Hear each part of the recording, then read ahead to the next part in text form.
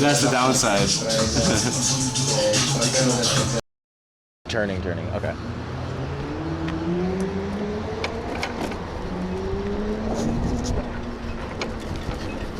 Alright. Go over this thing. Ugh. Yeah. There we go.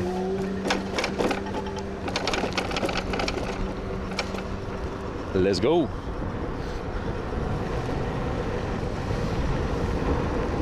Let's fucking go. This is perfect. I'm happy with this. Standing at the wall. How much for a short time? Hey. Yeah, he's got some food. How much for a short time? Ketty. Nice. He named Ketty. Ketty? Yeah. Hey, Ketty. Such a nice kitty cat. Yeah. Bye, Ketty. It's great. I just walked past like several like freelancer ladies. Are you streaming right now? Yeah, but check this out. Oh, do a trick, bro. Do a trick. Look, I'm gonna open by my eye and I'm gonna put to his skull. Look. Do a flip. Oh. You did something. Yeah. Nice. Donate to the stream. Quite the tool.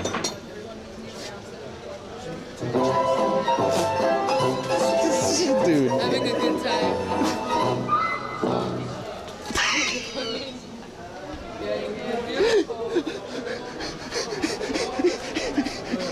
While he's crawling through.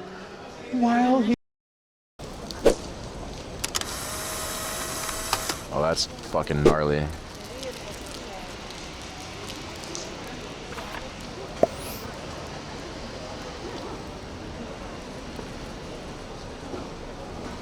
What?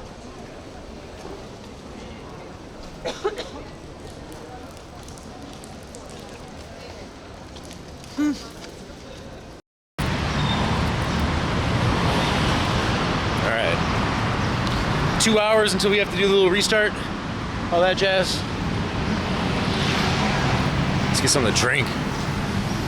Eat. Son. Was hungry. Clip that. Why don't you clip that? Don't cuss. You clip it. You clip it, man. Okay. It's got an old tulip cart. Hey, wait, what?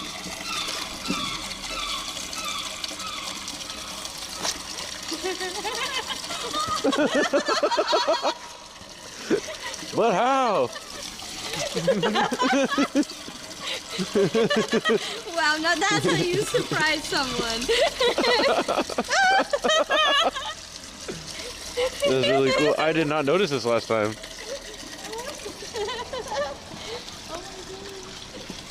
Hi. Hi there. Just fascinated by your water pipe here. Oh, Jesus fuck.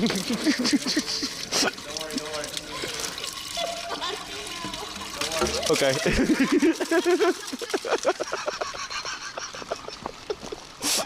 Let's get the fuck out of here. I'm so sorry. It's not the first time. As he said. I'm gonna have to figure out how to piss in this thing pretty soon. That's an amount. Yeah. The police.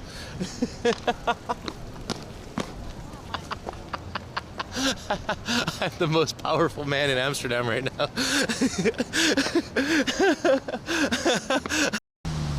I like that smell. I like the smell of horse shit. Stuff in the bathroom plugged in, but if that stuff is on the same electricity as this, then...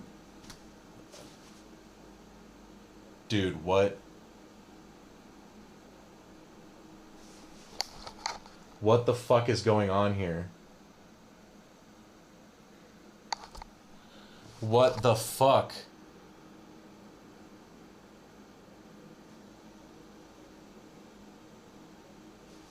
What happens if I plug this back in?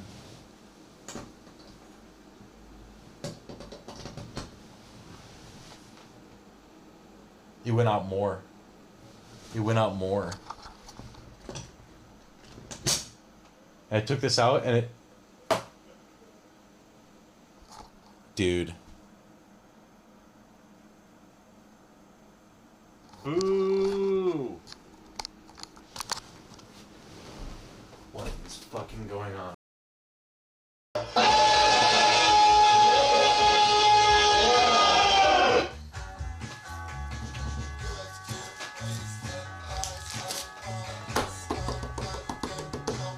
Holy shit! Everyone, thank you for the 12.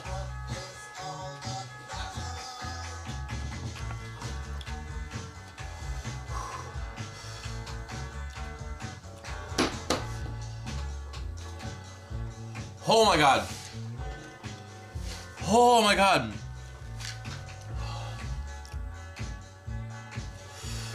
Woo! Oh! He needs some milk.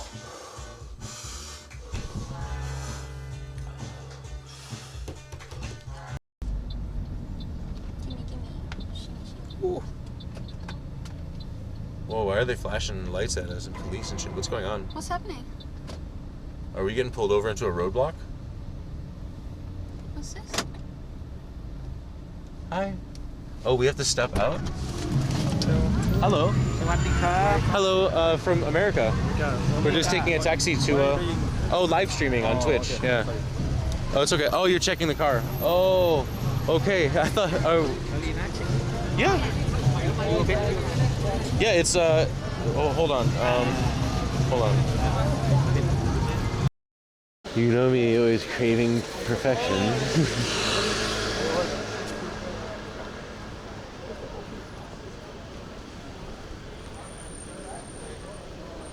Oh my goodness. There's a place I can pee up ahead. You can piss over yonder. I don't know why that made me laugh just now, but well, it did. Here we are.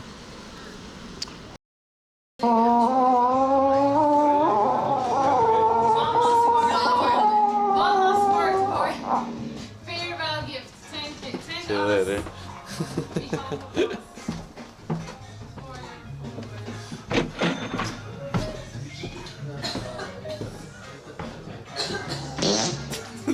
It's just hitting every floor now. Oh my god, no.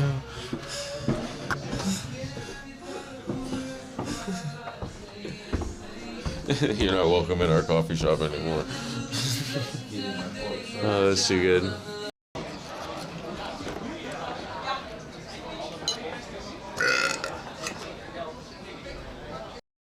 SIM card ran out of data there, my bad.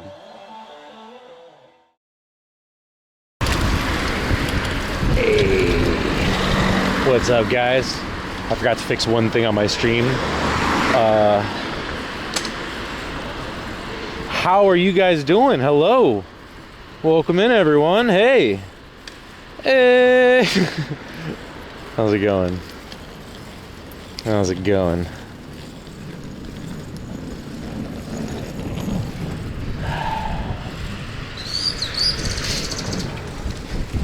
There we go. How am I doing today? I'm all right. Could be worse. Could be better. Could be worse. You know? It's good to be back home in Amsterdam. It's shitty to be almost completely broke after paying your rent. So we are budget streaming until whenever. Exclamation mark tip if you want to help me out. But we're just gonna go hang out, see what there is to see. Maybe we'll see Stephanie Quattro today. I don't know. We were talking earlier today. Maybe she'll come find us. We'll see. Stephanie cool. But whilst we've seen her, we already saw Daniel though. And where the fuck is Sinian at, man? Where is he at? Hey, why doesn't my tip command work? Oh, that's cool. Well, let's see if I can fix that too. What else do I need to fix? Hold on a second.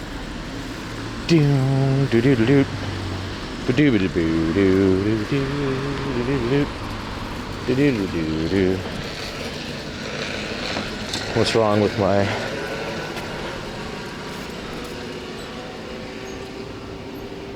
What is wrong with my...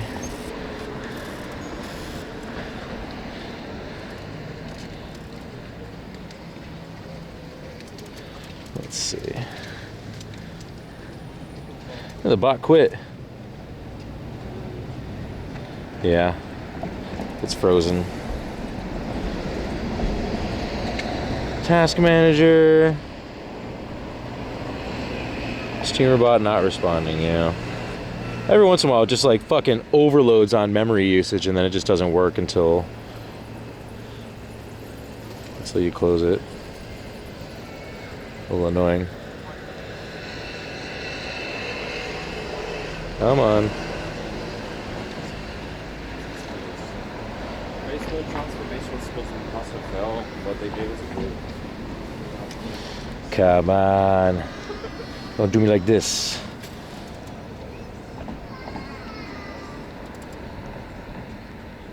And okay, there it is. And then reopen. Hey Zanny, what's up? Let's see. That should do it. That should do it.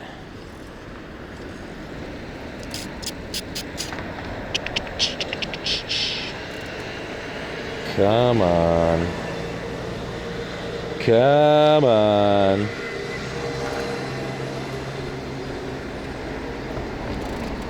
Why does it take so damn long?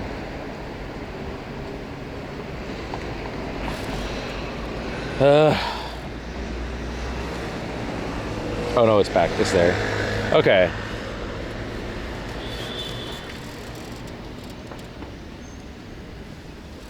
Works now? Let's see. Yeah, it works now. Okay. We're good to go. We're good to go. Bow, ba-da-ba-dum. Da-ba-da-ba-da. Da-da-da-da. Da-da-da-da. Down, do-do-do-do. A-diddle-do-do-do-do-do-do-do.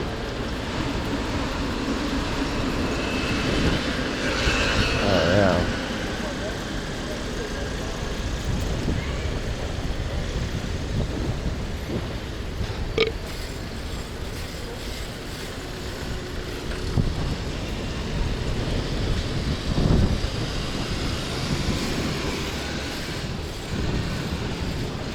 Let's do this way.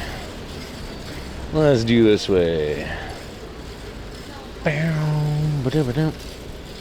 Doodle-doo-doo. That cake stuck in my head right now.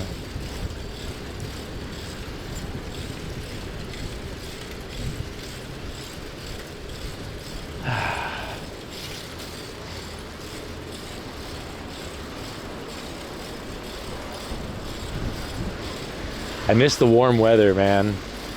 I miss t-shirts and nothing else, and sandals, and too much strenuous activity makes you overheat. I miss that, honestly. Genuinely miss that. I am a lot colder than other people here, for sure. Yeah. Yeah. Hey, Tanya.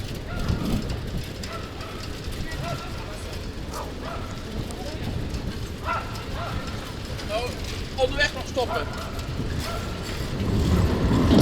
Whoa. Yo, Alan. My G. Thank you for the 420, bro. Appreciate you.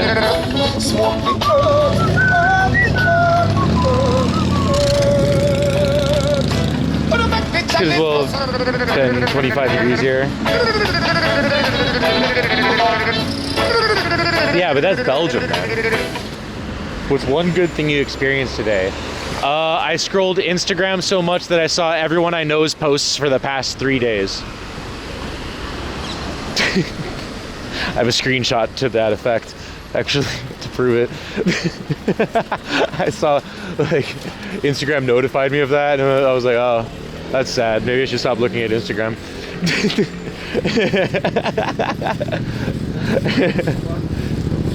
Yeah. Everyone's stories are grayed out. Yeah. You're welcome. Doom scrolling? Is that what that is? Is that what doom scrolling is? I never really fully understood that lingo. I thought that doom scrolling was like when you go down a rabbit hole of like why the world has gone to shit and everything's wrong and da da da da, and it's nothing but posts of just like, oh, this person did this and this person this happened and here's a video of someone getting their head chopped off. Da, da, da. I thought that's what doom scrolling was. I didn't know doom scrolling was just fucking staring at your phone. I thought it was subject specific, man. Whoops. Turns out that's not true. I don't know nothing, man. I'm almost 40. I don't know what words mean.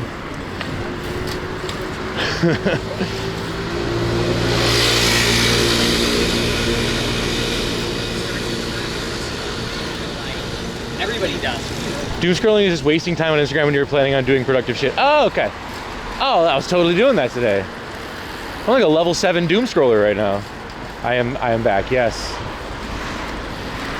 Yes, White Drac. I am back. How are you doing? Long time no see. A long time no see.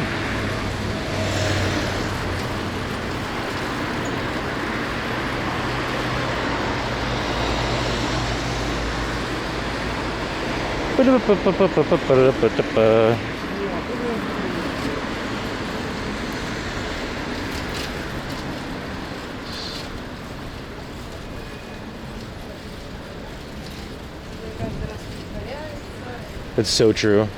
Let me check Instagram for an hour. Yeah, it's so true.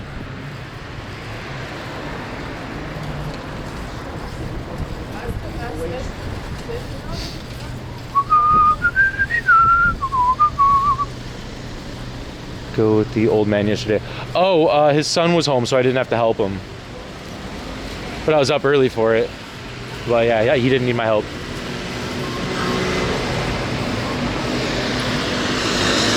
Yeah. Oh.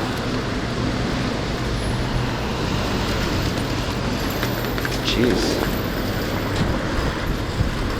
Is he all right? I guess I mean, look, he's somebody who's been recovering from a stroke for a couple months. I think 3 months now. So he's recovering. He's got one of those walkers with the 4 posts on it, not a cane, but like the kind that you hold like this. And you know, before I left for Thailand, the man was like built like an ox, you know, older man, but strong guy, you know, bulky, strong guy. It's really sad to see that this happened to him. It's so unfair, man. He's such a good person too, you know, really sad. Really sad. But yeah, you know, I think, you know, he's never going to truly go back to normal.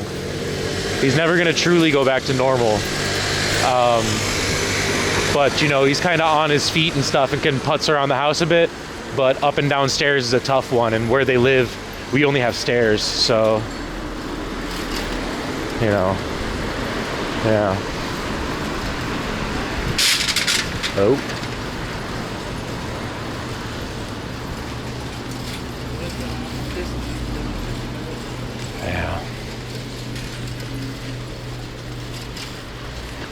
Sad stuff, man. Sad stuff.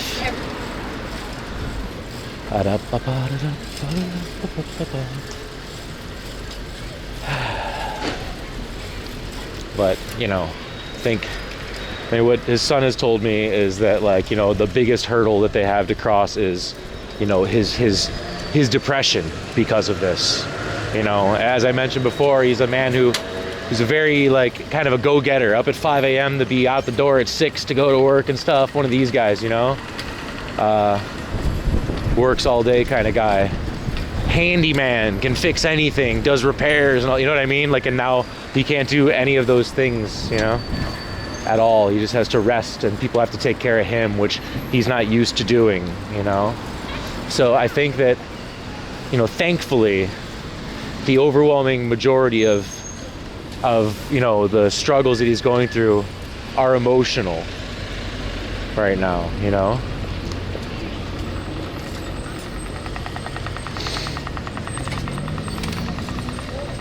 Yeah. Yeah. What are we waiting for here? He's a man's man. I'm talking about when men were men. You know what I'm talking about? When men were men? Casey Rocket. I'm talking about when men were men. Oh, man.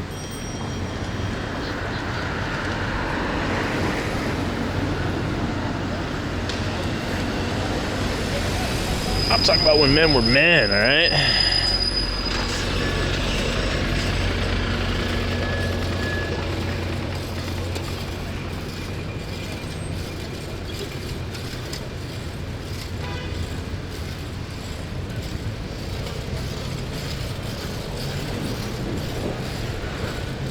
Man that can fix a sink and then piss in it. I'm talking about when men were men.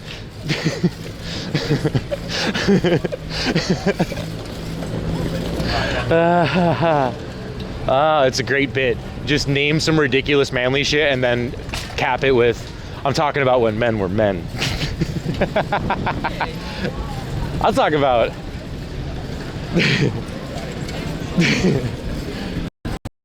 oh, that's too good. You know, when men were men. There was a time when men were men.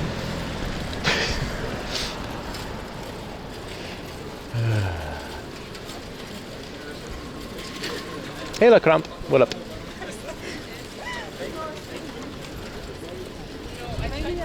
Ah, oh, boy.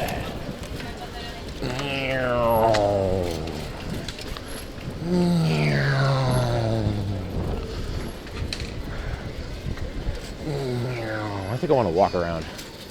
That's what I want to do. I want to walk around a bit.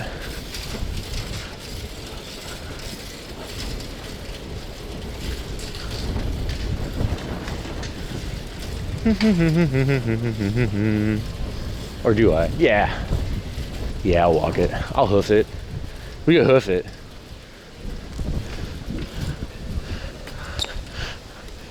You know, when men used to walk everywhere and not sit on a bicycle and let it ride them. I'm talking about when men were men.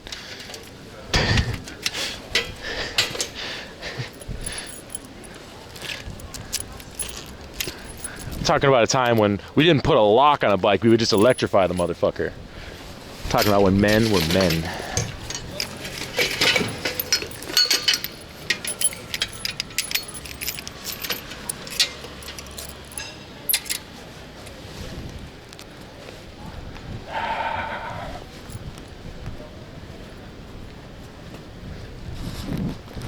Yes. Hell yeah.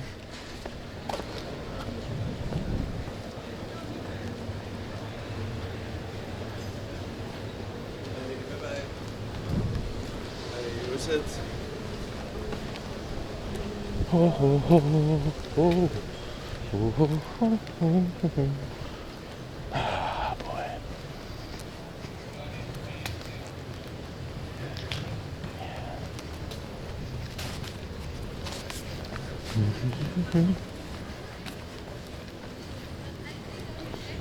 Or put it in drive instead of reverse and drive it straight in the canal. Back when men were men. That's when I did that.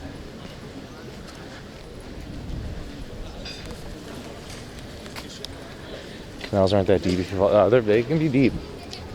They can be deep, but the problem isn't about the depth of the canals. The problem is that there's a lot of shrapnel and debris and shopping carts and rusty bicycles and shit in there. Sometimes cars. There's all kinds of shit in there, and you have a really good chance of slashing your leg open or something if you jump in there. Like a really good chance. It's You know, when they do those swimming events through the city, we've covered a couple of those on my stream. But when they do those, they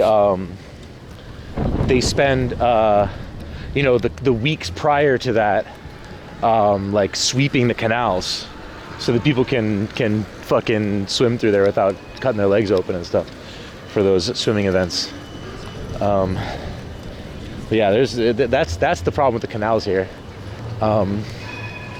Also, depending on where you are, dude, some of the canals are very difficult to get out of. If you get in them, it's going to be difficult to get back out of. You see a little book along the quay. I tell myself it must be great to have an apartment overlooking the canal and boat. Yeah, I know a lot of people saying that they want a houseboat, but I've hung out on houseboats many times. It's kind of like just having a shitty house that moves. It's not that great. To be extra careful when visiting Amsterdam. Well, don't swim in the canals and you'll be fine. I don't recommend swimming in the canals. I got a medal from there, yeah. Driest swimmer in the fucking race, man. That's how fast I was. So fast I just kind of coasted, and there's like a thin oxygen layer between me and the water. It was like David Hasselhoff in the SpongeBob movie. Just jet skiing on my chest.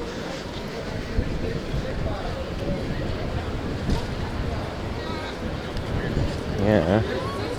Yeah. Talk more about this. Yeah.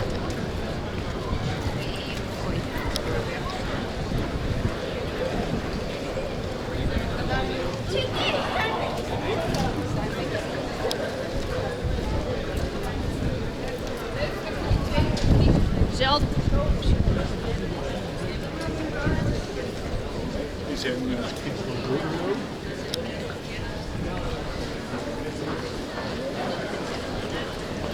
Yeah.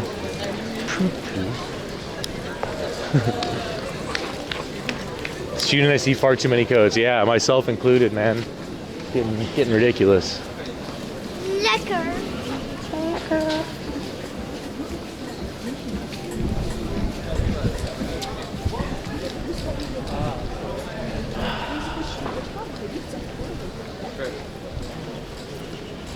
Oh, thanks, Streets Out.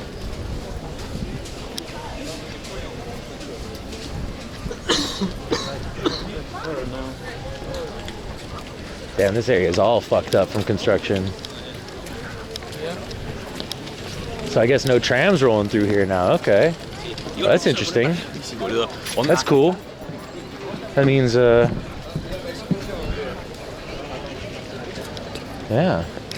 Don't have to worry about trams up and down this road for a while. Damn, that's major. That's a big detour for these trams. The 1, the 2, the 5, the 7, or whatever they are. I forget. It's a bunch of trams that go down this line, and they can no longer do so. Kak Leo. Always construction in Amsterdam. Yeah. Always. Altijd werkzaamheden.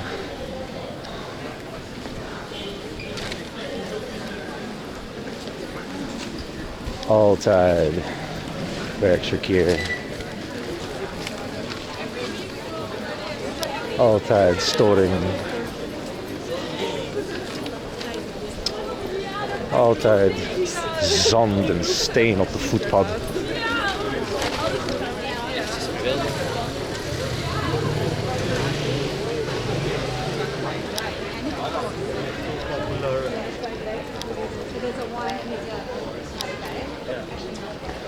Well, to be fair, everywhere I've gone has had a shitload of construction. Everywhere. Erotic center to replace the red light district? Yeah, I don't know. Are they ever gonna move on that? Are they gonna make a move on that or what? What do you think? Because all I've ever heard is just talk about it.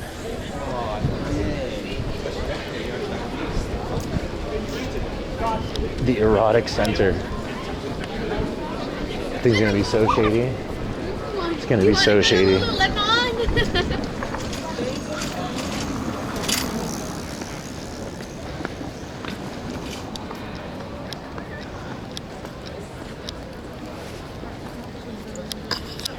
First quarter of 2024, Keck. Okay, so they're gonna consider it in the first quarter. Okay, that means nothing's gonna happen anytime soon. There you go, there's your answer. Hey dearies. This Amsterdam is even more. Amsterdam is even more.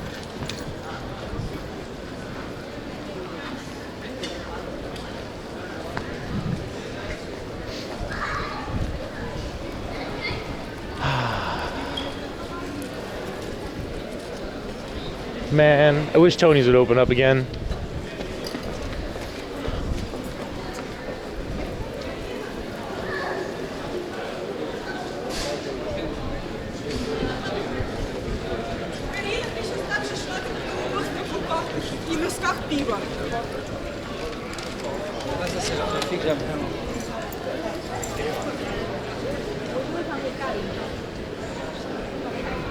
A lot of people miss Tony. I think so.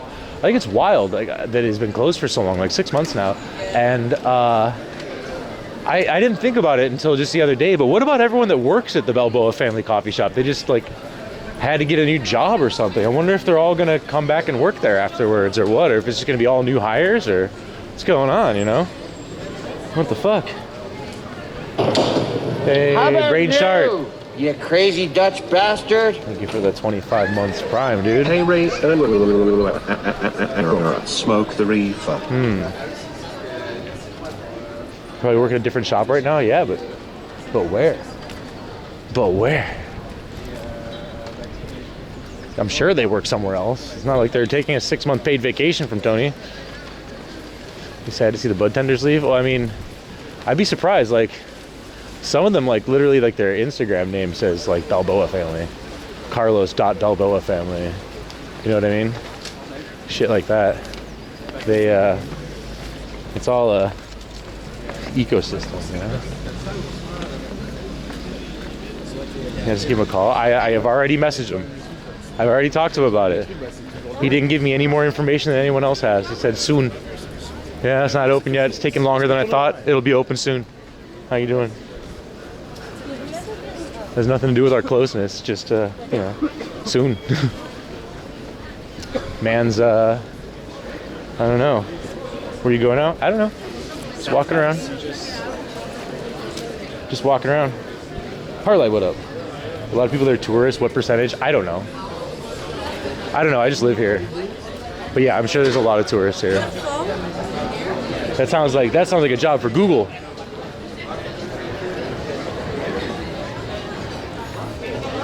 So not much. Not much. Cool if they do it there too. Tony will come back with a bang. I hope so. Fucking hope so, man. I don't know. Yeah.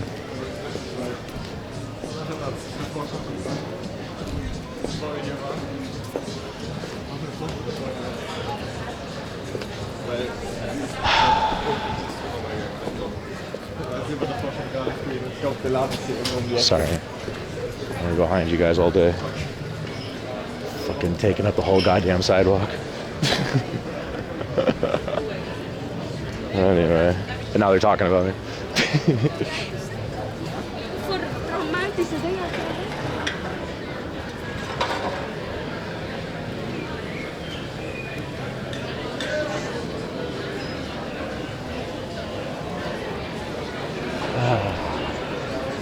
Hey Tart, what's up? How you doing?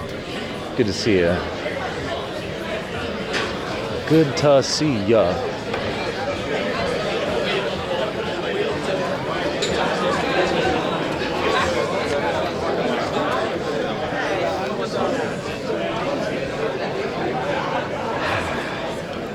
Pride Month has started. Yeah.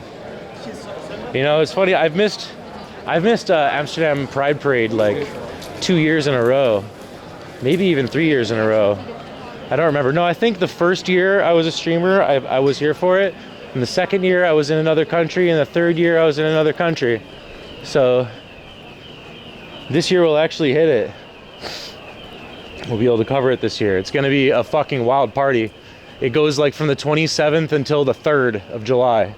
It goes on and on and on. So it's like also running right into TwitchCon. That's another thing. So basically what I'm gonna be doing is, you know, I'll be going to TwitchCon in the daytime and then zoom back to Amsterdam for Pride, you know, double the gay. Doesn't get any gayer than that. TwitchCon and then Pride Amsterdam? Sweet.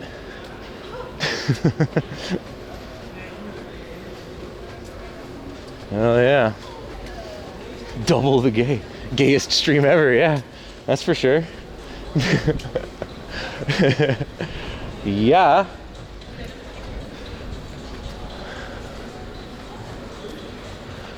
I ain't never gonna stop gay streaming. Mm-hmm. Are you riding a bike right now or walking? Really? Who do you think?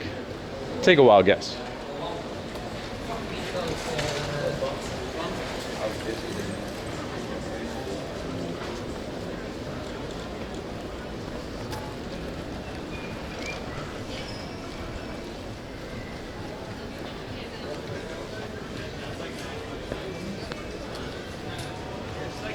Walking along a bike. No. No. I think it's like 10 people. You flying a plane? Nah, you're getting somewhere. Nah, you're getting somewhere. Throw it.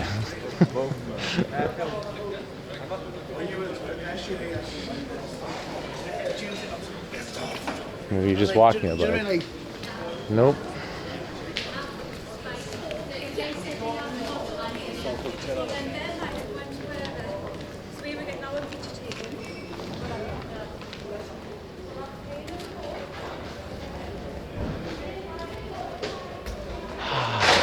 What's up, Abhijit?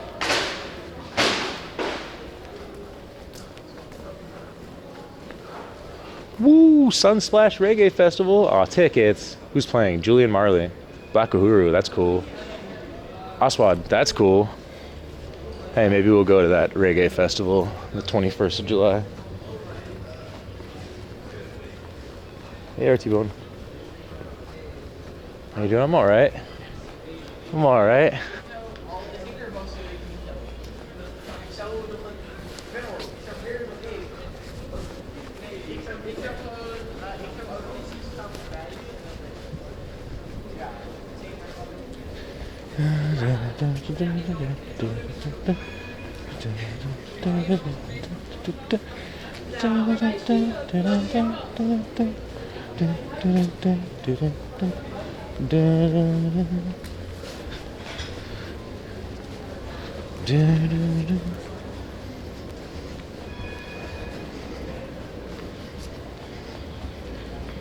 Looking for a big screen, but using my phone to type in here. All right, on. Cool.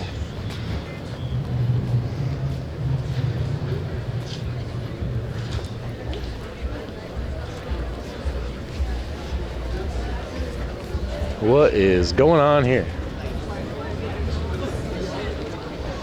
What did they set up here? A terrible art fair. All right. Sweet. Doing my part. Whoa. Yo, Shampoo Boy, thank you so much, man. Thank you very much for the teacher, man. Appreciate you. Thank you. After rent this month, I am stupid low on funds. Like stupid low. Oh my god. Oh my god.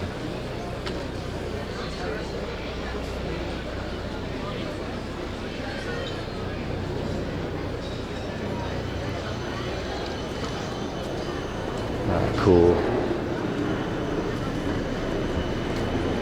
What you up to? Had lunch? Yeah, I've eaten. It's like 6 o'clock. I fucking hope I've had lunch by now.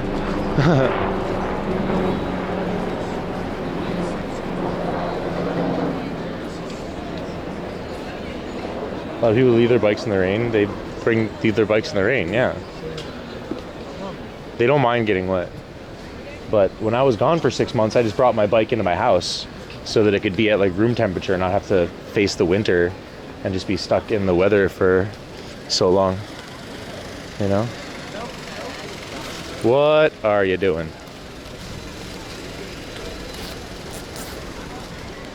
All right.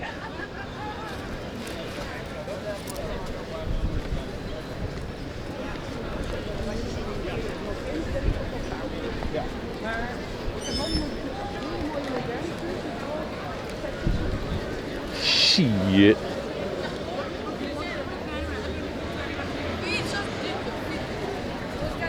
Je ziet er echt dik uit. Sta zo, ik sta zo.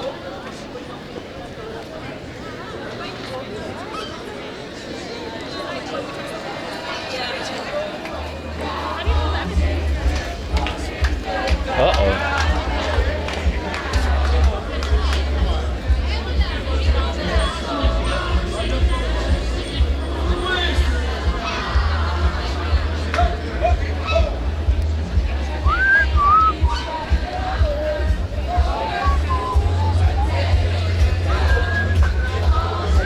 Oh, going to a park?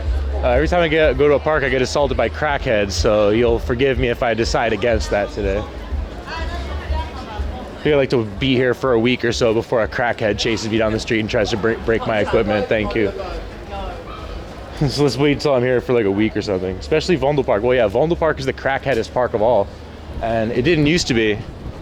I used to hang out there all the fucking time, and then one day it got taken over by crackheads. Even Roy said, I said, like, well, you gonna barbecue in Vondelpark? He's like, no, I don't go to Vondelpark. I'm like, why not? He's like, junkies, man. Like, he's always getting into fights with junkies too and shit. It's fucking ridiculous. Parks are great, I guess.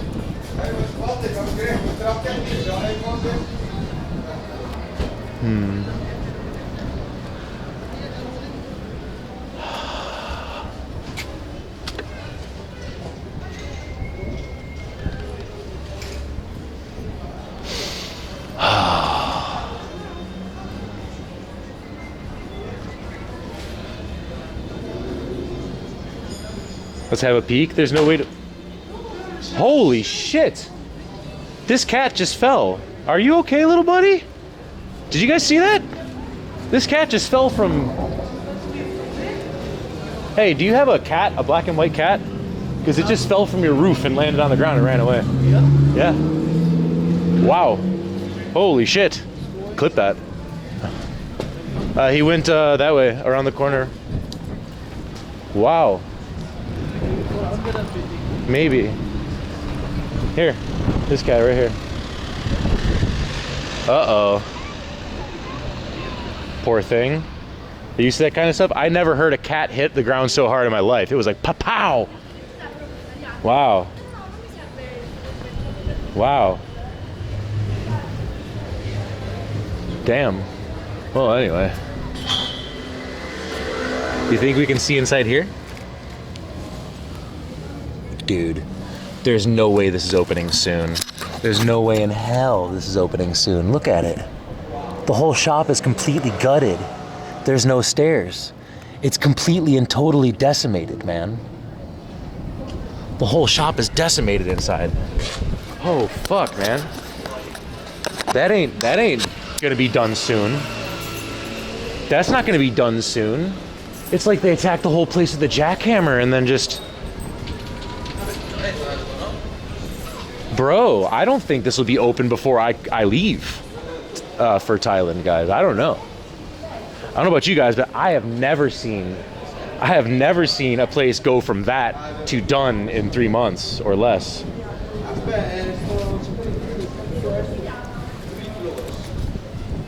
Man. Yeah, full bowl. I already hid them.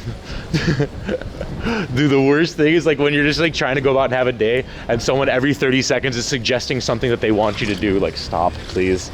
Please stop. Shush. Hush now. Take it easy, all right? Wow.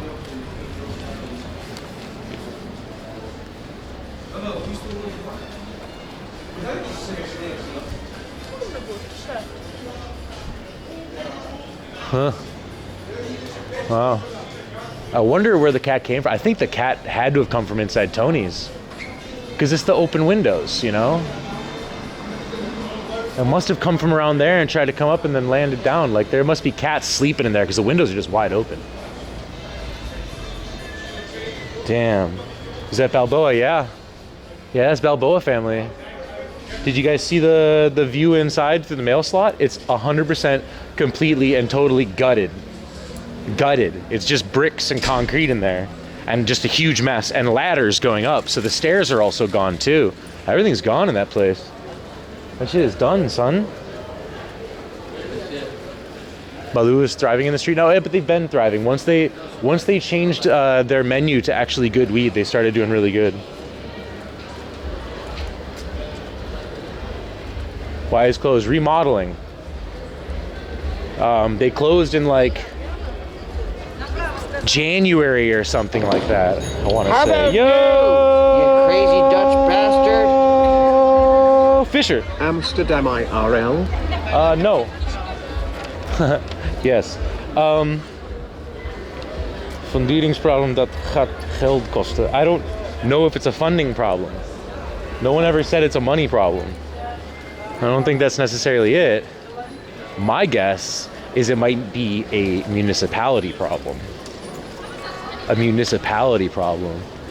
I was planning on just doing like. I'm gonna hit up Renee and the other guys who work there and ask them. Maybe we'll see one of the staff at a different shop and can ask, yeah, but how the fuck do you know where they are? You know? Who knows, man? Who knows? I just gotta send them a DM. That's all. Might have needed a bit more work than just remodeling, yeah. Permissions or money, two things construction halts on. Well, knowing Tony, it's probably not money. Knowing Tony, it's probably a permission thing. That's what my guess is. Oh, fundering. Oh, yeah. Okay, yeah, no, that makes sense. Yeah, could be foundation problem. You're absolutely right. Sorry. When you said fundering, I was thinking of like, this could be completely wrong, but funding. And I think the word for that is financiering or something like that. I had it wrong. Sometimes Dutch words are just English words with a Dutch suffix at the end of it.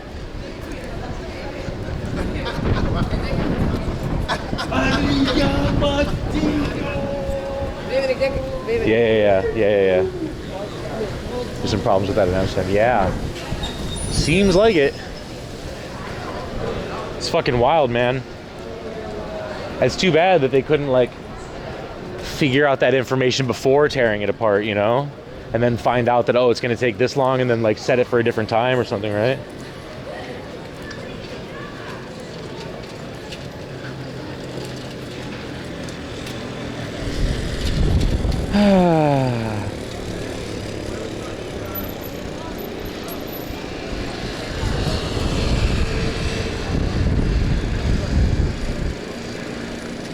Yeah. Do you like the nightlife there? Yeah, sure. You think you saw it will be closed till October? Where'd you see that? Where did you see that at? So a full year it's closing down? I like how we have followers from Asia who haven't seen the Amsterdam streams. Yeah, it's pretty sweet, huh? Everyone who's found me from my streams in Southeast Asia, welcome to Europe. Welcome to Amsterdam. I'm glad to have you here. Genuinely. Yeah. I feel bad for that shop because that was hands down my favorite shop to go to, honestly.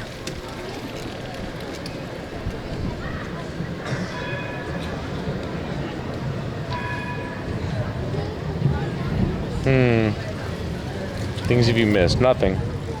I've answered this question 35,000 times already. I miss not being asked that question.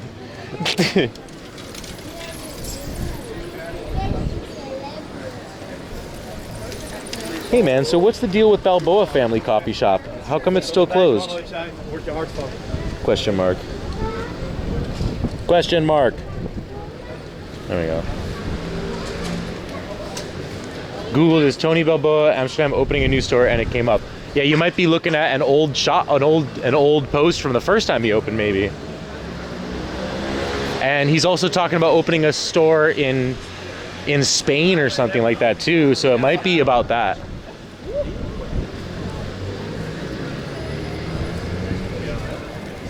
Yeah. Yeah, it's on you. That's wild. Hey, honey, not heroin. No worries, little Buddha. I don't know, man. I don't miss shit. I miss nothing. I miss traveling. That's what I miss. I miss going around the world. It feels weird to be back here. It's okay, but I wish I had. I think he has a cannabis club in Spain already? Does he already? Could be. Maybe that's how he's staying alive. I think maybe he's not even in the Netherlands right now. Best donut spot? I don't fucking know, man. Wherever I am, I roll really good donuts. That's the best donut spot. Are you talking about actual donuts? Because then I don't know. Whoa. Altijd een gezeik bij jou. Whoa, Tart, thank you for the 5 gifted, man. Bad. Oh. I've already been making bad Insta stories today.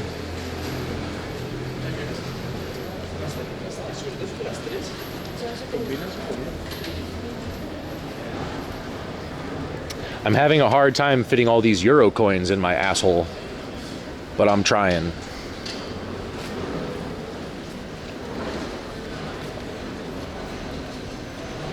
Do you like drinking while smoking weed? I don't know. Water? Coffee? I don't know. I don't know.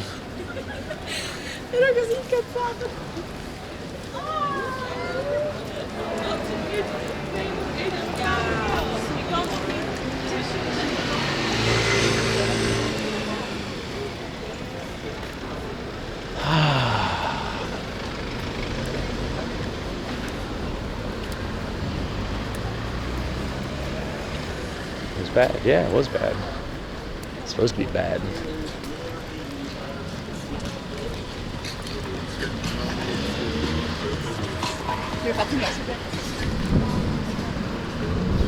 This song's fucking horrible.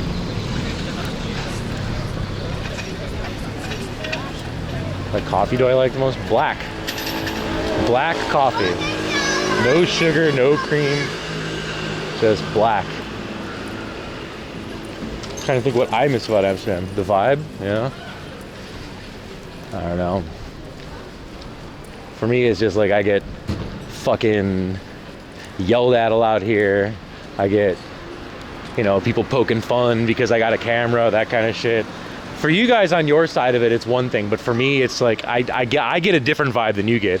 I get the vibe that I'm being, you know, observed and pointed at and stuff, because I am. It happens all the fucking time. Like literally, like I'll walk past people and then I can just hear them talking about me in Dutch because they think that they have a secret language, but I understand Dutch, and they'll just start saying shit about streamers and stuff like that, you know. And it's just all the time. It's already happened today too. You know, I walk past people and say, "Oh, it's a streamer," you know, just going on and on and on. So for me, it's a little bit different from what you guys get. And what was great about being in Thailand is that fucking nobody cares that you have a camera.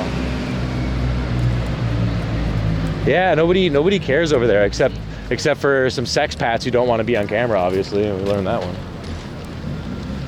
Even if they're not on camera, they don't want to be on camera, and they'll come tell you. They'll come on camera to tell you that they don't want to be on camera, and then get mad when they end up being on camera. Well, yeah, so for me, it's, I guess it's a bit the other way around, you know?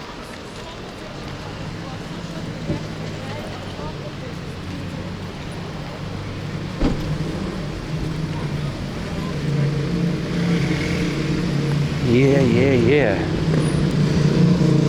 Don't film me, walks into frame, and then proceeds to like follow me around for an hour and shit. Like, dude, for someone who doesn't want to be on camera, you sure are hovering around me a lot. Hey, Coach Life. You excited to experience new places with me? Thank you. And thank you for being with me for the whole trip. I appreciate it, you know. I really do. It was a wild adventure, and a shitload of life changes took place that those who decided not to watch, they missed out on. I don't know, maybe that's for the best, maybe not, but, you know. I was very excited to take people on this trip, and unfortunately a little bit saddened that not a lot of people ended up coming with me, but it's okay. It's okay. I'm not gonna give up. I'm gonna still do it. I'm gonna keep doing it. I'm gonna keep traveling.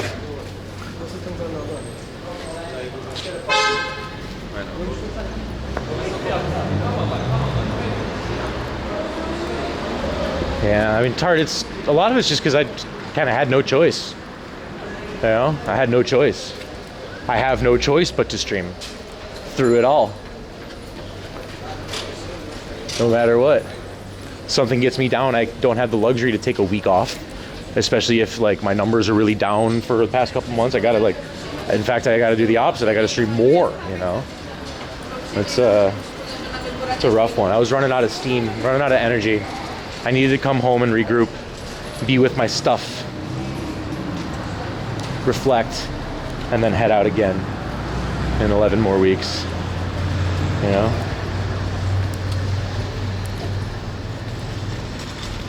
That's all.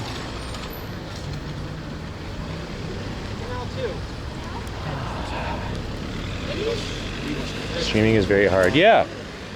No, dude, we just turn on the camera and money rolls in. You didn't know that? It's just, you got a built-in audience. Yeah. And everyone just throws money at you to do nothing all day.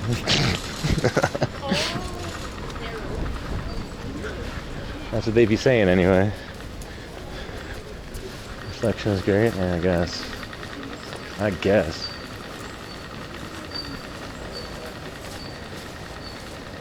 IRL streaming is also another level compared to game streamers. Yeah, you have little to no chance of someone coming up behind you and saying, "What the fuck is this camera?" and they just start trying to break your shit. Unless you just got like an abusive dad or something. Then maybe. Or a drunk roommate. Then maybe. We take a lot more risks than desktop streamers do. That's not to the detriment of desktop streamers. I don't even know why we're comparing them right now, actually.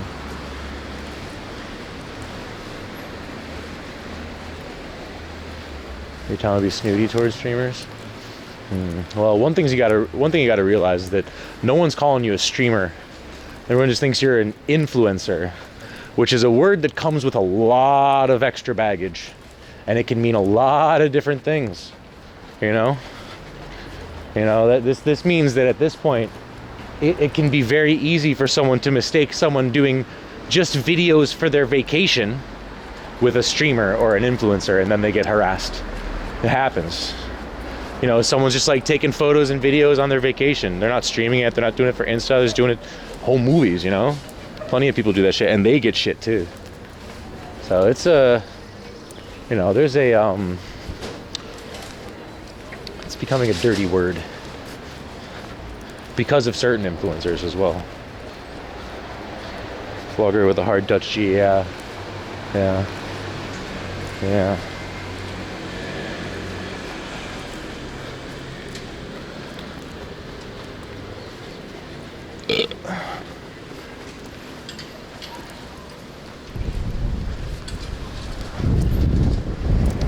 Stigmata, yeah. All streamers suffer from stigmata. You know why? Because we're basically Christ.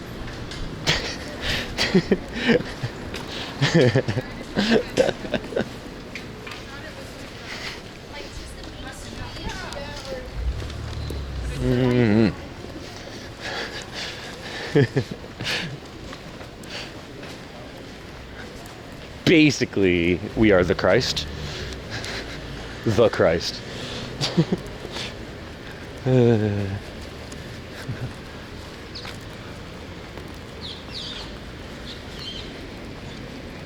Hello, Sippin' Whiskeys.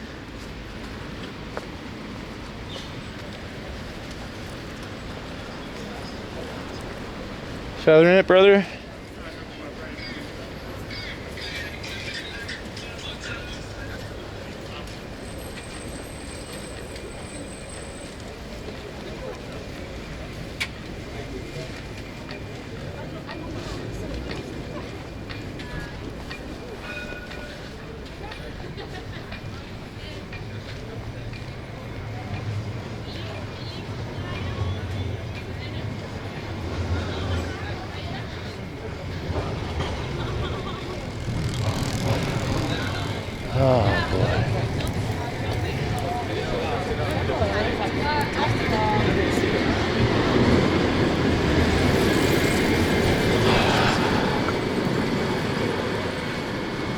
feather in it, brother.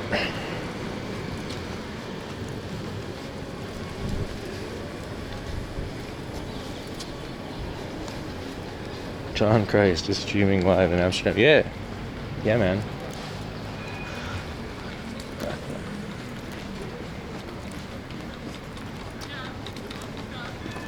Crucifixion stream incoming.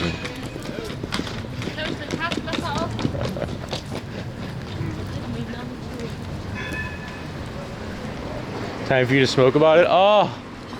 Oh, yeah. That should be chill.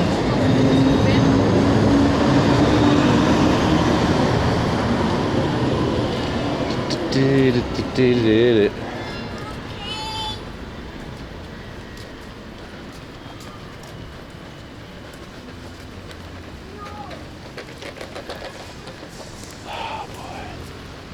Do do do do do do.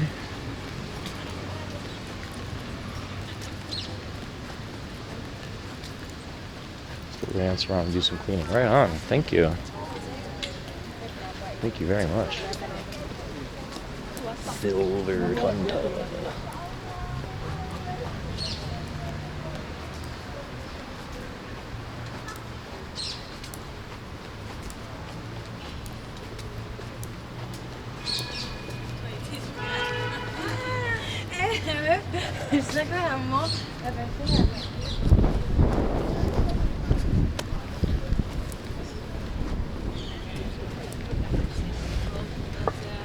Have you noticed a lot of people moving abroad from America? No.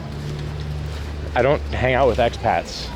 I don't like try and seek out like an American crowd to hang with. I never did. Nope. I'm sure they're here, but I don't give a fuck.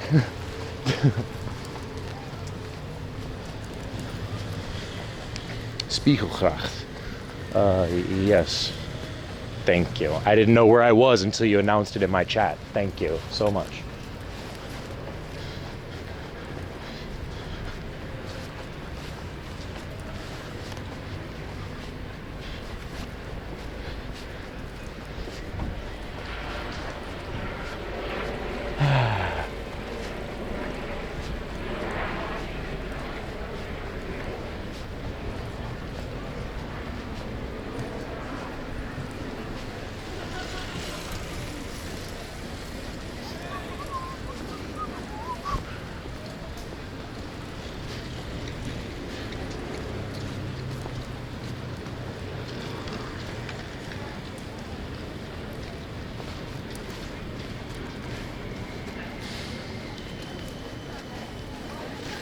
Weird to see me in a beanie and not sweating in the Thai sun. Yeah, right? I miss it very much. Tired of being cold. And I'm definitely colder than other people are here. Definitely. Like, I see people with jackets, but I also see a lot of people just walk around with like shorts and t-shirts and shit like that, you know? They're like insisting summer is here. You have the camera? Huh? You are live? Yeah, I'm live streaming. Yeah. How's it going? Where live? Where can I see this? I'm on Twitch. On Twitch? Yeah, you know Twitch? I know Twitch. Nice. But that's near the Twitch one. I don't know the Twitch, man. And Oh, you got something to scan? And then I can live Right away, yeah. Okay, then. Yeah. How many followers you have? I don't know, 25,000? Oh, I The followers, not viewers. Are you just dead? Oh, that sucks, man. Where do you come That's too from? bad. I come from Chicago. Chicago. How about you? I come from Amsterdam. Oh, you're from Amsterdam? Yeah, man. Right I on. want to go to Chicago, LA. Yeah? Yeah, man. Nice. Where'd you go? I see there is nothing there is the shit gaande, weet je? I guess. You ever been to Asia? Asia? Yeah. Where's that? China? Southeast Asia, yeah. Thailand, Indonesia, that shit. Oh, I just got back from Thailand a few days ago. Oh, you want to go there, man. Yeah? Yeah, everything's so cheap. Bangkok has everything. All the food from everywhere in the world. Everything is cheap. Oh yeah, dude. I'm talking like 5-6 euros a day for a good hotel and shit. Like it's really cheap there. And they have everything. They have I think 10, what was it? How many 10 million people live there or something? It's massive, man. Huge. So nice to see. But you earn your money with the Twitch? Yeah, sure. Oh. When I can. Crazy, man. And how I much try money to. you get? Not much lately. Oh, you sit in It's the enough. chat, you can in the chat to see what people say. Yeah. What people saying? Very uplifted guy. Refreshing he's not a hater. Refreshing that he's not a hater. A lot of times I get people in Amsterdam calling to me like, what is this fucking camera? And they get all mad. Yeah, it happens a lot. This guy's chill. This guy's chill as fuck. Nice. And what you gonna do today? Just walk around, man. Walk Just chill, around. smoke weed, hang out. Yeah. Yeah, man, I quit this smoking weed, man, because Oh yeah? yeah, man, it make me crazy in my head, like in this town, you know. What Oh I'm saying? shit. Okay. It make me crazy, man. I see. I see. And now I work, you know. Yeah. A lot of it. Nice. What do you do? It's like, you know, like it's een house, and it is a house going. Slope building. Oh, okay. Building, you know? Yeah, sure. Yeah. That's what I do. Nice, man. But I want some different something, you know. No shit. I used to do floors a long time ago. I used to do hardwood floors and stuff for a long time. But in Chicago, if I need to go there, where I need to go in Chicago? Fuck, man. Dude, I haven't lived there in like 15 years, but man, just go get some food when you're over there. That's all I can really say, man. Get that deep dish pizza, get some roast beef, get some Italian food when you're over there, man. That's what I can say. Yeah, it's legal there. Yeah. When I go there, I'm gonna smoke some big. Sure, yeah, they have dispensaries there, you know, Cali weed and shit like that over there and stuff. Do you know this Rembrandt Museum? Yeah. Do you inside that? Do you go there? The Rembrandt Museum? Yeah. I've been there before a long time ago. Yeah. Have you? Yeah, I've been a long time. Oh, nice. Back in the time. Nice. Back in the days, you know. Chicago pizza and oven grinder. Yeah, man. About to come up on your house. Emmy, did we pass your house already? Huh? Someone was saying I walked past their house. Oh. Come out and say hi.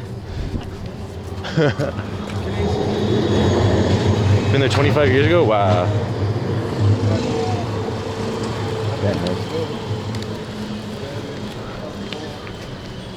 If I give you a tip, like in the Centrum, is some good coffee shop. Yeah. Its name is Prix. Oh, Prix d'Ami. Prix d'Ami. Yeah, of course. That one's closer to Centrum a bit. Yeah. That's good. Yeah, that's a good one, indeed. Yeah. Hell yeah. Oh no, he's back in NL. Are you sad that I'm back in the Netherlands? Den, really? This is the first one. Where you need to go? To the right or the left? I'm gonna hang out at that ledge right there. That's where I'm gonna go. To the left, man. Okay. Dude, it was nice to meet you. Nice Take to meet care. you too. See you around.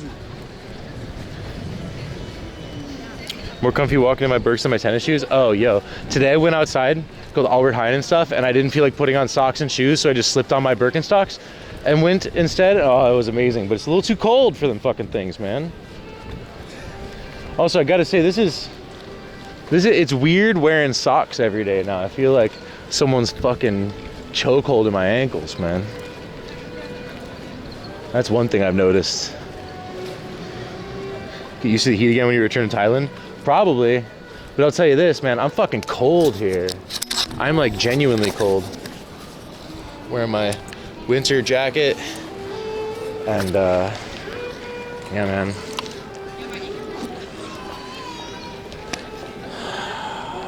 Too cold. Too cold out here, man.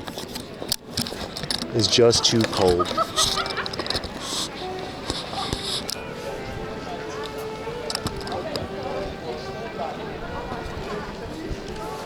The lined hoodie on. Yeah, this and a thick shirt, and my pants are like double layer. Double layer pants too. What made you decide to move to Thailand? Isn't Amsterdam miles better in quality of life, or am I wrong? I think it's kind of a lateral move, man. Look, I think that what you get for your money in Thailand is way more.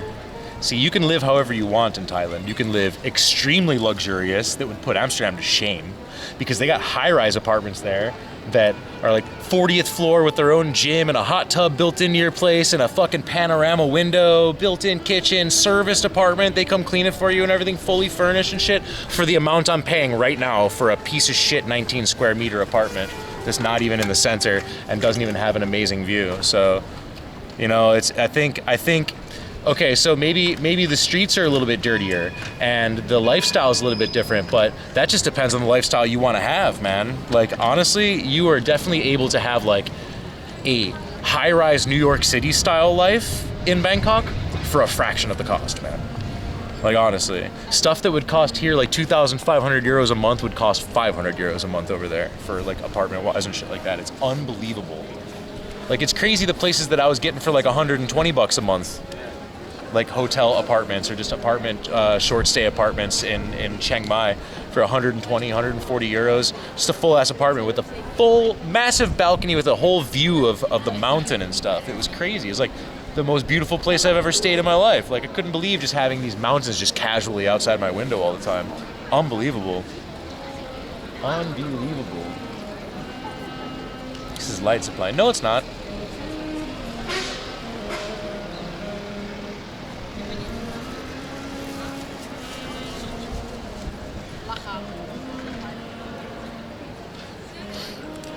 It's great when you can earn European kind of money in a country like that. Yeah. Yeah. I would say night drive that Bangkok has a lot more to offer to a tourist or someone who wants to stay there for a couple of years or something like that. Way more to offer than Amsterdam, way more. And for way cheaper, honestly. Good old balcony, joint, a sink to pee in, yeah. Are you going back to Thailand when winter hits Amsterdam? Not when winter, maybe earlier than that. Earlier than that, probably. Hey, bye, man. Brother, Klaus. Heinrich beer. I still have the same apartment. Yeah. Still got the same place. Same apartment. I rented the same apartment for 6 months while I was gone. I was paid for it. Because all of my stuff was there, and that's where my stream PC is. So I was streaming from my apartment in Amsterdam when I was in Thailand. Your pension is not due in the next coming years? But I'll see you there, huh, shampoo boy? You and me are gonna paint that town brown, Mr. Sir.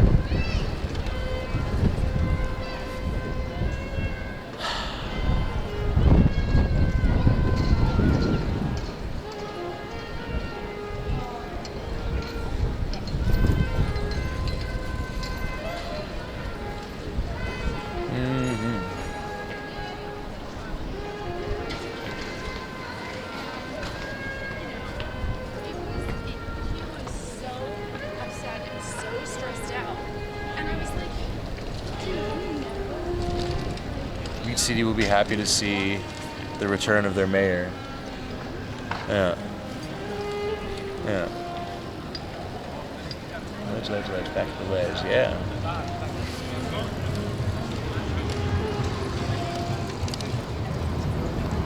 I just learned you're only supposed to do a quarter-size amount of shampoo. That depends on how much hair you have, dude. Obviously. For me, when my hair is short, I need way less than that. Just like a little amount. And also, you should do it twice in one go. Wash your hair once with a low amount of soap, wash it a second time with even less, and see how much crazy amount of foam it makes when your hair is not greasy. Yeah. What up, Amanda? 3-4 and still just out here being stupid, using way too much shampoo. First world problems, you know?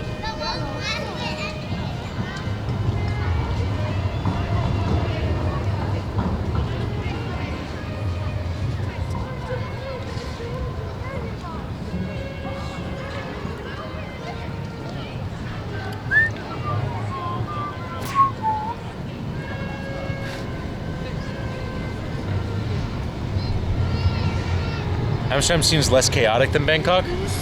Yeah, it's also like 1/32 of the size of Bangkok. Bangkok has millions of more people in it. You know? Get a daily use shampoo? No. Don't get a daily use shampoo. Wash your hair once a week. Honestly. I do it once, maybe twice a week. It depends on how much I've been sweating while walking around and shit like that. Life back in Amsterdam, ready to sell. Yes, you ready to buy? Amsterdam is like a ghost town compared to Bangkok. Yeah. It's also Monday, so you're not gonna see too much crazy busyness. I just slapped you and it didn't work, so oh hey. Sometimes that happens.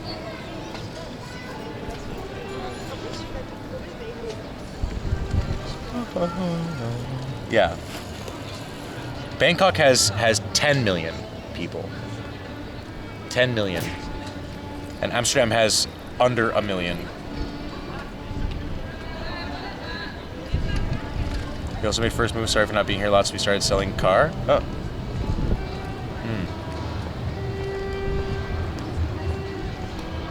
Sunday? Oh, is it Sunday? Is it Sunday? Well,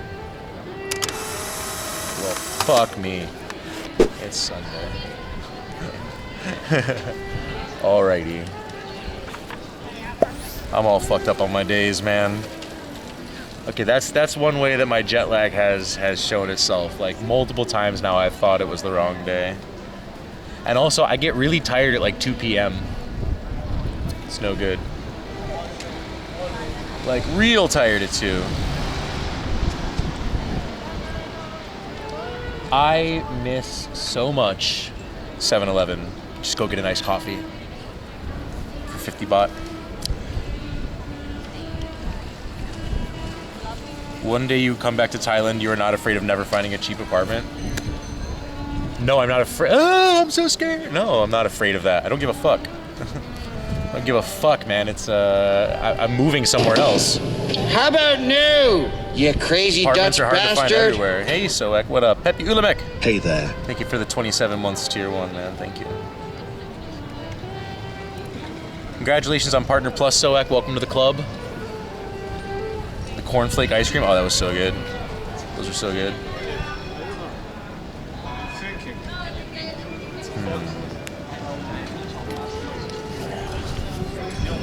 How am I? I'm all right. I'm all right. Could be worse, but also could be better.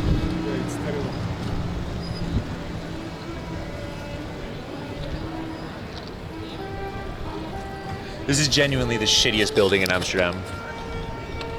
And I've seen Betondorp. That is legit the worst building. The worst. It's so shitty. Oh, that's it. The building is such ass.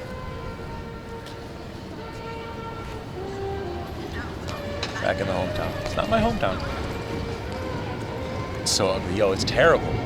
It's like this big fucking sore thumb sticking out in the middle of this square of old buildings.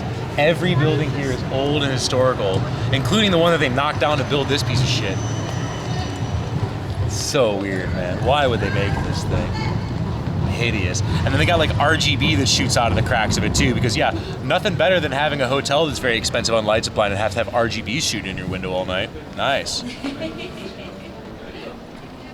I'll never understand how they got permit to build that monstrosity in the historic center. Heineken money, dude. That's why. Heineken money.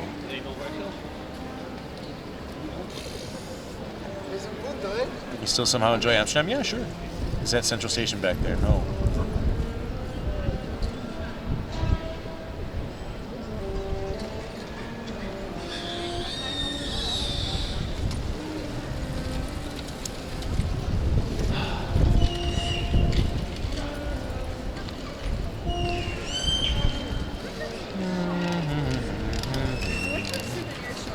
$500 a night to have RGB shining in your face at night. Yeah, seriously. It's fucked up. You say Chicago is your hometown then? I guess. Hometown generally means where you grew up, right? I'm definitely not from Amsterdam. I've just lived here a long time. And people like to say like, oh, you're basically in Amsterdam. No, I'm not. No, I'm not. I'm really not. I'm just here. So I can see how you can think that because I'm geographically here, but I've never felt Dutch. At all. Not even close.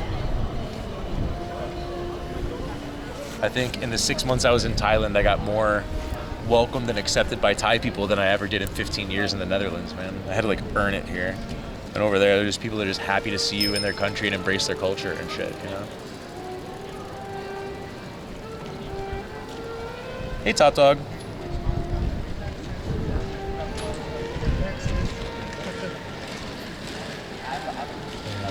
Salaries are so much less. The people, it's almost as if the people are what makes the place, yeah. Almost, right? And right now I have a language barrier between Thai people and myself, but that'll go away soon. Yeah, Viewbot, they do. They always do. It's been the same thing for 3 years. People saying, is that Central Station? Is that Central Station? Just because the bricks are red. Had a good Sunday? I guess. My Sunday's just starting, it feels like.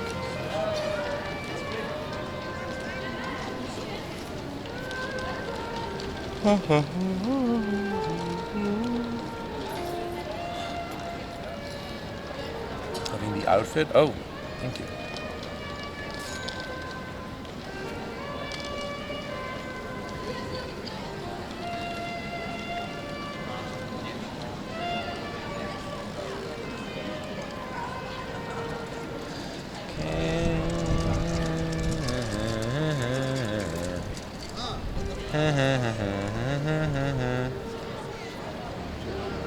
Duolingo streak?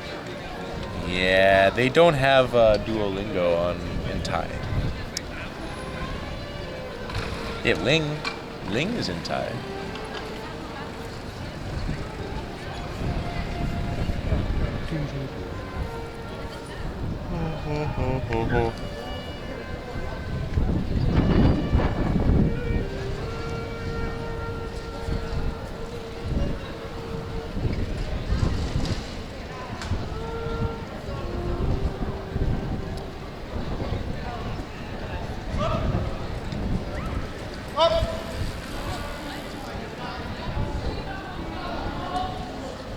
Oh shit.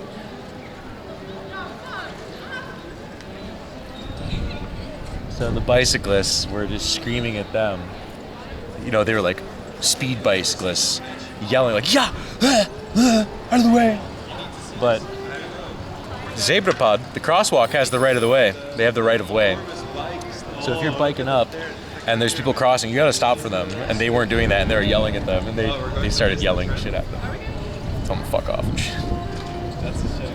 Yeah, spandex heroes, yeah, wheel runners, wow.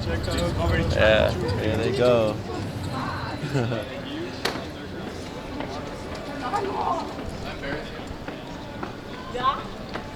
Fucking cyclist, bro. Yo, dude. It brings out the worst in some people, for sure.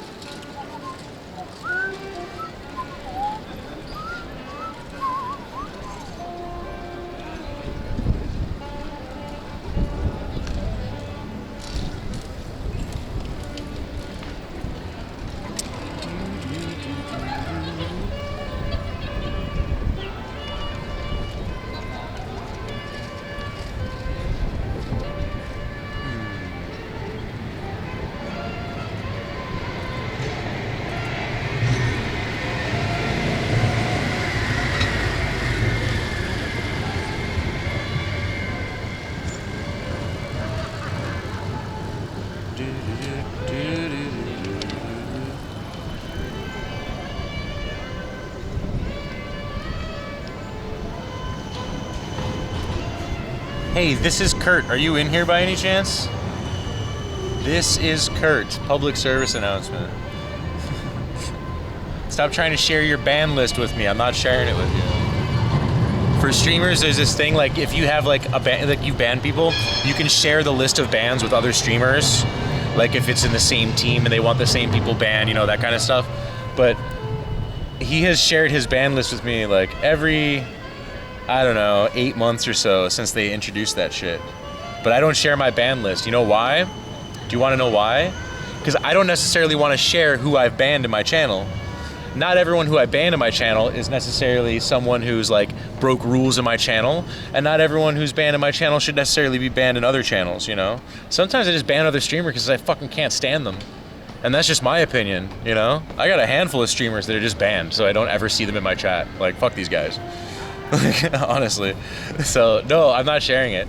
Cause then what's gonna happen is that someone's gonna take that ban list and post and be like, look at so and so banned these people. I wonder what drama's there. Why are they banned? You know, that kind of shit. Fuck this. Fuck this. Did I ever find Roy? You were lurking last week? Well, last week I was in Thailand. Yeah, I found Roy. Now that you got your answer, anything else? Also raised based, thank you.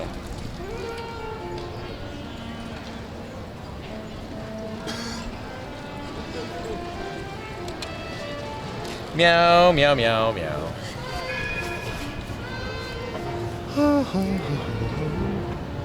And it's also, you can't receive someone's ban list without sharing yours. It has to be, it's a two-way street only. It's by reciprocation only. You can't just share your ban list to other people. It has to be a trade.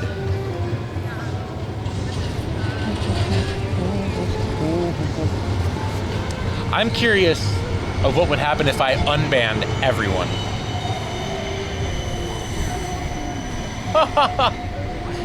Imagine.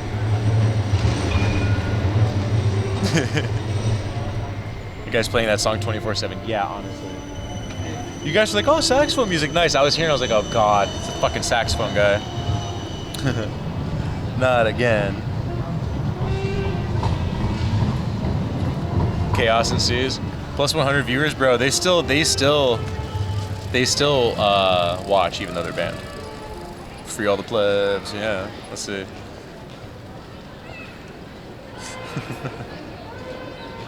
And mods would go on strike, bro.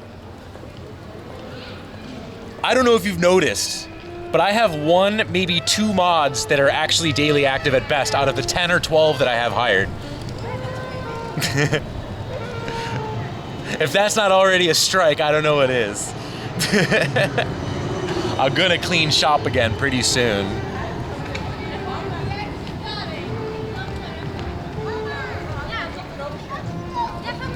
The majority of them could be unbanned.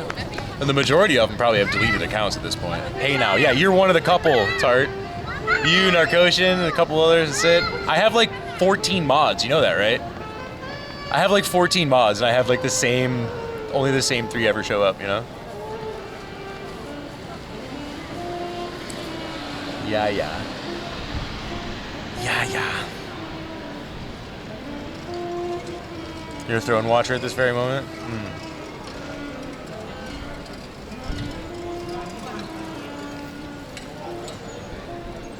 You're pretty useless? Not really.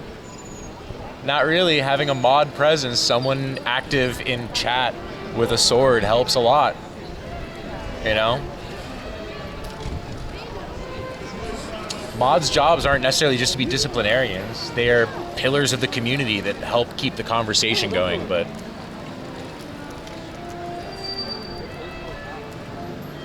they used to do that here, but not anymore. A couple of my mods used to be mods for me, then they guest modded for my ex, and then once we split up, they just mod over there now.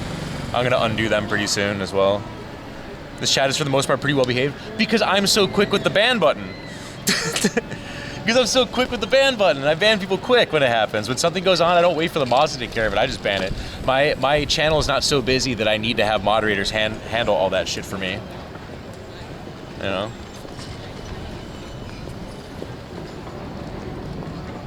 Yeah.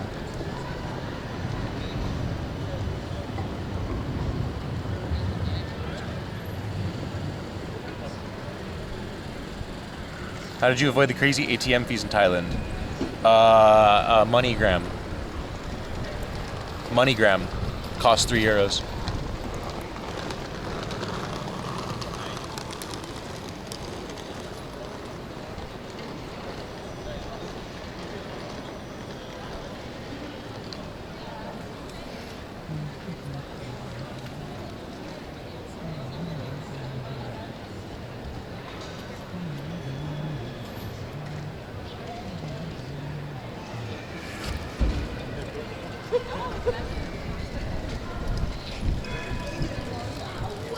Yep. Like I said, even a mod just being present, existing. Yep.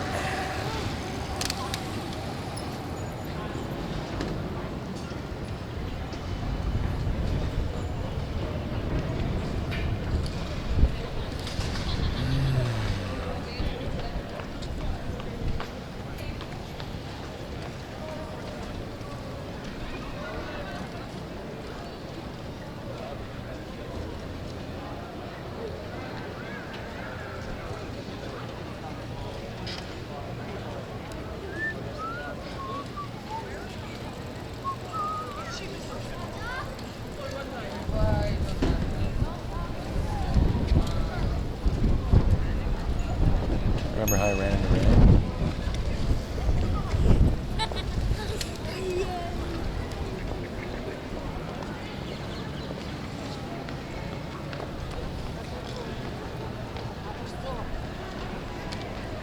Thanks, Tart.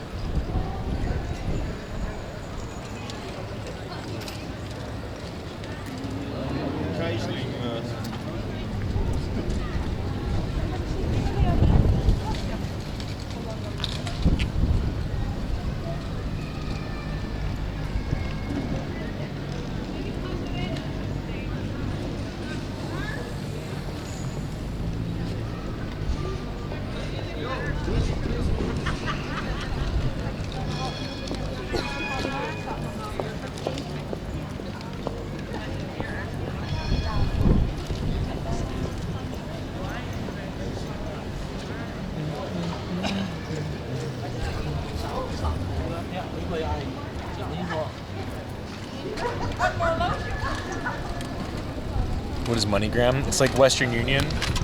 Dude, Western Union will stop you after a while too. Western Union will stop you after a certain amount, like $500 or something like that. And MoneyGram will never stop. You can just keep doing it. It costs €3. You can withdraw from your bank account to a cash pickup for like $3, and then that's it. Yeah.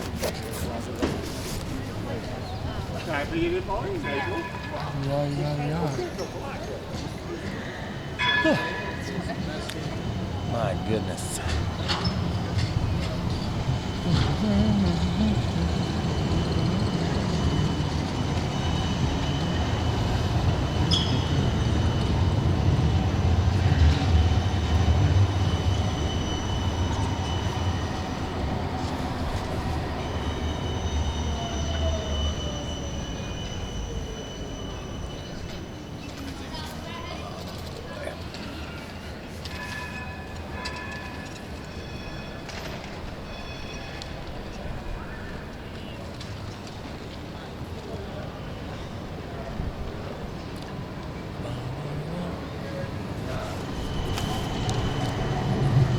You don't find ATM charges high in Bangkok. Yeah, it's not ATM charges. It's your bank. So my bank would charge me, yeah, the ATM charges you 150 or 200 baht or something like that.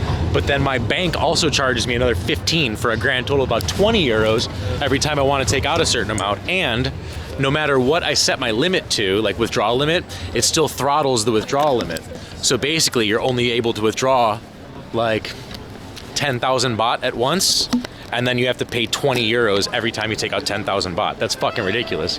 With MoneyGram, you can just do it digitally, go to any MoneyGram bank, and they just hand you cash. It takes a few minutes longer, and you save 17 euros every time you take out money. It's way better. You can walk into a bank and tap your card for any amount in Thailand. No, you can't. So many places don't take your card. So many places don't take your card. So many places don't take your card also unless you spend at least 300 baht. Like 7-Eleven, for example, they accept my card and contactless and shit if you spend like fucking 15 bucks. But when are you spending 15 bucks at the 7-Eleven? You're just getting a drink, you know? So you just gotta like stock up on shit or something. So you can't just walk into a bank and tap your card with a Dutch card or something. It doesn't work like that. Yeah, that guy's just doing one song. That's why I'm walking away. I don't want to hear that shit anymore. Yeah.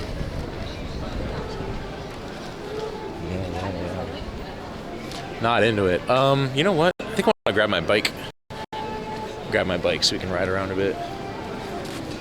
Meow, meow, meow, meow. Whoa, my bitrate just dropped down to nothing right there. What the fuck? My bitrate just dropped down to absolute shit. What the fuck, man? So bizarre. So weird. Wonder why.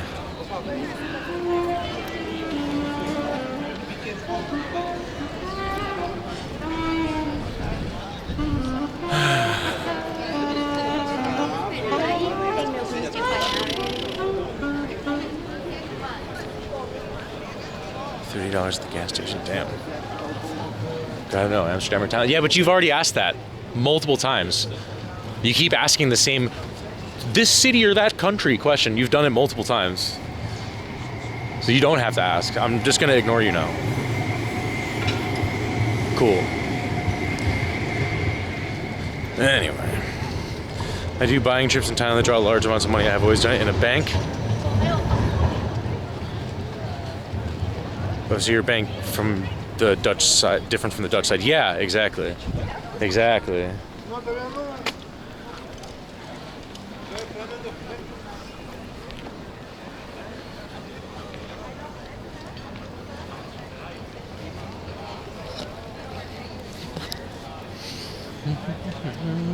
You gotta know, man? Well, I'm moving to Thailand, so I guess that answers your fucking question. Oh my god. I prefer Amsterdam so much more. That's why I'm moving to Thailand in 3 months. Because I just hate it there so much. That's why I'm moving there. Bro, fucking hate stupid questions so much. Oh my god.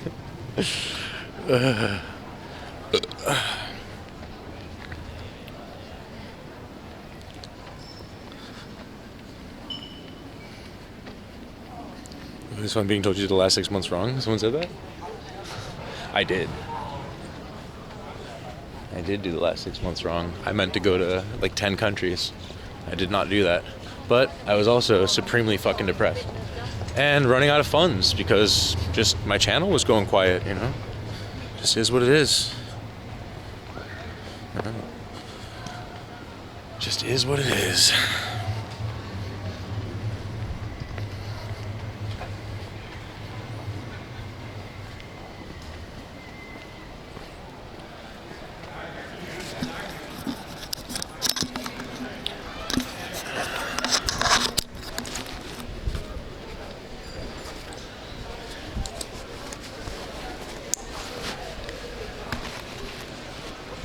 Yeah. Needed you guys. Nobody showed up. I went through a really tough breakup.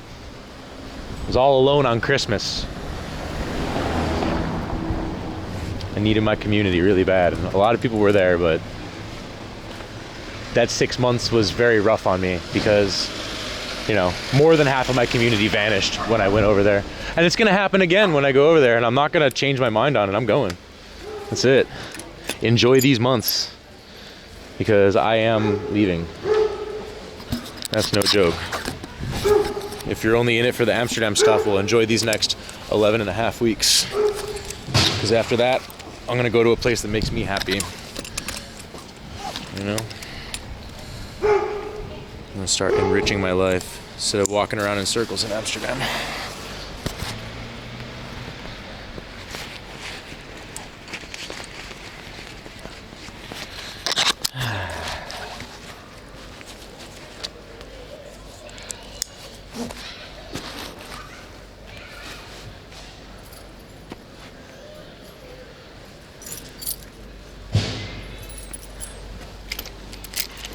It's a weird 6 months. I managed to get Partner Plus while simultaneously making the least amount of money I ever made on Twitch.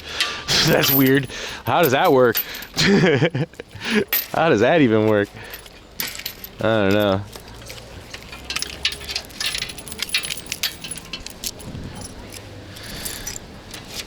It was rough. Thailand is content. It is. That's correct. We'll be back. We'll be back sooner than later.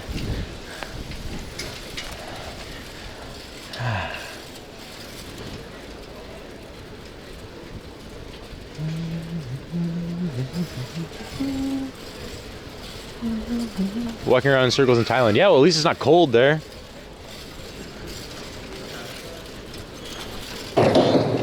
How about no? That's the thing too. You When I was crazy walking Dutch around in circles in bastard. Thailand, people just had their arms crossed and were pouting. I walk around in circles in Amsterdam, and suddenly it's soy face, and everyone's suddenly like, he's walking in Amsterdam.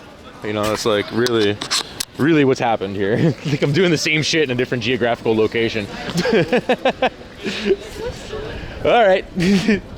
Top Hat Joker. Thank you for the 3 months.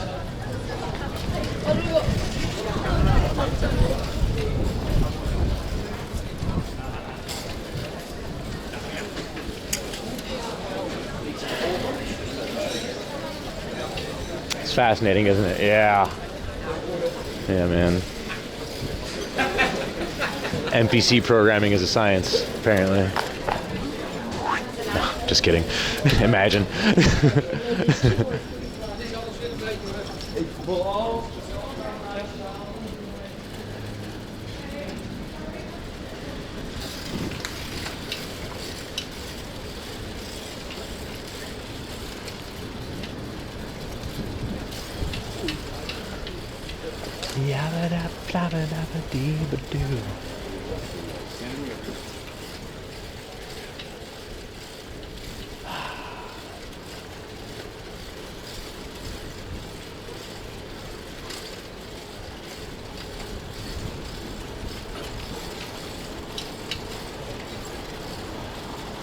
Guess people like Amsterdam more. Cool.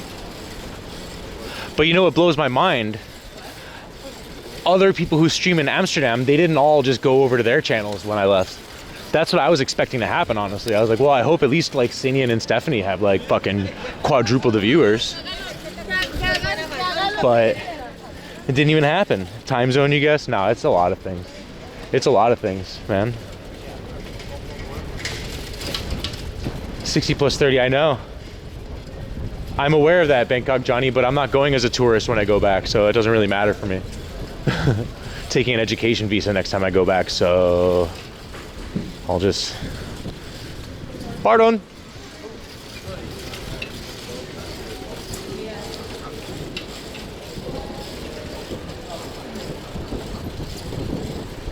Time zone plays a big part. Yeah, it was, it wasn't any one thing. It was a combination of a lot of things, man. I was like fucking very, very sad while I was there. Got fucking left alone on Christmas and shit. That's a very vulnerable time for me, time of the year, to be completely alone, and that wasn't fun. And I honestly don't, I still don't think I've fully gotten over that. Like that feeling, like whenever I get the feeling that someone's like, I don't know, trying to get close to me or being like really friendly or flirty or something like that, it just kind of stirs up those feelings again, and I shut down. So I don't think I'm 100% over it, to be honest. But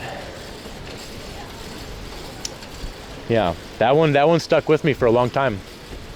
You know, I paid for everything for that chick. Paid the flight, hotels, all the food, gave him allowance to go out and make content, and that was the big thank you.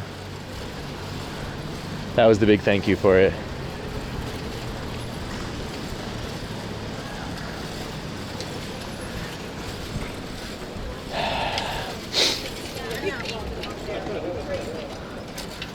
Yeah, thanks. It was 6 months ago, guys.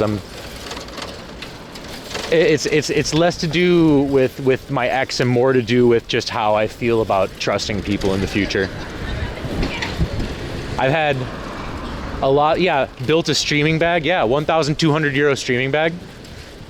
Yeah. That they attempted to keep and be like, why can't I use it? Why can't I just use it until you get back? Why? Because you fucked me. Maybe if I had absolutely zero fucking self-worth and respect for myself, I would let you fucking keep it. But that's not the case, fortunately for myself. But at the same time, I'm never gonna trust a bitch again, I'll tell you that, man. Fuck that shit. Fuck it.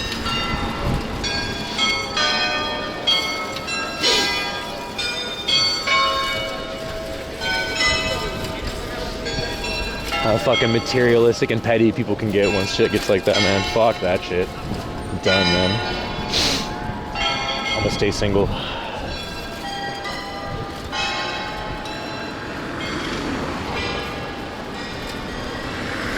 Ah, well.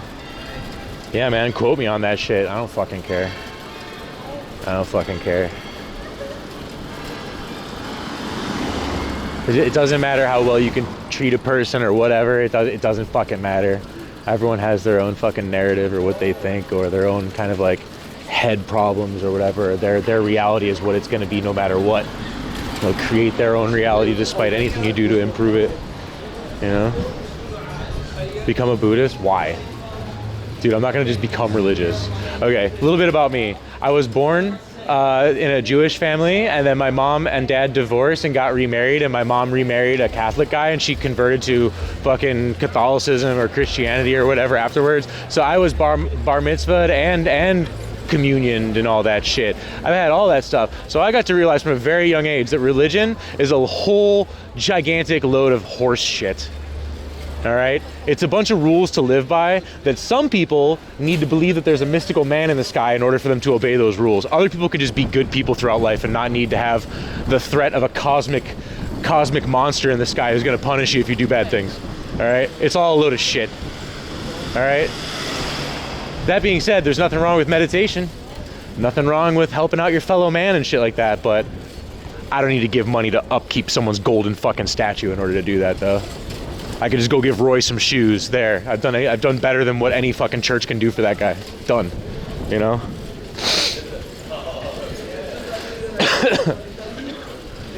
Like all these fucking religions used to be government a long time ago.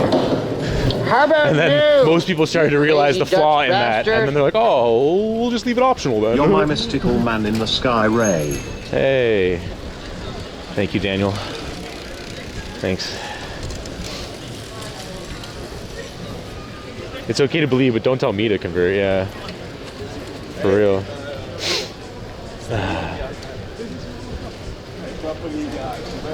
You don't need a god to be a decent human. Some people do.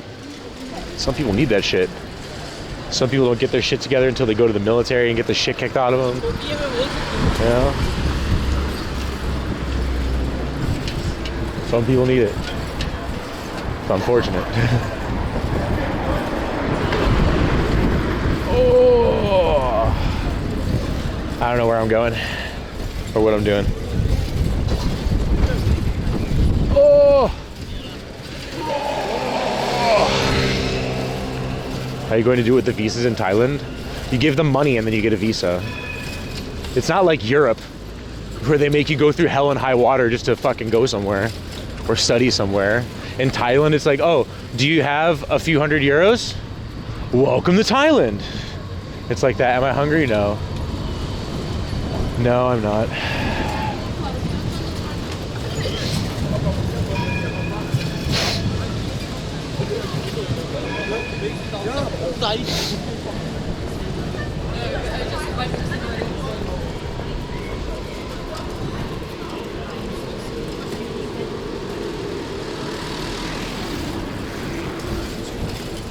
Bro, I've been gone for so long and this street is still under construction. It's hilarious. Still. They covered up a mural of Rembrandt's here though, unfortunately. That's pretty lame. To make another hideous glass building in the middle of the historic center of the city. Why does everyone suddenly like terrarium buildings? It's so weird.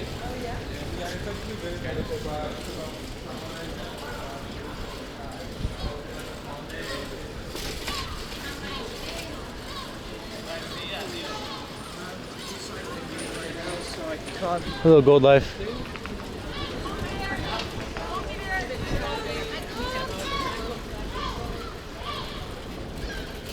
Corey's probably still hungover. I doubt it. I doubt it. If that guy doesn't drink every day, he gets alcohol withdrawals and shakes and throws up and shit like that. He can't function without it, unfortunately. It's pretty sad. Pretty sad.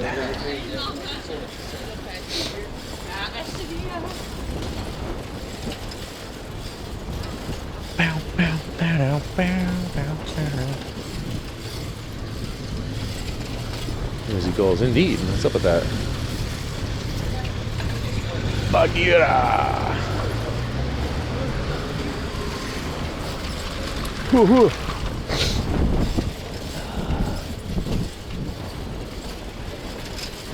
Back in the land of the cold, how are you feeling? Cold. Cold and broke. Cold and baroque.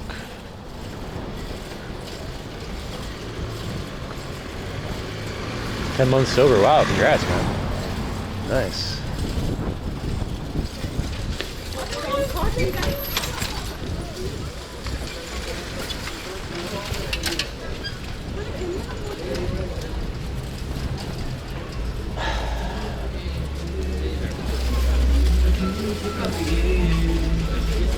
People so frequently forget that this is just a street, man. This is just a fucking street. What is going on?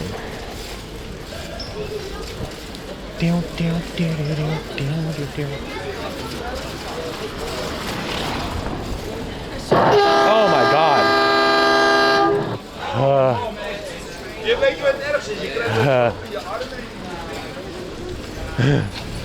Thank you, Everett.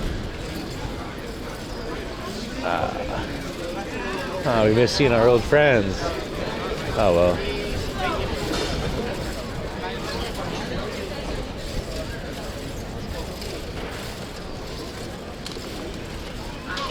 Dude, move. There's more than enough room for you and me to be here. Why are you sticking to the left side of the road?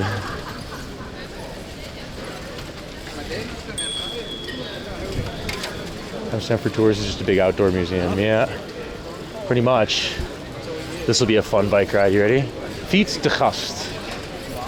So we got to watch out for people here. They changed the rules here.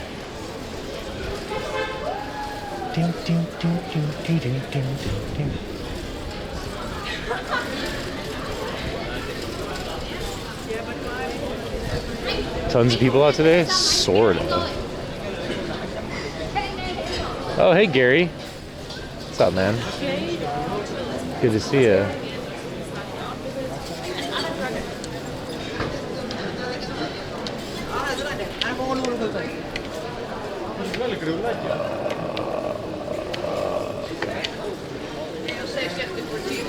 That's an interesting maneuver to do with the cane. Just take up as much of the center of the street as possible. Bruh.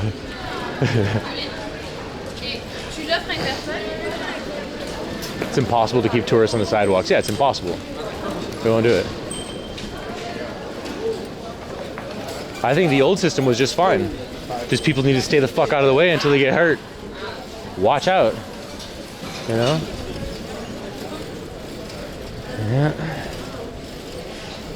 Watch the fuck out or get hit.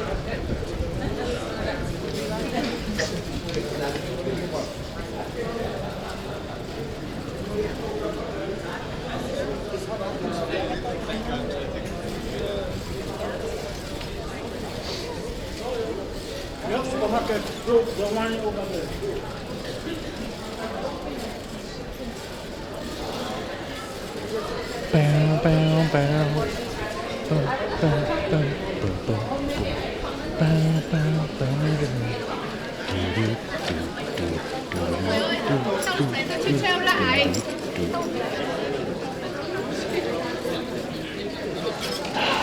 I need to get a new bell.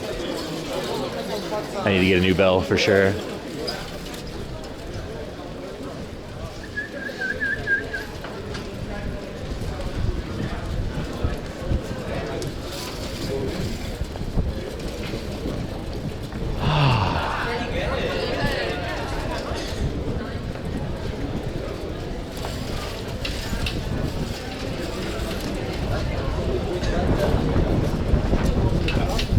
Maybe Gachi.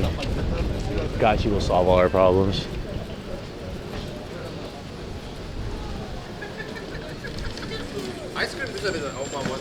Sorry. Oh no.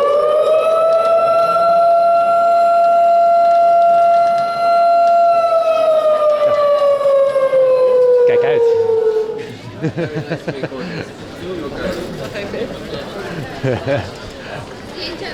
Ja. Europeans take that siren a little bit differently than the rest of the world, man. I just want to say. They take that a little bit differently.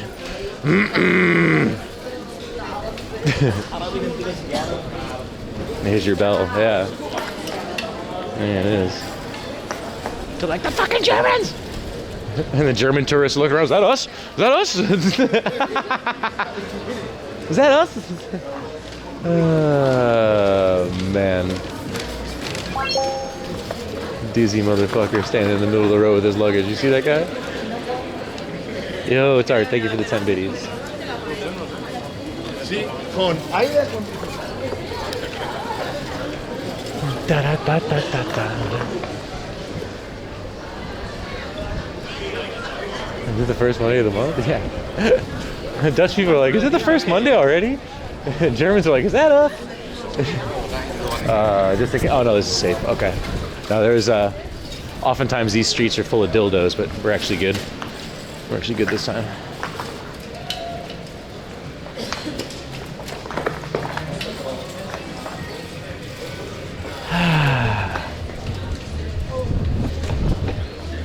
Too many humans? What do you mean? Dildo Street. Dildo Avenue.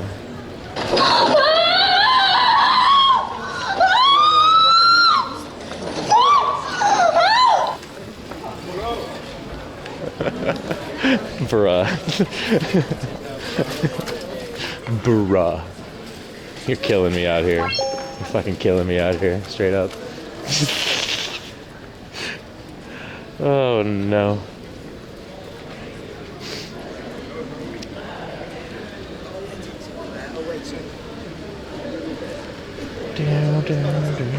Oh.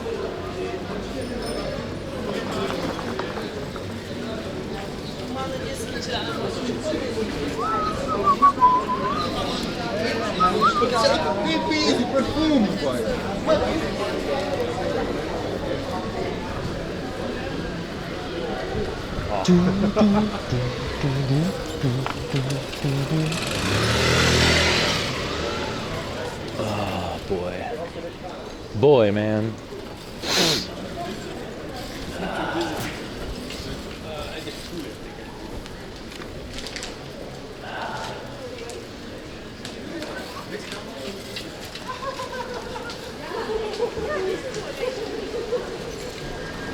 That car's gonna get stuck in a little bit.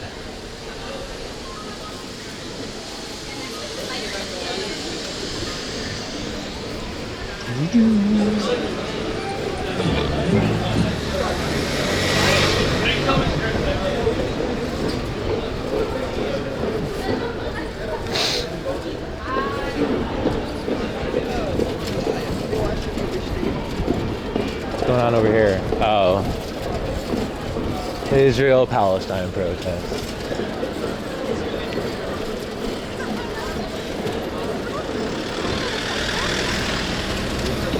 Look, I don't want to seem like someone who is not, like, who doesn't care, because I do care about the plight of other people, but what is banging a drum at a mainly empty dumb square going to do? You know? What is it doing? How is this helping? He's just making it look fucking ridiculous, man. I don't know. I don't know.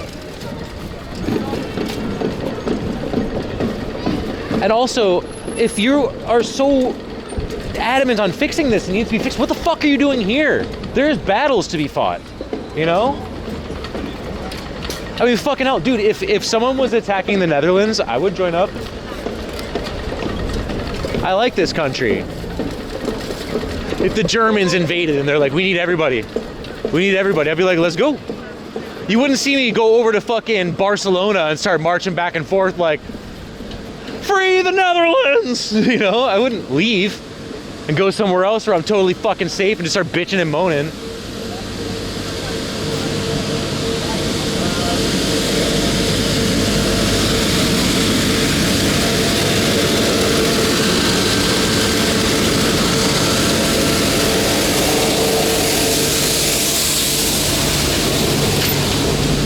There we go. Let the politicians fight it out themselves. Yeah, man. I remember like around the time of when the United States was invading Iraq, like 2001 or 2, somewhere around there, when they first did that shit. The Onion article had a headline. It just showed like fucking, oh my God, George W. Bush in fatigues.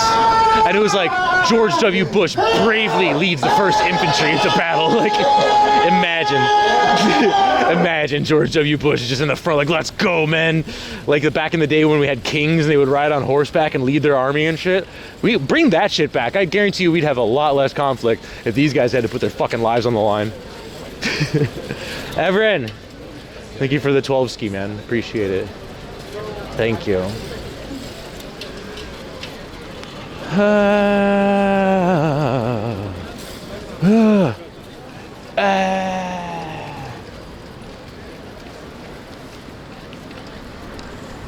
Does Germany just legalize their way too high to invade right now?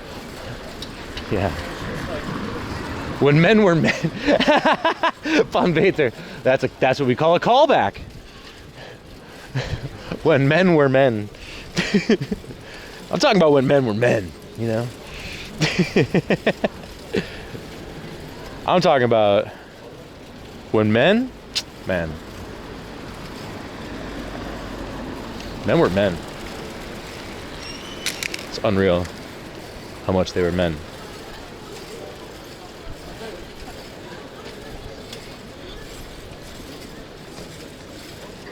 Do do do do do do do.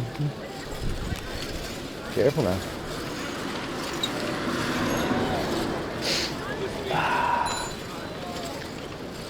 Small ass city. Small ass city. Nope. With your small ass.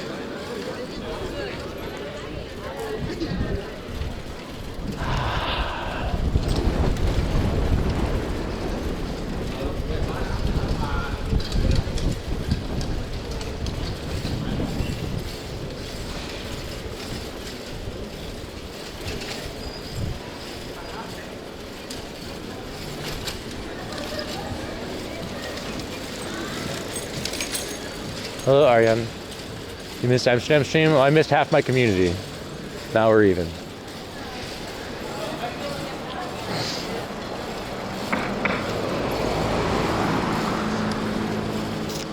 Damn, isn't that small, don't you think? It's pretty fucking small, man. As far as places to go that are actually interesting to walk around and go see where there's people, and it's not just suburbs, yeah, it's pretty small. The inner ring of Amsterdam is very small. Isn't that small, don't you think? Completely disagree. You can walk back and forth across the city multiple times in one day. The whole city. Not just the center ring. Is that it there? Should move here. Bangkok is a very big city. It's 10 million people that live there, and from the tallest building, you cannot see the end of it. If you go to the top of the tallest building, you just look out, you just see city until the horizon in all directions. Without a plan, you will literally walk in circles all day. Yeah. Yeah. The whole country is tiny. Yeah, it's the size of 2 New Jerseys. A little less, a little smaller.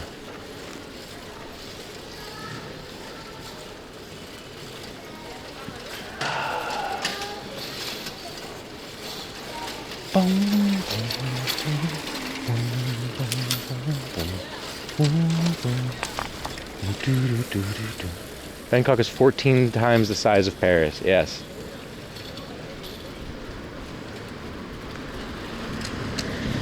Even in Bangkok, the interesting part to walk around in is a small subset of the city. Again, it just depends on what you're looking for.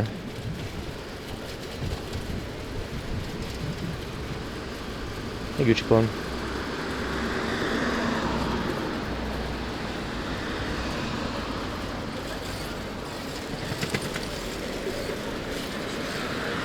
Can run out of gas trying to cross Dallas-Fort Worth. Keck.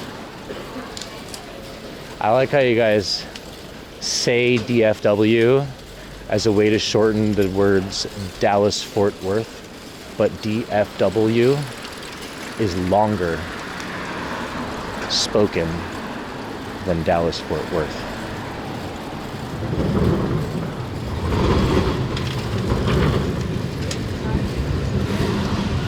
Never been to such a huge city as Bangkok? It's fucking awesome. I love it there. I really do. Whoa, someone's got the fucking platinum skins. Damn. Someone opened up their loot crates.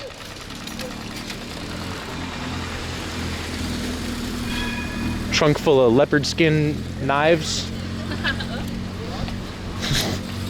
Look at this shit. Someone got shark cards for their birthday. Someone got shark cards.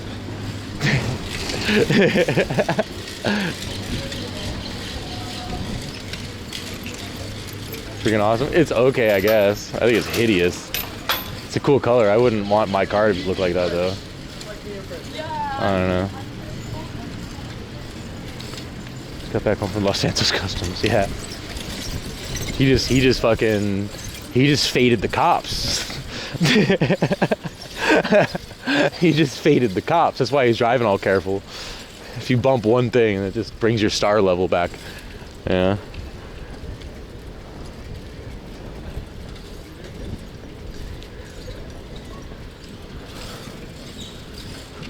Yeah, their car does look kind of like a condom wrapper, right? A little bit. It looks like a condom wrapper. It looks like they bought their fucking custom PS5 console mod, the custom clear purple case. They bought it on Temu. I told y'all hit up Temu. Look at that. Look at that shit. I told y'all you need to hit up Temu.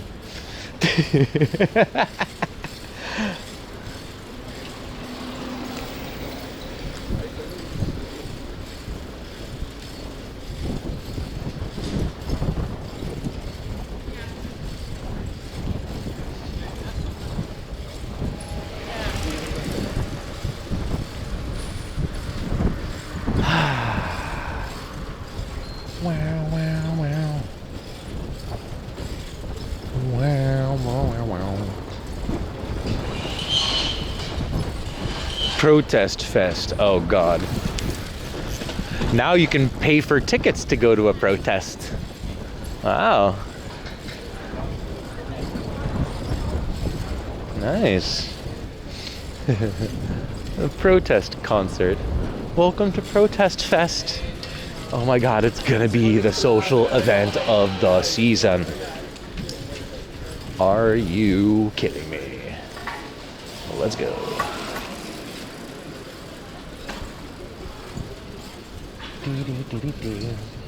I see Ian alone all the time now. That's Ian, by the way, right there.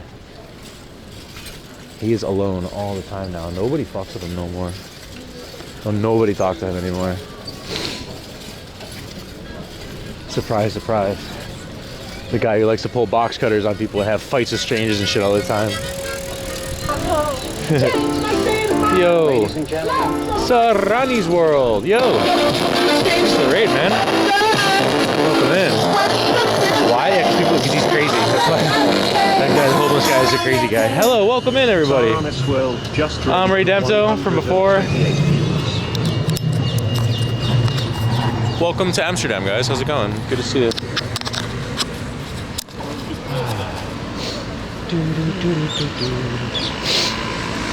Yeah.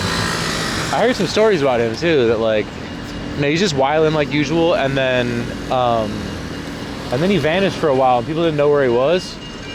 And it turns out that he was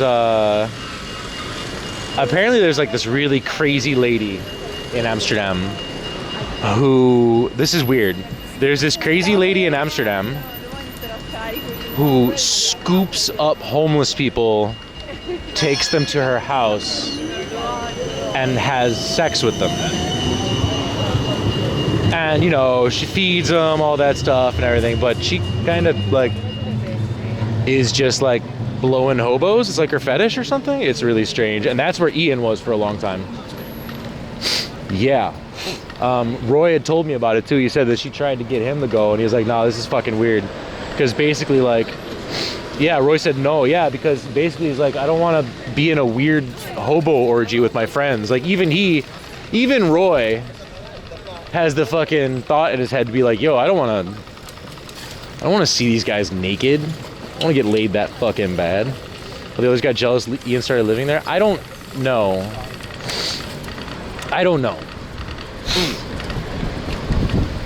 Blowing Hobos is your punk band's name in high school? Blowing Hobos. That's great. What's up, Forest of Wires? There's a limit for even Roy, yeah. Yeah. There sure is. He has some decorum. Yeah. He does. Without a doubt. The thing is, Ian always used to be at the chessboard with the others, always used to be around the others, but since I've come back here, I've noticed he's around, but he's always alone. No one talks to him anymore. Like, he's always alone.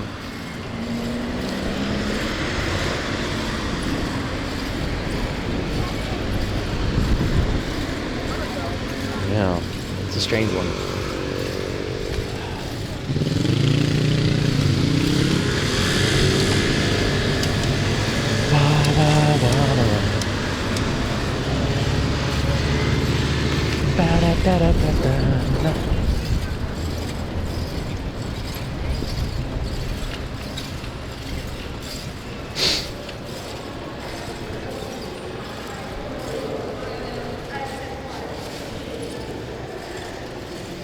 Being alone sucks. Yeah, I'd imagine being alone and homeless and stuff. No one talks to you, all that shit. But I mean, to be honest, man, that guy kind of brought it on himself. He's like pointing knives at people all the time, threatening to kill people all the fucking time, and fucking just getting really weird, man. And he also, from what I heard from Roy, is that he also is one of the guys who just takes shit out of people's pockets when they're sleeping and stuff. He's that junkie, you know? He's that guy. Oh, the whatchamacallit is closed right now.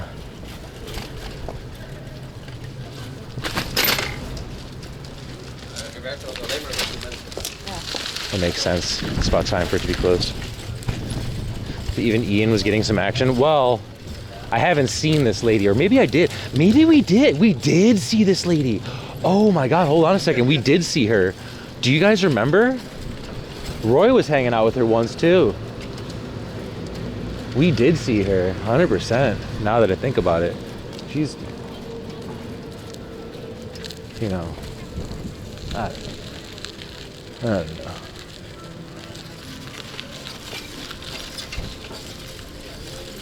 I know that guy.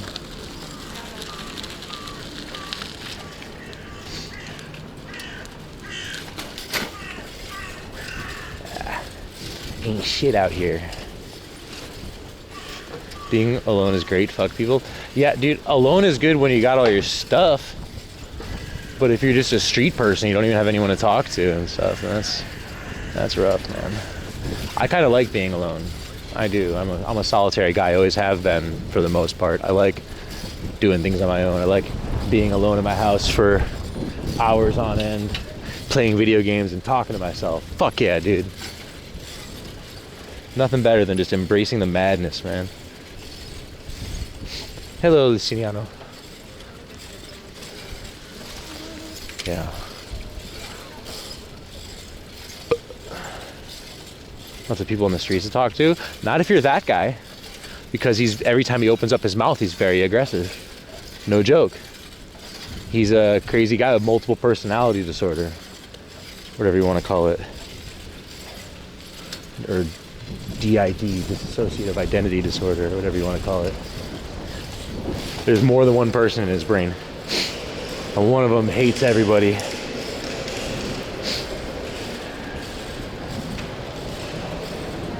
It's not fun about being alone. I don't know, man.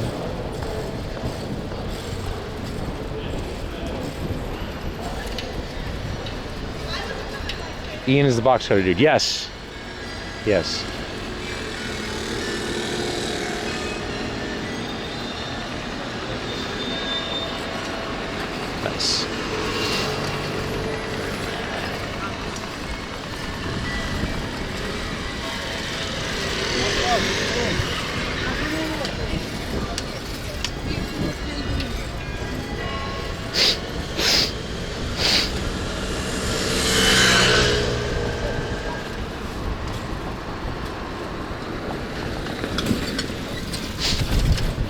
All right, back over here.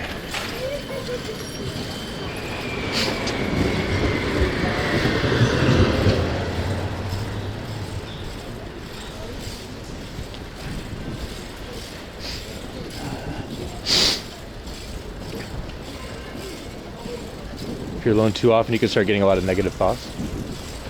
That just depends on how you handle being alone. That just depends on how you handle as an individual solitude and nothing more. That's what that's about. Everin. Thanks for gifting a tier 1 to Max. Womp. Everin gifted a tier 1 sub to Max_Guy11. They have given 1,055 gift subs in the channel.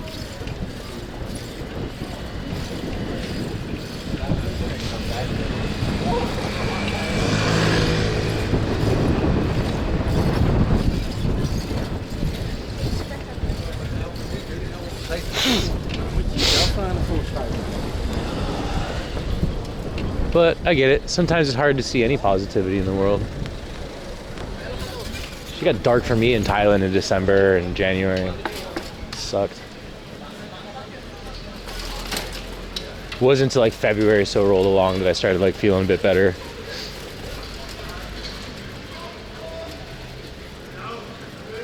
You know? I don't know what I want to do right now, man, honestly. I don't know. How so? What do you mean, how so? I was very depressed last year. Or this year, this year. Feels like an eternity ago. And I don't go through depressions very often. It's not really my personality, but you know, it's hard to keep your head up when you're going through a breakup on Christmas Eve or something. You know, it's just fucking rough, dude. It's not fun. How did I feel better? Time. Time. Literally the only thing that can heal that. Time and trying to live life and move on and not obsess over things. It's the only way. Thanks, Marco. It's for sale. Chat, before I leave Amsterdam for good, I am going to be selling the Silver Surfer. It's going to be going up to auction. If you would like to be the one to own the Silver Surfer, soon will be your chance. You could be the one. It's going to go to auction, or if someone makes me an offer I can't refuse, then I'll let it go. But I think it'll go to auction. It's going to a good cause. It's going to be paying for my education in university. I mean, not in its entirety, but, you know, it will pay for part of it. Yeah.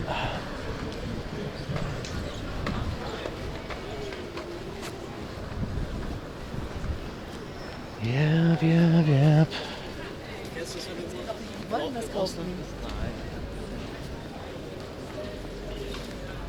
Silver Surfer needs to go to a museum? Well, a museum can bid on it.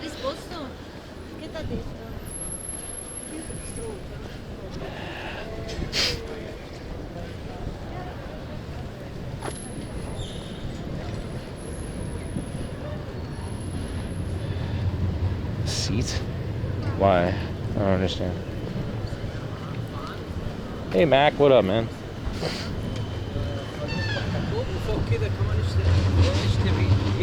You will be participating for my Silver Surfer, yeah?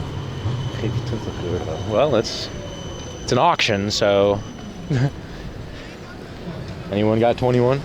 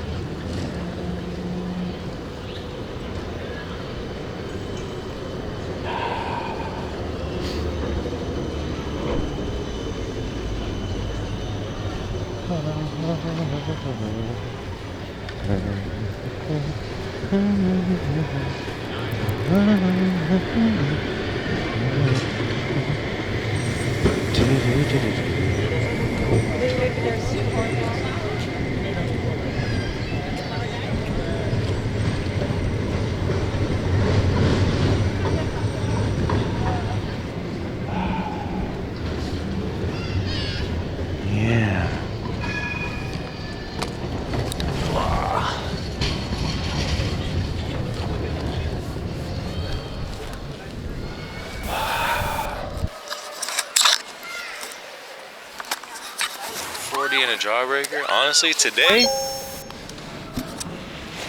today I'm wanting to fucking accept that, honestly. Where's the auction to bid? It's not up for auction yet. I still gotta be here for a few months. I'm not gonna sell my bike and then not give it to you for 3 months. It's gonna be like in the last month. Cylinders. Still need my bike. Still need my damn bike, dude. I'm not gonna sell it until it's time to sell it. You know? Thought you might leave mighty quick. No, a few months. I need to like sell all my things and close my business and prepare to go. I can't just go in 2 weeks. How much you hoping you can get for it? I don't know. As much as people think it's worth, Doran. I'm also selling all of my consoles, my entire record collection, all of my guitars, all of my posters and artwork, my record player, all of my furniture, what else? I don't know, random shit, man, all kinds of stuff. It's all gonna go. How much did it cost? I don't remember, man. I've had that bike for like 10 years. I don't know. The guitars, no. What do you mean, no? What do you expect me to do with 5 fucking full-size guitars? Just drag all those with me everywhere I go in Asia, all over the fucking place? Come on. I need the money. I need the money so that I can travel and go see some other stuff. You have a good receiver, yes. Going only with a suitcase. Well, maybe 2 suitcases. Yeah, that bike is completely custom.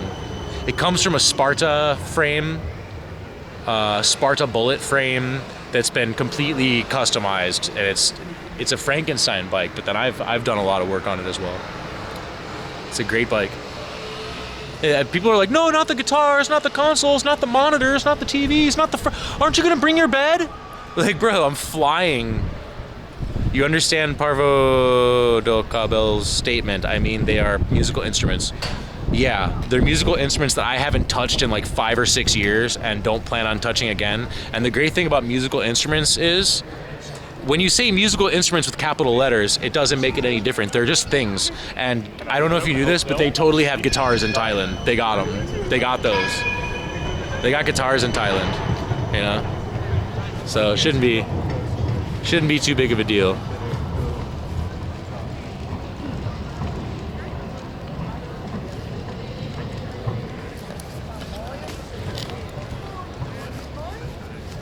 Got physical Switch games? Not really, no. Dragon's gone.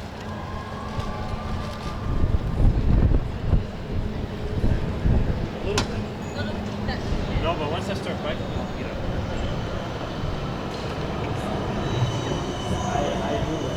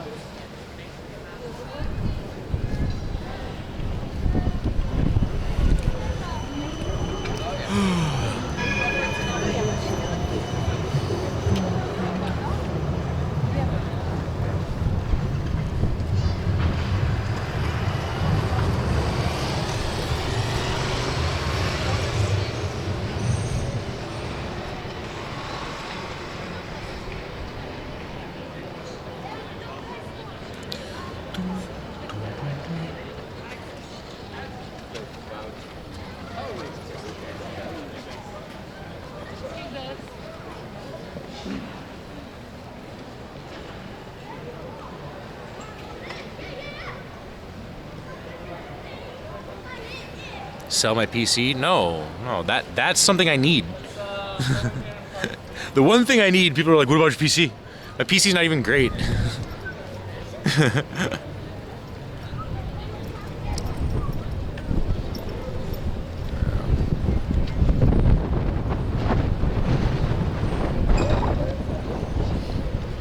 Why is it so cold there? It's 25 degrees in Stockholm.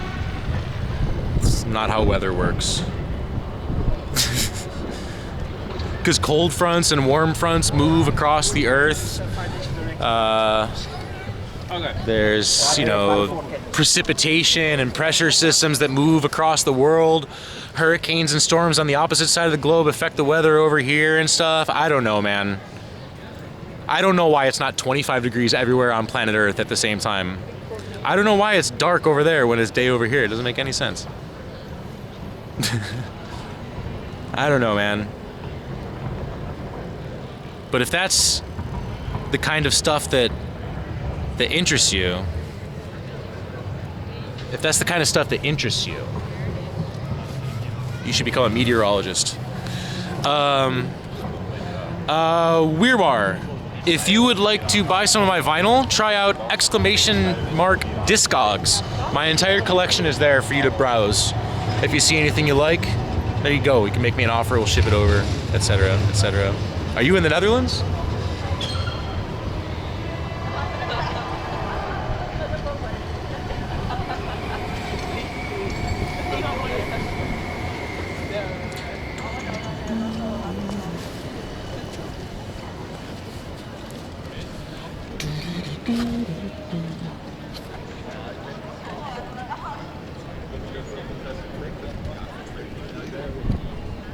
Helemaal geen ouders. Alleen maar muziek.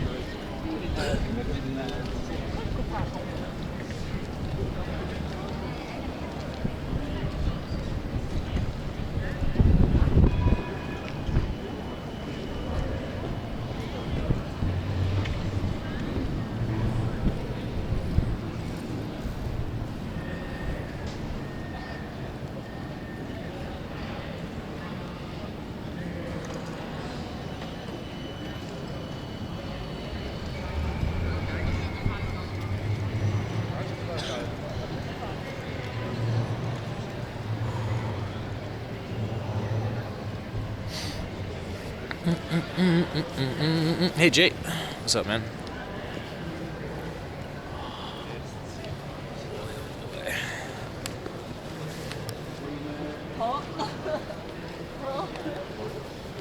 Completely missed what I said.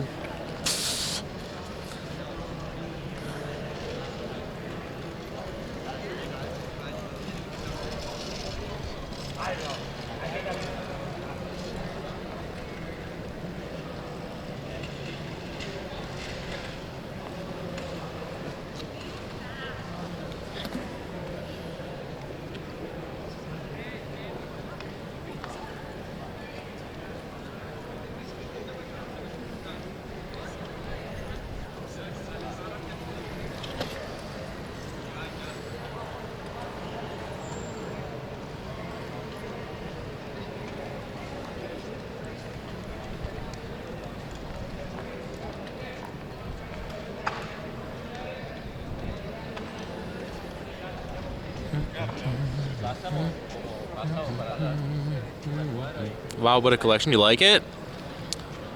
Yeah, someone buy it, please. Buy it all at once. We'll give you a very good price for it. Very, very good.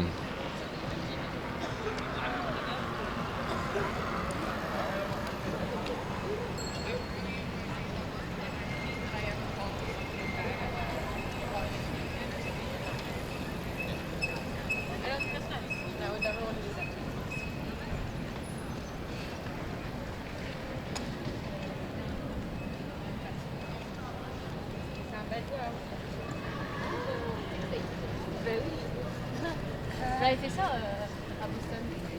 C'était un camp là-bas. Oh non.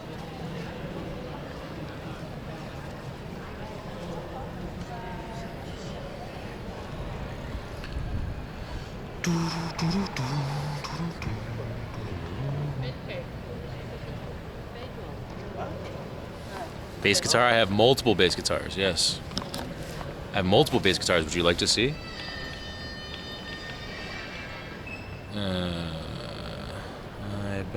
Ibanez. I have an RD505 Ibanez Road Gear. That looks like this. I have this guitar. 5-string fretted bass Ibanez Road Gear. RD505. And I have a Court Kerbeau signature 5-string fretless bass.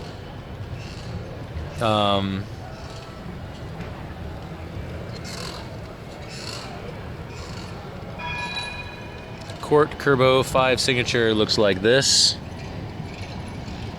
Somewhat. Mine's slightly different, but it's pretty much that guitar with more of a matte kind of finish. Those are my two basses. They're both really great.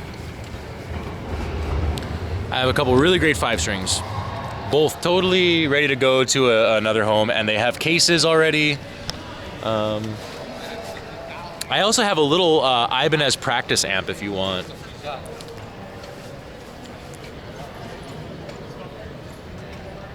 Yeah, it's also some octaves higher, or octaves lower though, Legend Dog.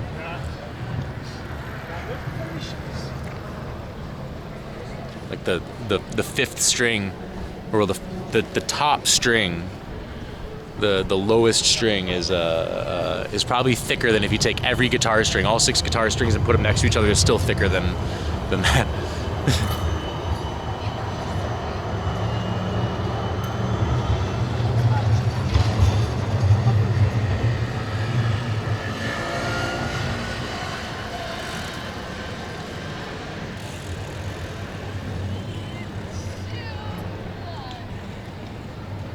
Thinking about getting a bass, you'll think about it? Right on.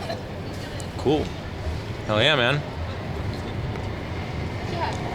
Ba, ba, ba, da, ba, ba.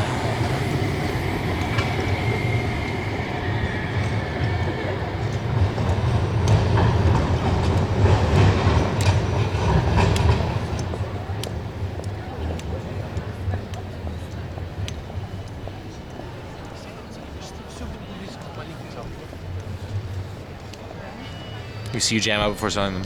No. I don't play music anymore. That's why I'm selling them. What the fuck do you think this is, man? Guy's living in some weird fantasy land. Yeah, I'm just gonna pick up guitars I haven't touched in like a decade, and then just gonna give you a mind-bending fucking psychedelic experience with them. Yeah, please jam the fuck out with them, bro. No, I want to get rid of them. Don't want to play them. If I wanted to play them, I would have done it in the last 5 or 6 years, maybe once. Look at this suddenly gain an interest in it when I'm trying to get rid of these shits.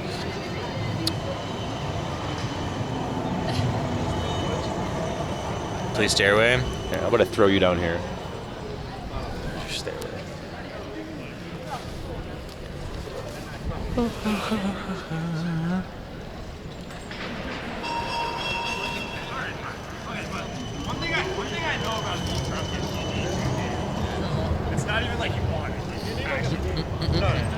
Why don't I play anymore? Because I don't want to. I swore I never would again. No, I just lost interest, man. That's all. I used to like doing it, and then I stopped liking doing it. And for a long time, I didn't want to sell them, sentimental value and all that shit. But after I held them for so long without doing anything with them, there was very little to no sentimental value for me anymore. Like I could really use the extra funds so I can live comfortably, you know? Like just be sitting at my house like and not having enough money to get like, you know, all the things that I want or all the food or whatever, not be able to buy a pack of cigarettes or weed or something. But I got this guitar on the wall. Please sell the shit. What year is the Les Paul? Don't remember. I can look that up for you. It's not an ancient one. But it's at least 10 or 15 years old, something like that. 10 years old at least. I got it from someone in 2012. I got it in 2012, so it's older than that.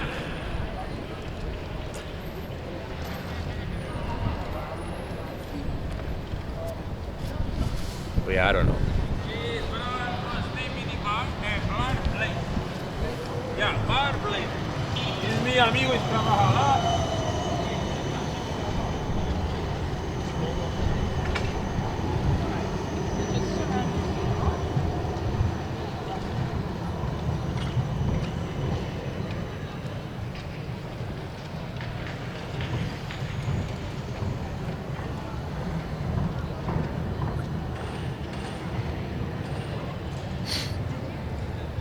Les Paul is a Les Paul. True. True.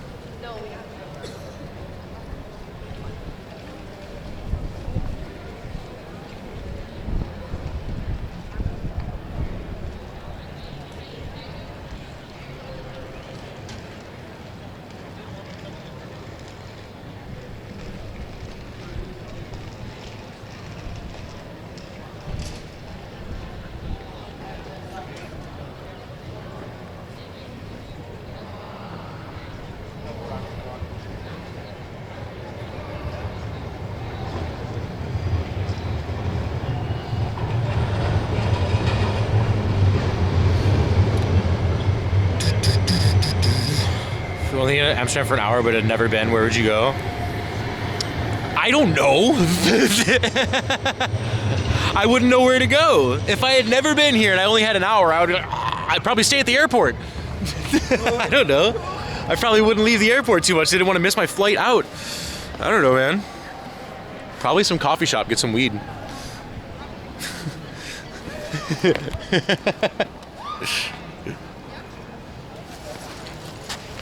No, that's a figure of speech, Joko. I'm not saying that now. What I'm saying is, I was a figure of speech, meaning like, look, I'm not gonna like. What I'm trying to do is sell all my stuff so I can use that to move to Thailand and get an apartment and pay for my first year of tuition and stuff like that. Just stuff that's gonna, you know, moves are expensive, etc. And I'm not taking all this shit with me, so. You know, like for me, it's just like the idea of like, oh, don't get rid of the guitars, bring them with you. And it's like, how am I going to bring fucking 6 guitars on an airplane with me and they not all get destroyed? You know what I mean? Like how? I wouldn't even want to bring 1 guitar on a plane, man. Honestly. I don't know. I've heard fucking horror stories. You need a fucking hard case for all of your instruments if you're going to bring them on a plane. You can't bring them in a gig bag, because as soon as you get on that plane and they're like, oh, sorry, you can't put you can't bring your guitar on the flight, you have to put it underneath, like you can't put it in the overhead, you can't keep it with you, you got to put it underneath. That shit's getting destroyed in that flight for sure, because those guys that take those things out of there, they just throw shit and break them. I've seen so many photos and stuff of people that are like, oh, they forced me to put my my one-of-a-kind acoustic guitar underneath as I was boarding the plane, and look at it now, and it's just like literally just like folded over. Like they broke the neck and folded it over so it could fit in the fucking in the airplane, like that kind of shit. Yeah, they'll throw with luggage. Yeah, it's insane. Yeah, so no, I'd rather just have them go to somebody's house where they're gonna practice and learn guitar and stuff and put more work into it than I did. And I will have the funds and I can go see the next part of my life. And dude, if I ever want another guitar, I can just go to MBK. I can go, or not MBK, I can go to Fortune Town in Bangkok. They have a whole entire floor just dedicated to musical instruments and guitar stores and shit. And guitars are super cheap there. I even saw like replica Ibanez gems, like Steve Vai guitars with the handle cut out and shit for like, I don't know, 8,000 baht? Please, dude. Please.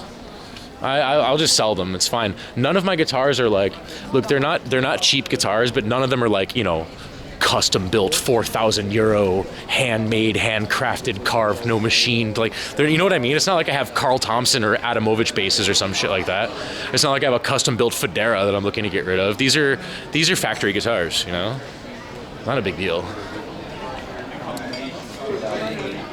That's all. If I can't sell this one acoustic that I have, then maybe I'll keep it, but probably not. Probably not. They'll take extra effort to break music stuff? Yeah, they will. Yeah, of course they do. They're not liable and they have fun doing it. And they have shitty jobs they don't get paid enough for, and they just do the crazy shit. Because it's funny.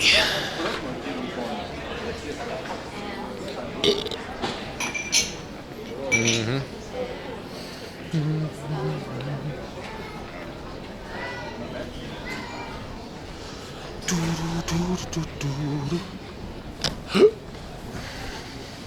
Yeah.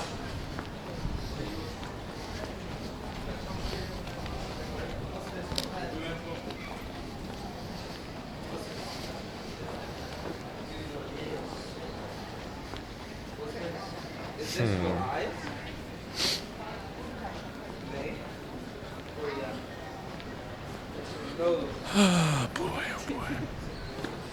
Ja, und Zuppeln, das kennst du ja schon, oder? Was ist das? Twins.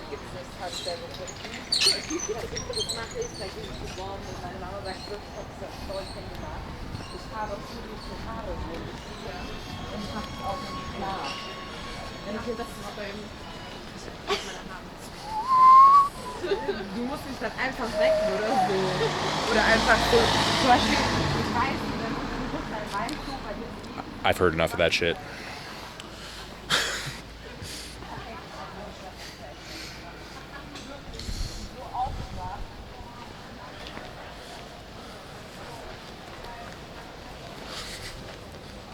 Hope your pool cues will be fine. Well, they're in those like kind of like hard tube cases, right? Should be okay. I would say. I would say it's gonna be fine. It's gonna be fine.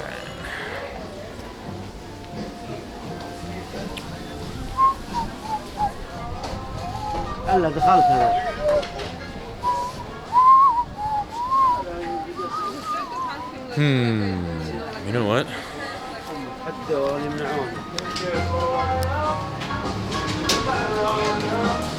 Hey, man.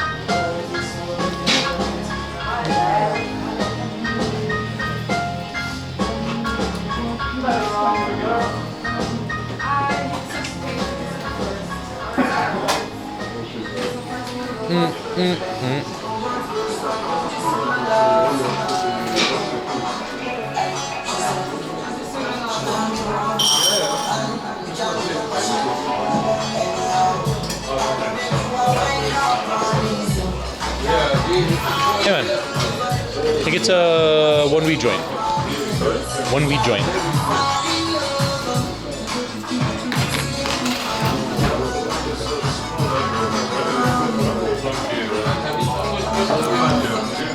Great.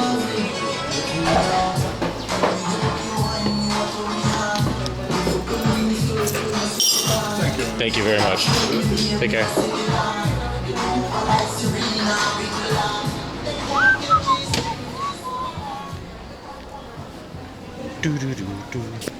This is a lot easier. I don't have cigarettes or anything to roll a J with. Just give me a pre-roll, baby. Oh yeah, one drugs, please. Ooh, it's tasty.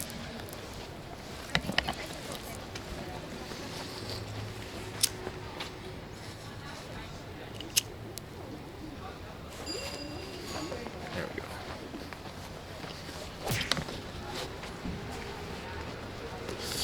A pre-roll at Sleazy Times, yeah. That is correct. Oh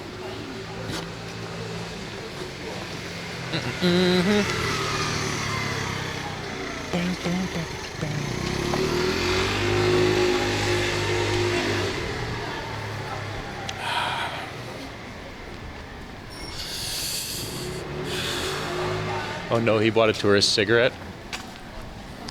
Easy Times actually has very good pre-rolls. If you have enough experience at coffee shops like I do, you know which ones actually carry good pre-rolls. Funky Fanta.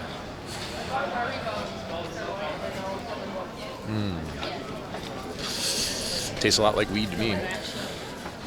More fragile stickers we would put on the musical instruments and carts and where we should be. Yeah, it actually encourages them to do more damage. Yeah. They just like smirk at that sticker and be like, ah, just stomp the neck of the guitar. Yeah. Have to meet a weird guy to get some weed. Yeah. Do not question the mayor of Weed City.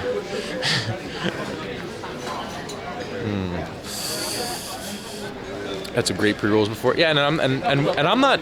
I've had great pre-rolls from places in Amsterdam, and I'm not talking about just luxury pre-rolls, because they also got like those fucking, you know, 80 euro donut joints and shit. They got them kind of shits too, and like special. Yeah, that's Stoner Shrek. That's not what I'm talking about. There's great normal pre-rolls out here. These ones are $5, man. Whatever. That's a big J. Filled to the brim. Disposable vapes? Yeah, disposable vapes are stupid expensive here. Disposable vapes are like at least $100 here all the fucking time. It's crazy. I've seen a couple places that had them every once in a while for like 50, but I saw also like Green Place selling them for like fucking 150. Like what? 150 for a gram of by the way, it's not even like live rosin. It's just like, you know, resin with some carrier liquid, and it tastes like you know, strawberries or cotton candy or something like that. So it's not even like weed terps. It's just, you know what I mean? Ridiculous, man. It's not even weed terps. It's just THC distillate with some cherry flavor. And I don't know if you guys have done a lot of disposable vapes. I smoked a shitload of disposable vapes in Thailand, and the THC distillate high is, you know, it's dull. It's dull. The THC distillate high is dull. You know, THC distillate works well in edibles, because the way that your body breaks things down when you metabolize weed versus smoke it. I forget the word for it. Combust or whatever you want to call it. Like, you know, the process of it going through your lungs into your bloodstream versus digesting it, metabolizing it into your bloodstream and your body and everything. It's two different things. And you know, the different compounds that are inside cannabis, they affect you differently depending on how you take it. So you can get away with having a nice big fucking body buzz from edibles off a distillate, but for smoking, it's just a really flat, weird kind of high, and it works, but it's like, it's actually really nice. Like if you had a nice fat joint, you're pretty stoned, and then you're gonna do a bunch of transit and stuff like that, you can just like, you can re-up a little bit by like taking a little puff of the the distillate pen or something like that, and that's okay, you know. But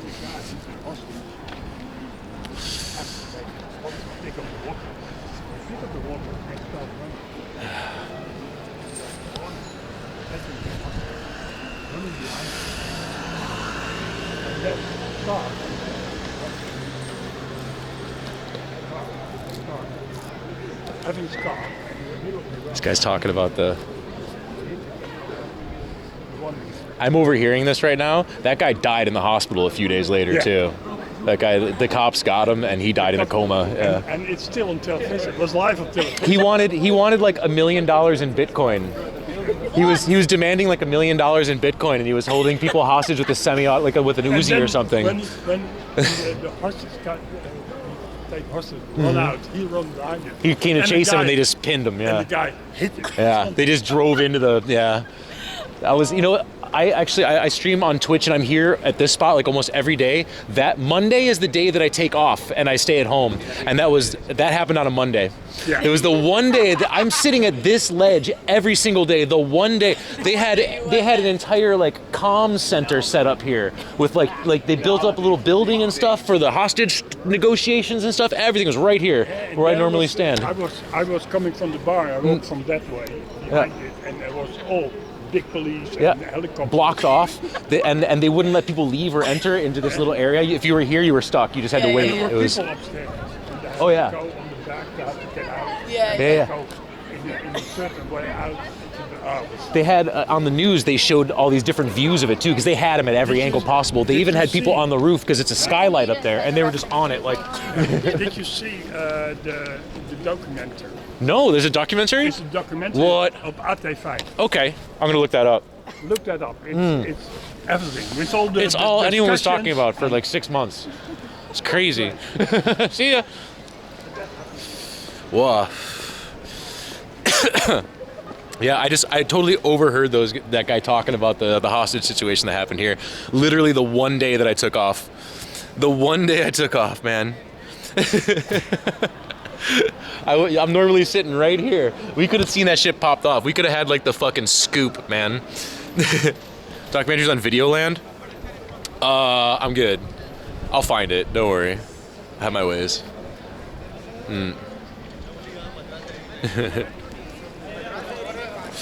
Would you have gone close to the situation? Dude, how much closer to a hostage situation do you want to be than this? Any closer, you're going to become a hostage. No, honestly, it would have popped off and we would have seen it, and then when the cops arrived on the scene, they would have gotten us the fuck out of there for sure. That's what would have happened. You could have been a hostage? Yeah. Yeah. I don't know if they tell you to leave. Yes, they will. So I've had, I heard the story from Roy. Yeah, bro. Roy? Yeah. Huh? Hi. Hi. What's up? A French? Oh, okay. Hello. It's a camera. I'm live streaming on Twitch. Hey, Twitch. Hey, what's up? How you guys doing? Twitch. Yeah. What is the chain? Huh? What is the chain for your Twitch? Oh, my channel? Yeah. What's this? Oh, I'm going to... Sure. Oh, wait, I'm going to... Hop. I'm going to follow you. There it is. Nice, man. Thank you. Yeah. Take care. One more follower. All right. +1, easy. Hell yeah. Would have had a viral clip. Yeah, but it's okay, Champagne Poppy. I don't really care. I don't, look at, I'm not the kind of streamer who's dying for viral clips all the time and shit like that. I just live my life on camera, and that's it. I just go about my day. And we've seen plenty of crazy shit happen out on the streets of anywhere we've been, really. Not just Amsterdam. And whatever, man. I let you guys take care of the clipping, man. I don't really think about it. I rarely, if ever, edit clips myself. I have plenty of clips with over 1 million views and shit like that. Plenty. It's whatever, man. I operate on Twitch very differently from the way most people do. I operate very differently. I've always been an outlier on Twitch. I've always been in the sense. Okay, let me explain it to you this way. When I became a streamer, I created a Dutch account, but I'm an English-speaking channel. And the way that Twitch used to be set up created a lot of problems. So that means that I'm an English-speaking channel, so I'm not promoted on the Dutch channel, on the Dutch page. And I'm a Dutch account, so I'm not promoted on the English-speaking pages. So basically, I've grown completely from word of mouth and just living my life, and people just come up and they enjoy my stream and they stick around and stuff, word of mouth and stuff like that. But I don't do collabs. It's not that I'm against it. The clip of you being attacked by the British guy should have been popular. Oh, it was, but I'm not the one who shared it. Other streamers were and trying to say that I was picking fights on the streets of Bangkok, which is absolutely ridiculous.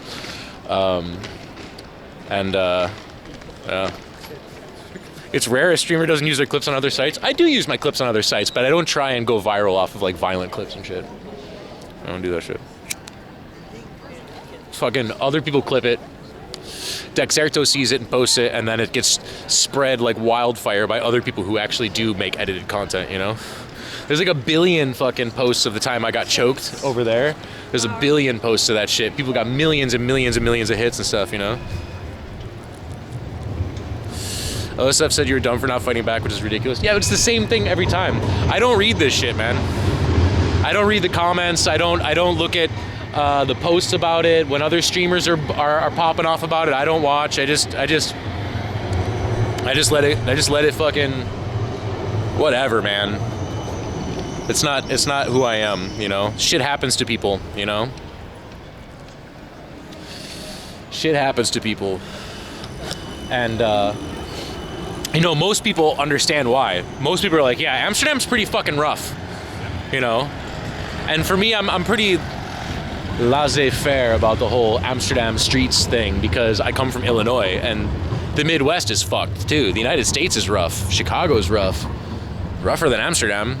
So I've always just been like, whatever. But also in Illinois, I was never a target.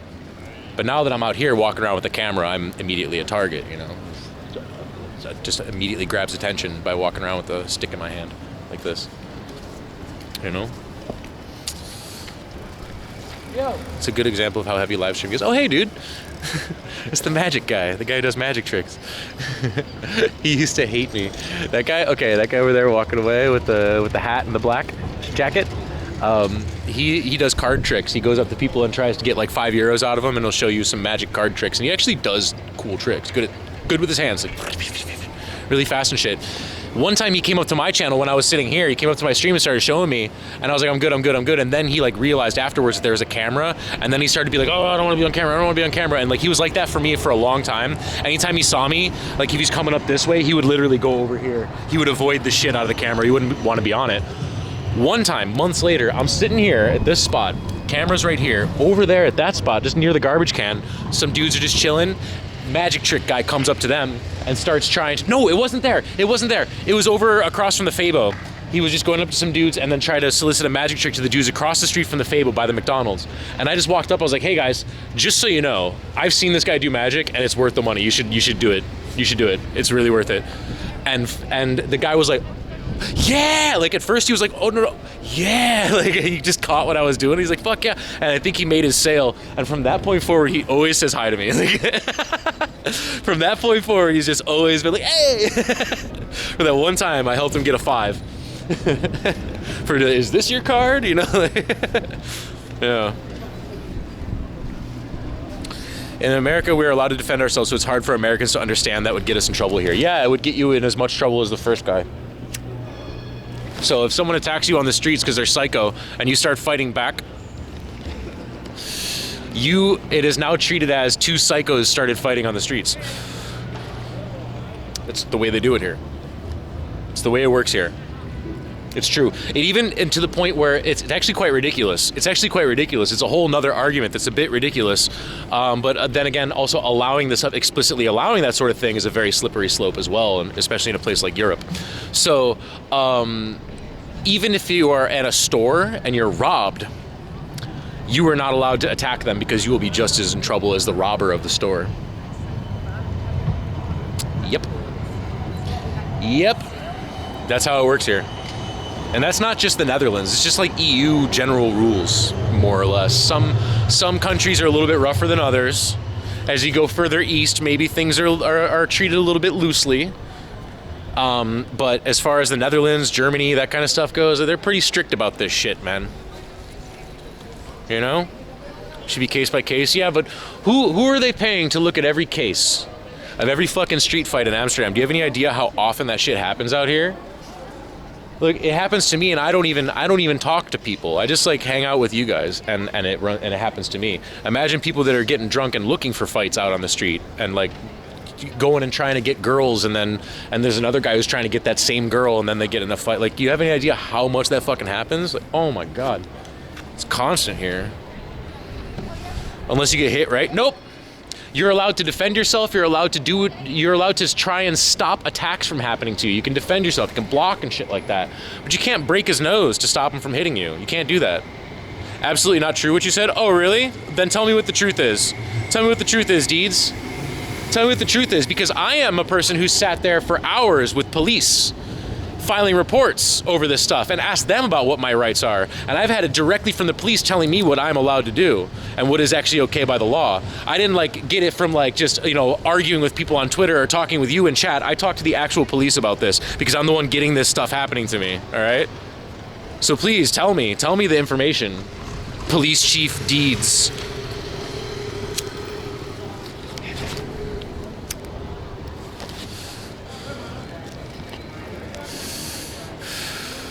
Law here is really weird. It is. It's unfortunate. And I can totally understand how you can be like, no, it's not like that. But dude, wait until you find yourself in that situation and see what happens. If the attacker is not in your face and basically beating you, you can't do shit. Yeah. Yeah.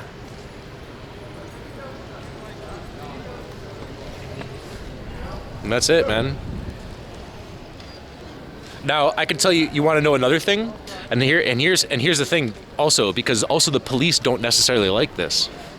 The police think it's a little bit ridiculous that you can't defend yourself when someone's trying to kill you too. They think it's a little bit fucking ridiculous, obviously, because those are people who are going out and putting their lives on the line and stuff. So of course they see the inherent danger in that.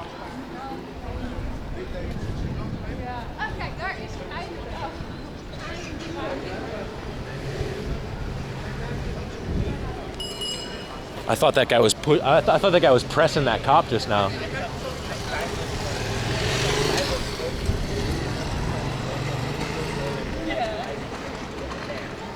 Shit. Wonder what the fuck happened. Damn. So, like I said, shit goes down here. Okay, so back on the story of robberies in stores. I had a Dutch girlfriend many years ago. This was way before I was a streamer. She used to work in a cell phone store. She worked at a Telfort. Telfort doesn't exist anymore. That's how long ago this was. She used to work at a Telfort. And it's one of those stores that sells phones, and and this is why they don't even get iPhones in. They only get iPhone shipments. Like, you order an iPhone, they get the one and they let you know it's there, and then they don't have a stock of iPhones because these stores get robbed all the fucking time out here. What happens, she got robbed. And what happens when the store gets robbed is that you just kind of got to let them do whatever, You just kind of got to let them do whatever, right? And then, you got to let the cameras do the work and just try and be safe, do everything they say, give them the stuff, blah, blah, blah, So after the robbery, she was talking with the police and asking them, like, what can I do? This is a little bit crazy that, like, what if they're like attacking me? I can't defend myself. What if there's an opening and I can incapacitate them and stuff like that? And you want to know what the cops said? You want to know no general EU law? Oh, EU. You should be able to do a bit more than defending yourself, but you can't, Deeds. There are no general EU law and criminal law, but there is though. I think there is. I believe there is. Anyway, but check this out. The cops said to her, if you find a position where that you need to attack someone in order to keep your safety, unfortunately, the courts are always going to be found against you, no matter what. So if someone's trying to rob the store and you fucking grab the gun right out of his hand like John Wick and break his arm and break his nose and then call the cops and stuff, you are in trouble, and the criminals know it. Yeah, Yeah. Okay. I wonder what Europol is. It couldn't be for crimes, full bowl. Couldn't be for crimes. Deeds has his thumb on the pulse here, telling us like it is. But anyway, what they said was, if you find yourself doing that sort of thing, if you are going to do that when the judge or when they're questioning you on what happened, the police actually told her what you need to say is that everything went black and I don't know what happened. The next thing I remember, the guy's on the ground and you guys are here. That's what you have to tell them. You literally have to tell them that you were in a fugue state and you don't remember. All you know is that they're there with their arm broken and their nose broken and they're not robbing the store anymore. I don't know what happened. The cops literally told her that's what you have to do if you actually want to get away with it and actually like not get in trouble for saving the fucking store. Yeah. Yeah, straight up. In the EU, the criminal sues you, yeah?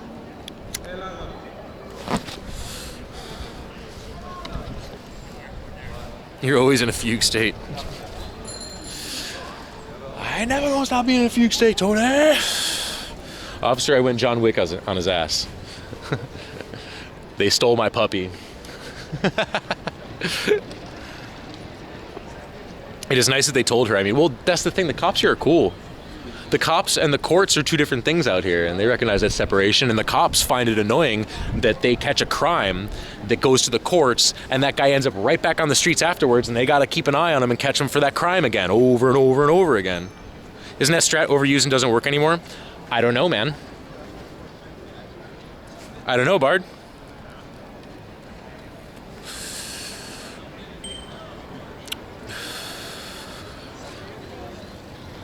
Sounds like we need a Batman streamer. The criminals will see your name in the court case, so you can expect another visit from them in the future. Yeah. Especially if they're the kind that like genuinely don't give a fuck, you know? Unless your life is at risk, don't get involved. And like, yeah. Well, yeah. What about store owners? Imagine owning a jewelry store. Yeah. I don't remember what country it was in, but I saw an article or a news story, a video. It showed a little of all of it. It showed the closed circuit television footage of a guy who had luxury watches. He had a luxury watch store, like Rolexes and shit like that. And this place got robbed, beat the shit out of him, took everything. Like a week later, the guy committed suicide because his life was ruined because of it. Because he's not... Even with insurance, Fuxie. See, if they take every fucking thing out of your store, you're not going to recover from that shit. It all just gets put in evidence. What about paid security guard? Well, what if they shoot him? What about a paid security guard? Bro, I can't afford to pay a security guard. Are you fucking crazy? I can't even afford to pay an editor. Are you fucking nuts? That's really crazy that if you as an IRL streamer just trying to show people Amsterdam need to pay for a security guard before you pay for a video editor. It's fucking crazy. Why is crime rate higher in the USA? I don't know, there's a lot more people.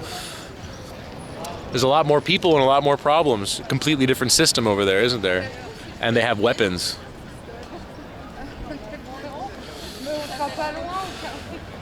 Yeah. I don't know what to tell you.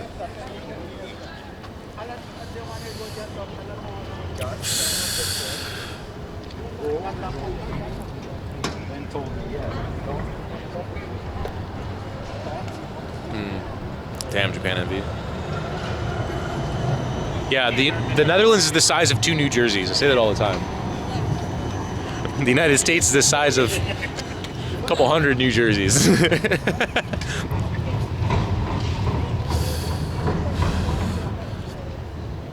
People think Ray has some Jack Doherty money. Yeah, you know, that's the thing, though. I think that when people see that there's a streamer and he has a couple hundred viewers or something like that, they just immediately think that he's rolling in the dough. But that's just because of how other streamers like to portray themselves. And let's be fucking real, guys. A lot of streamers, a lot of IRL streamers as well, come from money. They just do. They do, and there's... No one can fucking deny that. A lot of big IRL streamers already had everything they ever needed taken care of and were given a position to grow and never have to, you know what I mean?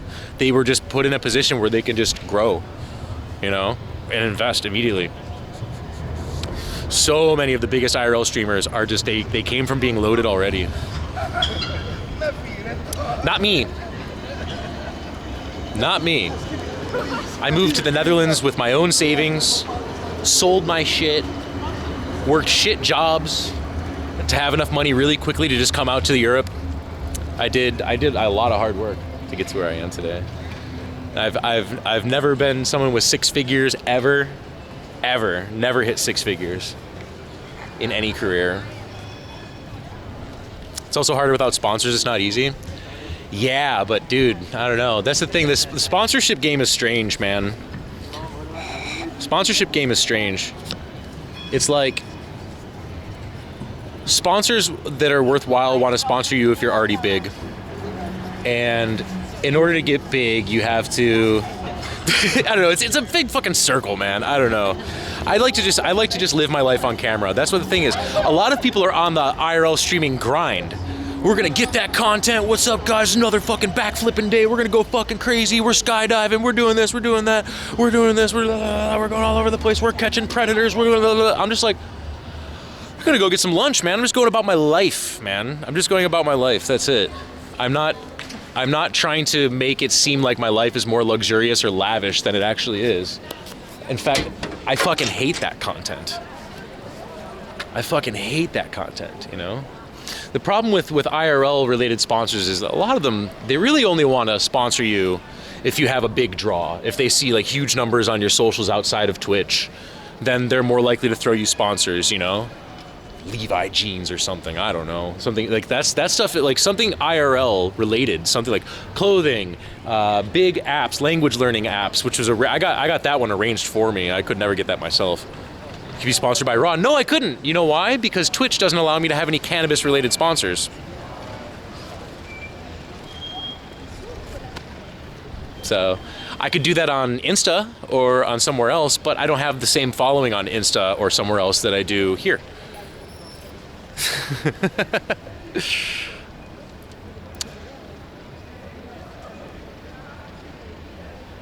The ones that are doing it just for content always seem stressed, like it's a hated job. Twitch, yeah. You didn't know that, Lecrump? Like a year and a half ago, they blocked cannabis-related anything, but they also allowed alcohol sponsors. Those are totally fine. You could have your own vodka brand if you wanted, but you cannot promote a coffee shop or something like that, or a weed brand, or you can't do any of that shit. You're not allowed to. Yeah. I don't know. It's weird, man. It's weird. Probably to do with payment processors. I mean, maybe. But then again, payment processors are usually really sticklers against pornographic material, and Twitch rides that line like fucking crazy. And advertisers have a hard time with booba content as well, and that's why they always give booba streamers such a hard time.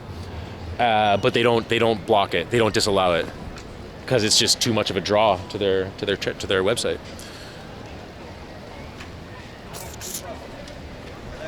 Should not allow alcohol if pot not involved. Allow them both. Yeah, I'm right there with you on that one. It shouldn't be one or the other. It should be both or none. That's absolutely true. I'm 100% with you there. I think that's ridiculous, and it's not even out of spite. It's just like, dude, like we have the fucking research on alcohol and how bad that is for people. You know, dude, take a look at Roy. Can you believe that Roy is Twitch friendly content? But me being like, hey man, this medical grade weed is really, really great. It helps with arthritis, is not allowed. What the fuck? That's ridiculous, man. It's pretty ridiculous. Yeah. Any weed is now legally used as medicine, yeah. Well, you know, the thing is, guys, it might change when weed becomes legal on a federal level. This might change a little bit when it becomes legal on a federal level, and all states have it legal and stuff. You know, because this is an America thing for sure. This is an America thing entirely, because it's an American company. You know. They're rescheduling it only though? Well, for now, yeah. Maybe 40 with kids when that happens. Maybe 40. So only in 2 years? I'm 38, man. That doesn't seem that bad. Hey, dude. Hey.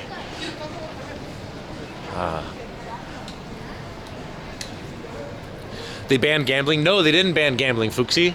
That's just what fucking idiotic articles are saying. They banned gambling on Twitch. They banned crypto gambling that can't be taxed. They banned offshore gambling websites with no fucking like governmental body like controlling it, such as Stake. Regular fucking normal casino websites that pay taxes and shit, you can still do, like slots websites and shit. You can still do that on Twitch. You just can't do those fucking crypto betting sites anymore.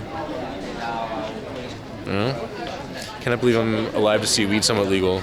Gambling is legal. Yeah, gambling is allowed. They just don't allow offshore gambling. Unibet and Toto and such are still allowed. Yeah, if they're paying taxes or it's on like some regulatory body, this gambling website, then it's fine. Then it's allowed. Yeah. Crypto scammers, yeah, man. Yeah.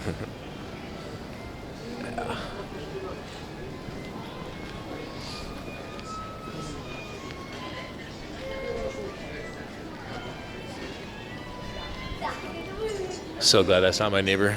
I was worrying about the ads, like, what the fuck? Yeah, gambling is fine on Twitch. And like, the articles always, it's always like that. Whenever there's like some subtle change made somewhere, like the same thing that happened with the gambling articles is the same that happened with the weed becoming illegal again articles in Bangkok, in Thailand.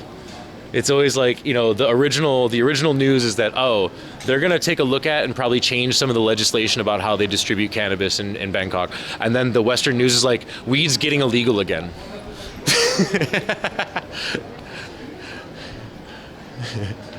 Twitch is like, we like legally cannot allow people to have offshore gambling websites and make money off of it, taxed money on Twitch from untaxed gambling and stuff like that, and people are like, gambling's illegal on Twitch. What a L website. I can't even fucking scam crypto anymore. We might as well move to North Korea, man. What the fuck, you know what I mean? Like that's what's happening here. Yeah.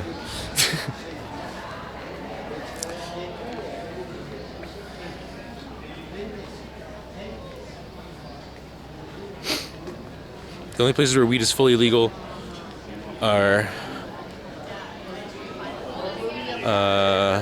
Canada and Thailand not fully. How is Thailand not fully legal? In Thailand it is indeed fully legal. You can grow at your home. You can buy weed. You can buy as much. At this point in time, it is legal.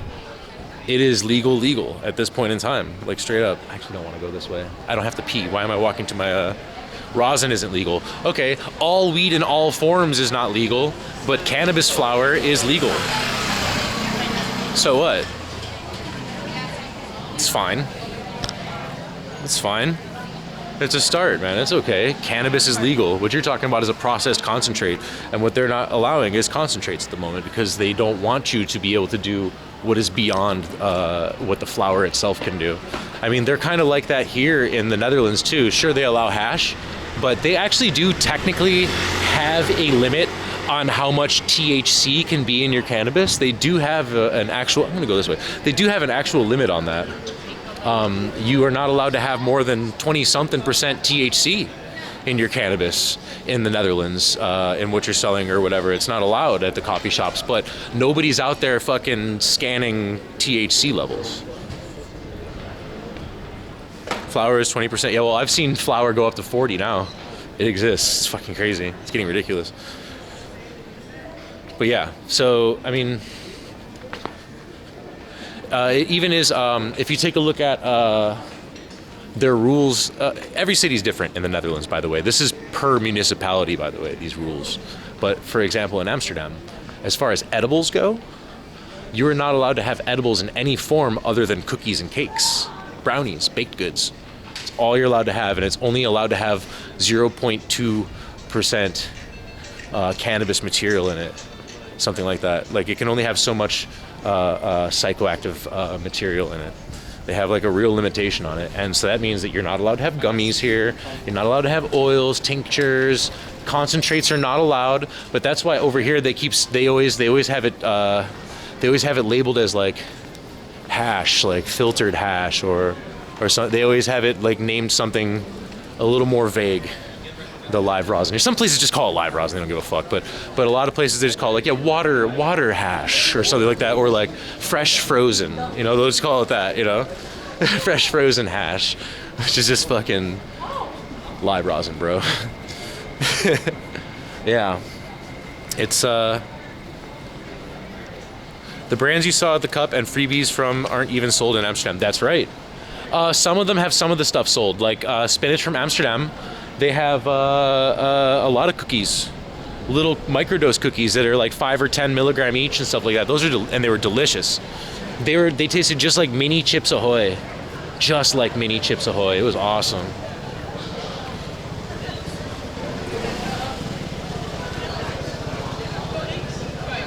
Oh, I don't know what I'm doing. You get a medical patient in Germany now for a price for $4.20. Yeah, nice. For $4.20, huh?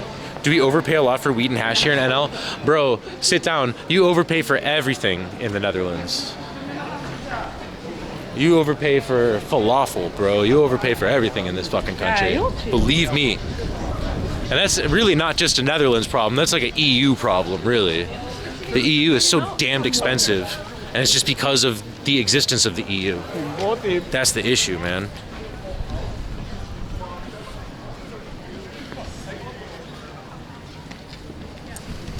Because if you go check out countries outside the EU, like last year in the summer, we went rolling around the eastern side of Europe, outside. We left the EU for a little while there, and dude, everything, as soon as you get out of the EU zone, as soon as you're out of there, then suddenly everything is way cheaper.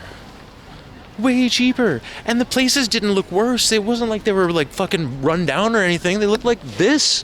Look at Amsterdam. This looks like shit, man. I don't know, man. Everything's expensive here, and I see raw metal. Rusty metal everywhere, and trash on the ground next to garbage cans. That's a bag of dog shit right there, Plants overgrowing on the side of like the main drag of Amsterdam right now. Like this place is a shithole too, man. It's like I think people have like rose-colored glasses when they come here because you could smoke weed and fuck hookers, and and you could buy mushrooms, and it has a reputation over many decades of being like party central and stuff. But I think a lot of people that come here these days have noticed that things are changing over here. It's becoming less party centric than it used to be. The places to go out and do those crazy things have kind of vanished, to be honest, man. There used to be like an entire fucking squat scene out here that is now absolutely extinct. It is extinct now. There was a whole scene that's absolutely extinct. It's gone. Doesn't exist anymore. There are so many like really great. What up, Mo? How you doing, man? I have nothing. Sorry, dude. You can help me.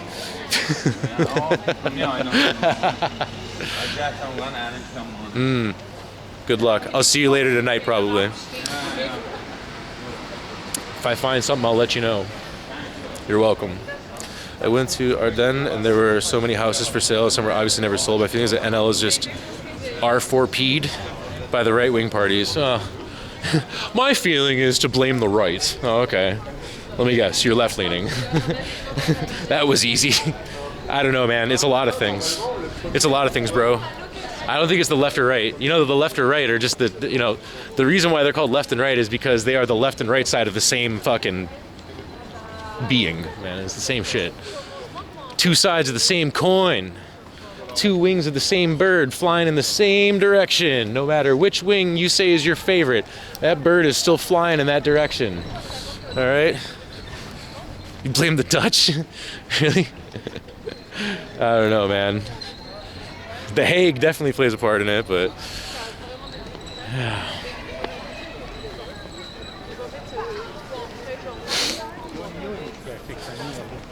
Illuminati confirmed. 50 Days wanted higher house values, so yeah, I'd blame them. Yeah, but bro, do you think that the only difference between that is that they are speaking out loud about wanting housing values to go up? The other ones are going to be like, we're going to make it go down, and then raise everything. That's just kind of how that goes, man. That's just how that fucking goes. It's just the words that they use to justify it that changes. It's always been like that. Honestly, man. It's the same. It's the same. Everywhere you go in the world. When I first moved to the Netherlands, I thought it was so fucking different from the United States. And it is. It is. I'm not sitting here saying like this is just like America, but the way that politics works over here, it might not at first glance seem like it's as black and white, red and blue, but it totally is here. They're like, oh, you guys got a 2-party system. That's fucking stupid. We got like 40 parties. Yeah, but which ones do you ever vote in? 1 of 2, maybe 3. You know, like, come on, please stop. All you're doing is watering down the pool and kind of like diluting the issues really by making interest groups for things, you know, like, oh, there's a whole entire political party that can get a majority seat in the parliament because their political platform is that they are all about the ethical treatment of animals. Oh, okay, cool. So we're going to have these people that are going to change everything for animals be the main thing in parliament for the next however many years? No. No one's gonna do that shit. So like honestly, it makes more sense to me to have less parties and have people from those interest groups be parts of those parties so that you can get those things done. You know what I mean? So for me, like I don't think a 2-party system is necessarily the way to go, but I mean we have technically a 3-party system, but I think I'll be cold dead in the ground before we ever elect an independent in the United States. But I mean, or ever again. But dude, I don't know. It's all a bunch of bullshit. And this is why I have no politics on my channel. Politics are all just one giant ass blast, man. It's just...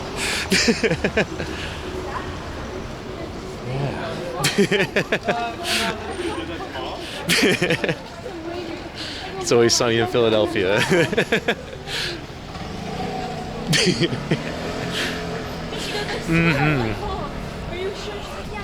Aurora, I'll tell you this, I moved to the Netherlands in 2009, and things have gone back and forth between left and right since I've been there, and housing prices have gone nowhere but up. All right? There was no point where the left came in and then suddenly housing prices hit rock bottom and we all had housing. Never happened.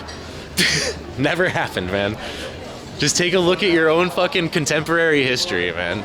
Just in your own lifetime. You don't even need to look as far back as like ancient history or start looking into like, you know, the 1940s and all. You don't even have to look that far back, bro. How about Young you, Druid.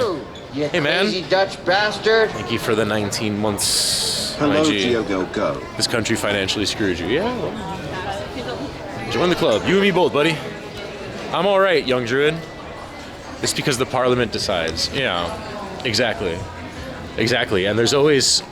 From that many party system, there's always a handful of people from each one or a couple seats filled for each. So everyone's interest groups get somewhat represented in each formation of parliament. It's a cool system. I like it. It's honestly, though, not entirely different from the U.S. system because that's why we have House of Representatives and a Senate and we have and the president has a cabinet of people with different interests. In fact, oftentimes it's not just like when for example, okay, this is going to go in the wrong direction, I'm sure of it, because the names I'm going to mention. But when Obama was running for president the first time, he was running it when they were trying to figure out who's going to be the Democrat that they're going to use to go against the Republicans and the election. Hillary and Obama were against each other and were fucking slamming each other like fucking crazy. He was like, she's got a dried up old butthole and she's fucking passing out in interviews and shit. You don't want to elect her. He was like talking mad shit about her. And then what happened when he became president? She was part of his cabinet. So while they might have been opponents at some point, they still, that person, like, now remove the names from this situation, okay? And just take a look at it for what it is. What that says to me there is that political opponents can work together. Do you see what I mean?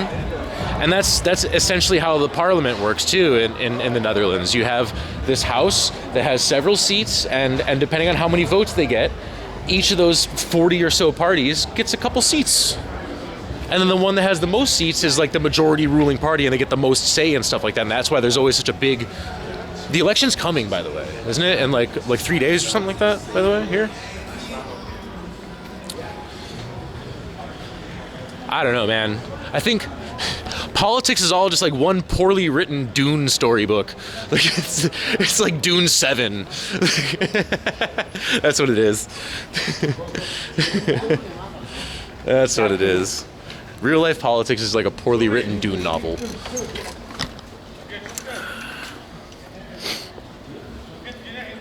For the European Parliament, yeah. Not the Dutch? Bro, I was in Thailand watching things change in the Netherlands, like, oh fuck.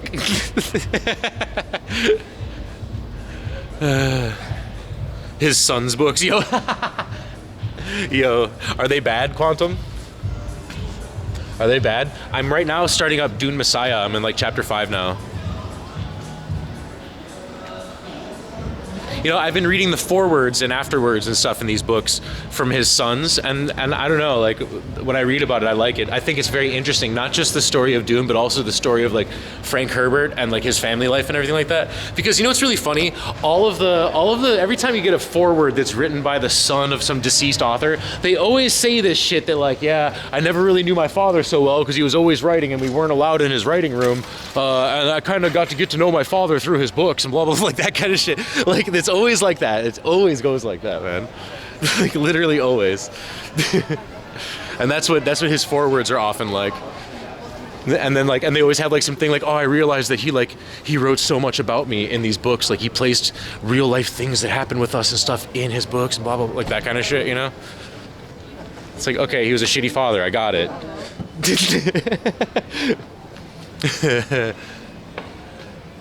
The others you didn't read? You didn't read? Okay, I'm just now starting Dune Messiah. I'm pretty excited.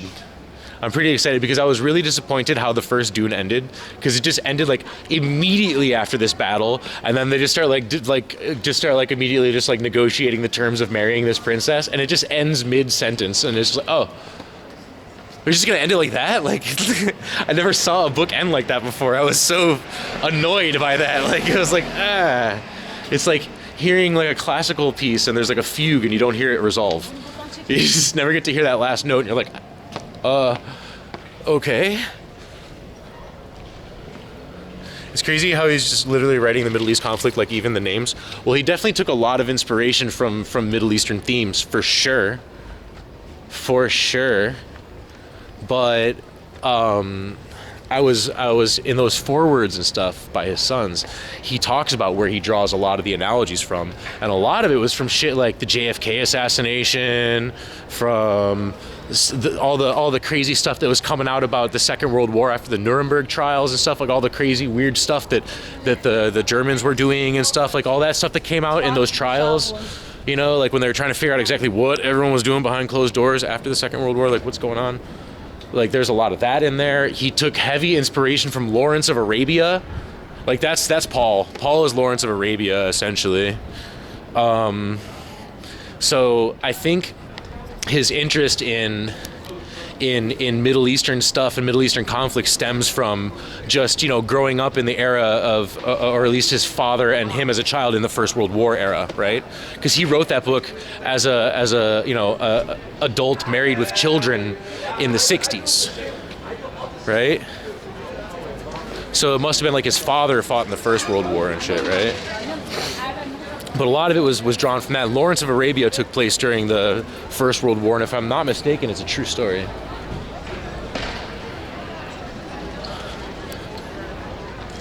Dune Messiah and Children of Doom are also awesome, but then it got weird. So wait, which of the books are his? The 6 of them, right? That goes all the way up to, all of them leading up to story something. What was it called? Story shelf or bookshelf or some weird shit, right? Story something Dune? I forget what it's called. Wait, I have the whole entire thing in my phone. Children of Dune is also his. Hold on, let me just open up my books app. Chapter House, that's what it is. Yeah, let's see. Library. There's Dune, Dune Messiah, Children of Dune, God Emperor of Dune, Heretics of Dune, and Chapter House Dune. I have all of them in one big fucking massive book that's 5,000 pages long. All right. All others are his sons. Okay. It goes like that a lot, doesn't it? Also, like, I don't know if you guys ever read any Robert Jordan, Wheel of Time. For the last book or two, like, the other Brad Sanderson or whatever his name is, ended up writing the last book or two with Robert Jordan's wife or some shit. I don't know. The polarization of viewpoints and mainstream thinking up to be a permanent state of aggressive discontent with everything imaginable. These dunes are getting you thirsty? Yeah, all of these books, like all the versions of Dune I have, I got off of archive.org. Straight up. Archive.org has a lot of books in EPUB format. All of my books are from there. Like, I actually physically own the first Dune. I have it on paperback. But then, yeah. Well, this book's called Wheel of Time. Archive.org is the best. Yeah, it's a great place for finding EPUB files. It's really great. Stieg Larsson. Only read his books, didn't read the follow-up. I've read every single book Terry Pratchett has ever written. Every single one.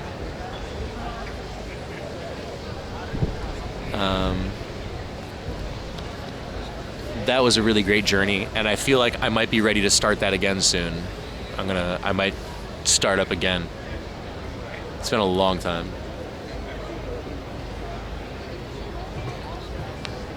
Yeah.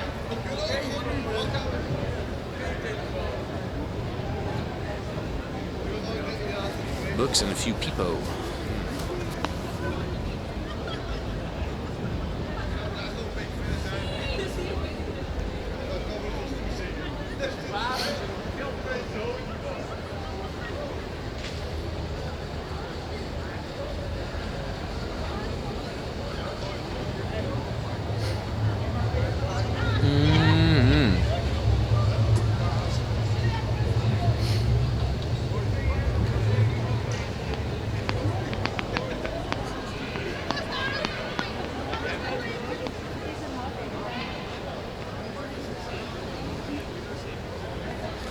I got pissed off with Robert Jordan filling his later books with padding, and I stopped reading them, then he died. Which books? I don't know. I only read like the first couple. Really just the first couple I read. Guards. Yo, what a great book. Indica. All of the Terry Pratchett books are incredible, man. But I've read Color of Magic and Light Fantastic too many times, and when I go through this series again, I won't do that. I will start with Weird Sisters, or whatever the third book is, Mort, something like that. One of those books.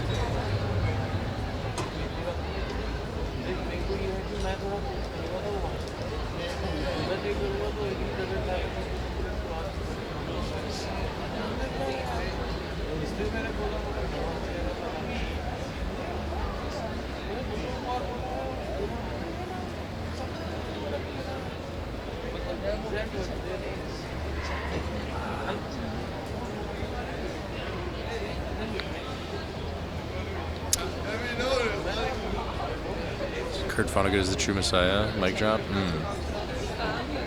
I remember reading a couple Kurt Vonnegut books when I was a little kid. They were in school, part of the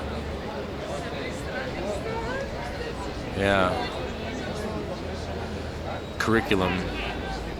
Let me see. Hold on a second. What did I read?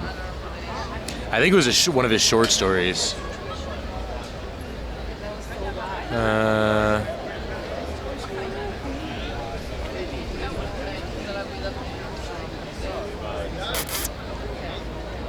Let's see.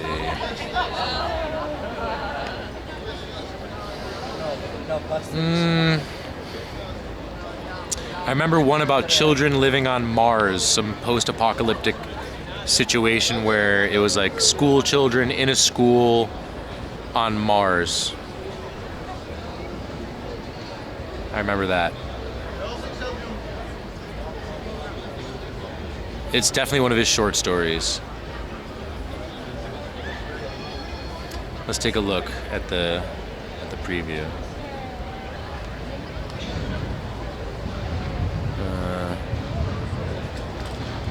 Sirens of Titan?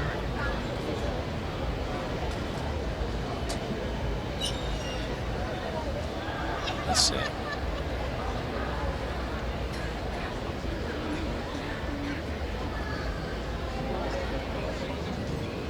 Oh, it's taking forever to load. Why won't it load? Come on now. Give me the load, bro. Why won't Wikipedia load? That's so weird. You have almost all of his books in your library on paperback. Wow.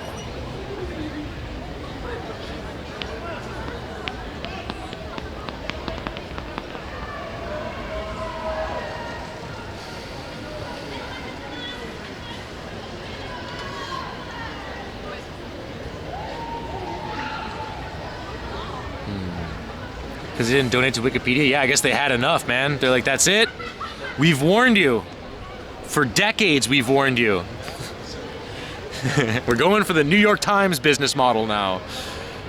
Good luck with your school paper, bitch.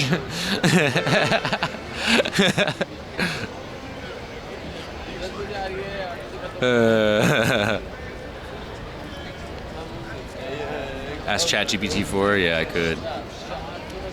I could. Ah, there. Now it loads. Okay.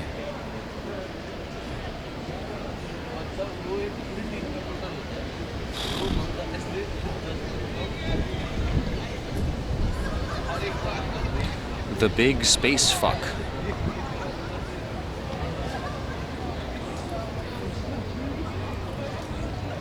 Huh, I don't know.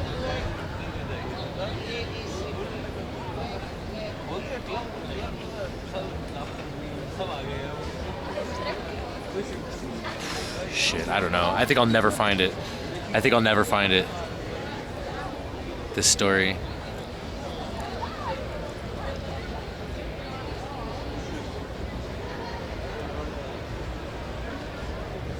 Yeah.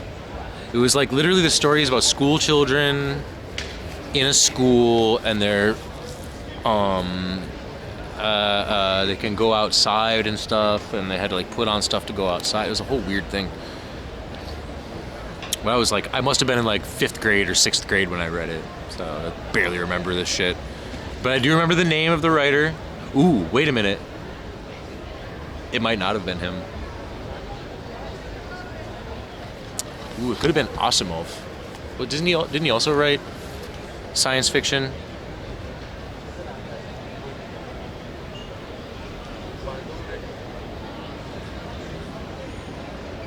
Isaac Asimov's short stories. Oh, it very well could have been Isaac Asimov. Dude, hold on a second. Oh, fuck. It could have been.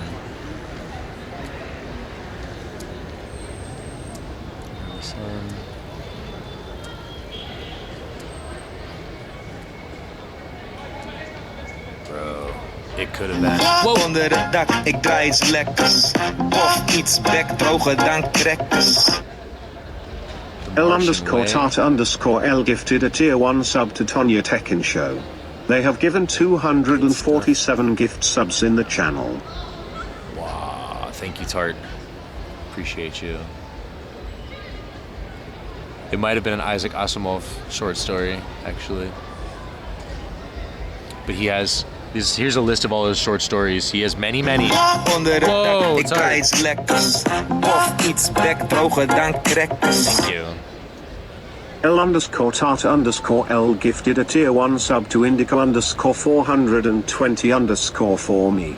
They have given 248 gift subs in the channel. Tomorrow's Children, 18 Tales of Fantasy and Science Fiction. Bro. The Martian Way and Other Stories. Bro, I think it was off of these somewhere. Tart! Onder het dak, ik draai iets lekkers. Of iets bekdroger dan crackers. Wow. L_Tata_L gifted a tier 1 sub to Aurora Borealis Snow. They have given 249 gift My subs God. in the channel. Thank you very much. God damn.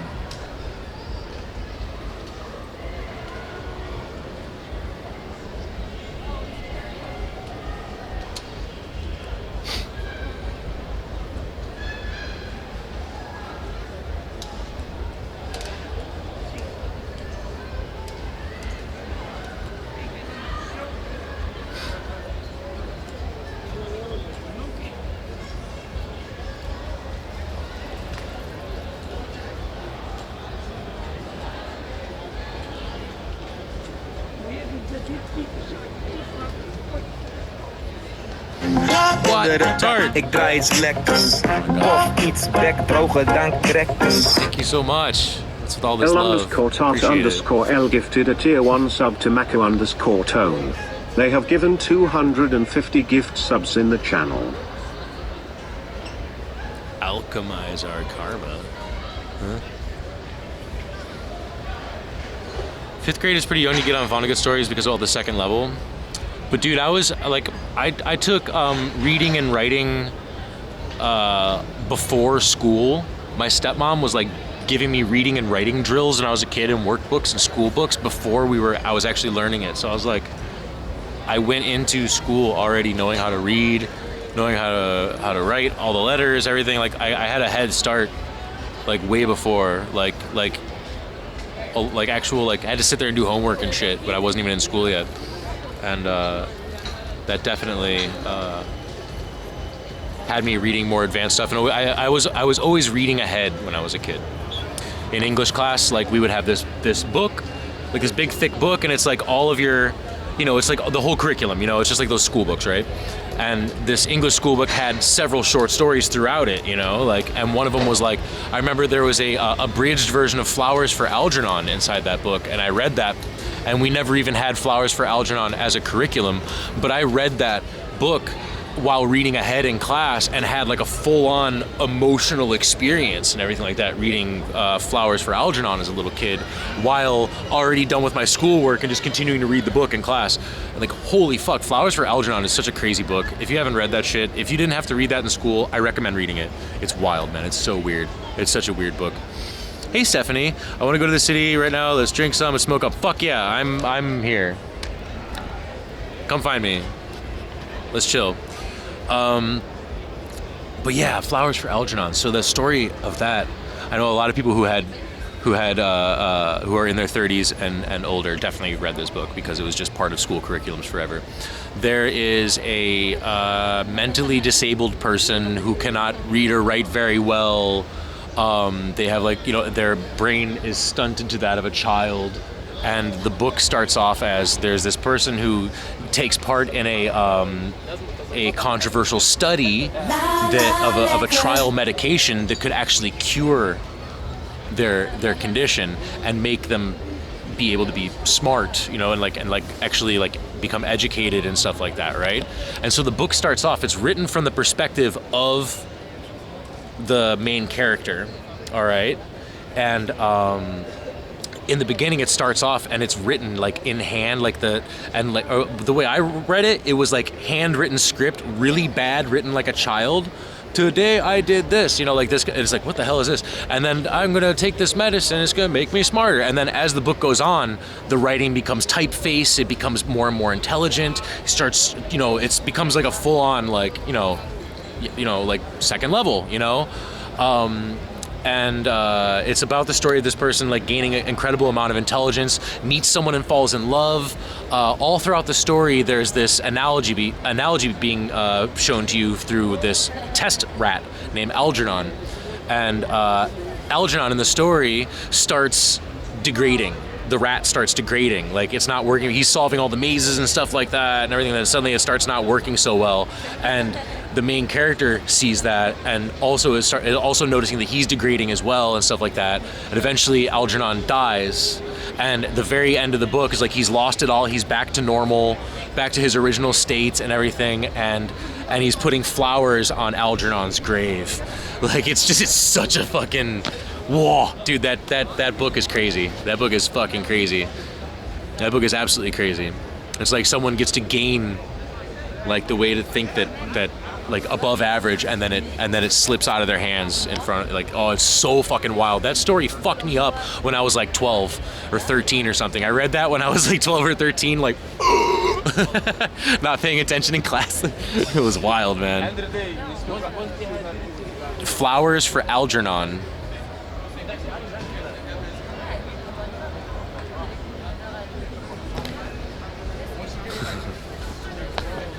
Flowers for Algernon. Yeah. Holy fuck, that book is crazy. That book is just so sad. It's so good. It's well written. It's so well written, you know? It's so well written. And this is like literally like the kind of shit that you have to read in high school in the 90s, probably, you know? Especially intense for a 12-year-old. Yeah, but it was abridged for middle school.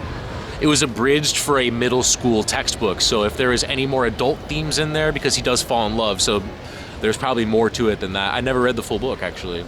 You know, then maybe, you know what I mean? So it's abridged for younger audiences or something like that. They pull some punches, you know? When I was a kid, I fucking devoured the whole Edgar Rice Burroughs Mars books in one summer. Wow. I don't know those.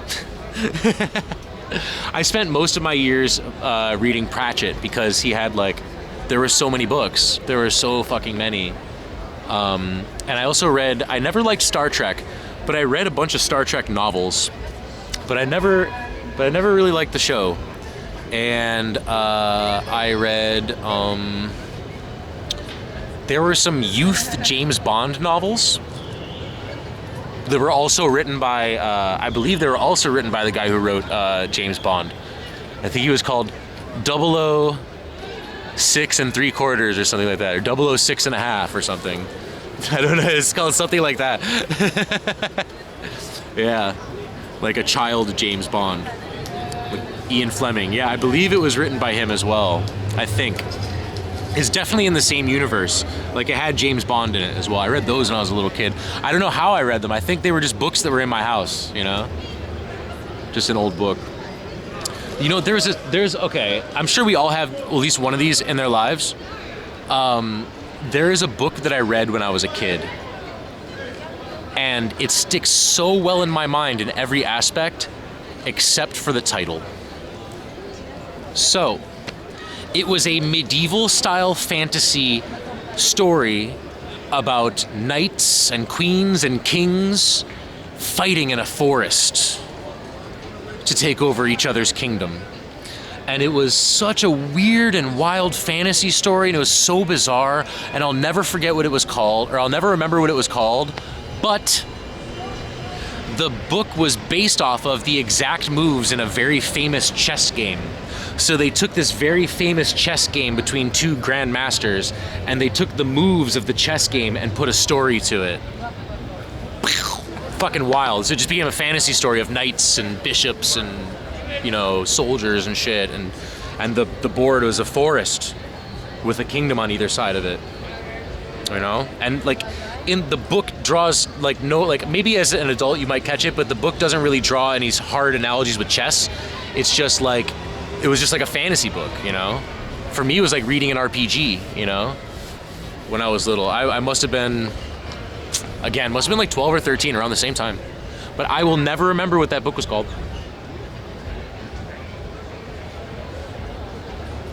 Apparently Flowers for Algernon was a short story to begin with, but was later expanded to a novel. Right, and I read the abridged version of the novel for sure. Or, you know, or maybe it was the short story version, it could have been.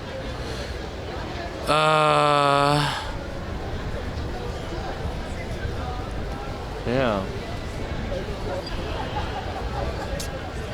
I'll never figure out what that was called. There was also a book that I read called Gudrun. And this is some other like medieval style thing, but it was way over my head as a kid and I couldn't finish it. Gudrun. Or maybe that's the name of that chess book.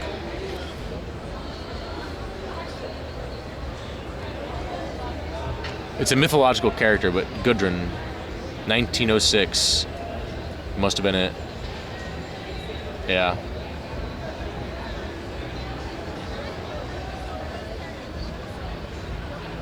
Oh, this might have been it. Gudrun, 1979. Yeah, this is it. A prose retelling of the 13th century epic poem that follows the fluctuating fortunes of Gudrun, the daughter of a king who spends many years as the hostage of the evil Queen of Normandy. I read that shit when I was a kid too. Didn't understand a thing, but I tried. Yeah, my childhood was weird, man. I don't know.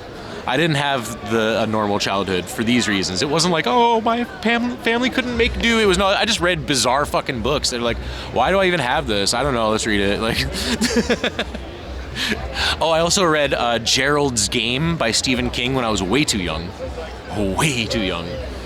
I must have been 13 or something. I can remember the house I was in when I read it, so I can pin myself to junior high for sure. So anywhere between 12 and 14. Somewhere between 12 and 14. Yeah. Short story is 20 pages. Going out for drinks. Okay, see you later, man. See you, dude. Yeah, Gerald's Game. They made like a Netflix movie or something. They made a movie out of it recently, and I watched it, and it was all right. Much more terrifying as the book, and much more like molesty as a book though too. Books give you door to another world. Yeah, I read a lot of Stephen King books when I was a kid, and it was, you know why? Because I was like, oh, here's a thick book, I'm gonna read it because it's so big. A big storybook. And my stepmom was really big into Stephen King novels and Agatha Christie. Isn't she the one that did all those Dial M for Murder, all those books? Whoever did those books, she had all them fucking books. I never read them. I don't like those kind of books, but the Stephen King stuff I read the fuck out of. See, I remember when Gerald's Game was new, and my stepmom had it, and she was reading it, and I was like, is a new Gerald's Game? What's that one about? She's like, it's not for kids. And then when I went back to my mom's house, I immediately was like, I want to get a book. And then I went, and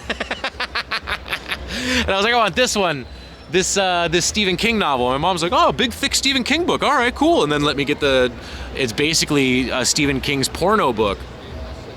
He wrote a porno horror book, basically, of This chick is gonna have kinky sex with her husband, and he has a heart attack and dies on her in the middle of nowhere in the woods in a cabin while she's handcuffed to a bed.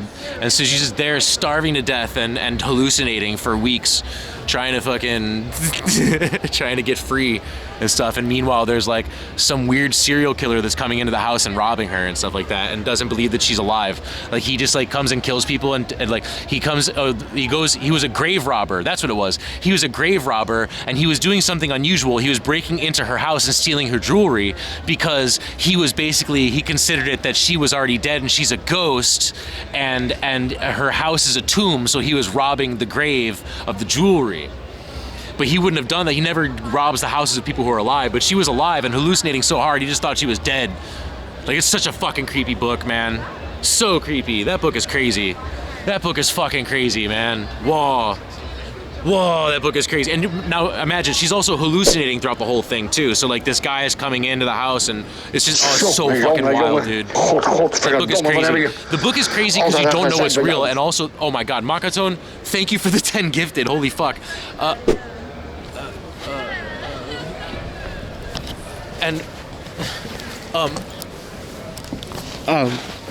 So wait, almost, okay. Right. So then also, like, the ghost of her dead husband is constantly talking to her and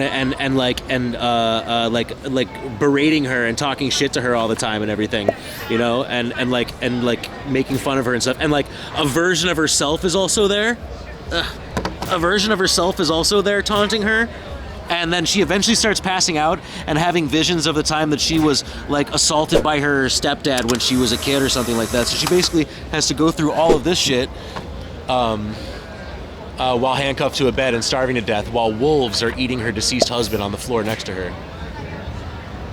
Stephen King's a fucking psycho. I read that book when I was 13. Ugh. Anyway. Ugh. Anyway. You know, I'm just out here trying to live my life, guys. I just do normal shit. Just normal guy stuff. You saw that movie? You saw the movie? I read the book when I was very little.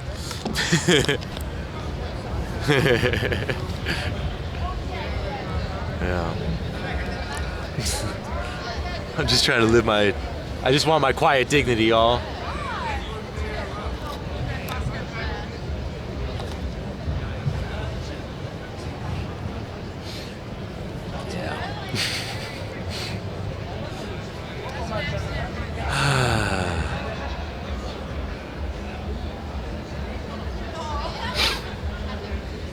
Neat stuff, slick stuff.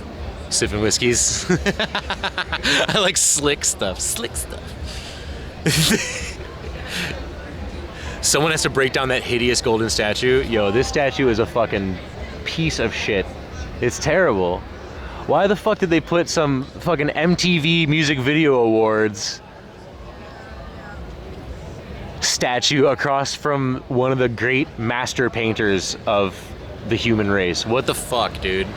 The gall of this artist, you know what I mean? Like, honestly, the fucking... It's unbelievable, really. Honestly. Like, you think that your work deserves to sit there like that? Joseph Klebanski? No. You can't see what it is? Do you want to see it? I'll show you this bullshit. Bro, it's a moon man. Amsterdam should have never allowed this, yeah. They said no to the ice skating rink this winter at Museumplein, but yes to the fucking MTV Video Music Awards guy. Just this big gaudy gold statue sitting across from a Dutch master painter. And what I see is like everybody's over here taking pictures of this stupid fucking thing. No one's taking a picture with Rembrandt. It's kind of ridiculous, man. Sag. No way that's from Klebanski. Yeah, he made an astronaut version of something that's already famous, the Thinker. Yeah. You were at that statue a couple of weeks ago. What'd you think of it? What'd you think of it? He literally called it the Thinker. Yeah. The fucking Temu Thinker, man. Yeah, it's fucking lame.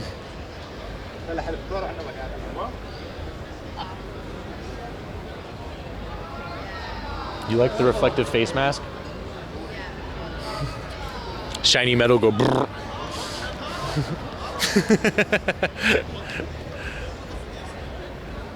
I make statues. I'm so cool. Fuck out of here. Joseph Klebanski. Boo.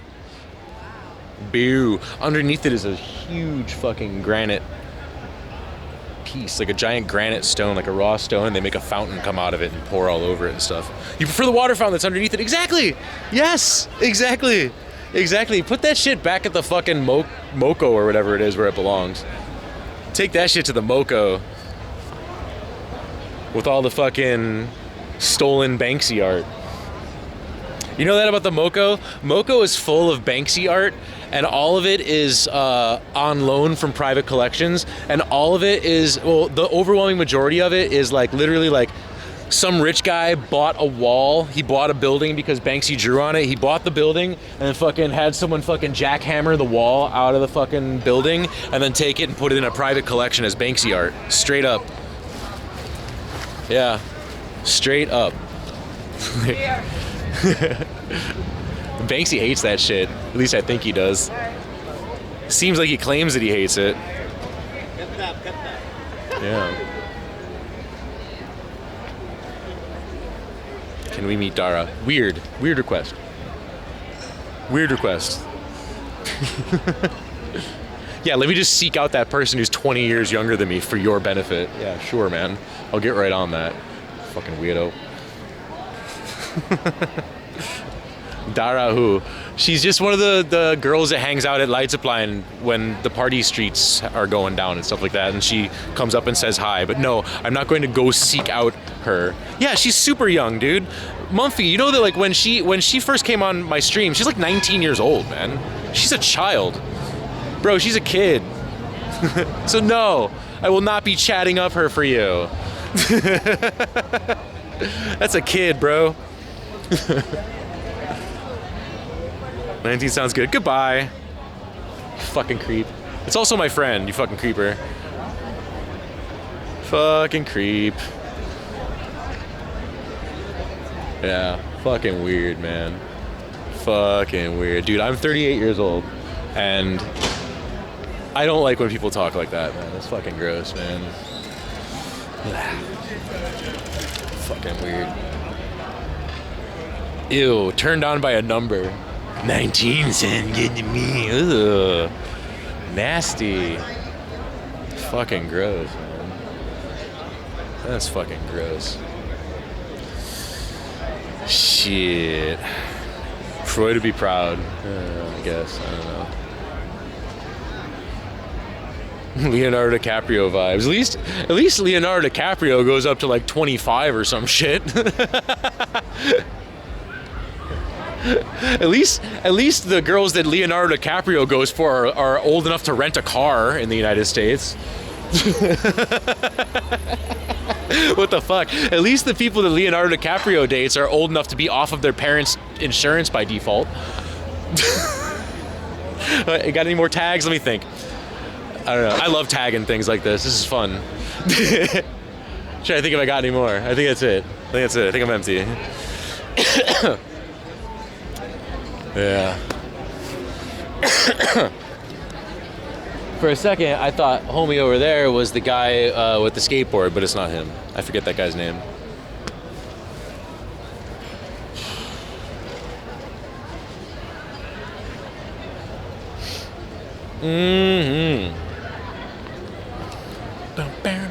So what were we talking about before this weirdo came in here? Is that the girl from the static? No, that's pizza. The Moco Garden is cool, but I wouldn't buy a ticket. I bought a ticket more than once. to Moco and streamed it. I think I've been there 3 times, I think. The first time I went there, I really liked it. And you know why? Because I'm pretty into Andy Warhol's art. I like Andy Warhol. Not like I'm a collector or nothing like that, but I like his art. I like that pop art shit. And they had a lot of original Warhols there when I first went many years ago. But since then, all of them are gone. The first time I went, they actually had a specific Warhol exhibit. So they had like bonus Warhol, you know? They had like extra Warhol. Then I went there later.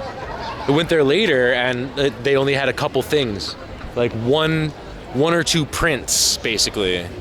And no originals. So that kind of sucks.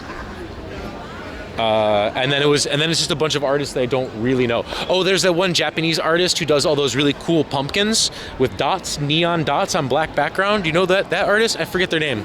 Something with a K. Kura Kito something. I forget. I'm sure you know them though. They're all over the place. Oh, you're on your way? Oh, should I stay here? I was about to take a walk.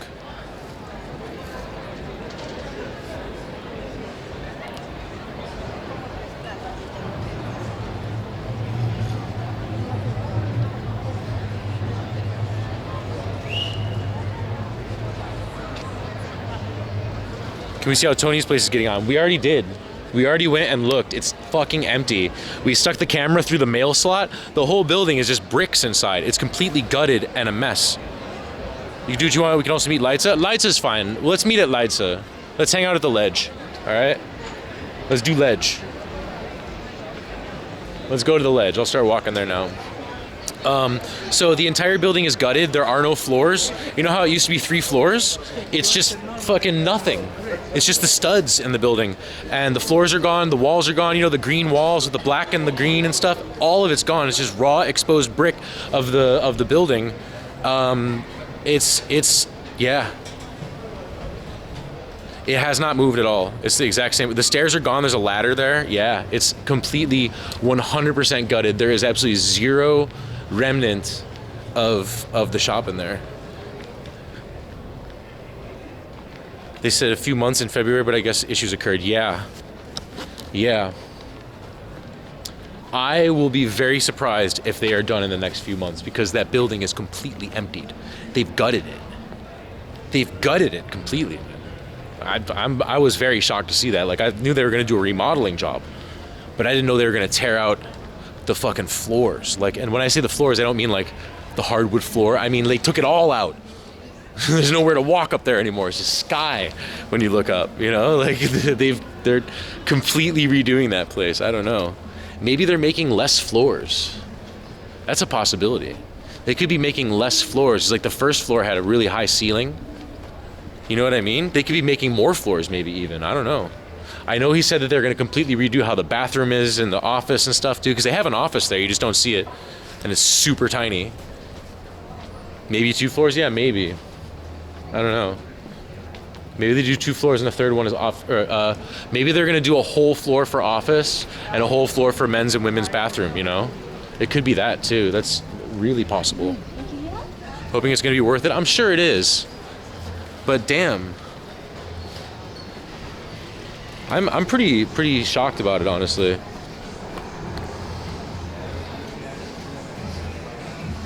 Imagine your shit just vanishes like that. That like the everyday hangout just fucking vanishes, bro. I'm kind of sad that I wasn't there for the closing day, you know?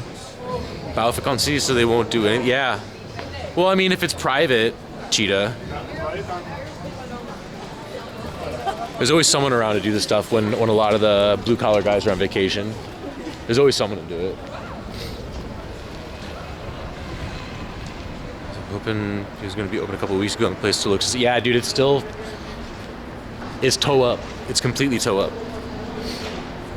He's still being spotted at events in Amsterdam. I'd love to know more. I've already messaged him and asked him. He didn't give me any more information. He just said it'll be open again soon. He probably doesn't want to say anything about it, you know? He probably doesn't want to say anything about it. Could be something crazy. Could be a problem with the building. Could be a problem with the municipality. It could be a lot of things. It's like we were talking about earlier. It could be oh, hey, dude. Should I go in? Yeah, of good course. to see you. I was just in Thailand for like 6 months, so I'm just back. How now. was it? Wonderful, man. Good. Yeah. Welcome, and keep on running. Okay, I'll go take a look again. Awesome. Is it more new stuff? Always new stuff. Oh, I can't wait. Go down, bro, thank you. everywhere. All Thank you. invited. Thank you. Awesome. Let's go. Guys, art gallery time. Hell yeah. What is happening here? Let's go. Let's go. Fuck yeah, dude. We have to tell Stephanie. Someone has to tell Stephanie. I was just heading to Leitza. And now I have... Oh, I'm gonna look. We accepted this side quest already. Hell yeah. I saw this and I was like, death grips? I really thought that was death grips first. Sick Pepe boot. That's awesome.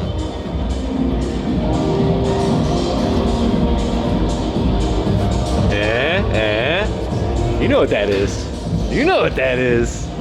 You know what that's all about. Hey-o. Fuck yeah, dude. I love this place.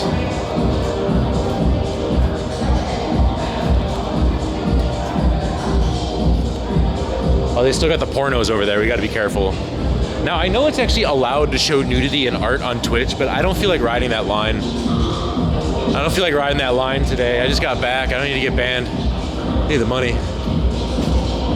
Post removed for nudity or sexual activity. Yeah, there's some shit I can't show you over here.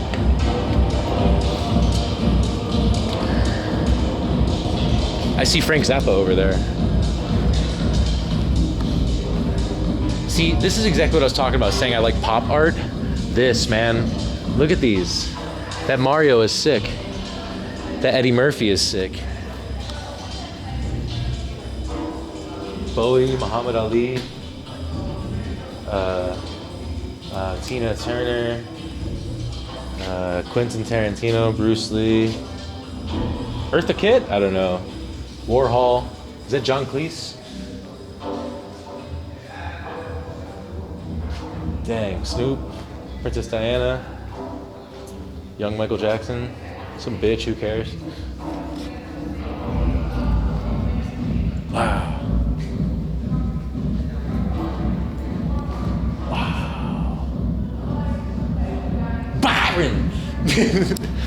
Hey, wait, hold on. Just gotta check around the corner, make sure nothing too crazy back here. No, we're good. Oh, there's even more of these. There's Britney, Oprah. Wow. Titties. Titty collage. We're moving on.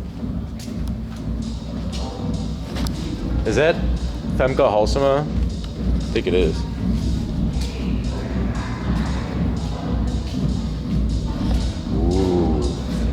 Ooh.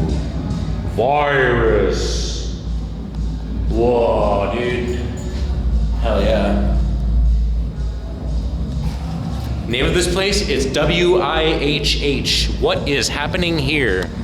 WIHH Gallery on the Reguliersdwarsstraat in Amsterdam, also known as the Gay Street. Gay. This is the gayest street in Amsterdam, man. As you can see. Is this a giant condom? Wow. What is happening here? Oh yeah, there's this whole downstairs thing too. We got a lot to see. Wow, there's a lot of new stuff here, man. Holy moly. Wow. Oh, I fucking love this one. I love this one. Hold on, I need light. I need to shine some light on this shit. Wow. Oh, it's like on satin or something. That's so cool. Heck yeah, dude. Time Turtle 2.0. Nice. Wow. Dude. I love this shit. I love this shit so much. Art, bro. Hell yeah, art. That's one thing I did not seek out when I was in Thailand was cool art, and I know there's a shitload of it there. We're gonna do more of that when we're there next time. Oh, is that guy from The Thing. I know this character. What is this from? It's $800 if you want it. The DJ is good, yeah. 226 square meter gallery. Yeah, used to be the ABN AMRO Bank. Frank Sidebottom. Bro.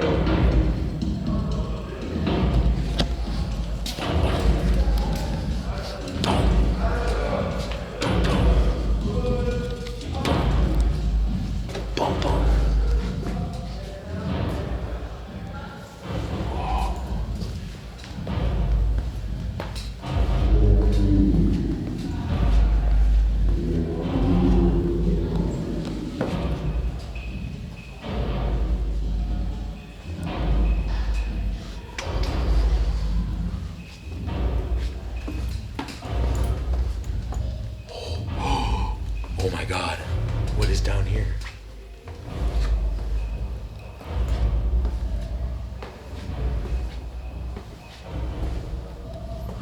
What is going on here?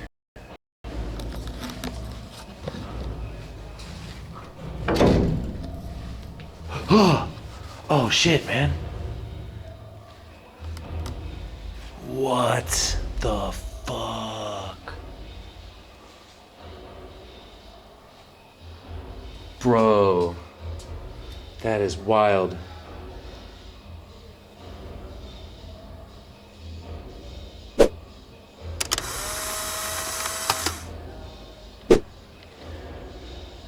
And that, my friends, is a good photo.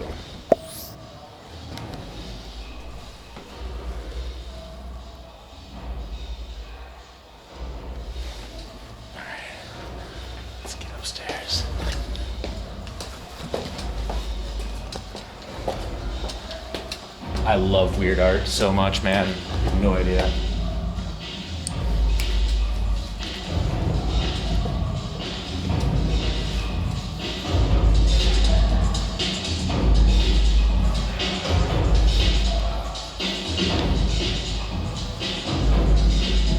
Whoa, dude. This is massive.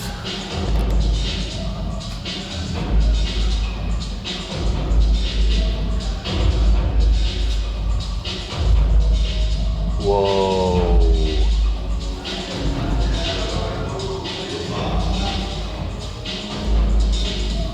Sweet.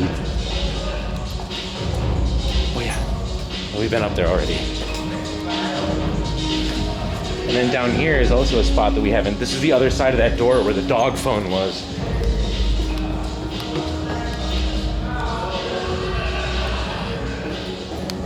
This feels so good.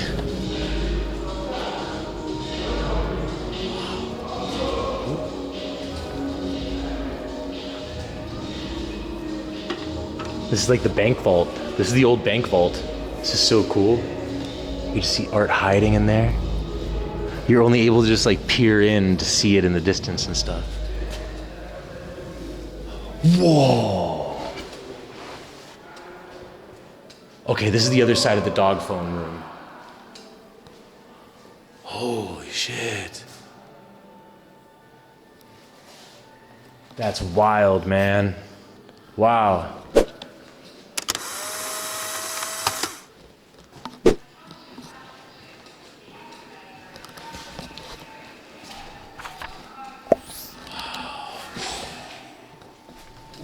Baby. My brain is tingling, man. My brain is tingling. Dangerous. Do not touch. Whoa. It's dangerous, guys.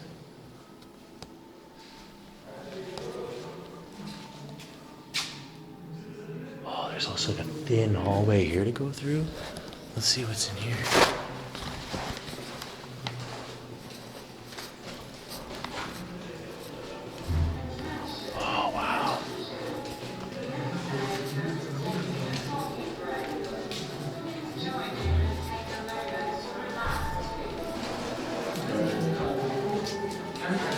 Hey.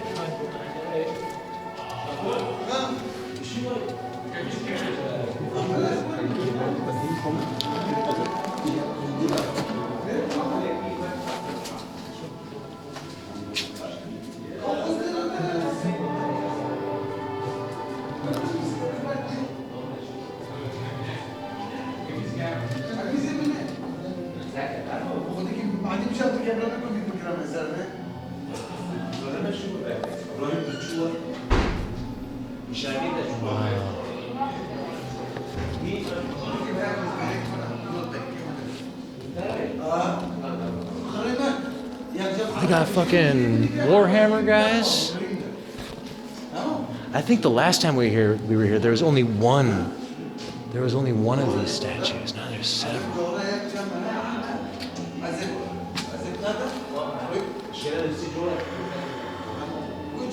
Who are you? Eyes closed. Look inside. Remember.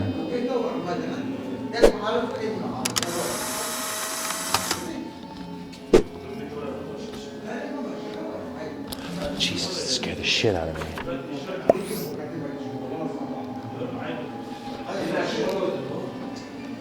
My Little Ponies in bondage.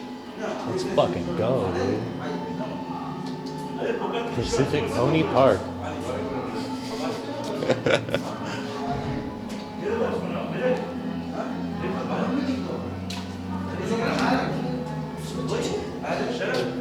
Wow. This pop art is fucking amazing, dude. Look at this shit.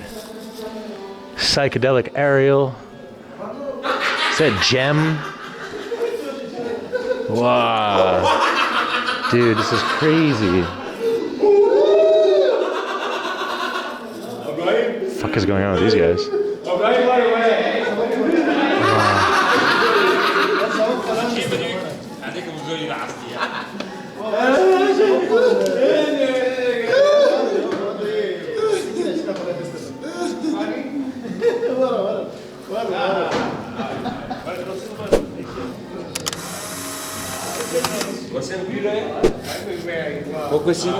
Excuse me. I don't know if those guys are allowed to just grab those and do that, but alright.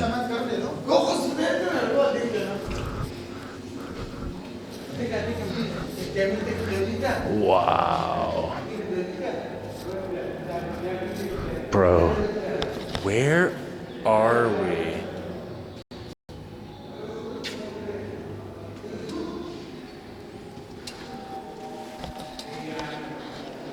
Buddha.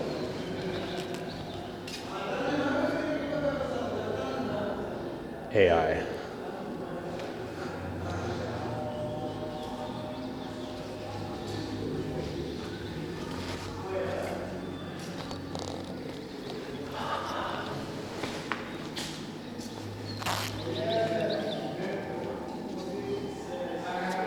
Oh wow, it's moving.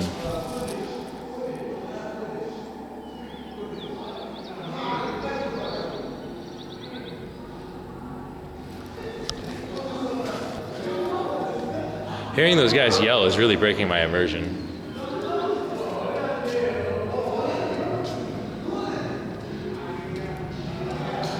Oh.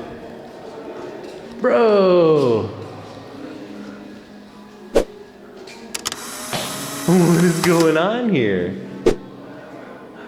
These characters are absolutely delightful. Look at these guys. Wow. That's fucking cool, man. I love these. These are cute.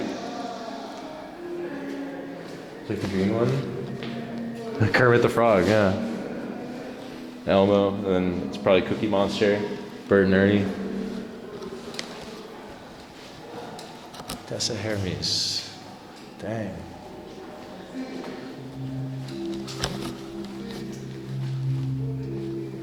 I'm gonna snitch on those guys. I'm telling on you. You're gonna get kicked out by a guy who looks like Dieter Meyer.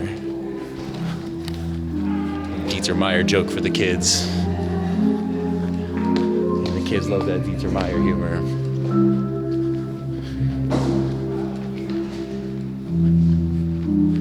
Yo.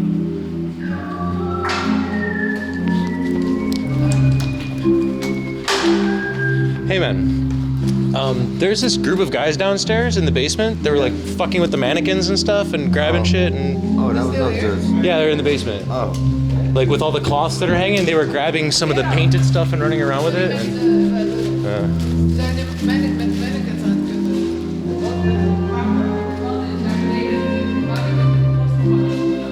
I have it on camera. They were all grabbing one of these pink mannequins that was by a bathroom and they were hugging it and trying to have sex with it. Yeah, yeah, for real. I was just walking around looking, I was like, yeah, at first I was like, are they part of the exhibit? I thought that was the art at first, but... Who wants to have sex with there we go.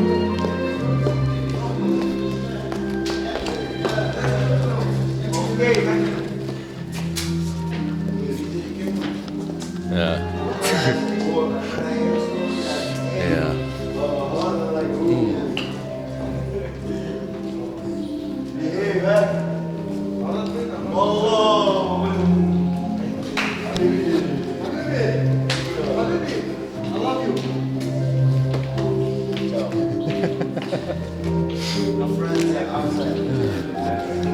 Oh, I'm glad I wasn't showing you this wall because it's all boobs and Twitch would ban me. It's too bad. But I'll tell you what though, I am in heaven in this place. Oh, so many boobs. I'm really in heaven. Oh, they're apples! They're not actually boobs, they're apples. That's hilarious. Wow. Dude, this is incredible. Look at this. My God. Wow.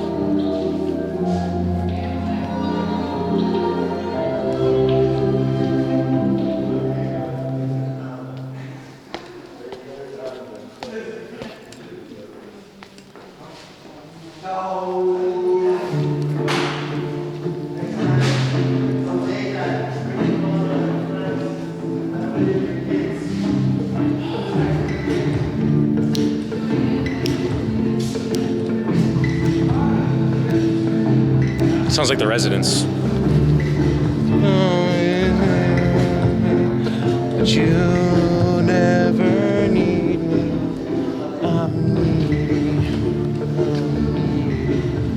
I'm needing a home. Send nudes, chat.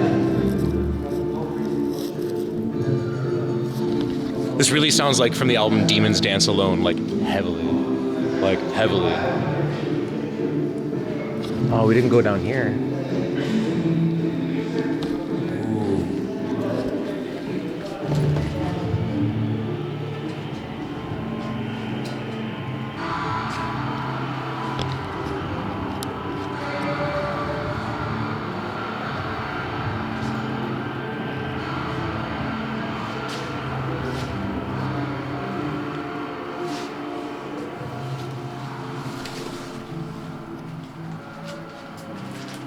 Engage with the elements to delve into... I'm trying to engage with the elements.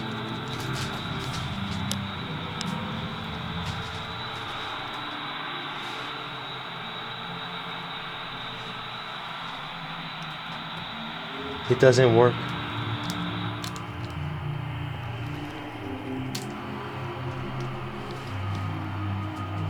It must be turned off.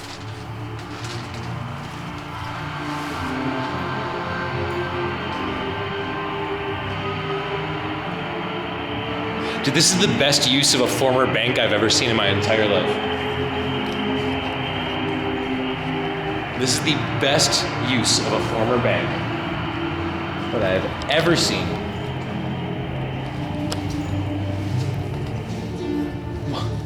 How did I end up here? How did I get here? The best of the Louvre.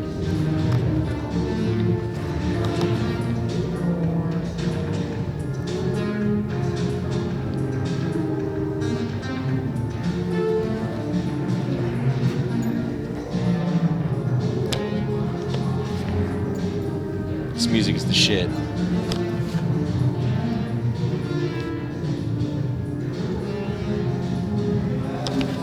It's really a lot like the record label that I worked for. We released this. This is the music we put out.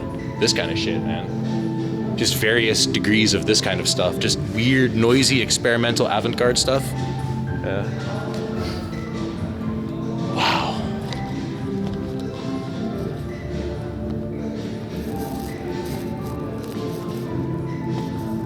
Who can save the universe?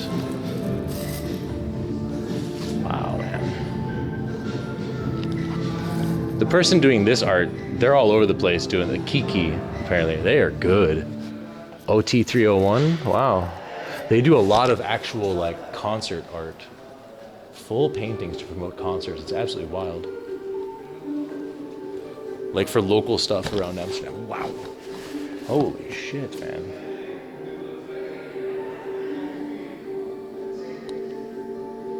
Oh man.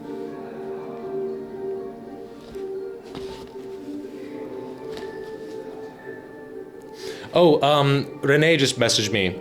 He said, nothing is wrong, bro. It's just more time to rebuild.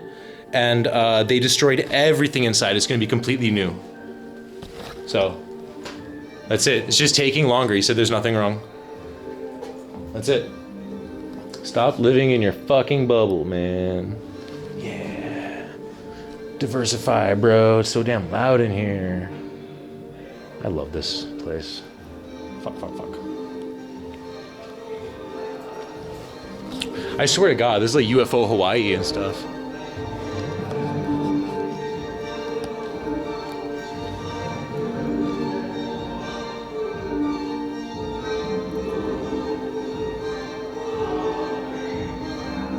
I'm just a fungus growing in a forest.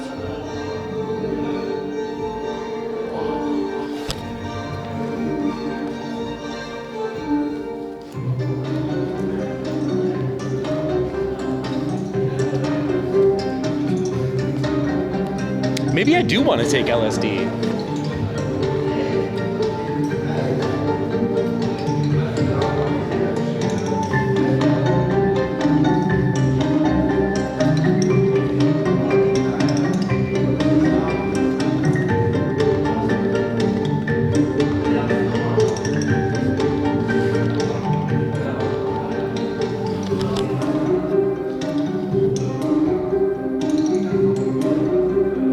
Reminds you of Philip Glass? Philip Glass uses way more notes than this. He would do something like this, but it would also be like that, just constant arpeggios. Dude, I think Philip Glass is the only guy whose music like in that genre gives me a fucking headache, man. His music is this music's awesome, right? Yeah, this place is it's one of the best. It's one of the best. I love this gallery. The owner always pulls me inside when I walk by and he's outside. A little bit. Oh, yeah. What's up, Barbie? Yeah, this music has been amazing.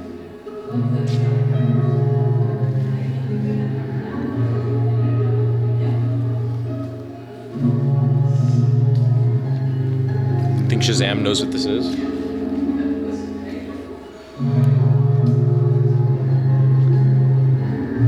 Oh yeah, found it.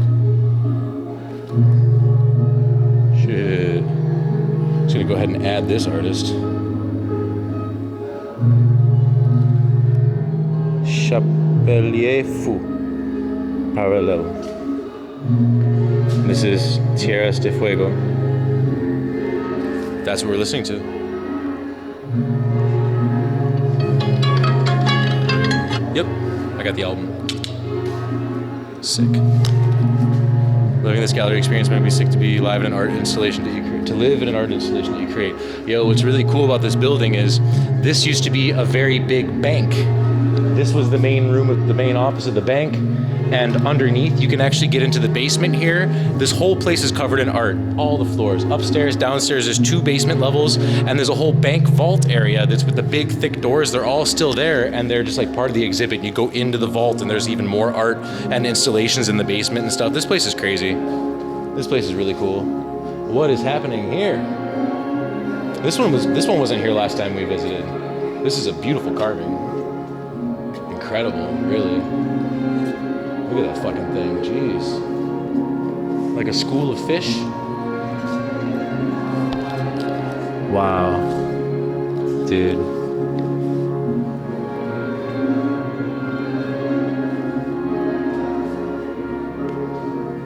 Wow.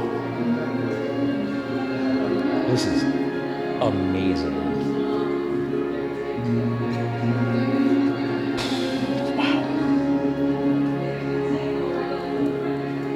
Can you go with the museum yard card? No, dude, it's just a gallery. It's a private gallery. You just show up, man. You just come in, and if you have money, you can give them money. You can buy a beer, whatever. You can also buy a lot of this art. I've seen price tags on a lot of this stuff. All of their singles are €2 per piece. You could sit here and dig through their records for some stuff. Look, they even got shit like the Knack. Damn. Damn. You got Disco Duck, Rick D's.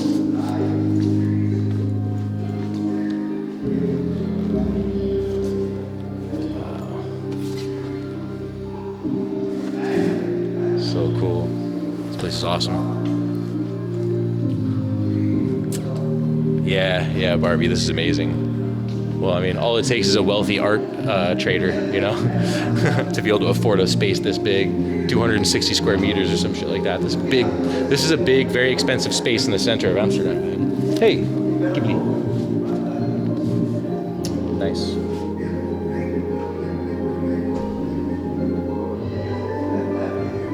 Wow. Nice.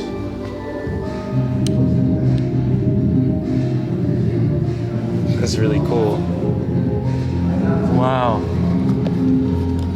Man, I love ink. I love ink art so much. Wow.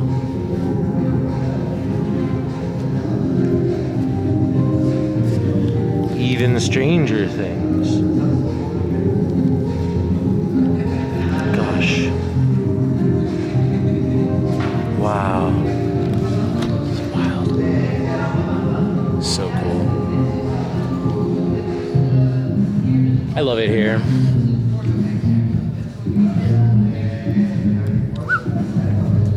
God damn. the fucking struggle in this one. Look at this, man. These are 3 dudes in the struggle. My God.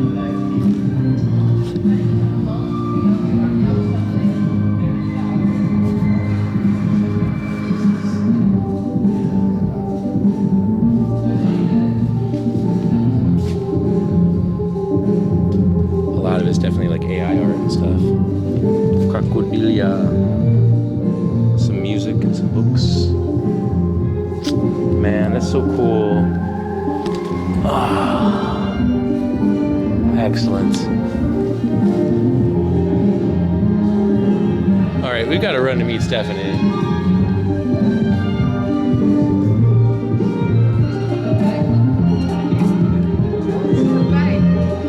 Hello.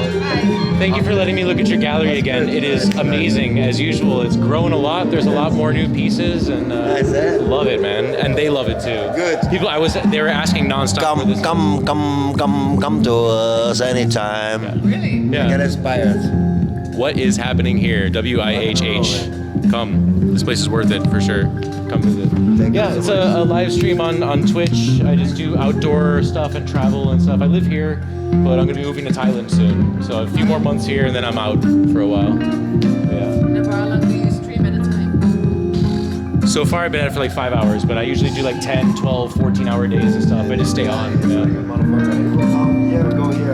A little less than a year, like last winter, yeah. I'm happy that you saw it now. Oh, for sure, yeah, this is awesome. I'll definitely be back again, for sure, I will. Good. All right, take care. Bye-bye. Enjoy. See you. The sun will shine, huh? I hope so. Wow. Man, this place is awesome. Okay, off to Leidse. We gotta meet. We gotta meet Stephanie. Come take a drink there? Yeah, dude, do it for sure. Yeah, just don't go humping the art. That guy's cool as fuck. Yeah, this is a really cool gallery to visit. Yeah. Huge space, man. Huge space. She's still in some Albert Heijn. Oh, hey, Bungee Jumpy. What's up? How you doing?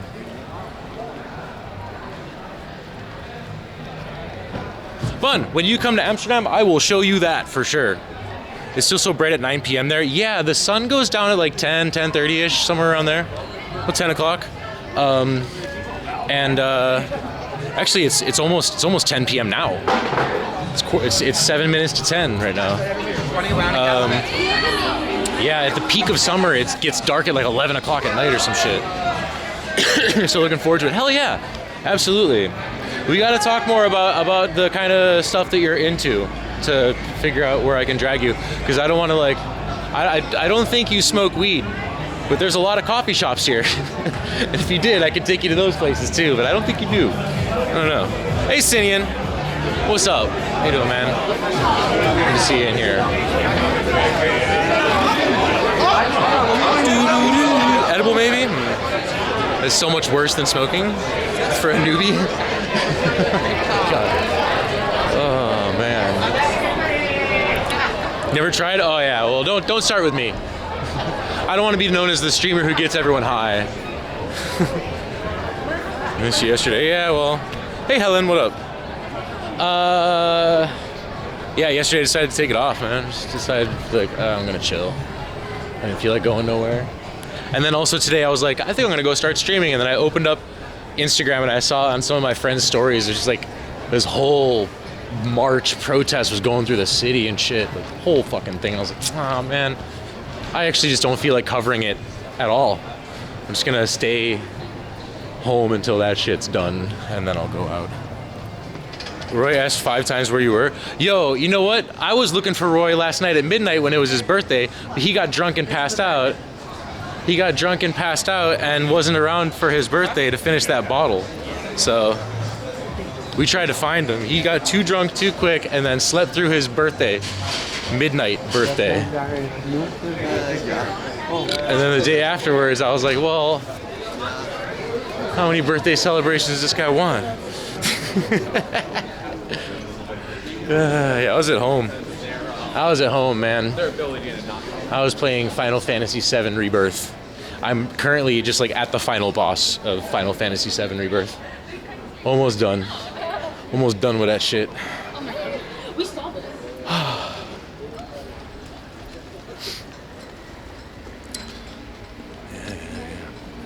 Fuck alcohol. Yeah. Yeah, man. Yeah. See him somewhere sooner than later, no worries. He'll be here. It's already 10 o'clock. He's gonna be soon at the clubs and shit for sure. He doesn't usually take a day off.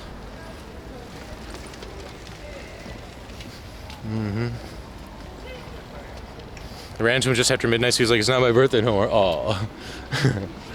Simeon, do you like whiskey? Did you do some whiskey with me? I have this half a bottle of Japanese whiskey. We should take a couple glasses, some ice, some cola, pour the whiskey in there, then sit at the ledge and talk like it's a podcast. It's the bad part of being a hobo, you don't get days off.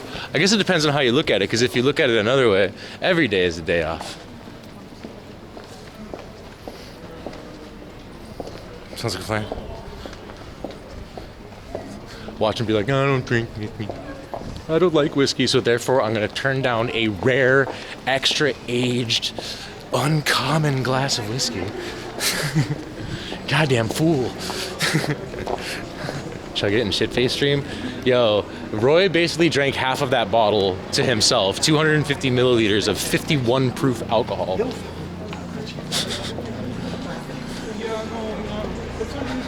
51.4%. What the fuck? Roy became a pirate. He did. He got really aggressive. He started saying fuck you to me in the chat and stuff, and he was like, I gotta go. Should be in a show. I wasn't talking about doing it tonight, Sinian. I just meant like another night. Tomorrow night, day after tomorrow night, day after day after day after tomorrow night. I don't know. I don't know.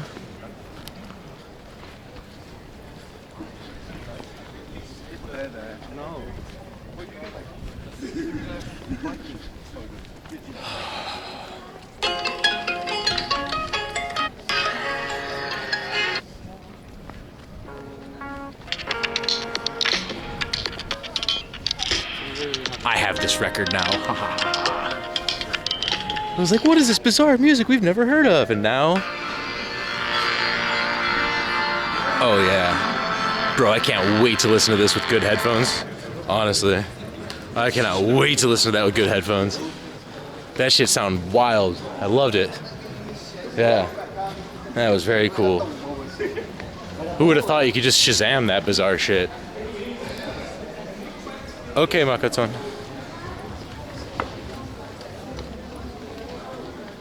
It's French for Mad Hatter. Huh. Track ID. Have someone in chat do it. They know what it is. I can't. My keyboard's fucked up on my phone because of Songkran.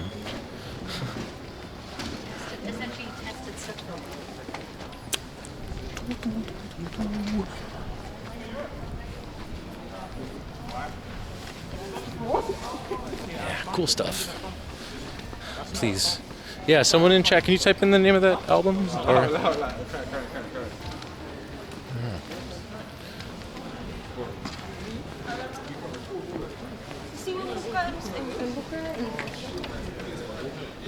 Ooh.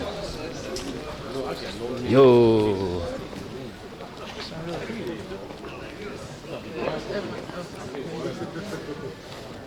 Hello, gentlemen. Hello. Hello. Could I trouble you for a coffee? Heb jij nog koffie? Ja, wil je koffie? Could I please? I would love a coffee. I just saw you pouring one and I was like, oh damn, I would love that. Nothing, just black is fine. Yeah, yeah. So, oh, thank you so much, man. Yeah. Thank you. You're welcome. Werk zo. Woohoo.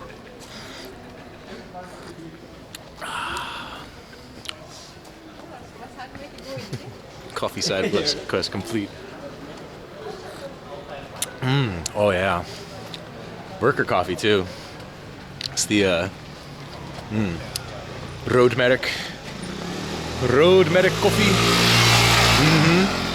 filter, no scale, no measuring, just pour it in, you know? There's something about this that I really like. There's something about this that I really love. Like that fucking dirt coffee in a paper cup. It's fucking good, man. Sometimes, man. You know, better coffee than free coffee, bro. When you go to a place and like, would you like a coffee? You're like, I would love a coffee. You know, the thing is, now that I'm back in the Netherlands, I gotta make my own damn coffee. I gotta make my own fucking coffee now. I used to just go to the 7-Eleven and be like, give me a coffee, please. Uh-oh. He almost got locked in the spokes. Careful now. But, you just ask random people for coffee? Well, yeah, like the construction guys are over there, and they were sitting at the construction van, and they were all just chilling having a coffee, and the guy was pouring coffee, and I looked at it, I was like, oh man, I would love a glass of that coffee. It looks so good. So I just thought I'd ask, and boom.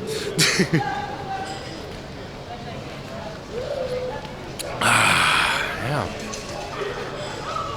Everyone liked that. Everyone liked that. I love that emote. It has to be ultra wide too. Sugar or not? No, black, completely black. They asked if I wanted anything inside and I said just black. I like black coffee a lot. For me, black coffee tastes sweet. Black coffee's sweet to me. It's sugary already. Like it has a natural sort of sweetness to it. Maybe it's just the paper from the filter. Maybe it's the estrogen and the plastic coating on this cup. Who knows? All I know is it tastes great. Doesn't need sugar. Doesn't need anything. Hey, man. Oh, I haven't seen that guy in forever. Presence in Amsterdam is dearly missed. I'll be there to brighten up Thailand soon enough.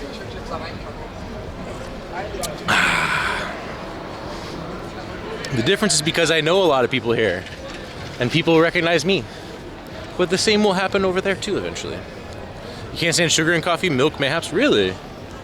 Dude, I will totally have sweet coffee sometimes. Totally. Just not all the time. Usually not. Every once in a while I'm like, you know what? Pour some sugar on me. Pour some sugar on me. Alright, so the lights should go on in 4 minutes. 22:06, maybe 22:07 today.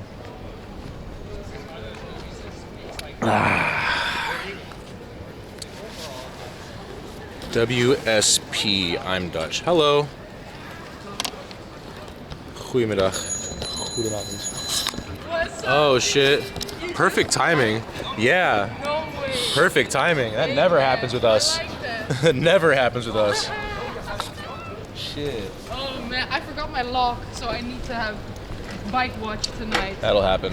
What's up, man? Good to see you. Long time no see. Long time no see. You look good. Thank you. Like your outfit. Oh, thanks. What's up, people? This is just the shit that I had in Amsterdam. Oh, it looks cool. I only took some of my clothes with me, and then I came back and like, whoa. It looks like Subway Surfers, right, guys? Subway service? Yeah, like the guy. Like I work somewhere? Subway Surfers, Subway Surfers. I That's look what like it's called, right? I look like I got a job. Nice. Something like that. Yeah. No, the game. Subway Surfers. Never like on heard the of trains. That you have to jump from train to train and shit. I only play anime games with girls with giant anime boobs. I don't play Subway Surfer. No, that's like not in that category. It's a different genre a little bit, yeah. How's everyone doing? Surfers, yeah. This is cool, man. Back at the ledge. How do you feel? Who doesn't know Subway Surfers? Me, someone who plays games that aren't free to play on phones. I play like actual games. So you know what game we're talking about. No, I'm just going from what you described to me. It sounds like Jetpack Joyride or something. Yeah, but, Temple Run. Yeah. 100%. It's so cool. Where's my chat? I don't know, man. Hell yeah. Oh yeah, hey. Oh, here. What's up, guys? How's it going? I have this new What do you like, got? just like you. Like here on the bike thing. It took me 500 years to buy it. There it is. It's the same exact one. Yeah. Look at that. The Tri-Ban. Where's your bike? Parked. Somewhere there. Cool. Yeah. There he is, man. It's your boy Ray. Oh, hello, everybody. It's good to be back in Amsterdam. Yeah, man. It's been a while. So what are you drinking? Coffee? I got coffee from some construction workers over at Leidstraat. Oh, so nice. Yeah. That's sweet. I saw them. They had their little van and they were pouring like from the filter machine. I was Yeah. like, Give me I two. can has coffee, please. Please, coffee, please. Yeah, man. Get your coffee ready. I got myself a little smoothie. Nice smoothies. Or this is not even a smoothie. Isn't it only a smoothie when you add? It's when it has like actual fruit solids in it, it becomes a little thick Yeah. and stuff, right? Isn't that a smoothie? But they say geperst, you know. Yeah, but that's just juice then. It's just squeezed. It's probably with It's water just pressed. also, like a shit ton of water. Sure, maybe. Those ones are good too. Yeah, I like these. It's cool. Okay, but damn, man, have you already smoked today? Yeah, a little bit. Yeah, pack a vape right now. Nice, let's and go. ask you everything about Thailand because Okay. I don't know how many people are like, oh my god, so tell me about Thailand. Tell me No, about nobody Thailand. gives a fuck about Thailand. I wanna hear they're everything just about glad that I'm back. No one give Okay. a fuck about my Thailand trip, okay. man. Then let me ask the questions tonight. All right. Where's my? I'm like all confused. Where's my shit? Here it is. I don't have a present for you, but I got weed.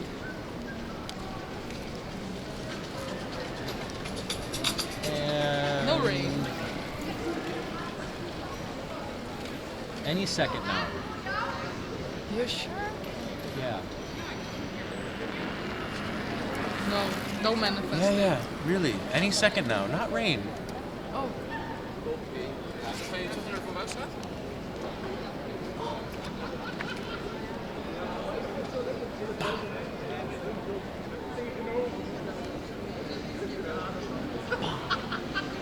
I think he's broken, guys. I think. Yesterday the lights went on at exactly 10:07. Or the day before yesterday. Oh, for real? Yeah. So But I was just no, waiting for the street lights to come on. I haven't lost my mind. I was just like really waiting for the street lights to come back. Bro, is this the right Redempto? What the hell? Yeah, is it? I thought it was also every day at the same time. It's not gonna. Oh, did they? But these ones, the ones that are all over here, are gonna come on any second now. Like really, any second. Do you have a grinder though? I might. The white on top, that tower. Yeah, okay, that's cool. Ooh, whoa, it's so flat. Yeah, it's a short guy. I don't know like what that. happened to my It's grinders funny. before I left Thailand, or left for Thailand. I don't know what happened to my other grinders that I had. I don't know. Your landlord needed all of them. Maybe. Yeah. He was like, let me look there. So yeah, I lost my fucking Oh, mind in no. Thailand. I'm like staring at this. No, but that's good. And you probably had a lot to talk about. Well, I mean, yeah, a lot has changed. Changed? What? You changed? Or like your life changed? Well, I went Or through both? a breakup on Christmas Eve. Oh yeah, that. And I'm there. spent the rest of my trip alone. It was a Oh, very yeah. different trip than the one that I had been planning for Okay. several months. And it was Okay. kind of hard to deal with that. No, okay, But I didn't really imagine. have the luxury to like take time off. No. Hey. There we go.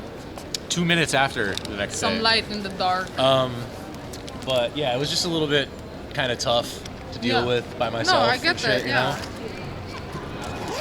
Okay, because how long would you join the trip? Like the whole trip, or? Yeah. Okay, yeah. Yeah.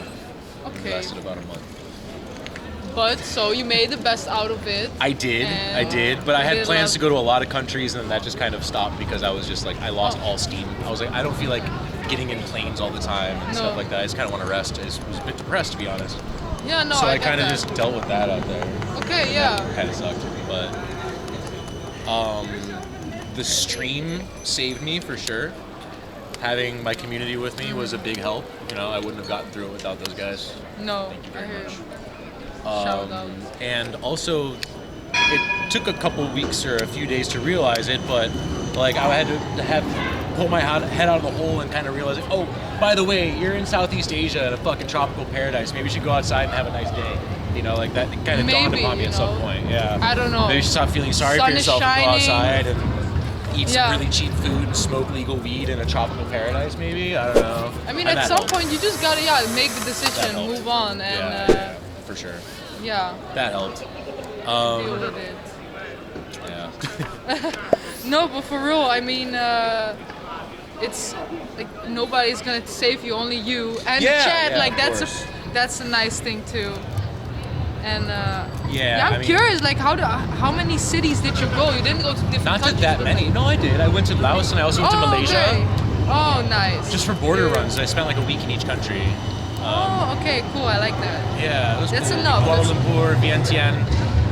But then in Thailand, I was in Phuket, Chiang Mai, Bangkok, of course, Pattaya, and then places here and there, up some mountains and stuff like that. Like that, yeah.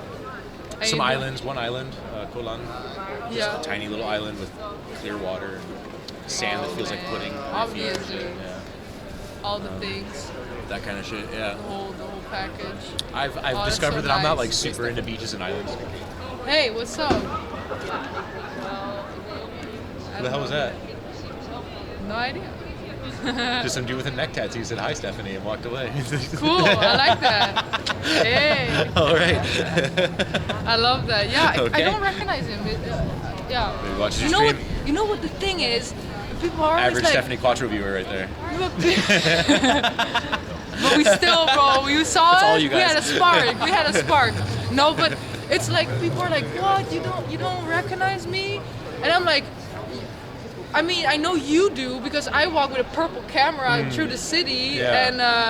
and I don't know, like most of the people are just, I don't know, come by really quick and then they're gone. Yeah. And I'm not like in my head like, oh Yeah. that's what they look like. But I think it's still fun to try to kind of act like you know each other. Like, oh yeah, Right. yeah, homie, hell yeah. Yeah. Probably it's my fault. I'm really thinking. If you guys remember him, let me know. Hey, what's up? Our age was good. But did you get to find like a favorite place, favorite city, favorite? Bangkok is my favorite city. Yeah, it is. It has Oh my god. everything, Stephanie. I'm not kidding when I say that it has everything, including weed delivery. It has everything. Okay, that's also Rosin everyone delivery, whatever wants you to want. know. Everyone wants to know, is it gonna stay legal? Yes.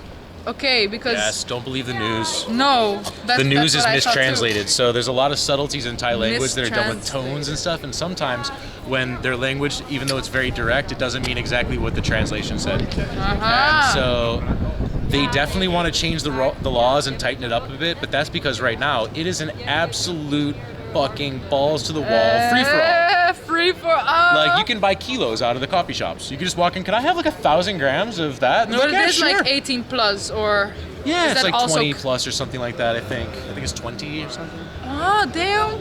18 or 20, I don't remember. Okay, interesting. But they are kind of strict on that. Yeah, like it's not that it's free for all. Like They're kids not are letting smoking kids, at no. school. And, No, but dude, I did definitely go into some dispensaries once, and there's a Okay. lady there selling weed, and she had like a little ass kid on an iPad sitting there at the weed shop. and But the they don't kids smoke like in there. inhaling. They don't smoke in no, they there. don't smoke. No, Okay, but he's cool. around weed all day as like Yeah. a toddler. It's a little bit odd, you know. I don't know. Yeah, But maybe it's yeah, just I would my also think it's preconceived, kind of. you know.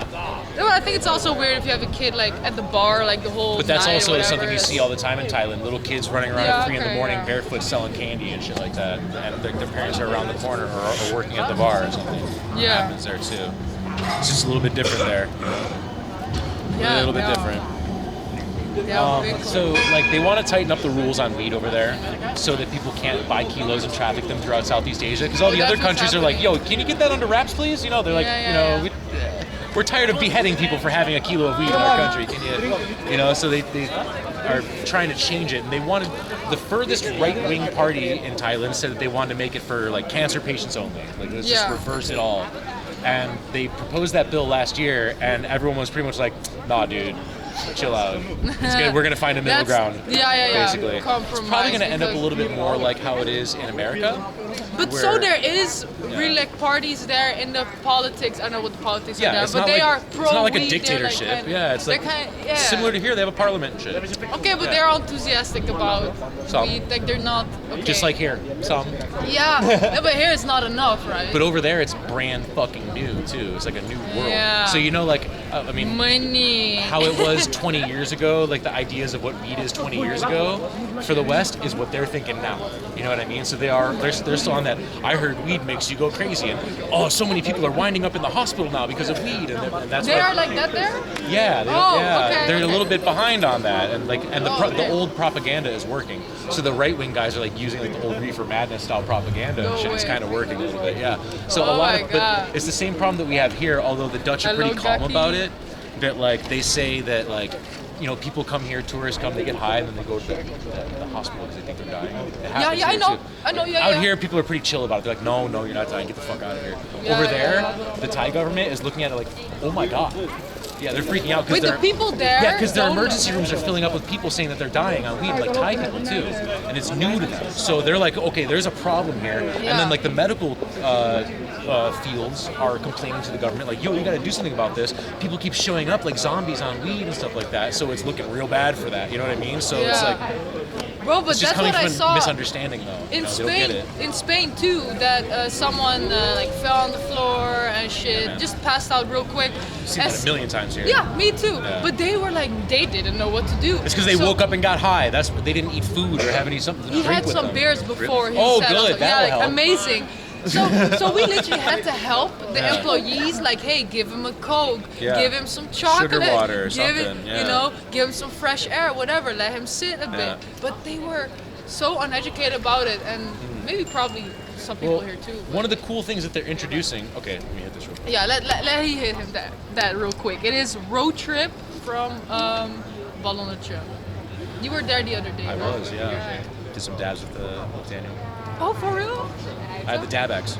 Oh, cool. Okay, nice. I like that. My dad just bought the Venti. I saw it, yeah. Yeah. I hope it's like the new model. I think they I don't fixed know. it. Yeah. Oh, yeah. You told me. Look into it. Because they released that Venti, and everyone's like, people were in my channel, have you seen the new stores in Pickle? It might replace your packs. And then like 3 days later, they're like, I heard they were calling them all because the inside is melting and people are breathing plastic fumes. Like something in it wasn't working, and they had to recall them all. But they must have fixed it by now. But okay. They must have. The one thing that they're changing about weed in Thailand, they're for sure doing, and already a lot of dispensaries are already training their employees for this, is that dispensaries are going to be required to have someone in the building who is actually trained medically and educated to deal with people who OD on weed. People who OG stoner. No, not an OG stoner. That like has also something in the medical field. Just like someone who goes to school to be a lifeguard.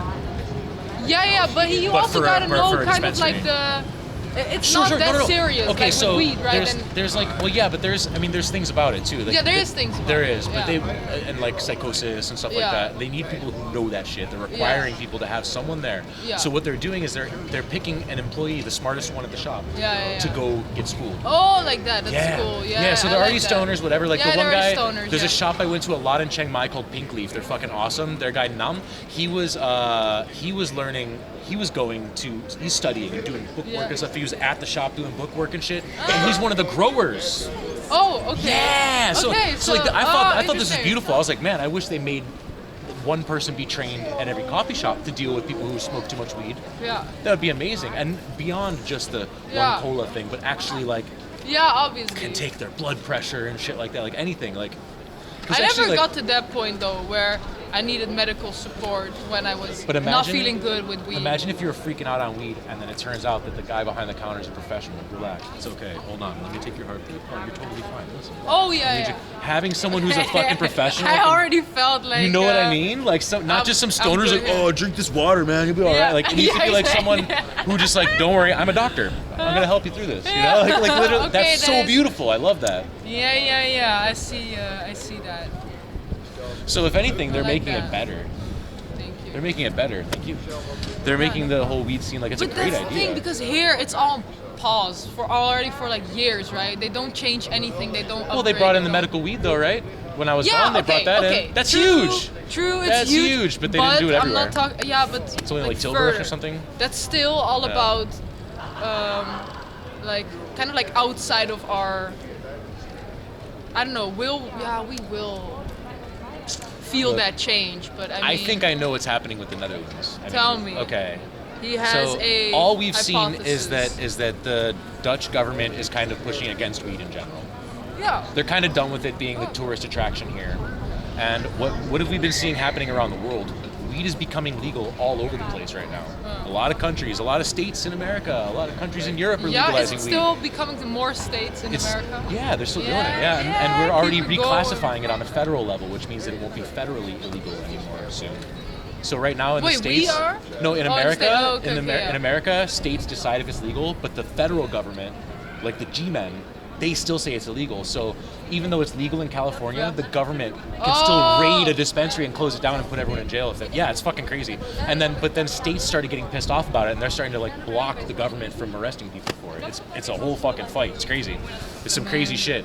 But anyway, I think that from what I've seen here is that they've been knocking down squats, they've been closing coffee shops, they've been closing any counterculture stuff here and replacing it with posh boutique hotels and shit like that. And so you see it all over the place. But you still Perfect can. example. You still can, for like millions, you can get a coffee shop license, right?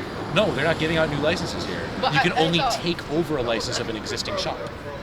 Because, for example, what coffee shop was the Mike Tyson shop before? I forget what it was, but it was already another shop. Okay, it was something okay, before. okay. Yeah. I thought one of the for like rarities. a lot of money, one of the still... weird rarities was the Sloterdijk coffee shop opening, the Boerenjongens over in Sloterdijk. They have an Amsterdam Genetics is behind. Yeah, but I you know why? Because that's the Sloterdijk gebied.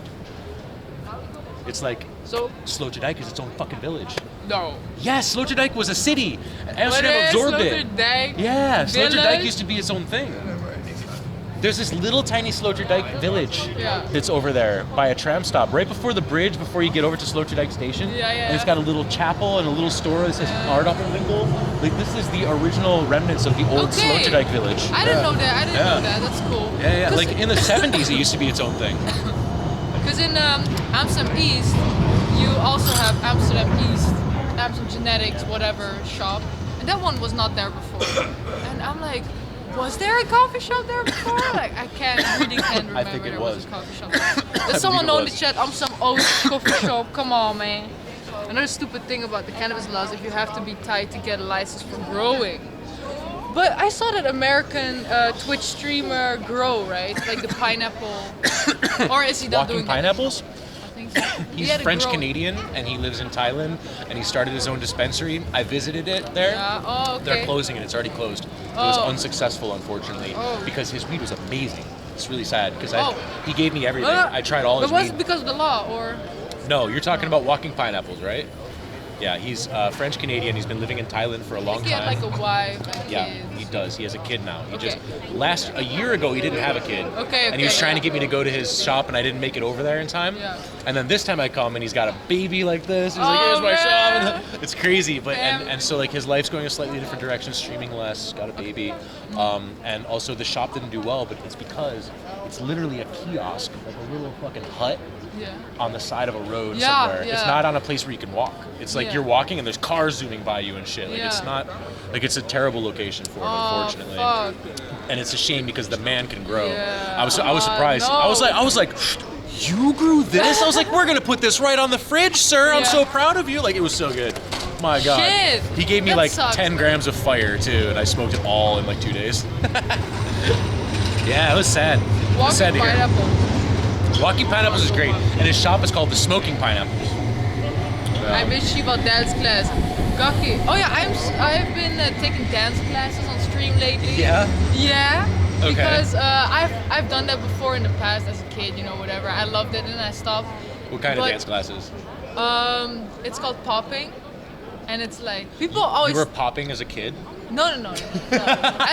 Hear me out. As a kid, I did street dance, hip hop, break dance, dance hall, and now I was like, no, I want to do something totally different. I met this guy randomly, and he's a professional dance teacher, so. And then we did a private dance class outside, and then like popping is like you go like. Yeah, it's like the robot. Yeah, I know it. Yeah. But it's not only robot, because you can also like dance like You can like just swing in and just pop, Yeah. So that It's a is, modified very robot. cool. I know it. Yeah. I've been doing that. I'm like on my Okay. 6th class now. And Popping and locking. It's fucking listening funny. To No, but popping and locking is two Grandmaster different Flash. things. Oh. Yeah. He hates when people say that in the chat. Oh yeah. Hey, the teacher hates it when they say popping and locking, but it's okay. He's not here. He will not. No, but it's cool. He's cool, and he is also. He's like mindset, success coach type beat. So he also talks a lot about that. It's pretty cool. Has to do with dancing. Like if you dance freely, that's because like you also feel free to open yourself to the world and whatever. And if you dance closed, it's like you have limitations and shit. What? Okay, so What? it's, You lost me at all this shit. Okay. So I get like here, wanting to maybe you should- exercise and dance and stuff like that. I get that. But then he's like, but then it makes you more free, you know? You gotta open up your chakra. Yeah. Have you ever tried Yeah, bearing that. your asshole to the morning sun and letting it just That roast your one. butt? Like, is he one of these guys? Yeah, no, Yeah, not like sounds that. like it. Not like that, kind of, but yes, in that street. I Somewhere sun in my that asshole every morning. And then with dancing, it has to really, need to be relaxing, but also giving it your all. And those two, Okay. how you say like, limit? No, not limit. Those two uiterste, you know what I'm talking about? Those two, uiterste? Uiterste? It's like the opposite of each other, and then somewhere there in between. That's what gives the power to dancing. I don't know if you understand. But just the balance between relaxation and putting in like all your power for dancing. And you get all this from popping and locking. Yeah, and you got this you got to do with your mind. You know what I'm talking about?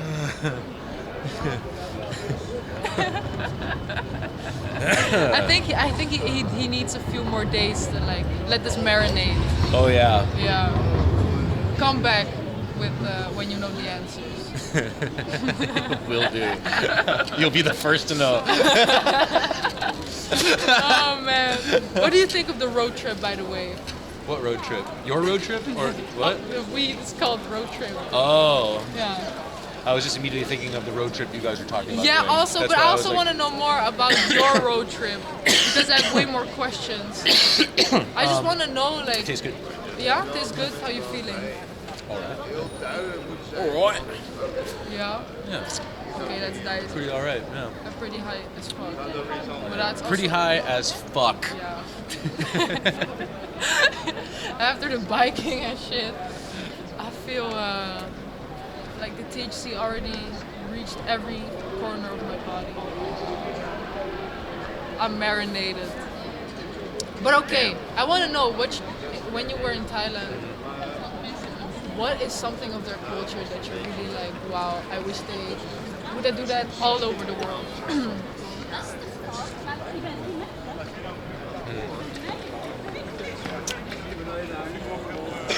It's a great question. This is dead.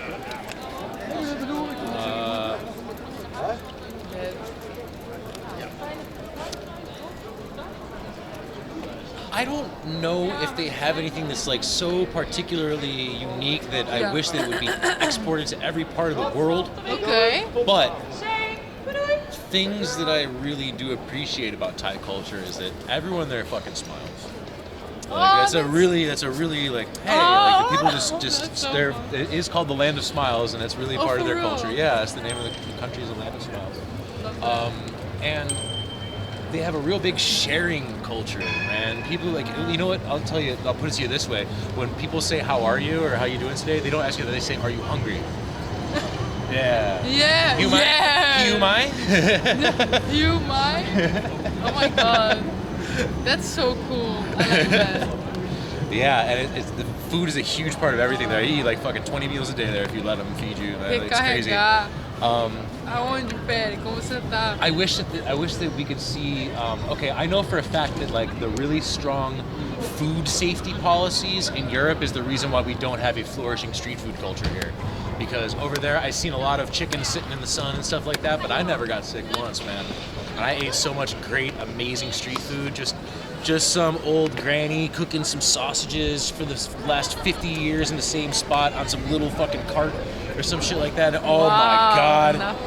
It's amazing. Best food you ever ate. It's like fucking 15 cents or something like that. Like that kind of shit. Bro, we need to go. Yeah, and then if you want to have street food here, you have to go to like a Roland de Keukens festival where it's like fucking 80 euros a taco and shit. I had quesadillas there. It was disgusting. No, they're the worst. That place, that festival used to be cool. It used to be cool. Yeah? Oh. Yeah, it used to be a lot smaller, and now it's this huge overflow thing. How about new? You crazy Dutch bastard. Keep it to 17 months. But yeah, Popping a lot that for festival the used to be industry, smaller it's and gonna had be good. people who actually cared about food, but now Let's go. it's just a mess. Carregar a porta do Waarom is alles zo kankerduur? Yeah, seriously. Man. Yeah. Shit, he's saying something there. Yeah. Oh man. He's asking the real questions. NH. My homie NH. Where is L sound? Oh, my sound is on. So I wish that we had more of that kind of stuff Yeah. here, honestly. Like a more open food culture, and also, why the food gotta be so expensive though? Honestly. Yeah, Why? honestly, we need to eat, man, like, or else Please. it's not good. We need to eat vegetables and shit. It needs to be fun to buy food for yourself or eat somewhere, you know, like.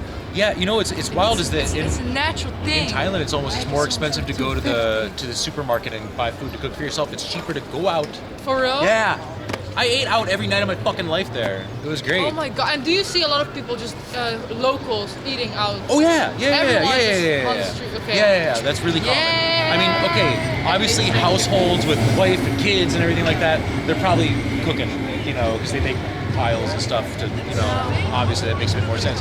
And if you do it the right way, everyone goes to like the vegetable and meat markets and stuff like that that are just on streets. You just go to a market and you just start plucking basil and stuff like that and whatever, and you just pay very little, especially if you're Thai, you just get like 1 baht for this shit, you know, like really low, and then, What the fuck? yeah.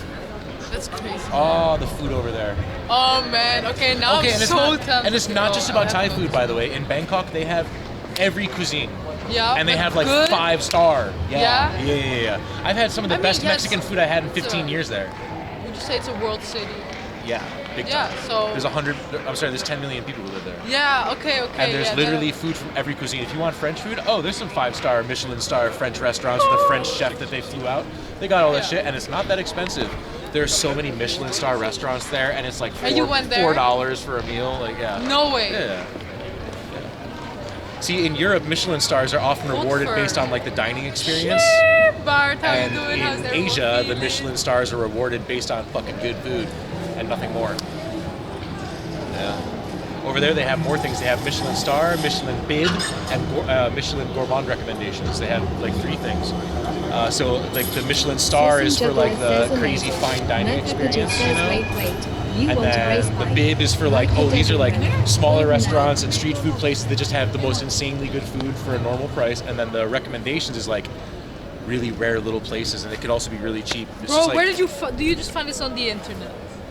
you just walk down the street and you see the restaurant. If they have a Michelin star, they're gonna tell you about it. It's on their window. Okay, yeah, okay.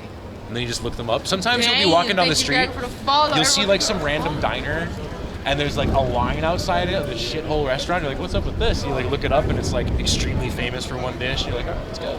I did that once, and I sat down and I ordered some food, and then I could overhear them. Like I got like the last bowl of this shit, and everyone else had to like go away. There's like a crowd of people watching me eat as I was eating this cow soy and Chiang Mai. It was fucking so good. Love that. Oh god, I miss that food so much. But so where would you live? Where are you gonna Bangkok. live? You're gonna live in Bangkok. Oh my god. Like 3 months. So cool. That's so Go there and exciting. study Thai at university. Chulalongkorn, I think I'm gonna take. If they don't let me in, I'll go to Bangkok University. Everyone gets in there.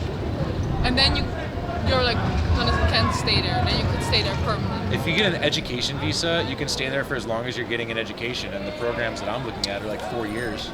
And if you have a 4-year degree in Thai and cultural studies and Thai history and stuff like that, you can get jobs there. You can find work. They actually just changed the visas as well. Would like that right be after your I left. plan? Well, Would this you is get good a for side you. job? Sure. Well, no, maybe not. I don't know. We'll see. No. I think I would like to find a way to use this education in a way that I can use this Yeah, to kind and of bring more awareness to yeah. things. Yeah. To combine it all in some way in my own thing. Yeah. He's gonna write a book. I don't want to like guys. go get a No, I'm job joking. somewhere, but yeah. Yeah, no, I get Yeah. it. I get that. Something cute. Wait, you want a race bike? I want a race bike. Yeah. Oh yeah, I'm gonna auction my bike off before I leave. The Silver Surfer's going to auction. Everyone's welcome to bid on that. That's lit. Probably eBay. I have a donation going out for a race bike, like a custom race bike. Oh, I thought you said Ray's bike. I was Race, like, race bike. No. a race bike. Okay, Race, cool. Because Daniel has one. I don't know if it's a fixie or not. Okay. But he built it himself, and I want okay. to do it all like quattro custom. Okay. I put it on 700 or 600. I don't know. Wow. But yeah. No Pepper G says can Steph adopt it? Bro, is this? As Ray. Huh? But why is my text-to-speech on? Since when? Oh, that's so annoying. I think this app doesn't it have some sort of No. it's on. Oh, it was like off. The whole, my sound was off, and then I turned it on. It was on the whole time, bro. Haha. That was me. Hola amigos, Thailand Street was good. Raise back, man. Raise Can back. Stephanie Yeah. adopt it? Yeah, for money. Any of you But I can don't adopt know. it in exchange for money, dude. Yeah, it's an auction. I'm using it to pay my tuition. Oh yeah, so Also, adoptions cost money, by the way. They don't tell you that, but it's a lot of money. yeah, it's true. Yeah.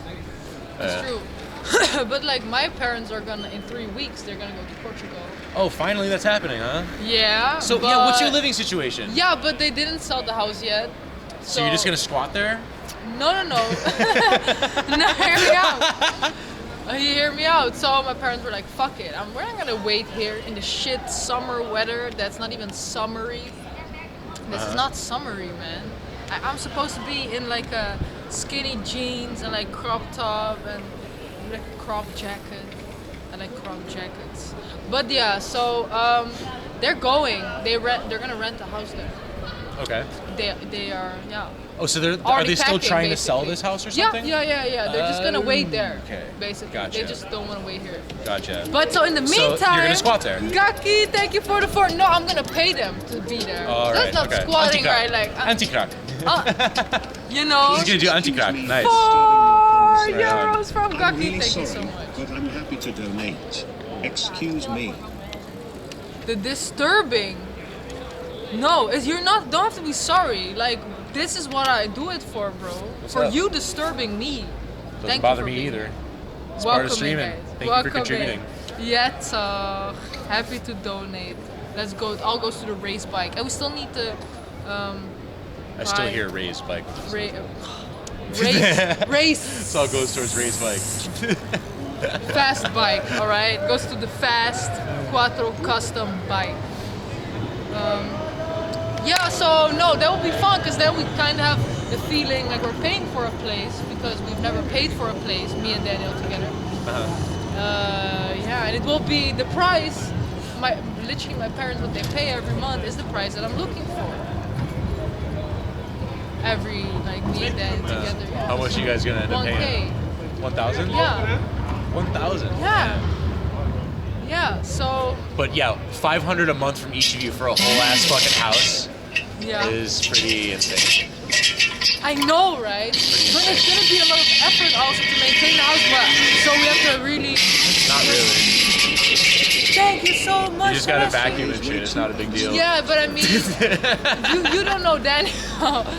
You don't know Daniel, but can be a little bit messy. No, I just He's know still, limited places. But he's still. Thank you so much, Celeste Legend. God damn it. Do I gotta do push-ups now? I think I didn't reset the goal, right? I think I gotta do push-ups. Soreness. But yeah, no, we got this. I mean, it'll be fun because now he has to pay for the place. So then he feels like, damn, we really gotta keep this place nice. I hope. That's the. Stephanie, I'm gonna tell you something. Yeah. Hold on to this little world you live in as long as you fucking can. All right. Don't ever let that bubble pop. No. And then yeah. Just remember that you've been to my apartment before. Yeah. 800. Yeah, I know. Yeah. I know. Yeah. Don't ever let that bubble pop, Stephanie. Go to Portugal. No, hear me out. So when the Hear house me gets out. sold, Don't ever let that bubble pop. I mean, stay it there would as be long cool as you can. in a year I would be able to buy the house, you know, that would be cool. But that's that, you know, like hey, Gaki, Where can you around like 1 million or something like right now, just to contribute to the Quattro House, keep the Quattro House. What has there ever been a donation goal for 1 million euros? Last period I lived with my parents, I got the options of saving up money for moving away or paying rent for living with them. Lol. I got a job when I turned 16 and saved money and moved out of my house. So when I turned 18, I was like, bye. Yeah. That's my parents didn't help me I for shit, man. They didn't help me for shit. That's what I thought I was gonna do. But they did it because they wanted me to like build character and stuff like that. So they didn't want to like pay my way through anything. And I was like, yeah, that's a really, really nice way of saying you're not gonna help me do anything. Thank you. Hey man, would you do the same to your kids? Hell no. Fucking help them. Yeah. I wouldn't completely helicopter or fucking snowplow parenting or anything like that, but no, I hear but you. if my kids are smart and they want to do good in school, then I would help them pay for college. Yeah, absolutely. Hey Nata, thank you for the phone. That's the race bike. It's coming. Thank you too. I love Weedham City, either Amsterdam or Bangkok. You're welcome. Yeah, Nata's from Thailand, or at least he lives in Thailand. Yeah, I know. He was in my channel a bunch. Yeah, so fun. So that's cool. Yep. Yeah, man. Did you hang out a little bit with Daniel when you were? She's been to the apartment. Wink, wink. Yeah, she used to feed my bearded dragon when I was away before. So, the fuck out of here, bro. But that was cool. It was cool to feed the dragon. I really liked it. But are you gonna keep him? I've already rehomed her. She's already gone. Damn. But do you like know the person? No, it's just random. I'm not a sperm donor. It's a fucking pet lizard.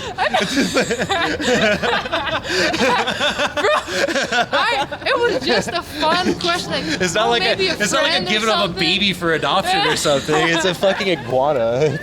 It's a bearded dragon.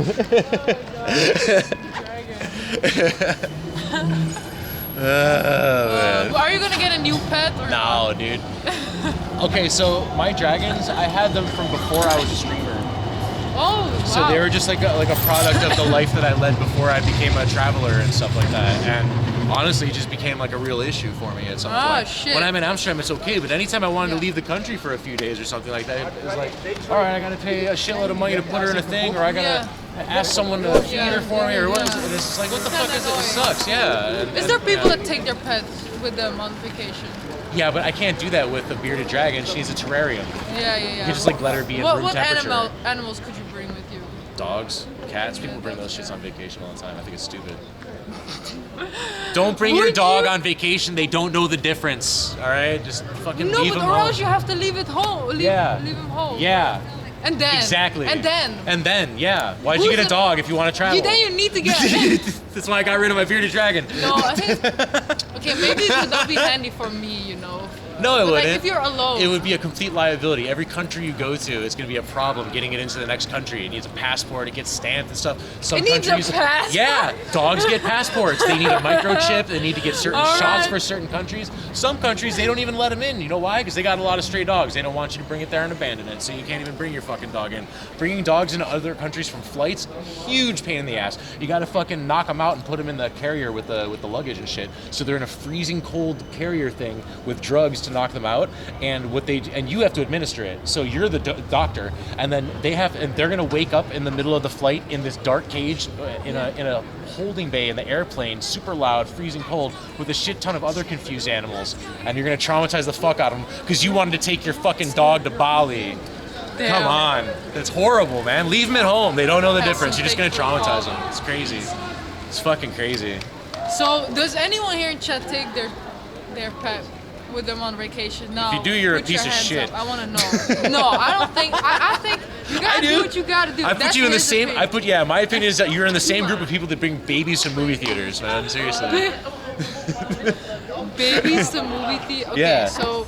Yeah, that's kind of random, not gonna lie. But I will be a parent that will teach my child how to be in a restaurant, you know? Oh yeah, but how do you teach that?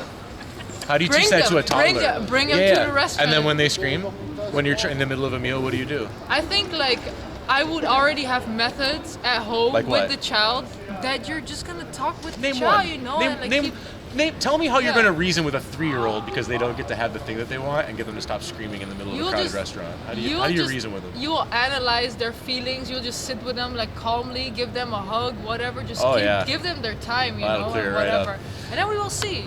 The reason why I have this attitude towards what you're saying is I just got done having a 13-hour flight with a screaming baby. Oh yeah. The entire flight. And the parents The baby were just needs they attention. just tried to reason with it the whole entire. It wasn't a baby. I'm saying But- baby, but it was like a toddler. I had that also. Like the other old enough to flight, know man. better. It didn't shed a single tear. It was Yeah. just screaming because Yeah. it was making the cry face, but not a single Yeah, tear. yeah, you know, this exactly. shit. Crocodile And then as soon as tears. they get what they want, then they're like, hey! And then as soon as it stops, scream. And they just were like trying to reason with the baby the whole time. You Yeah, can't but reason with what them. were they saying? What were they trying? I don't know. I don't speak Indian. But Okay, I hear it. But like, did they seem calm? yeah, they seem like they had the life beat out of them, and they just don't give a fuck anymore because they have a screaming baby and another baby too. Yeah. Yeah, No, it but was like bad. real, It was really bad. real attention. You know, I think that can do a lot. You know, because the Yeah, child I just don't wants think so. attention from you. It wants something. You know, it wants some kind of. Yeah, they want like things. feeling, yeah, like- that's the yeah. You can create that if you're a good parent, out of nothing. I believe that. I believe that. My opinion. We will see. But so I You was on can't- a flight my too. thing is you can't reason with them. They're too little for Okay, they don't cool. understand the shit that you're saying. They will, but they won't. will. So that's fine. All right. And I was on a I can't wait flight for those once. streams. I've been thinking about that. Like, damn, when I get a child, like, I'm gonna be streaming with my child, bro, with my baby. I don't know if I'm gonna do that. I wouldn't. Maybe. I would never. No Like, fucking way. maybe I would like. If I get yeah, a kid, it's not- over. I'm not gonna stream my kid. No. It's over. It's over. Like for yeah. camera shit, yeah, I'm Yeah. not gonna broadcast Yeah. my life like that. I hear you. But the one thing I can say about like the kids misbehaving in places, it's not that they want something. You just need to figure out what it is they want, and then they'll suddenly be angels. It's not that at No, all. that's it's not a that. behavior they pick up, Yeah. and they It's pick like it yeah, up. it's a habit. You gotta People often get tired. Emotion and the kid regulation. screams, and they give in and give the kid the thing, and then Yeah, that locks in that's this not- behavior. And I heard a why story you from gotta a guy give them who. nothing. This guy, his wife and him were divorced, and the kid, whatever, she took the daughter for like a week, and when she came back to the dad, she was screaming for everything and throwing tantrums and shit. So he actually had to do for 2 straight weeks to unlearn this. Anytime she started to make a peep wherever they were going, immediately get up and go back home, no matter what it was. It took like 2 weeks, and then within 2 weeks of this shit, suddenly she's behaving like a fucking angel. Like it's training. Wait, what again? So okay. You're definitely training. That's what You I'm take saying. a kid So that's to why a, I say, when you like, take a kid take to a the restaurant, take a kid to a restaurant, it starts acting up Yeah. and screaming and shit Yeah. and throwing tantrums and shit. Yeah. You pay the bill, you get up and leave immediately. They don't get to eat. You just go fucking home.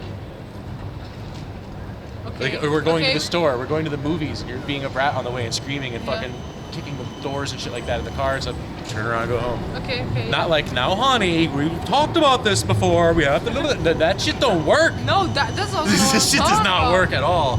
No. Like, there's no hugs and reasoning for this shit. That's not. They don't need a hug. No, They it need to be depends told to shut definitely the on fuck up place. Like, sometimes. Unfortunately. If it's something for like we were supposed to have fun here, Uh. then it depends. You know, it depends. Like, was it for the kid? Was it not for the kid?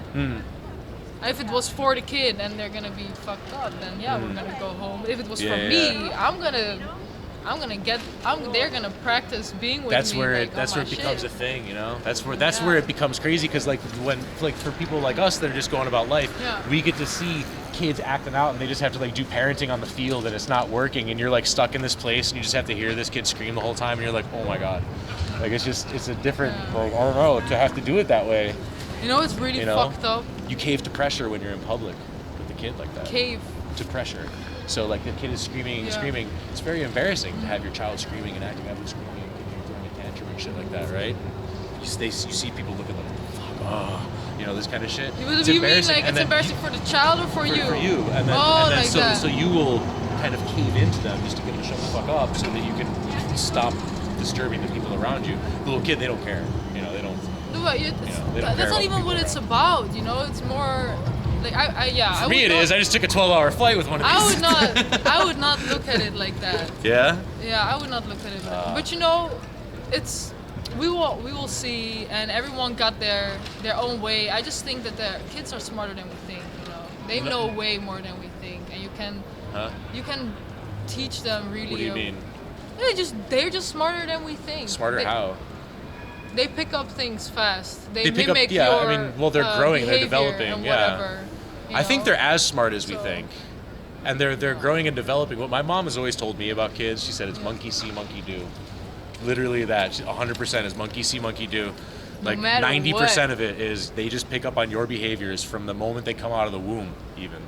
Like the most formative years for a baby are the first 5 years, and those are the years where they're not even talking. All they know how to do is squeal for food and shit like that in the first, year or so. And the first 5 years is like the most. It concretes in how they view relationships, how they view like how a family is formed. That's why I would never how they put would them in treat like the opposite sex and stuff. Is all formed in like the first 5 years or some shit in subconscious memory, shit you don't even remember. It's pretty wild. So that shit has to be trained out. Yeah, but I would not let someone else like raise my child more than me, Well, like if you have like someone that like a nanny or whatever, or school, like school for babies, you know what I'm talking about? School for babies. Like a lot of people do that because they have to work and whatever. I'm like, I will really make sure that let's say enough time. Let's say that you're a single mom. And you have to work, and you have to put, and you don't have like a grandma to put the baby at either. You have to put the kids somewhere. But that's the whole thing. Like I went to daycare as a kid. Obviously, that's someone else's life, and I would never do that because I'm gonna plan my birth. Well, but we're in I know, but that's a whole other thing. Okay, you can plan your birth, but what if your husband gets called off to war or something, and now you're a single mom? Let's just, it's hypothetical. We're just pretending here. Let's pretend that you're a mom, and there's no support system around you except for that daycare, so you can go to work. Obviously, then I would do that 100%. But what's so bad about it though? Like you said, there's nothing bad about it because like obviously you're still the number one person for your child. Sure. You know, but I would prefer to the first 5 years of my child to really spend with them and good people around, whatever, family and friends that have a good influence on them, kids, whatever. I don't know. I would not like to not know what's going on with the biggest. I don't know how long you go to work. 8 hours. Home. 8 hours from. So yeah, I hope then you could work from home, whatever. But maybe that's not possible. I was just about to say work from home. That's not exactly a possibility for everybody. Some people have certain kinds of jobs or certain skills. We talk about kids. Prime Pong, how you doing? How are you doing? How are you feeling? Rare kid conversation. I don't know if you ever talk about this. I think you got baby fever. No, I'm joking. Hell no. I do not want kids. So let me just get that out. After this flight, he got inspired. I think. Dude. No, I don't want kids at all. How are you doing, Paul? Yeah. How's your family? I don't feel like I'm ready for that kind of life, really. I would like to. I'm baby enough for myself, honestly. I'm enough of a kid. I'm glad that Daniel also wants kids. Yeah? Not now. Yeah, I would fucking hope not. You guys are young as shit. Not in 5 years also. Yeah, that's good. Maybe should do that depends, early 30s or some shit. Yeah, that's like my plan. Very late that's 20s, my plan. early 30s, But people say you can't plan that. But I'm like, hey, I'll do my best. You can try. Yeah, you can try to plan it. Because always 99%. You can't plan it the fuck I can't. Pro-choice, bitch. I can plan all I want. Trust me, I've done a lot of planning. You want to sip of my juice? No, thanks. He doesn't want juice, man. Ray gonna settle and get Mimi's in Bangkok. Get what? Mimi's, what? Mini. Oh. Mini. Oh. Mini. Nah. What's that? Like babies. Which means have children in Bangkok. No. Oh. I'm not. Bro, I think. I think he's not gonna depend his honestly, like, as far as like the whole Thai girls thing that everyone. What? You feel like I was about they to say, have a feeling about you? No. Oh, There's like a whole thing about like Westerners going over to Thailand because like of their that, notoriously beautiful women. I'm Yeah. not that into it. Okay. So you do. I don't think they're really that. I'm like, I don't know. I think maybe Europeans are hotter. I'm sorry. I don't know. It's not really. Yeah, I don't see myself shacking up and having kids with like a Thai woman. Okay. I don't see that happening, man. I don't know. Never say never, but I'm definitely. I hear you. One thing I've always known about myself is I don't want kids. Yeah. I don't want kids. That's one thing. I'm okay with relationships and shit like that, but I don't want kids. So anyone that I'm ever with, I've had that conversation. Like I don't want kids in the future, man. I don't know. Never say never. Yeah, of course, man. I'm not saying there's no attractive Thai women or anything like that, but it just was not my focus whatsoever when I was there at all. But also, guys, to be fair, I was dealing with a breakup of like a almost 2-year-long relationship, just kind of, and so I was just kind of like, anytime it came to like seeing attractive women, I just kind of got brought down. Really, just kind of like, Yeah. Just it's weird. Like I think people in chat who've been through breakups and tried to move on before, sometimes you feel like any type of like someone's interested in you now that you're newly single, you just kind of feel guilty. Wait again. Like okay, you're newly single after like a breakup or something like that. Maybe a few weeks later, and then like someone's hitting on you, and you're kind of typing back or something like that. You just kind of feel guilty, like you're cheating. Okay. Like you're cheating. Yeah. And I kind of I've. But do you still have that? A little bit, yeah. Okay. Yeah. You gotta forgive yourself, man. Forgive myself for what? I just don't feel like I trust bitches anymore, man. Forgive yourself, maybe. I don't know. For I just don't trust it anymore. That's all. You know. Also here, I'm gonna be leaving. I'm moving soon, so I'm definitely not looking for anything out here while I'm here. And I've already been 6 months kind of just by myself, and it's nice. Oh yeah, plus no fap. I don't know, man. I like a challenge. It's like a challenge. No. It's that thing is glowing red from friction. Awesome. See you another time. See you. Thank you for being here, bro. Legend. Thank you for the support. Yeah. Too dangerous for children in Berlin. But I mean, you know, guys, sex is good, but it's not the real thing. What is the real thing? Jerking off. I don't agree with that. I don't agree with that. I think Ray is making a joke. It's a joke about loving to jerk off. Sex is good, but it's not the real thing. 40 will be my limit. What are we talking about again? Yeah. Oh yeah, having children. 40 would be your limit. Damn, so if I would be 40 and my kid would be 20, I would be 60. I think that's kind of old, but it could still. He says, Nixu says. Never at 25 to maybe at 30 to having one at 33. Oh, okay. Yeah. But here 40 would be my limit. 40 would be your limit. So then when your kid is 20, you're 60. Nixulus, are you a guy or a girl? If you don't want to say, you don't have to. Because I know that like from like 40s on, it's a little risky to have kids. I've heard that, but you can early stage already see like if there's something. Yeah, you get fertility checks and shit, and they're like, yo, you got like 7 eggs left. This is gonna be a. Yeah. But if you still wanna try, I mean. Yeah. Amen. If you wanna make it work, you make it work. Everything can work. And also, they say that like, guys can get women pregnant until the day they die. That's true, but they still find a lot more birth defects and like Down syndrome, like the really debilitating autism, like the nonverbal autism stuff comes from oftentimes when the male, not always, but oftentimes when the male parent is really old. Oh, and stuff. okay. Yeah. I didn't know that. Yeah. I thought, Well, you know, it's all still a big fucking mystery, really, to be honest. True. But it's just some studies showed that kind of shit. Yeah. Interesting though. So it's definitely best to get it done in your late 20s, early mid 30s, something like that. Really, just somewhere around there. At 20. Also, look, even if you are like 40 or 50 and you have a baby, you're gonna be like at their graduation at 70, and you're gonna be like walking them down the aisle at 80 or some shit. You know what I mean? Like, bro, you know what I mean? You better make it. Also, That's what I'm saying. Down. Yeah, like having kids so late in the game is kind of rough. You know? Yeah. No, I hear you. My grandma has a friend at the how do you say that, elderly house, and he's 96. God damn. Shit. Like, but man is still like walking and just making his own food, but he's almost Some people blind. Some people just built different though. Yeah, he's definitely built people different. who like smoke unfiltered cigarettes until they're 112 years old. Yup. It's crazy. But they say that people become older every year, right? I heard Something that in like the next that. 30 years we'll have life extending technology. Talk about living to be 135 I see this guy on or some shit. Snapchat like trying to age reverse. I don't know if you guys I know the guy. Him. He's very like yeah, he does all these very serious interesting about- age reversing things. Oh, and also several surgeries and treatments. That's also a thing. Yeah. Interesting, yeah.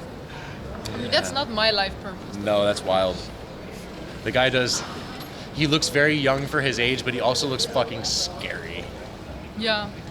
He looks like a wax figure of a human or something. Some Madame Tussauds shit. It's weird. But hey, if you're into that, I'm Johnson. not into that, but some people are just into that, I guess. Yeah. But I had another question. I have more questions about Thailand. Where did you stay like most of the times? What kind of like hotel or Airbnb or?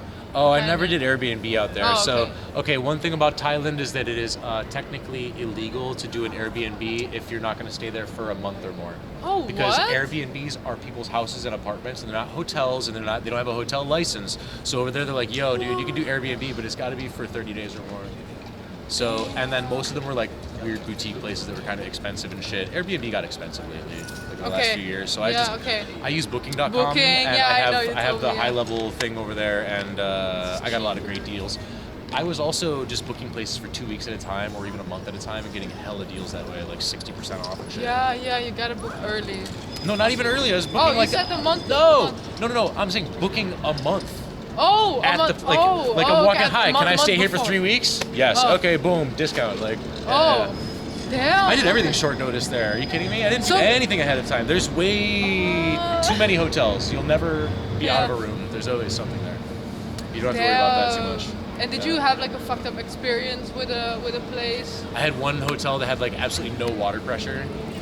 That sucked. Oh, like just very like. I was taking a shower and the water was running, and then it just slowed down to nothing. And I was like, no. Now I'm soapy and naked and wet and a little cold, and I have no way to rinse this off. What do I do? Yeah, that sucks.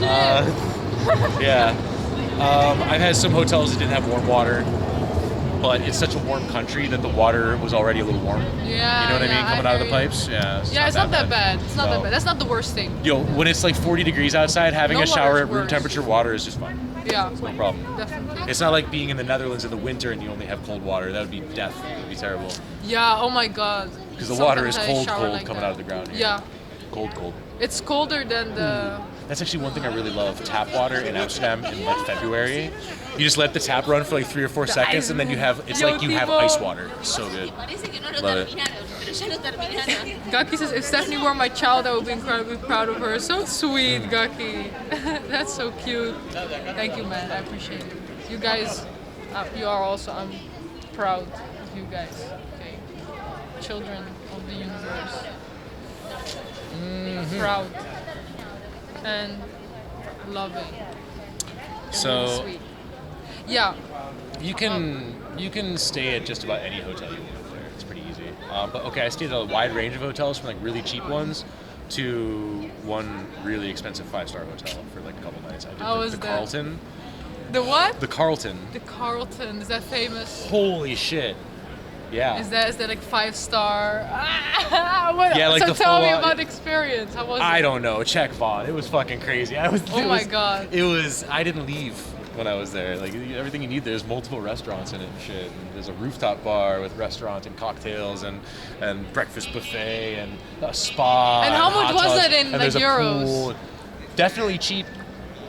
It was for what was it? It was. Oh my god. I think, what was it, 2 nights or 3 nights? I think it was 3 nights, and it cost me like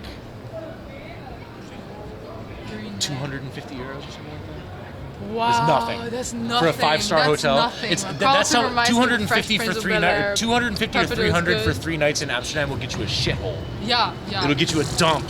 Bro, you Yeah. you will not find some. You will not even find something. It'll get you a bro. dump in Amsterdam. Over there, I was at the top.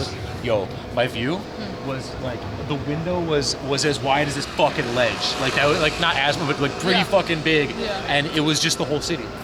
I was on like the 40th floor, and I just could see all the skyscrapers of Bangkok. I was just like, with mechanical curtains, you just press a button next to your bed, and they just open up for you, like.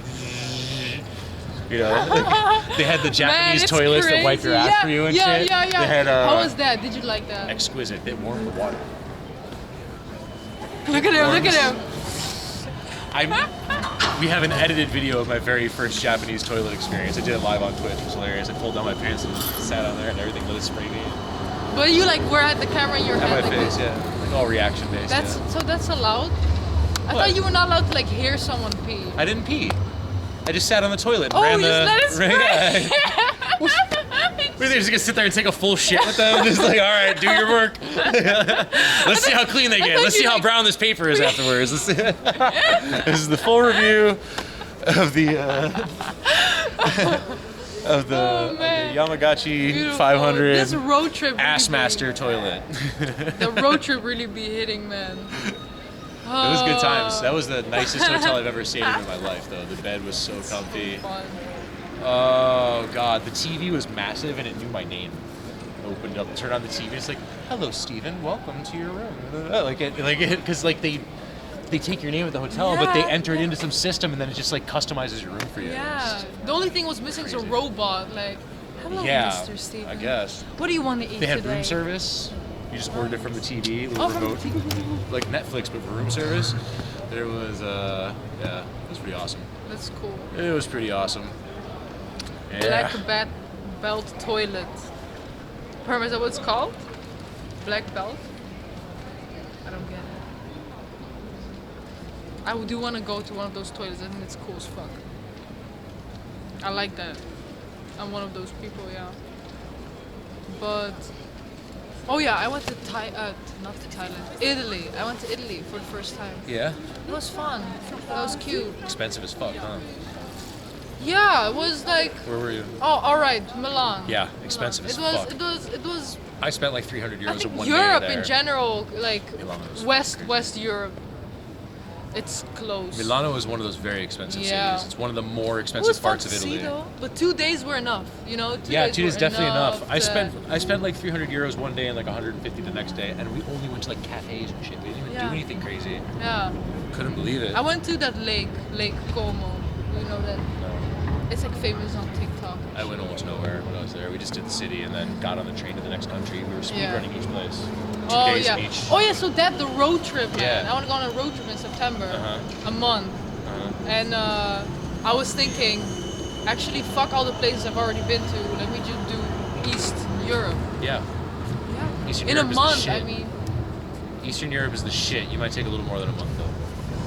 Yeah, but that's the thing. Driving Like it all. Daniel works at the coffee shop, and I don't know if he's. And places like Poland are fucking huge to drive through. It's a long time. Yeah, we're gonna drive. We're gonna get a little van. More than a day driving to get through that country. So. Oh, but I'm thinking, I'm not gonna go alone. Like, I don't know. It would be cool. I've had my first solo trips this year, but not driving the street. Does it need to be driving? Would you consider doing Interrail? Do you know Interrail? I mean, we are gonna 100% drive, me and Daniel. Like, that's the plan. Okay. Hey, lighter cola with the tank Let's go. Yeah, so Daniel already got the money together to buy like a van, car, whatever, Right. something we can sleep in also. Okay. All right. Spin the wheel. Because when I did Euroline, it was like, I mean, for like $100-something bucks, you can get basically unlimited train rides throughout Europe for like a 3-month period. You know what? Country to country, you just plan them ahead and you just go, and it's really cheap. Bro, especially at your age. Dutch for 4 minutes. When you're under 25, Yeah. it's really cheap because they want young people to use the trains and stuff like that. So you could get all throughout Eastern Europe for like $100. All your transport taken care of. So maybe like Daniel should drive back alone then, and I will take some trains. Like She did it last year. She knows I how don't it works, know. bro. I did Thank you Interrail so before much, she did. Legend. And El I'm Nico, gonna- I did what was I Interrail gonna and then do? she Oh, did yeah, Dutch Interrail for after that. minutes. Shit. Ask me how Okay, it works. gezellig. Ja toch. Fam swear can't Please, even man. see what the wheel lands on. Hé man. Weet jij hoe dat werkt? De What? wheel. En dat antwoord in de chat komt. What do you mean? Like, dat het de wheel. Ja. En dat dan waar het op landt, dat ik dat ook kan zien in de chat, want ik zie dat niet. Of moet ik die wheel hier hebben? Like als What do een you tab mean? of zo. I don't know. Ik moet toch zien How dat do you die do wheel it? op landt. How do you use It's like Stream Elements. I have no fucking clue how it works with Stream okay, Elements. okay. Yeah. I Jammer. mean, I guess you could put the Shit. tab there, but didn't it say in chat? It didn't say it or no? Nee. It doesn't. It doesn't do that? Nee man. Wow. Fucked up. Okay. Maar ja. I built Maar ja. It's I okay. built Ja, ik ga dat doen A new met one een in bot. StreamerBot. While I was in Laos, I built a new wheel that runs through StreamerBot. Ik and zag it announces in the het. chat and Slay. everything. Dat is leuk. That's the new one. Dat is cool. Ja man. Oh yeah, my face is on there spinning. I forgot Ja, about that. ja. I never see it, so it's just on OBS back home. Ja, is leuk. Oh ja, ik moet push-ups doen. For chairs. Milan, wasn't it with the weird monastery with the skulls? Yeah. Did you Het go to is the? vies Did you go to though, when you were in maar- Milan? Did you go to Ja, the church that had the ja, skulls? de skulls, Fucking ja, sick, ja, right? Ja, maar geen internet. Oh, really? Ik had geen internet. Ooh, Fuck man. that. We had full bitrate. Maar from ja, there. fuck. I was using KPN in Italy. Ik weet niet meer. Ik ben in Czech Republic, hotel very cheap, a lot of old European buildings. Ja man. Oost-Europa lit. But also, Nico, Crocs, the what's good? Hoe gaat the het, Interrail man? website We is zijn also even really Nederlands. We zijn even 2 informative minuutjes and easy to gewoon understand. Nederlands, And there's an app that you geen get too, probleem. and you can just plan everything through the app. Geen probleem. Very easy. The Dom van Milan is a giant church. It's beautiful. Yeah, we were I'm not in gonna a eat bunch of with these those. Actually, I think the big church we only were at the outside of because it was like a massive line to go in and expensive.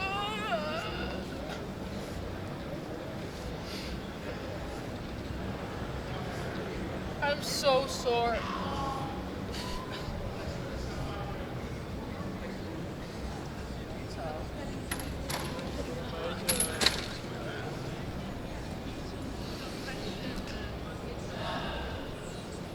There's one last one, and then I did 10.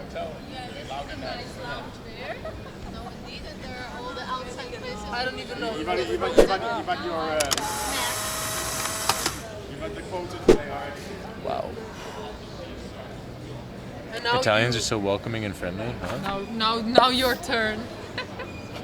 My wheel didn't spin nowhere, did I? I'm doing no push-ups. Guys, make that wheel spin. Fuck Make that. that wheel spin. Right. What that thing do? No, I'm good. It's wheel hour. All right, no, but I have to go home You do?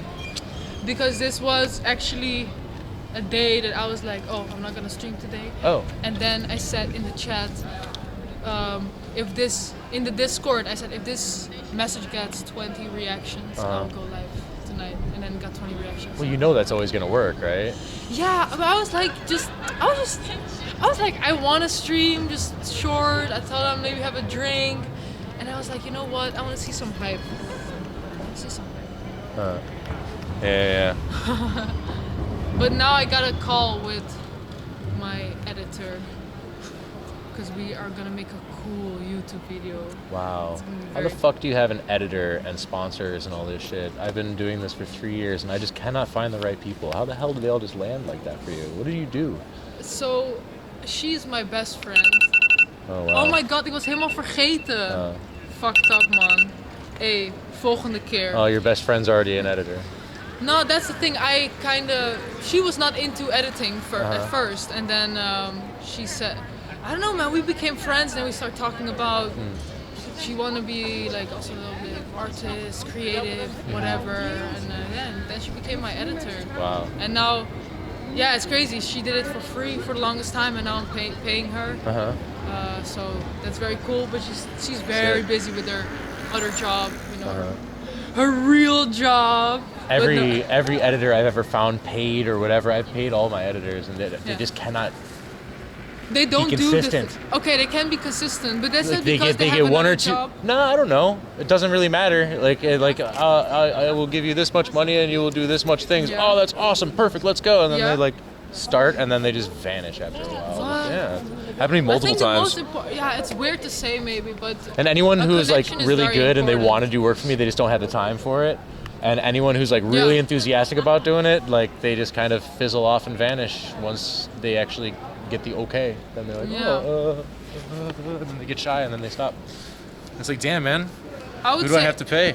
I would say one of the things that really keeps me in Annabelle going is the calls, the weekly calls. Weekly calls. Weekly calls on Discord talking about. I guess I need someone to call weekly and talk about this on Discord to do editing. No, but you gotta keep them on track and know like what's up. Maybe they vanished for reasons, you know, and it's fucked up because After you just one want to have a video and go. I don't know. literally, Yeah. I don't fucking know. But if you, with her sometimes I also need to really push it, you know. And she's like tired of work and this and that, and I'm like, you know. God, I'm not gonna do that with people. It's difficult, yeah. That's why I just grabbed Final Cut Pro and I just started learning to edit myself. Is what I started doing. Yeah, or you need to get professionals and pay them really well. Yeah, fuck them. And for me, I like to build up some like relation with someone. Yeah. I think that's with sponsors.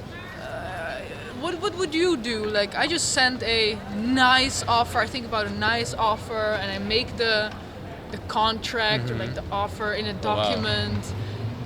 Bro, can you show me one day offline how you do that? Cool. I would love Let's do that. Yeah. Because I definitely have the numbers to find sponsorships. I just have no idea how to get them, and I've never been able to do it. Anything that I want, I get no response from. Okay. So it's either maybe I'm just doing it wrong, or I'm not big enough for them. Because like, okay, for example, Quad Lock. Quad Lock is one I was looking into. They make these really crazy bike mounts for phones. Okay. That are great for IRL because they also have ones that can clamp to selfie sticks. And you and they like made for like motorcycles and heavy duty shit and stuff, you know. Every time I message them, just zero response. Not even a denial, just no response, just gone. But in the email, Instagram, where did you? Email. Okay. Yeah. Like a proper formal contact, not just like hey on Insta.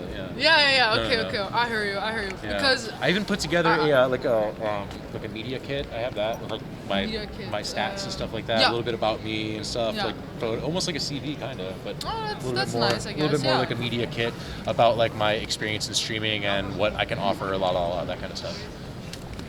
Okay. In the past.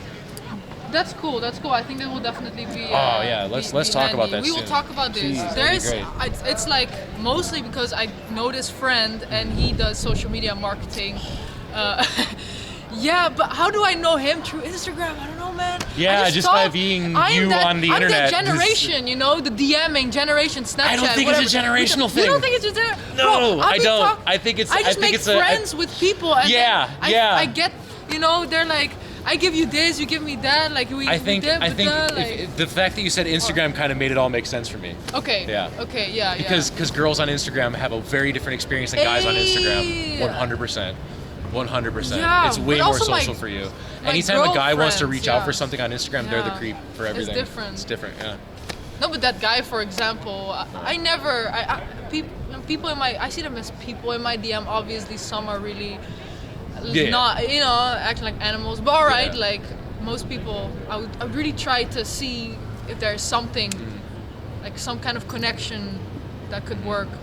But he really helps me a lot. But I'll talk, we will talk, and I will also talk with him, like together, thinking about shit, because he really is so helpful. He's one of those people that work like 18 hours a day. You know, you text him any hour, and he will react. Oh, jeez. And he's like, is he the guy that I met before at the Kashmir Lounge?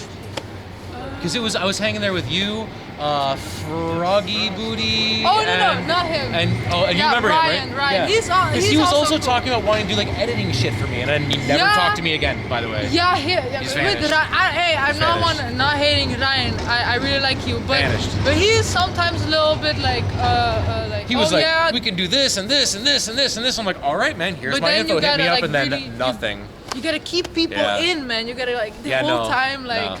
No, I don't want to force people to do their jobs. No, I get that. Yeah. I get that. No, I won't do that. And that means I'm happy to wait for my own team. Or, for me, this is a positive signal that I need to learn how to do these things myself. That's the thing. I need to learn how to do these things for myself. Yeah, you choose. So I've loved playing with Final Cut Pro and learning editing so far. Yeah. It's been fun. It's getting easier every time I do it. Yeah. You know? For me, it's. I'm not a manager. No, I'm not. I'm a business owner, but I'm the only person I'm responsible for. And I'm good at that, but.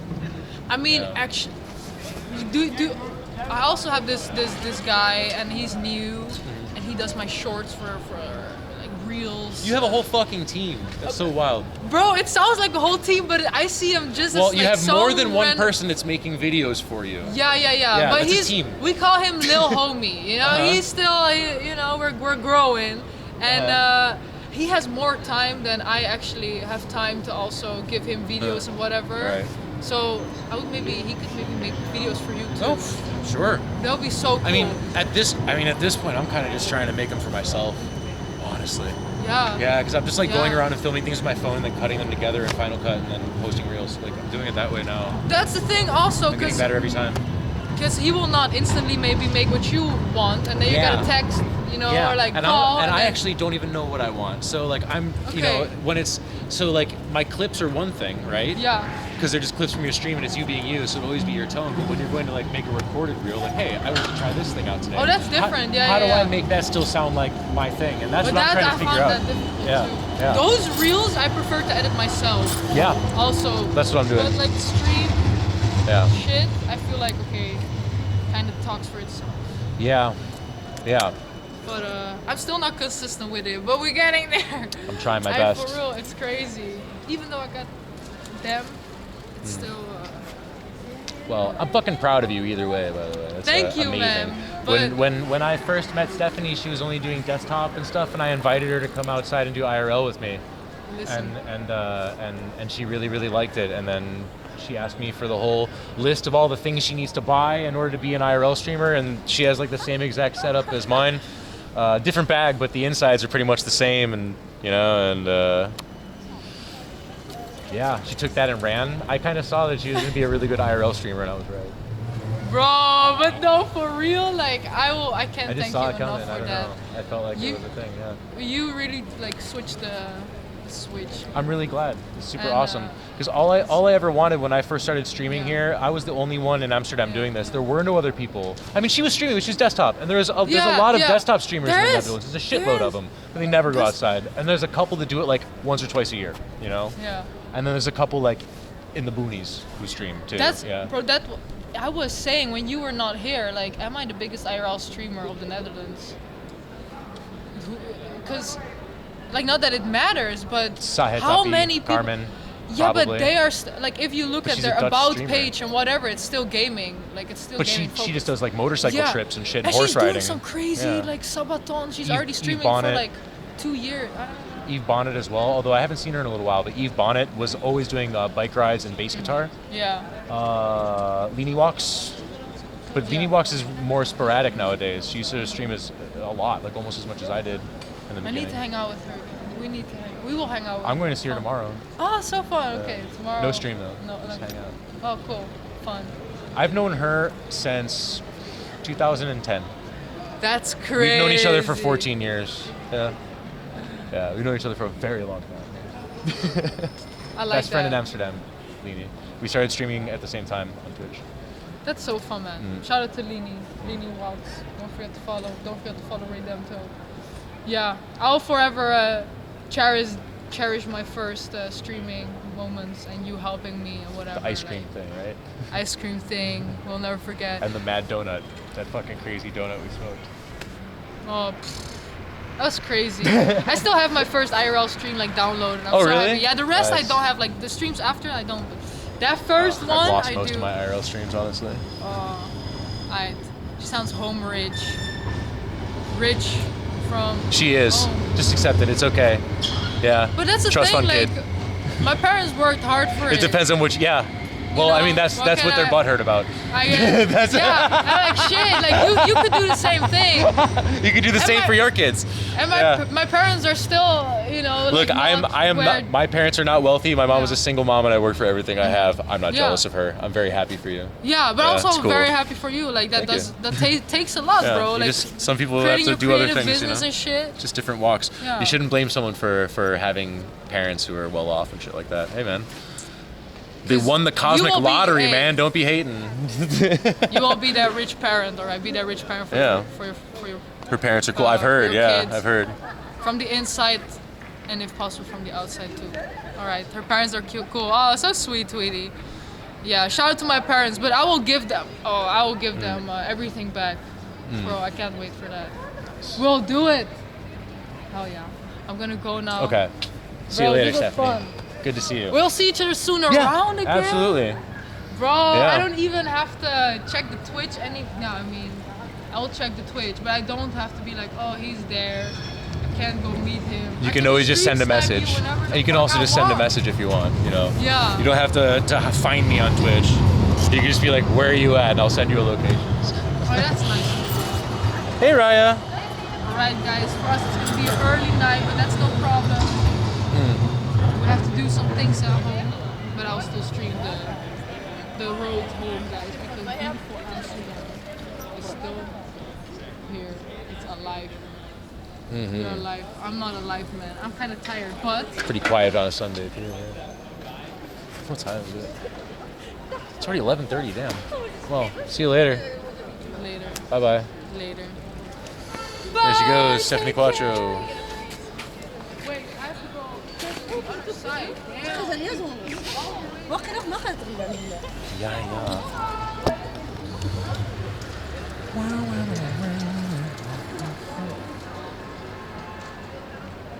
She's a good one. Yeah, she's cool. She is cool, yeah. Ooh. What's her stream name? Jay Streezy.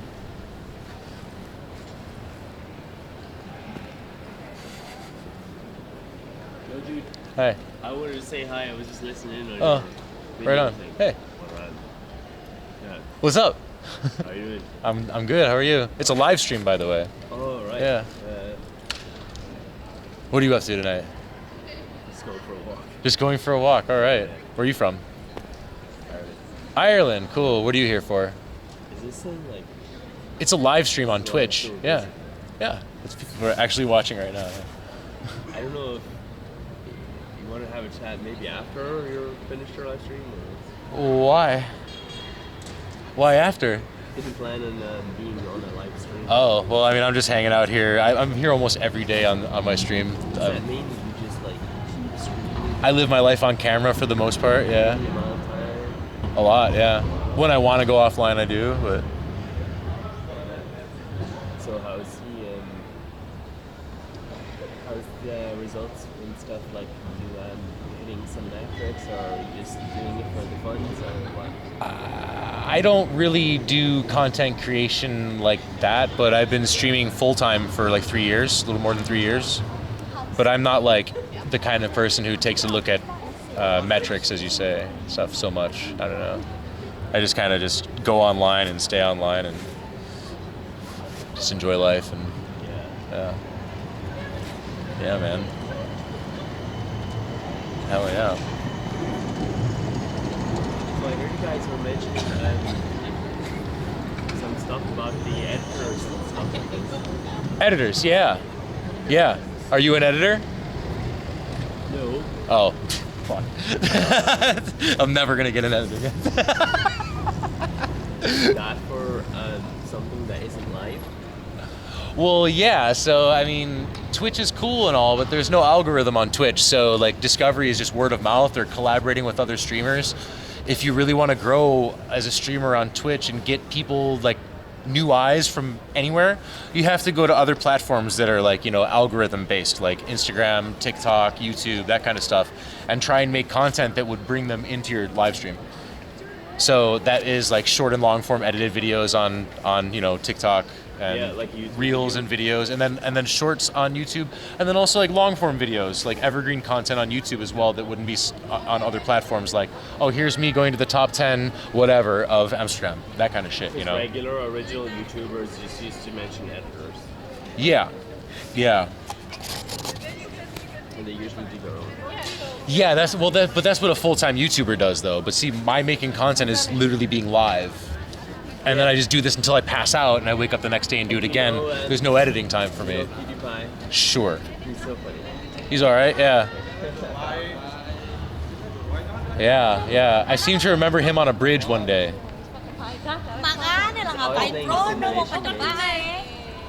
Was that a simulation when he was fighting on that bridge?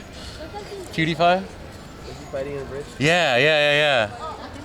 He said some wild stuff, I think. Some people know what I'm talking. If you know, you know. If you know, you know. You guys know the bridge clip? Was that Thai? I don't know. I wasn't paying attention.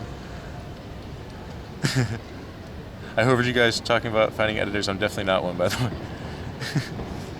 Yeah. Yeah, well, so did you guys say that you prefer to do that job yourself?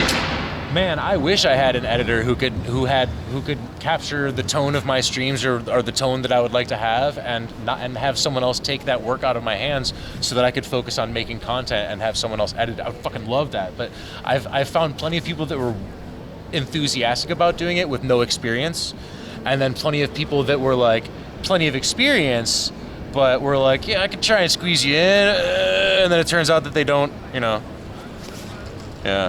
they don't follow through. Yeah. That's the curse. And that's when I started learning Final Cut Pro myself, because I was like, well, okay, if I can't find anyone else to do it, these videos aren't going to edit themselves. I got to start doing it. So I started Final Cut Pro on the MacBook. Yeah, I've just been trying to learn editing through that. I never really fucked with it, except for like some small shit in high school or whatever. But just got to put something out there, Full stack streamer. Yeah, fuck me, man. What the hell? Where's my team, bro?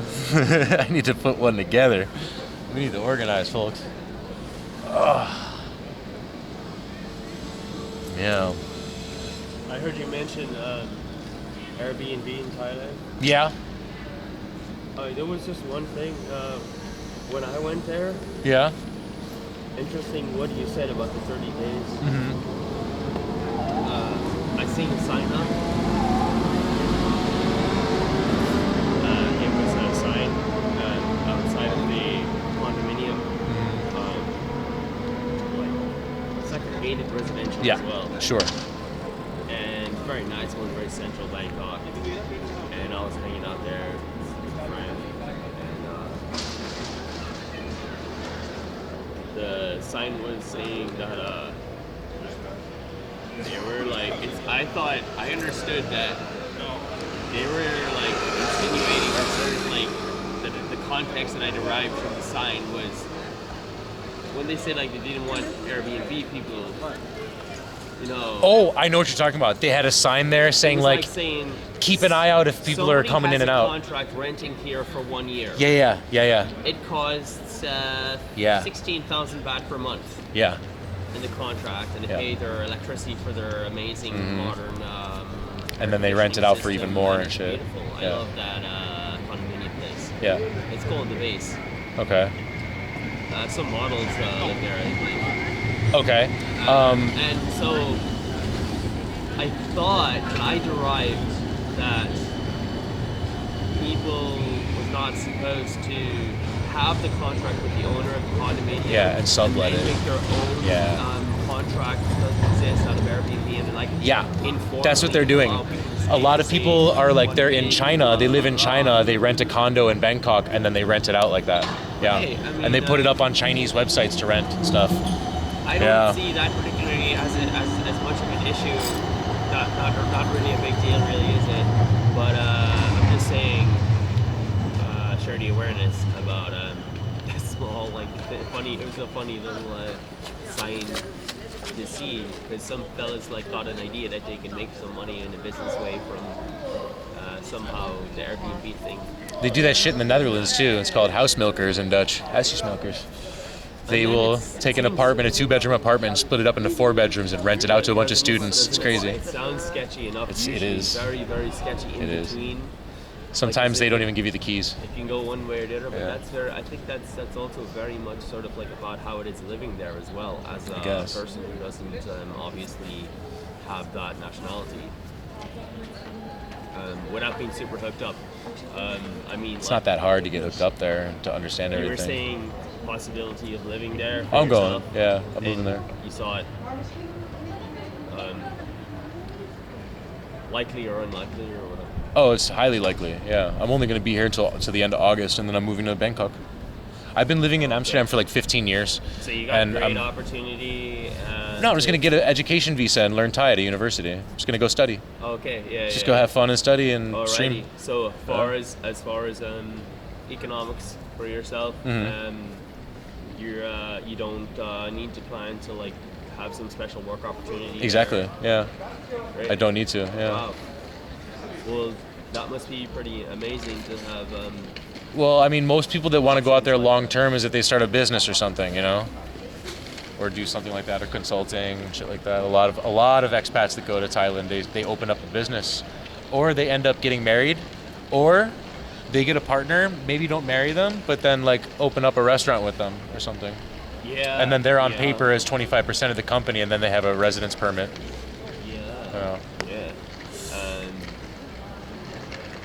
There's a good company out there for teaching English called Sign. Okay. But as far as I have experienced myself,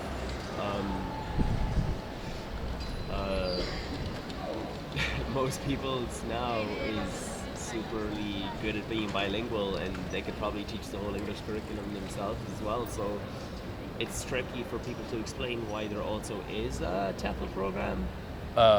Because the more it goes on, the more new youths are extremely perfect at being bilingual, even more than tons of, the reason for that is because in order to get to other countries or qualify for certain jobs, you actually need a TEFL certificate that you learned from a certified teacher. Yeah. So it doesn't matter how much Netflix you watch, you still need to pass those courses. So they still need people to teach that shit, and they have to be fluent level to teach it. So I guess that's why there's always going to be an economy for that until they make a new system. But they don't even have underground electric cables there yet, so I doubt they're going to make an automated language learning system anytime soon either.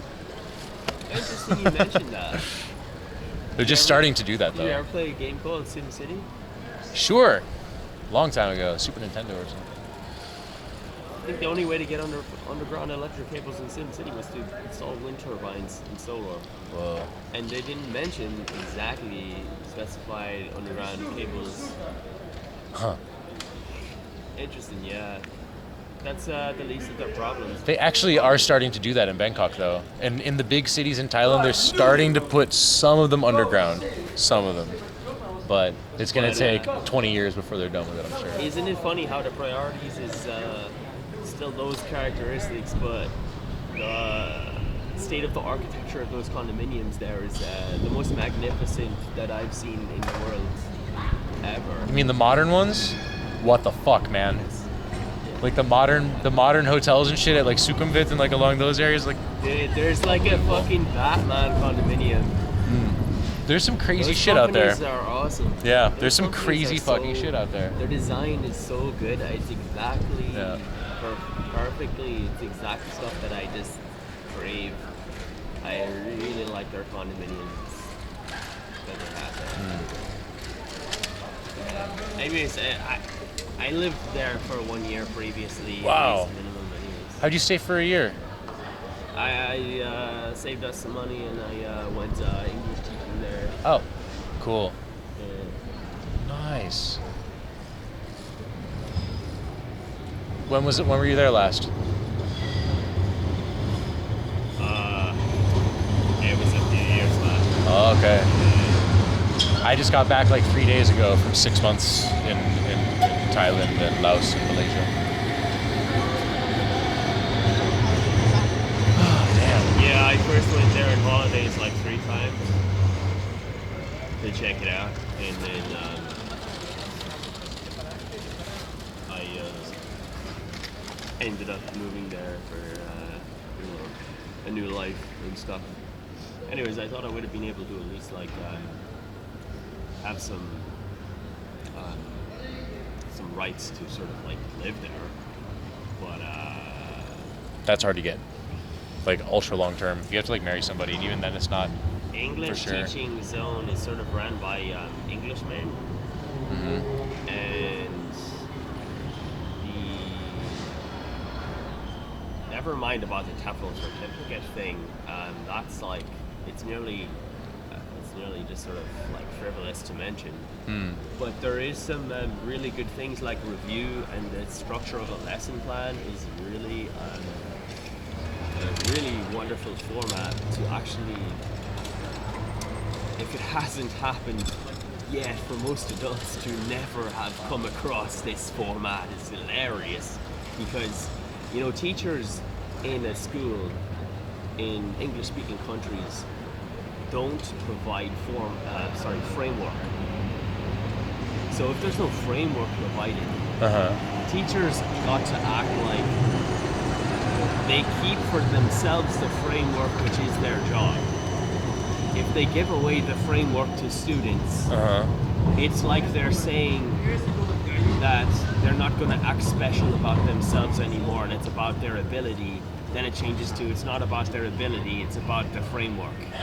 Okay. So you see how they didn't share a framework because the teachers got to act like they were the special women who have an ability to perform as a teacher in like a really lame curriculum, in a really lame country, in a really lame school, in a really lame rural area. But tons of dudes are getting cheated out of their lives because they have to follow in a modern day with the level of technology we have. You know, they can't even provide proper curriculum rights for guys. Basically, from what I know, from what I've experienced myself, I have to go by our real use cases, our real experiences. It applies to dudes because their lives were much harder. Everything went way easier for girls, and girls coordinated into girls groups to like share frameworks. Wait, what are we talking about now? Like privatized. I'm lost now. There's a gender war in educational frameworks for language courses? I've read That's what I've gathered. I don't know. On the internet that 80% of teachers in the United States of America are women, and tons of the male ones were, coordinated to not be associated with that. Sort of like being accepted once, if you know what I mean. Because of how it aligns in simple forms, because of how it aligns with when they union up, because of how it works, you know? Okay. I was just thinking that I don't think that there's more women teachers for any other reason than I think that just kind of happens to go that way. People just say like, I want to be a teacher, because we now are in a time when people can just choose what they want to be, you know, and they're not being forced to fit into any kind of like, anyways, you're a woman, so you got to do this, you know? Human rights and rights of guys and rights of any human beings, I just think people have a right to know framework by a certain curriculum. What do you mean by framework for curriculum exactly? You can't just throw words at people and expect that they don't need a framework. Like, what do you mean by framework? A curriculum should have multiple frameworks in it. You know, it's literally the same type of thing as a curriculum, you know, a course. So if I was to give somebody a course, I have a blog. I have to share it with you. I have to. Hopefully, I'll be able to share. Just write down my blog for you, so you can read up what I'm talking about in detail. You want to just tell me what it is? Yeah. Oh yeah. Sorry. And yeah. What is it called? S-U-K-E.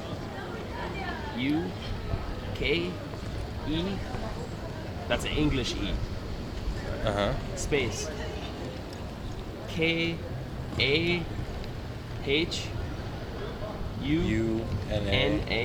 Space I-J. So you see that come up on Medium, the first one in Google search? Yeah. You see the profile? Yeah. Okay, so there's around 100 articles there. Okay. That's my course, my curriculum, with the frameworks that should have been in public education systems. But they've been holding back, giving advantage more to private school and leaving the, not trying to enable guys to have the proper level of rights in education in a lot of places, especially rural. See, rural is especially disadvantaged from being in a city. We're not from a metropolitan or a city, so we're cut off from a lot of services as well, which does give a lot of disadvantages, vulnerabilities. The lower level of English language from the older population who is actually our parents, our grandparents, our family, our, you know, we have to put up with like, there's tons of hacks, you know, there's tons of hacks. There's a lot of rudeness, there's a lot of negatives, even in the media, there's a lot of toxic possibilities. But they should have all been, see, I'm a software developer, I'm a computer programmer, I'm a computer scientist. So I know exact details in every way you can imagine.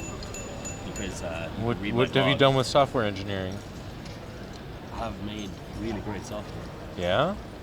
Me too. That's what I do. You can see my GitHub. Check out my GitHub if you want. Okay. You can see my college project, and you can see the new project I did in my internship after college, which was a really good search engine, and all that stuff. Okay.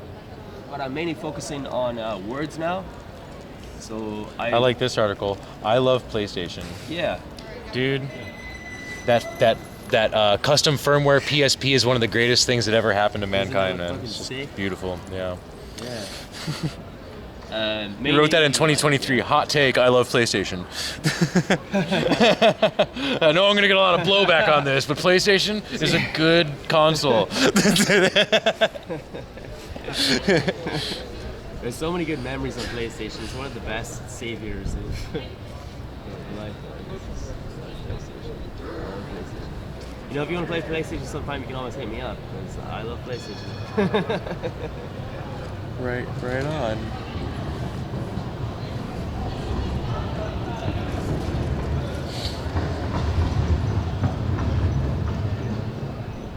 Dude, does this microphone really good? Does it hear me talking? Of course it hears you. Oh my god. I wouldn't even know.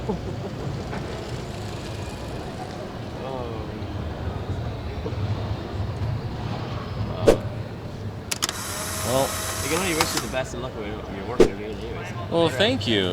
Appreciate that. And contact me. What is your GitHub? The GitHub, I'll tell you which article that's in. Oh, I mean, I have GitHub the app here. You don't know your username? Yeah, I can shoot it in for you. All right, what is it?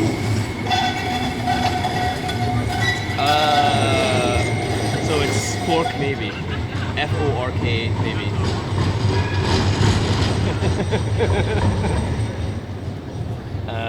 Did that find it by username?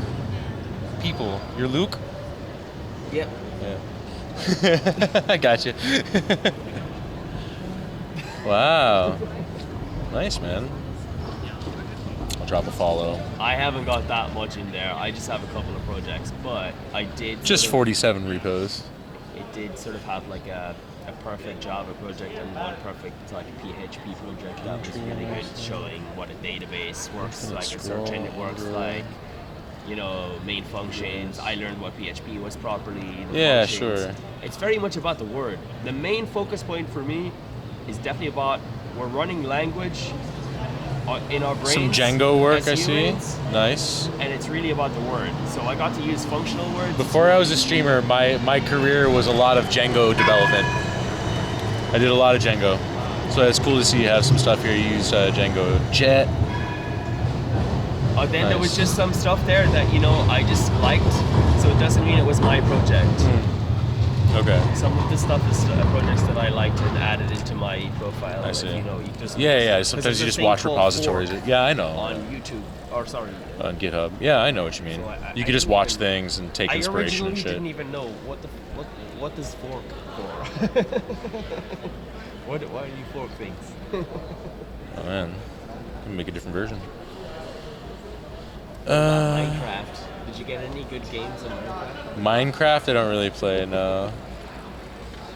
Can anybody answer the question? You know, we used to play online multiplayer games a lot, and it felt like the international online multiplayer lobby scene was very restricted. I barely found anybody who had a headset from my own country, and neighboring countries, just a few. But I always had my own headset, and I played for years. So it was like, I barely found any international headset gamers and there was no explanation, like we weren't given a leaflet or a letter, like to say, I don't know, like, why does Sony PlayStation, is there a restriction on the boundaries, like, there's only, I don't know about that. If they restricted the boundaries on that, they don't have to tell us how they restrict the boundaries on that, is usually how it happens in the world, which is usually the most thing that annoys me. Because I says, like in schools, we didn't have one poster on the wall. I just wanted people to think about this. We had a school, we don't have one poster on the wall that says, what is the list of practical ethics rules? There was, say, I'm going to list off 20 ways people can hack communications to be negative and toxic, with a very smart-ass kid attitude. You want that to be a poster on a wall at a school? No, we're talking about the system is titled called Practical Ethics List. Oh. Of some sort of way of communicating that in the poster or something. Yeah. Oh, okay. Yeah. So, that's why I mentioned, like, say in a book, my blog there in the articles, smart articles, lots of links in it, is which mimics what a brain sort of is more closely like, with lots of links in the brain. So it's cool that the internet exists, and yeah. Huh. Yeah, well, like, what about a common sense framework? I say people started off with a passive aggressive communication, saying, why don't you have the common sense? And I says, well, here's my blog now, where I do little rounded curved brackets, and it says plus CS. That means so when I'm adding common sense, after a lot of experience from being 30 years of age now that I've just got turned 30, and I used to be involved in teaching and education, and it was before that I was in the computer science, software development, computer programming. So I go into enough detail. I'm not like those ones who keep making up new hacks.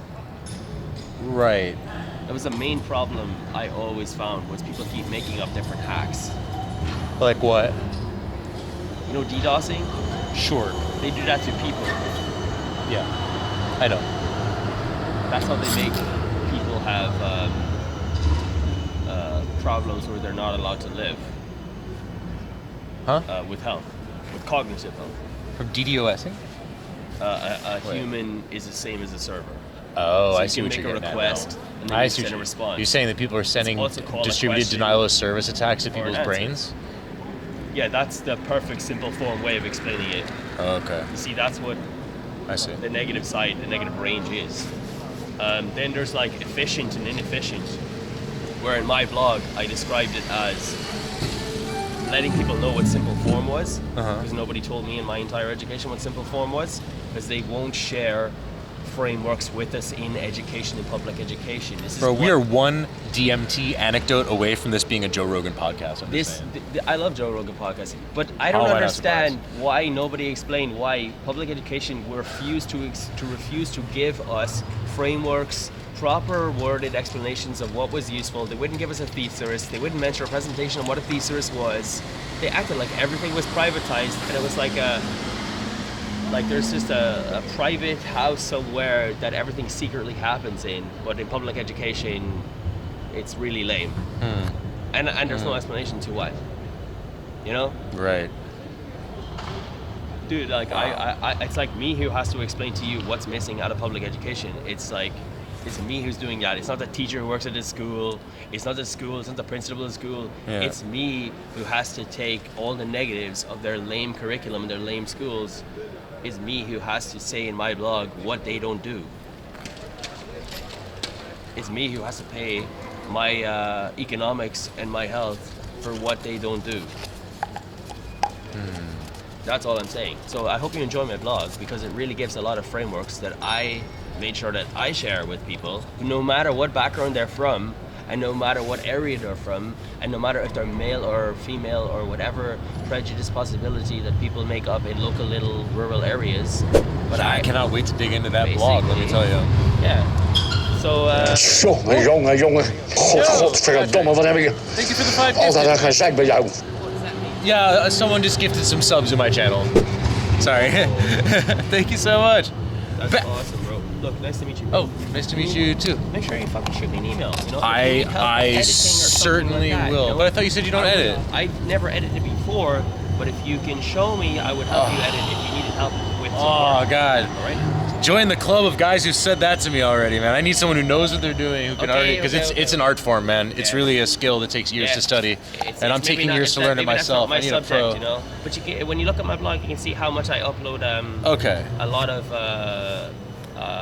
of computer work. Right. Very often, right? So Yeah, for the yeah. past year, I've uploaded a lot of computer work very often.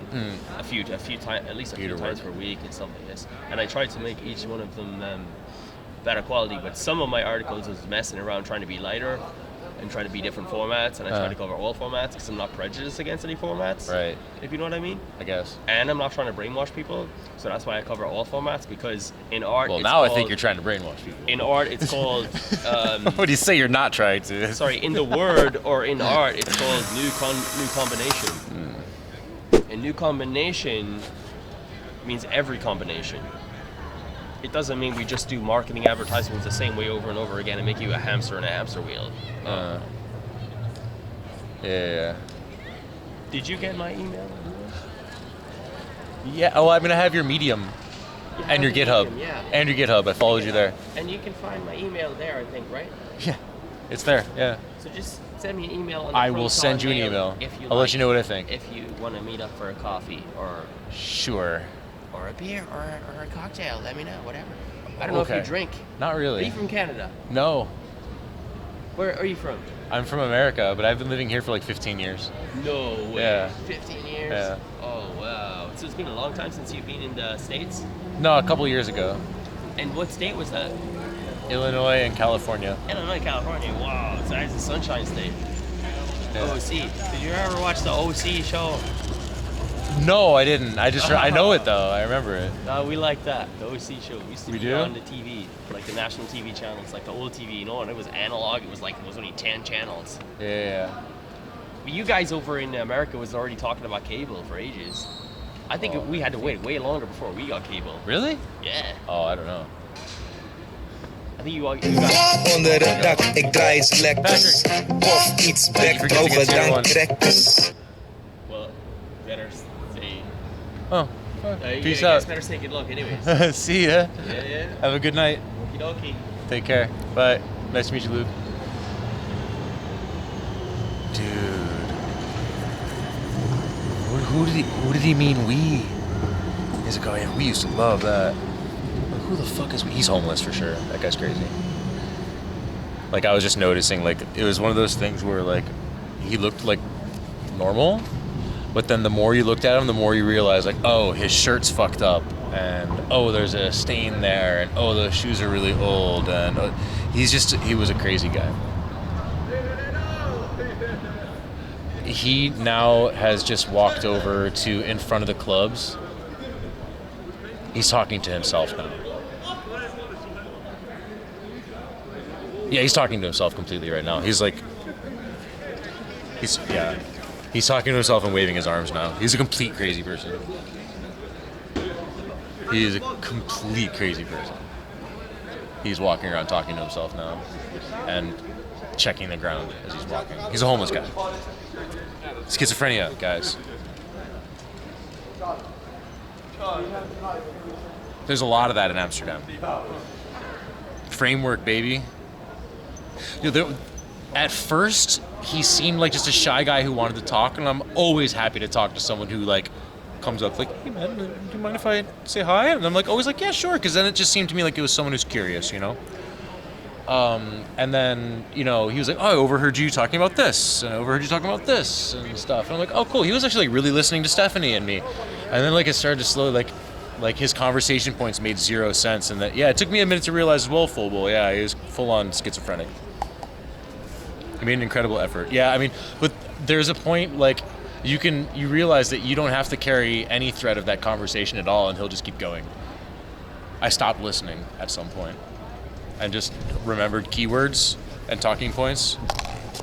You like when we started talking about brain DDoSing? Yeah. Well.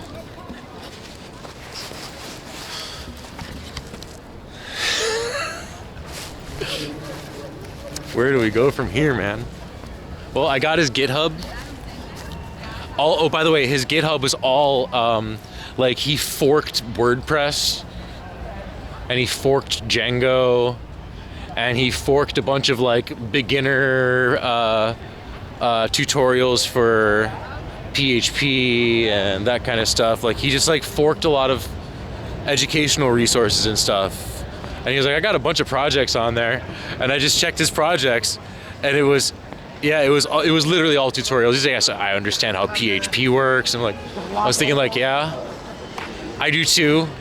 That's why I stopped using it. I didn't want to say anything. I didn't want to argue, because I was just like, whenever someone's like, yeah, I'm a software engineer, and they look like that, I'm like, what software did you engineer? I want to know.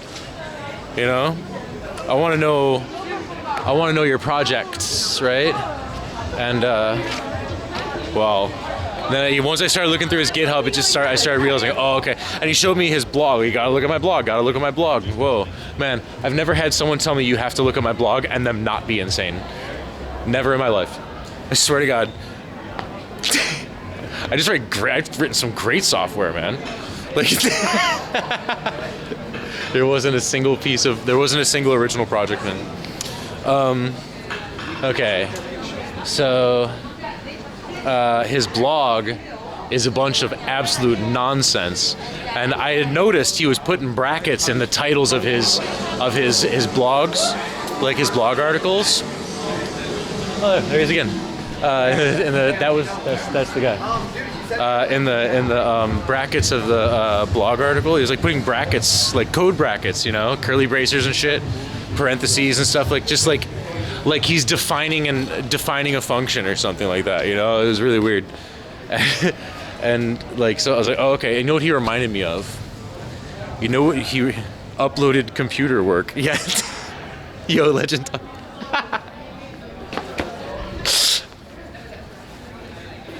He had to upload the frameworks in his computer work, man. Is he coming back? Is he? No, he's continuing to go that way. He's just looping around, man. He's just looping around.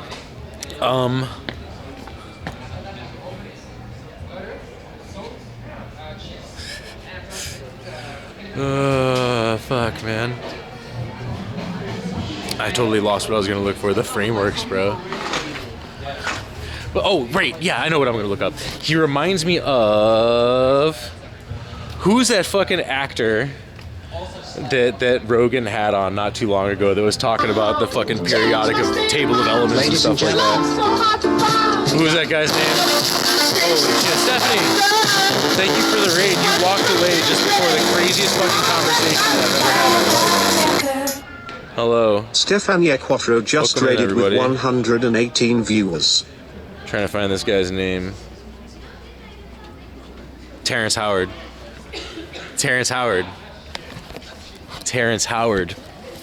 The actor. He's in the Avengers movies or whatever, the Marvel movies. Yeah. This guy was like Terrence Howard, but like, he was basically Terrence Howard. Yeah. He's got 96 patents. Yeah. Have you looked into that completely, by the way, Snaggleterps? He has 96 things that he's written down and that are stamped. They're not necessarily patents of things that he's invented, and that they're like, basically he's patented a concept or an idea. It's not like his little, like his magic helicopters thing. He's patented like the concept or idea of this, that there would be something in this shape, but it doesn't actually function. He just has a patents framework. Exactly. It's just a framework. Yeah, like for real, yeah. Listen, that shit, like, okay, you know what the problem with Terrence Howard is? He started his interview with Joe Rogan with, I remember when I was born. I remember being in the womb. That's how he started his fucking interview. This step one. You know, I was born in 13 log cabins. Like, he just started with some crazy shit. Patents ain't cheap to be non-functional. He's a fucking millionaire actor, dude. Warcraft Andy, he's a millionaire. He's acted in some of the biggest movies of all time. He's like Oscar nominee and shit like that. So he doesn't really have to worry about tossing the money to get something patented, dude. The royalties and stuff that he gets from the fucking Mr. Holland's Opus or whatever the fuck it is that he was in back in the day. You remember your past life? Oh yeah, we were all Cleopatra. Or that's the thing that's always funny to me. How come everybody who ever goes to a psychic finds out that they were Napoleon or Cleopatra or something? How could everybody have been Cleopatra? How does that work? No one ever says like, oh, let's go dive through your history using psychic powers. Oh, it turns out that you were a gay convict who died hanging himself in prison. No one ever tells you that. You're always like some, like, you used to be royalty and worshipped and stuff. It was just like, oh my God. It's always some amazing past that you come from. You were once a ruler. Perhaps a rare condition called highly superior autobiographical memory. HSAM allows her to remember most of her life in great detail, including her time in the womb. Rebecca is a... Dude, are you just copy pasting some random shit from the internet? Only one of 62 people in the world known to have this condition. Yeah, okay. But, okay, wait. Barry Hendelson, let me ask you this. There's 62 people in the world who are known to have the condition. How many people in the world do you think claim that they have that condition? How many people in the world do you think say that they just have like a perfect memory and they never forget anything and da da da da da, and they remember their birth? I had a friend in high school who said that he remembered his birth, and I'm like, okay. Yeah. All right. Why didn't you pass that spelling test then? If you can remember everything, how come you can't remember how to spell fucking denouement or something? You know what I mean? Like, come on.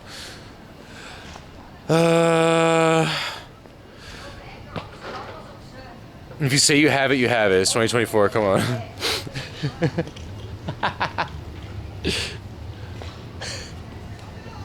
I saw this awesome baseball hat on Instagram. It was just like you could buy it. It was like a corduroy baseball hat. It says "not diagnosed, but I'm pretty sure." I was like, "Fuck, man." 4 days ago, he posted Joe Rogan on his blog. Yeah, I'm sure he did. See, this confirms it. No, but guys, give that Terrence Howard podcast another listen, and you'll start to realize that the guy is just fucking insane. He is. The guy was saying that the calculators are wrong because they say 1 + 1 is 2 and 1 + 1 should equal something else because of this different way of counting and stuff. If you want to think in quantum, blah blah blah blah blah. Okay, fine, right. But then later on, he goes to try and explain another thing that he was talking about, and he uses the same fucking calculator. So it's like, wait a minute, if that 1 + 1 thing doesn't work, then how come you're using that same fucking calculator to do your other calculations? He's full of shit, dude. He was full of shit. It's hard to follow because he was full of shit, dude. That's why it's hard to follow, because he has a very nice way of talking.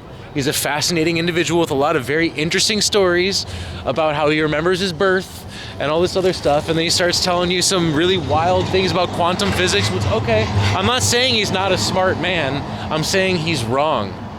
And that's why he doesn't work in Marvel anymore, because he came up and started saying like, I have 96 patents and we should be using these helicopters for acting and stuff, and they fired his ass because he's fucking crazy. Like, honestly, it's possible that rich and famous people can have signs of schizophrenia and delusions of grandeur too, you know? There was a calculator involved. There was. He was actually using a calculator on the stream, on the podcast. Yeah. Yeah. I once had a discussion with someone who didn't believe in physics. Worst mistake ever. I agree with things that Terrence Howard said up to a point. Like, first of all, there's a lot of things in physics that when we're trying to make sense of physics, we run into a wall, and there's no way to explain it.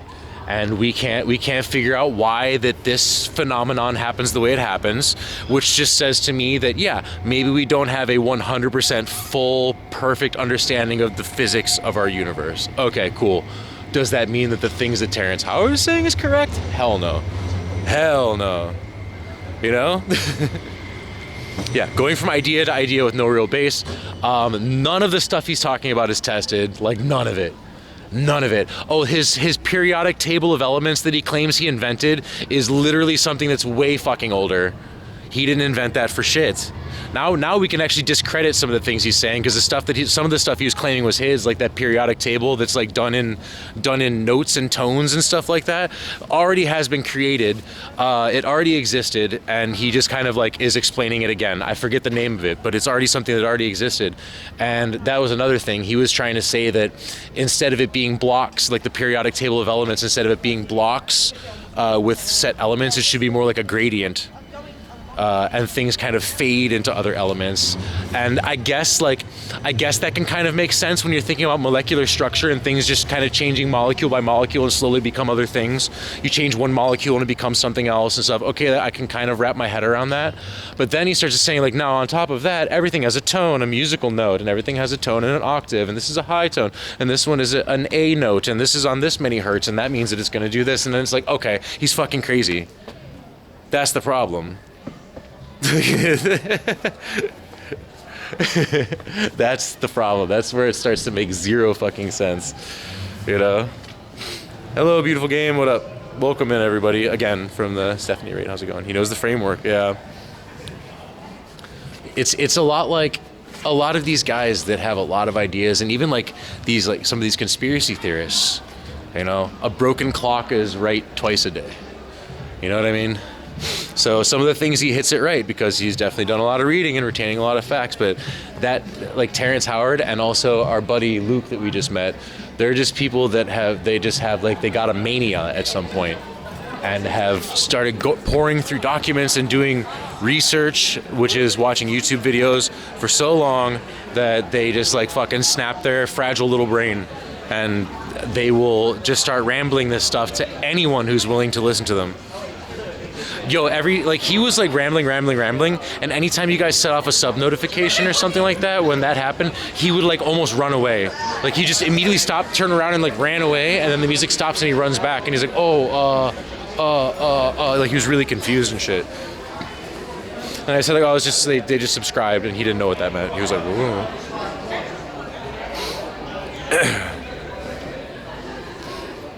Yeah.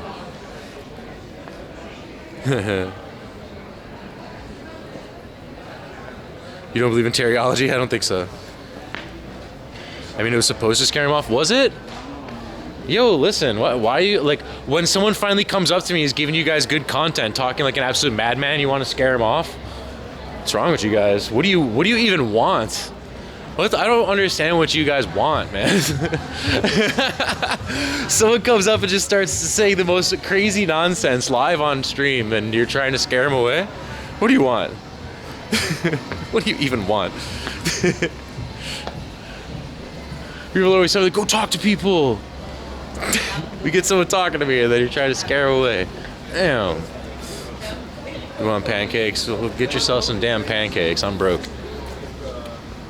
Check title. Ugh. Mm-hmm. For the record, I was entertained. Me too. I was entertained too. But you know what? There was a thing, like, the moment when like he high-fived me and then he was gonna go away, I was like, all right, cool. And I was like, my body was like releasing the conversation, like, like that. And then he came back and he started going again, like, oh. Better than drunk people asking how many viewers you have. True. That's true. But those conversations are usually quite fleeting. This one went on for like an hour. It was about a half hour. Sorry, about a half an hour. I know this because when Stephanie left, it was 11:30. 11:30. And yeah. Now it's 15:15 midnight. Sheesh. Whoa! Fuck, Makaton. What the hell, man? Thank you so much. Was it redeemed for badness destroyer during that? Oh, okay. Alright.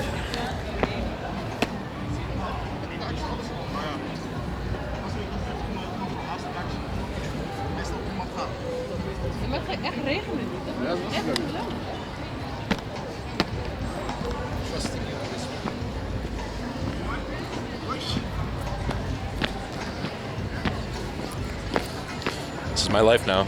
I feel like I'm walking like a gorilla.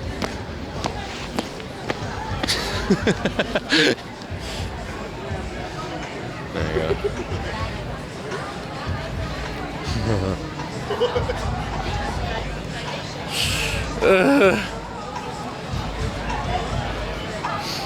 Thank you, Makaton.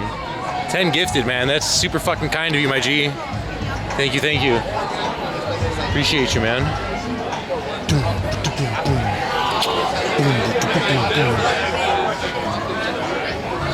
Gorilla framework. Gorilla framework. Yo. The guy's name is Luke, but his nickname is Framework. We're gonna call him Framework from now on. We see him again, that's Framework. Frames for short.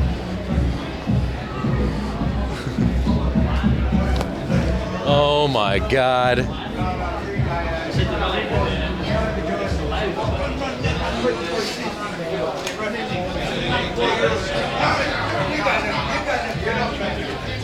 Cocktails with Framework. Oh yeah. Oh yeah, was he trying to riz me? Was that guy trying to, was Was that guy trying to riz me?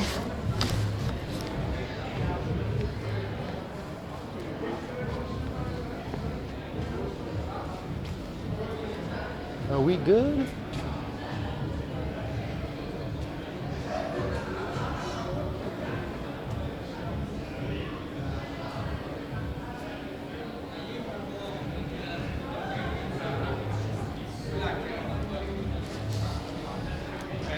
Saw that guy almost fall over a second ago, so I'm kind of like, what the hell's going on here? Definitely, yeah, he was, yes. Oh shit, it's a whole wall of yes, he was, okay. No one said no. Not one person was like, nah, dude. You're delirious, not everybody wants to hit on you. Damn, I wish at least one person said that. You want to have cocktails, yeah. Yeah. Oh, man. Nah, that guy he was a bit of a creeper, to be honest.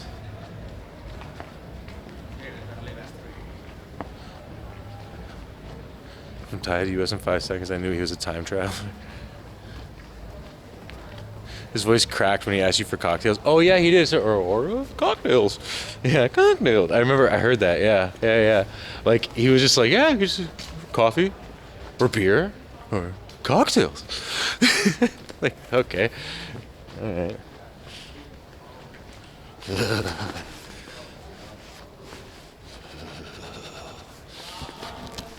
God, I'm fun. I'm flirty. You got my email, right? He said that too, right? Like mid-conversation. Like, you got my email, right? Like, yeah, I forget to read my blog, right? Like, you got my email one. It was just like so in the middle of nowhere and really awkward. Like, email. I will not be emailing that guy. Do you guys want the email? He wants you to email him so bad. I would give you his email. But I just know you motherfuckers are gonna be like, hey man, this is right after this streamer. I want to suck your dick so bad. I know that someone's gonna do that shit for sure. I'm streaming today at Light Supply at the same ledge. You should come over there. Come say hi. I know someone will do it. 100% one of you motherfuckers would do that shit. Yeah, oh wait, you can hear me on stream? Yeah. What he was first saying, like, he wanted me to turn off my stream so that we could talk. And that's when I was like, now I'm for sure leaving my stream on. There's no way I'm going to be unsupervised with you. I need an adult, bro. Ain't no way. You're giving the idea. Yeah, but I'm not giving the email, so don't worry about it. Oh my god. Oh my fucking god.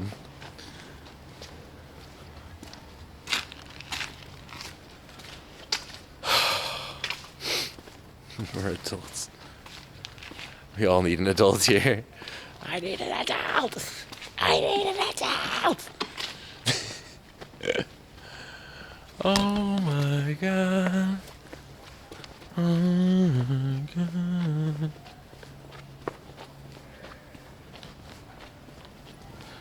Wow.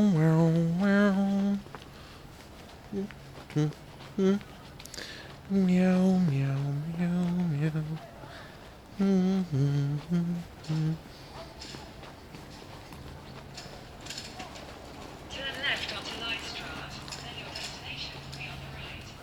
Ew.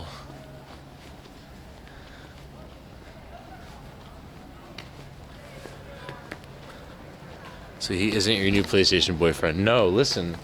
I just went through a rough breakup not that long ago, and I'm still kind of soul searching, so I'm very flattered, but I'd rather eat bitter balling out of my own asshole than go on a date with some dude.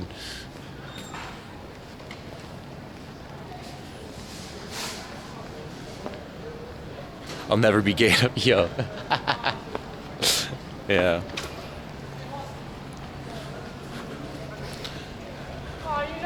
He didn't seem like a stable new prospect. No. That man ain't paying my bills. I'm gonna pay my bill. Meow, meow, meow, meow, meow.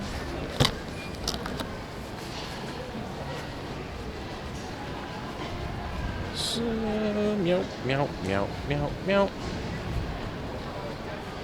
I'm surprised that this store still exists after 6 months, honestly, by the way. Woo! Good Lord.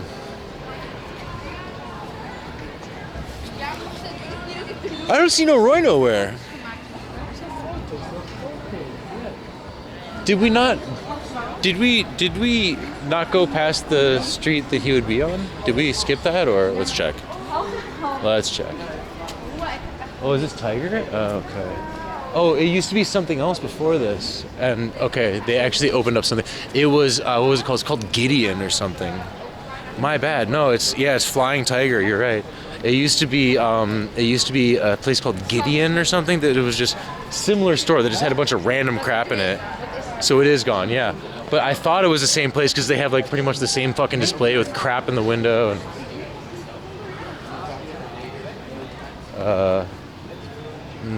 no Roy. Flying Tiger is goated, I guess. It's a bunch of Wish shit that they're charging $15 for.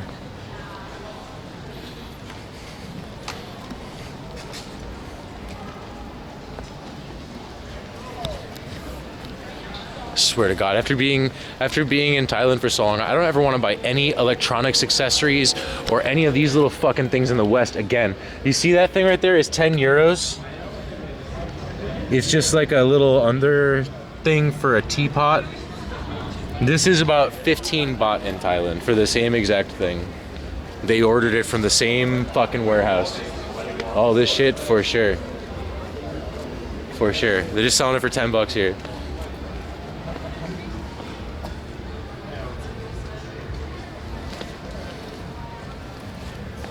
Toad venom rosin. I don't know what the fuck that is, bro. I've only been back in Amsterdam for like 2 days. I don't know what coffee shops have right now.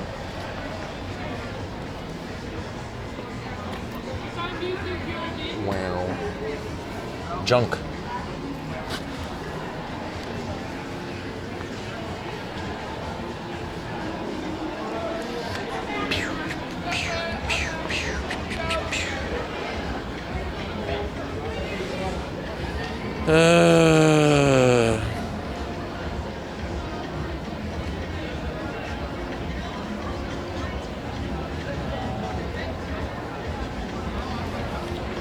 Meow meow.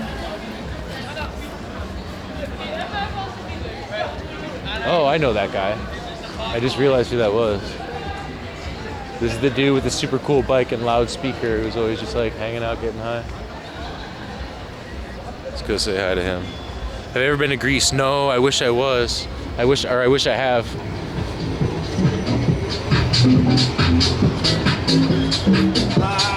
What's up, man? Hey, dude. Good to see you. Yeah, I was in Thailand like 6 months ago. Yeah, I see you. Yeah, you were watching? Hell yeah, dude. Nice. Thanks for watching. Hell yeah, dude. Good to see you. I saw your bike from around the way. I was like, oh, I know that guy. Let's go say hi. Hell yeah. Hell yeah. What are you doing today? Oh, nothing. Just walking around, chilling, man. Yeah. Just hanging out. Yeah. No parties, no nothing. Nah. You know where the parties are? I don't know, bro. No? Don't say that. No? Oh, okay. I wanted the style on that bike. When's the last time you went to like a rave or something? Rave, man, and it's on the Ragort, man. Ragort? Really? That's it? Man. And the North maybe something. See, I told you guys, the rave scene out here is dead compared to what it was like 10 years ago or something. And in my country, in the Czech Republic, you must go, hey. Everyone, I'm telling you, there's proper raving, man. Every way, too much raving. And in my country, in the Czech, wow. By the way, that's the thought I wanted to say about when we were talking to Stephanie. What I said that I think they're heading with Amsterdam is that they're going to push away the partying and bring up the luxury tourism stuff because they know that the Netherlands is no longer special for weed because it's becoming legal all over the world. It's no longer the big attracting thing. All it does is bring riffraff. Now they're better off pushing it all out and having like boutique hotels and shit all around Amsterdam instead. I'm telling you, man, that's the plan. So they're gonna let Germany and Spain be the next weed places and stuff. They're probably glad. Just let it go, and they'll have it here too. But it's no longer gonna be the big hype that it used to be. And you know that also might be a good thing too, because maybe it means that weed prices will fucking go down finally.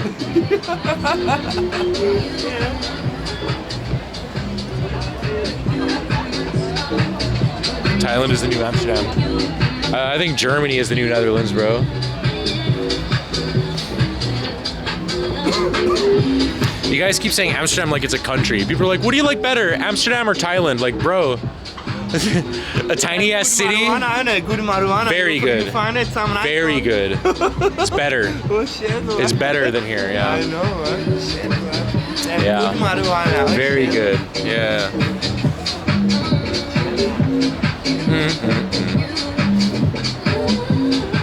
Germany is just for German citizens for now. For now, man. Give it a little time.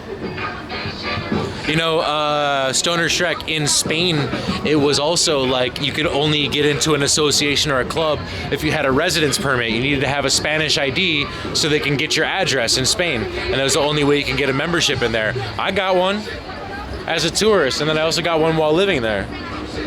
I don't know, man. You can still get you can still get your shit there, man. It'll be all right, for sure.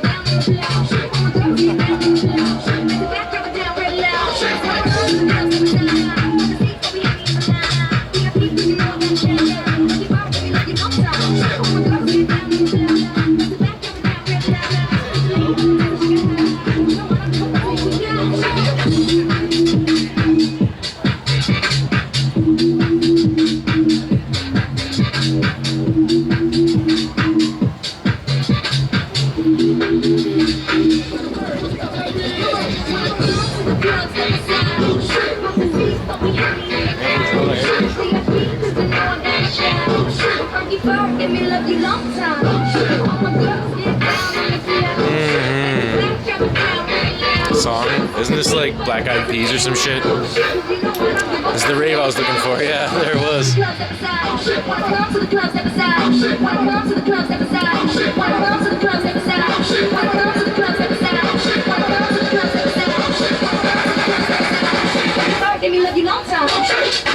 Dude, it's Fergie, man.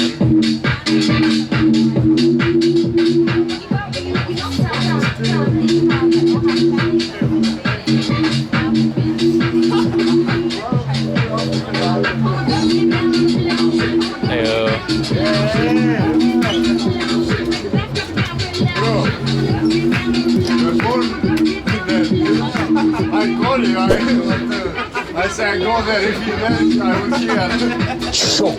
Jongen. Godverdomme, wat heb ik altijd aan gezeik bij jou.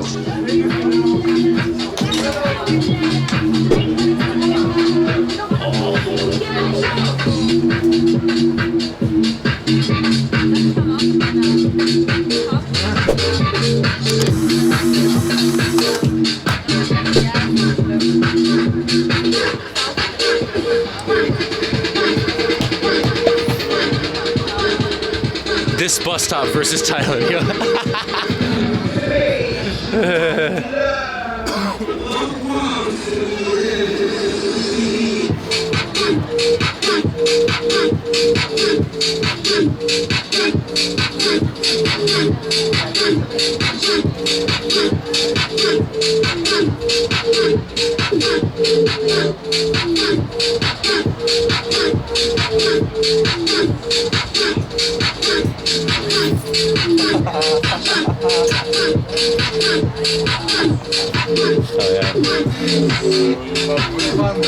Look, look. I put you.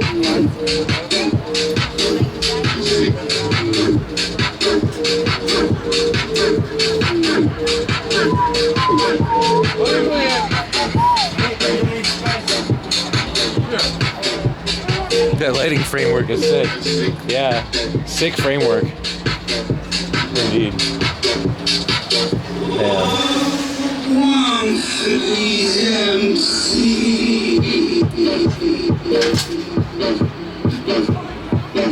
I like how this area is now just a chill spot because they are doing construction on this road. So people just hang out here. I just now realized. Oh, you just saw it? Yeah, they live this shit. There's construction all the way up. They tore up the streets, so there's no trams here now. Yeah. They take out the lines also there? Yeah, but I mean they're just fixing it. Yeah, further up. It's water, careful. It's gonna splash you. Sheesh.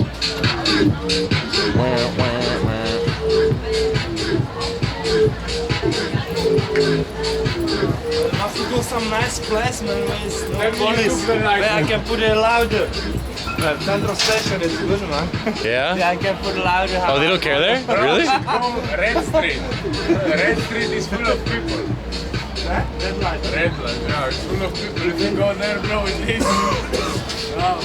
Yeah, but you can't smoke in the red light. If you go to red light, you cannot smoke. Huh? You cannot smoke in the red light. You cannot?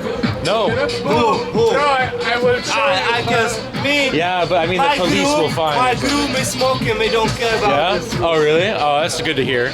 Apparently, they don't really give a shit about you smoking in the red light. My groom, we do everything, Now we know. man. Cops only time that they told me something was in Amsterdam Central at the train.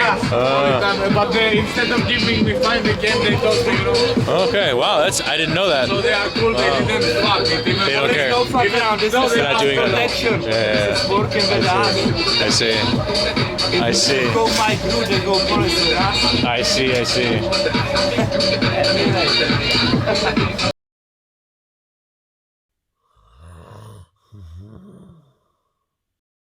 That you don't feel limited in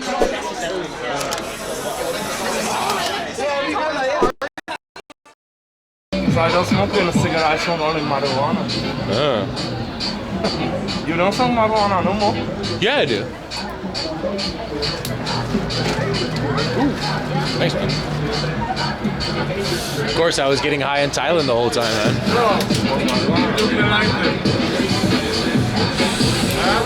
This is your lighter.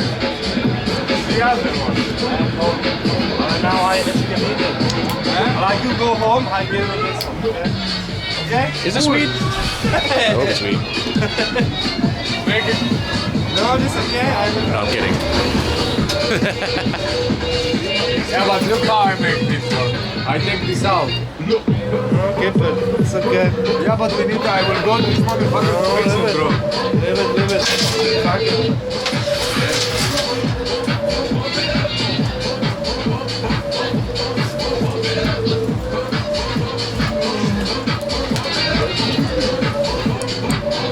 What was in that cigarette? Bro, like the other time when you were making music. You remember that program that you were making music? Apparently, I thought I was in a walk. Swing my arm around like that. Yo, dude, one time I was jerking off and I had my watch on my left hand, I'm a lefty, and my watch vibrated and said, like, are you in an indoor workout? And I started laughing so hard I couldn't finish. Don't play now.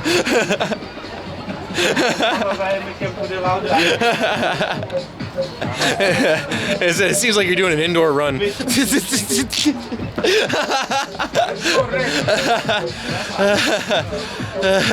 What you do? You come also red light, we go? No! Red light. I'm not going to the red light with you, man. No, wait. I can't bring a camera to the red light. They'll kill me over there. They kill you over there. The women, they don't want you being over there. I'm not going. No, with this is no good. I don't want to. I don't fuck with it like that, man. I seen a clip of another streamer, this girl, Miauko. She's a Japanese streamer who lives in Belgium. She came to Amsterdam. She was in the red light with her stream like this, and one of the women. Oh no! And then one of the women came outside the window with a bucket and poured water on her, and tried to get her camera wet and stuff. They threw water on her. I know. Thanks, man.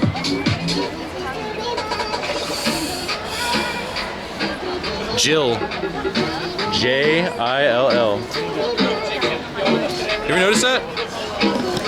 Jill.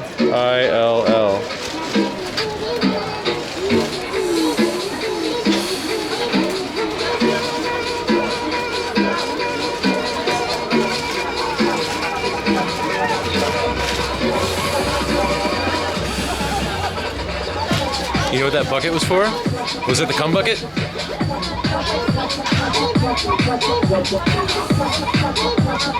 That's where I spit out the loads.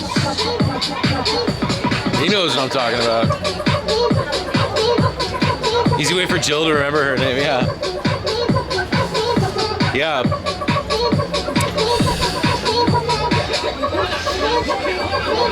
Oh, thanks, man, thanks.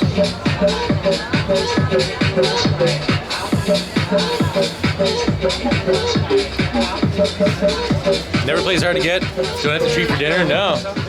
Yeah. We almost never argue. Almost never. We hardly ever argue, yeah.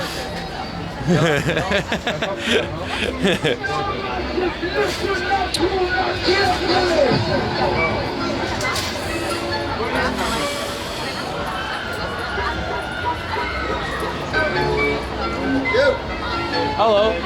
Good evening. Good evening. Are we live? Yes, we are. Yes. Right on. I love you. I love you too. Good lad. Have a great night. I love Amsterdam. Oh, great. I'm glad to hear it. Bye-bye. Take care.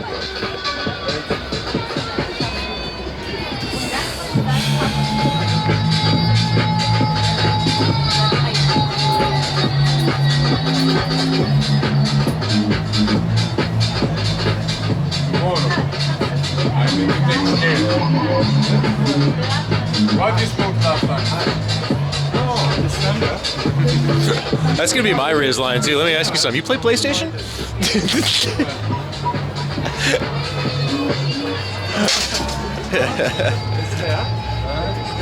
Cocktail hour with Frames and Good Lad, yo. That sounds like a radio show. Cocktail hour with Frames and the Good Lad. I will see tomorrow after I WKQX Chicago Q101.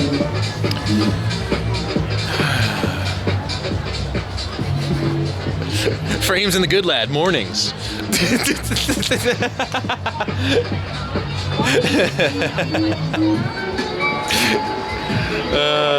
Fuck, bro. Holy shit. Where can I buy something?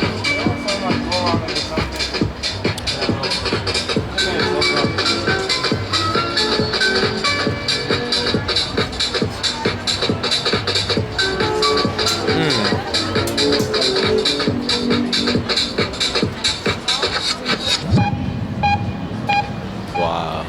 Nice. Beep, beep, beep.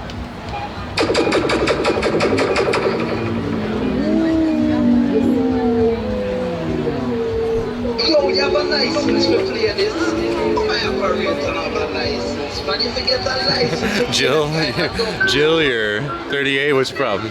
My boyfriend is too attached.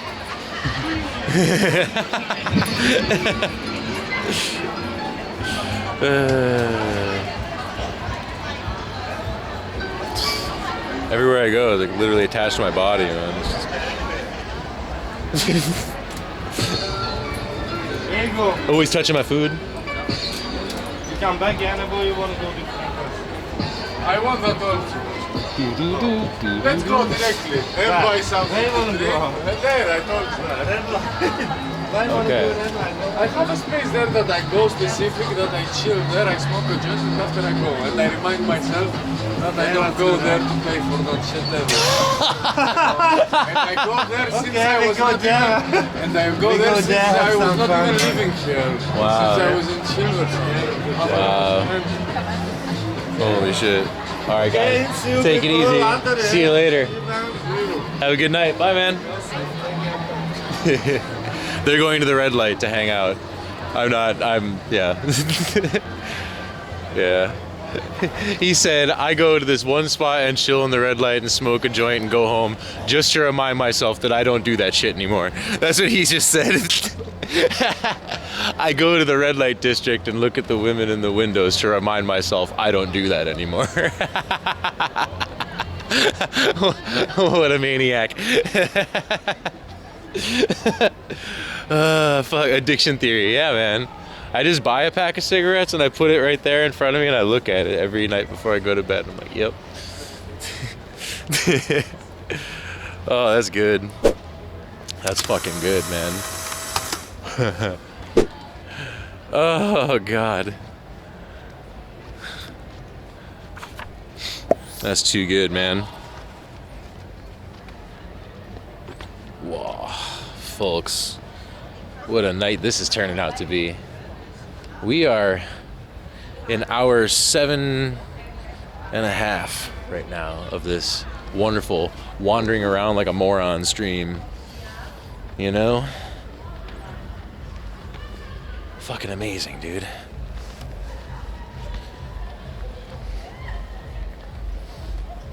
Smoke one to remind me, see, this is what you quit. I just smoke one and then I put it out. And then, you know, and I stop. You know why? Because I'm in control of myself.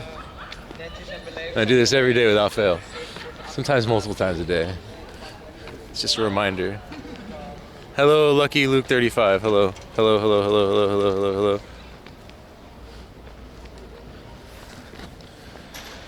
Still got a PAX. Just got a Tiny Mite 2 Game Changer. Yeah? That's cool. You became so skinny, what happened? I exercised and ate well for like 6 months. I lost like 30 pounds, bro. Hell yeah. That's what I did.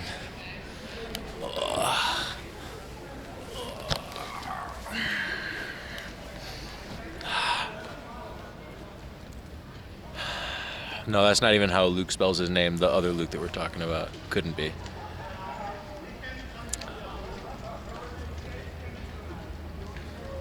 Still have your packs? Oh, nice.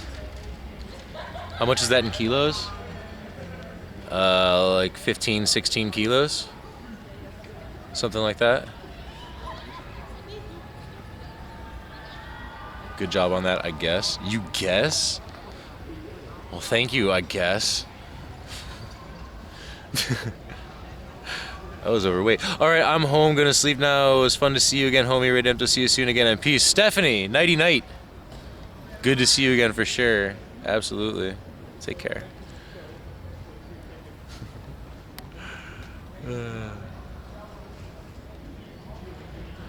But yeah, man, I was overweight. I was like bursting out of my clothes. I was like a lot of the shirts that I had, I just put them on. They just did not fit me anymore, and that was annoying. And then I started doing something about that when I was in Amsterdam, like for about a month before I went to Thailand.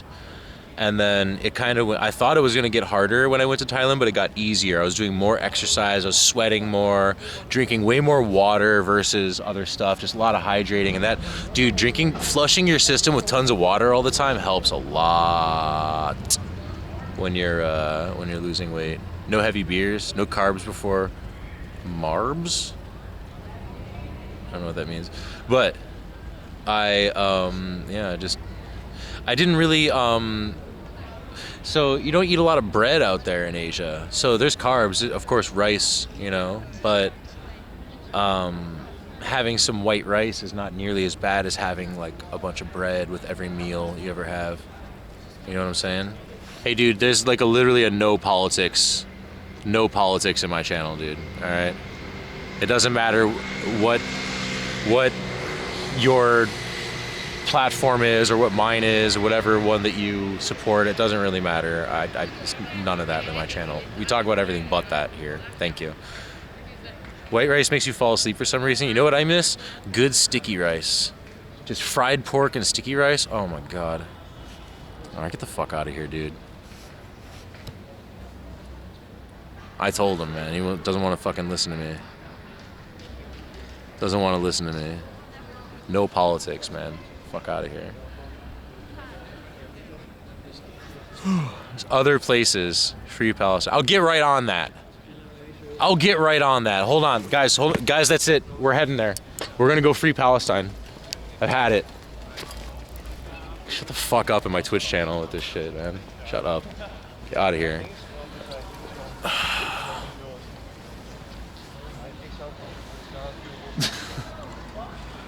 Ridiculous, man. Where were you fucking for the past fucking 70 years while this shit's been going on, man? How about that? Shit has been going on non-stop. And just now you decide to start fucking spamming random people's channels with this shit. Stop it, dude. Enough with the virtue signaling. You don't actually give a shit.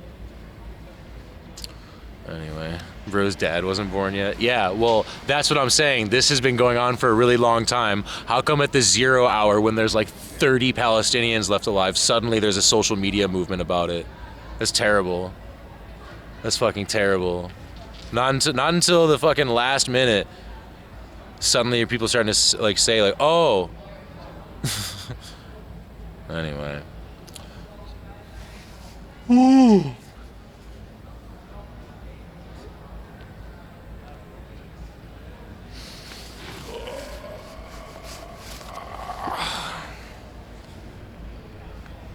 Anyway, back to more important things. I fucking miss sticky rice. I'm gonna go into my camera right now and I'm gonna go to all photos and I'm gonna type food. And I'm gonna take a look at the food. Oh, God. I ate that. Oh. I ate that food. Oh. I ate those ribs, bro. Bird's nest soup. Loquat, lychee. Dates. Oh my god. Just a coconut filled with cum. No, it's bird spit. Show us where it spits. Oh, bro, 7-Eleven coffees though. Oh my god. I can taste it. I can taste it now. I can taste it now.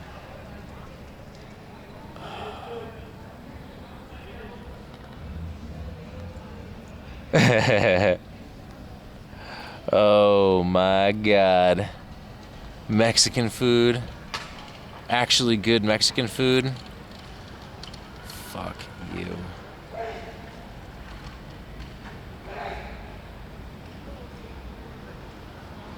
This French toast I ate though, and this bingsu, oh my god.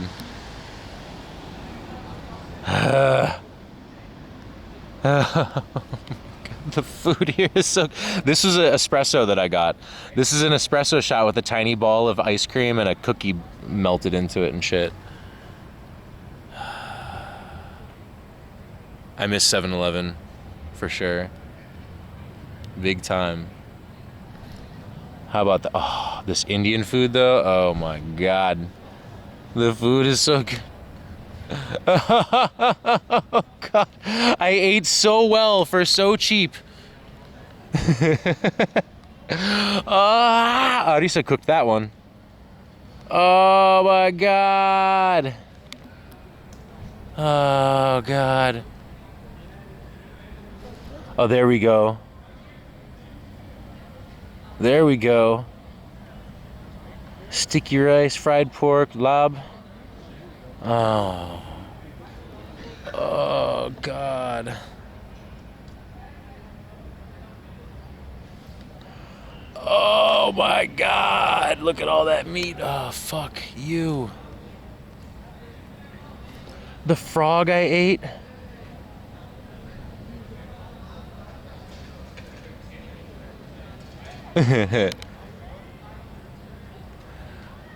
Whoa, this really famous seafood boil thing. This one like had a huge line in some clay pot restaurant.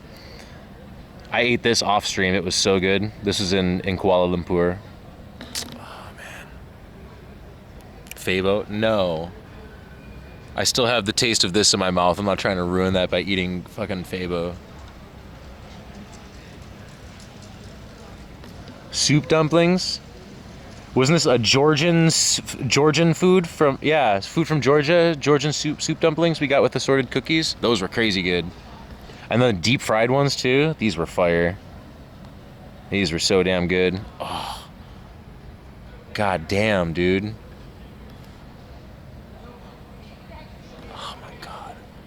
Oh, this was my flight meal. This is the cocktail at the Carlton. These things here. Shit was all at the Carlton. This is a flight meal. The Royal Silk Lounge. A Thai Royal Silk. Oh, this is the lounge food. Yeah. They did the walkthrough of the lounge that we snuck into. Oh, God. Yo, this is the meal that I ate with that tour guide right here. That's what this is. Yeah, this is, yep. Sick. I once had a cocktail that came with a burning cinnamon stick. Damn, dude. Oh, this horrible ass pizza? Fuck. I took a lot of food pictures this time. I'm very happy. I'm proud of myself with this one, actually. I don't even remember eating that motherfucker. Damn. Oh, this is the American fried rice, I think, right? That's a good photo. Oh, man. Petmark? The spiciest thing from Petmark? Whoa, dude. That's pornography right there. Look at these eggs, man.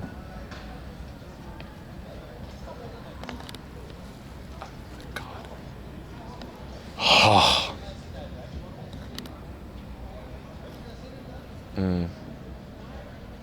We ate good.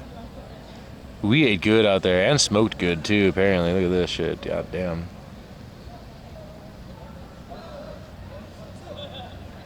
Oh, we ate so good. We ate so damn good. Whew. Damn. Woo. And it was all so cheap too. It was all so fucking cheap. I'm gonna miss that. And that's why I'm gonna go back there, because the food there is so much better than anywhere I've ever eaten in Europe. For sure. By far better than anywhere I've ever eaten in Europe. I never had food like that anywhere in this entire fucking continent, man. I'm here to tell you. I am here to tell you.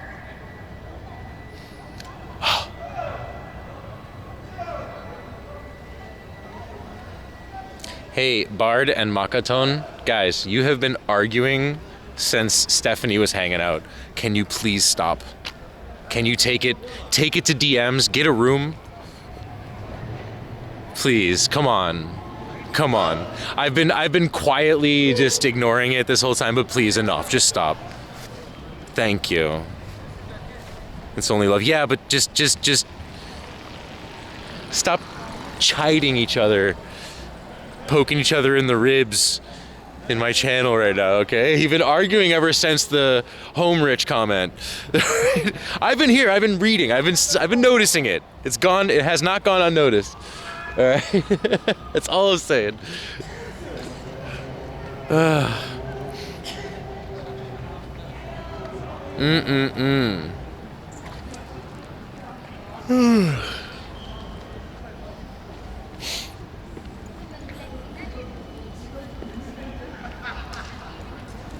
man, my butt and hips hurt really bad from a lot of walking and biking. I'm working out different muscle groups because I'm wearing shoes now, and I've noticed that like the way that you walk when you're wearing shoes and the way that you walk when you're wearing sandals are two very different things. And yeah, I'm feeling it. Like working different muscle groups from wearing shoes every day now. It's too cold for Birkenstocks out here, man. It's too cold for that shit. Maybe Birks in thick wool socks, like the Germans do. Maybe that's the way. Whoa, whoa, whoa, whoa, whoa.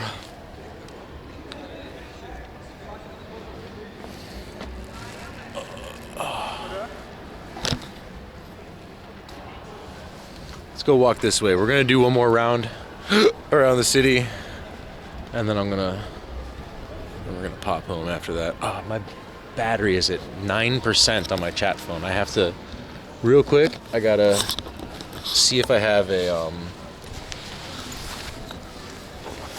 cable with which to charge. I think I do. I don't. Damn. Fucked up, chat. I fucked up. Alright. Plain and simple. I did not bring.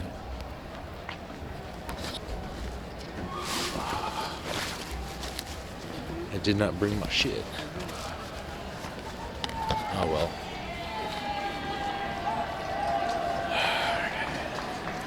Yay!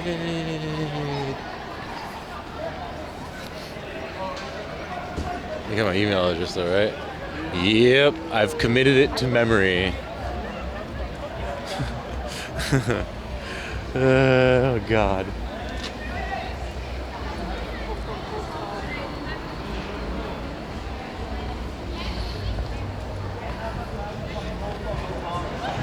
I seem to be really done with Amsterdam or Europe. It's not that I'm done with it. It's not like, oh fuck this. It's not so bad. It's just, man, I've tasted really good food and I miss it. And it's just a lot of little things like that that are kind of influencing this decision. Honestly, I've been thinking about it for a long time, since before Thailand. I wanted to go somewhere and I didn't know where. And like serious thinking about it had been put on hold really because I had someone in Europe, and that was kind of keeping me here too, you know. Just saw a future with that person and was therefore, you know, tethered to Europe again.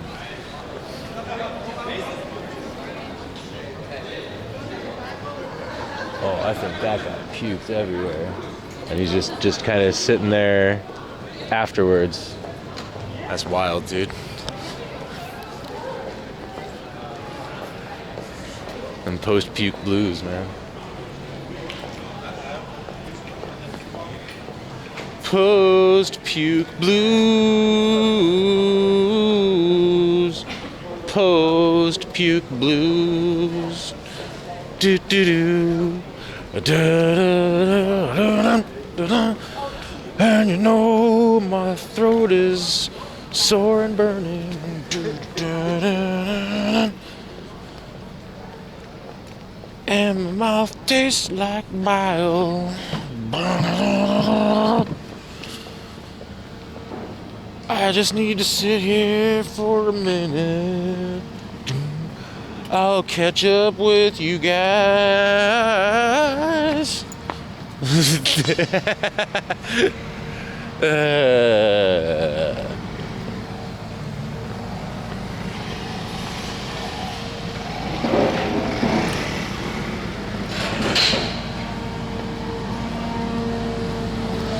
Let's go.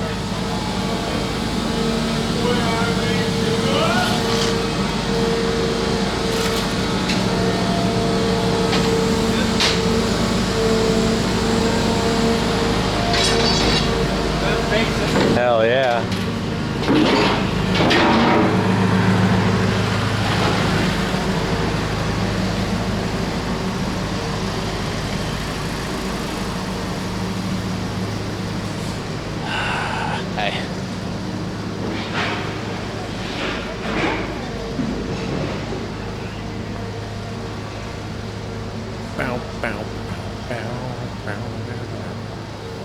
Imagine it worked like one of the arcade grabbers.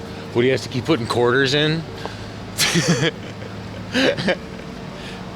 All right, there's your crane.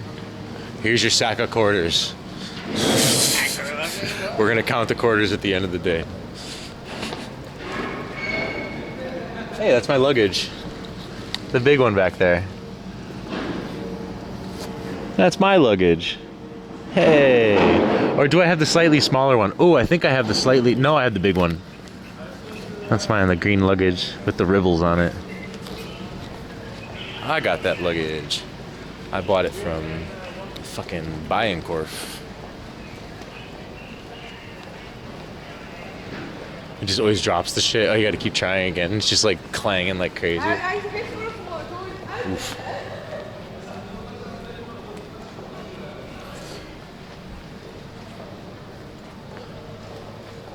Clubs are dead and everything tonight. Sunday's dead tonight, man.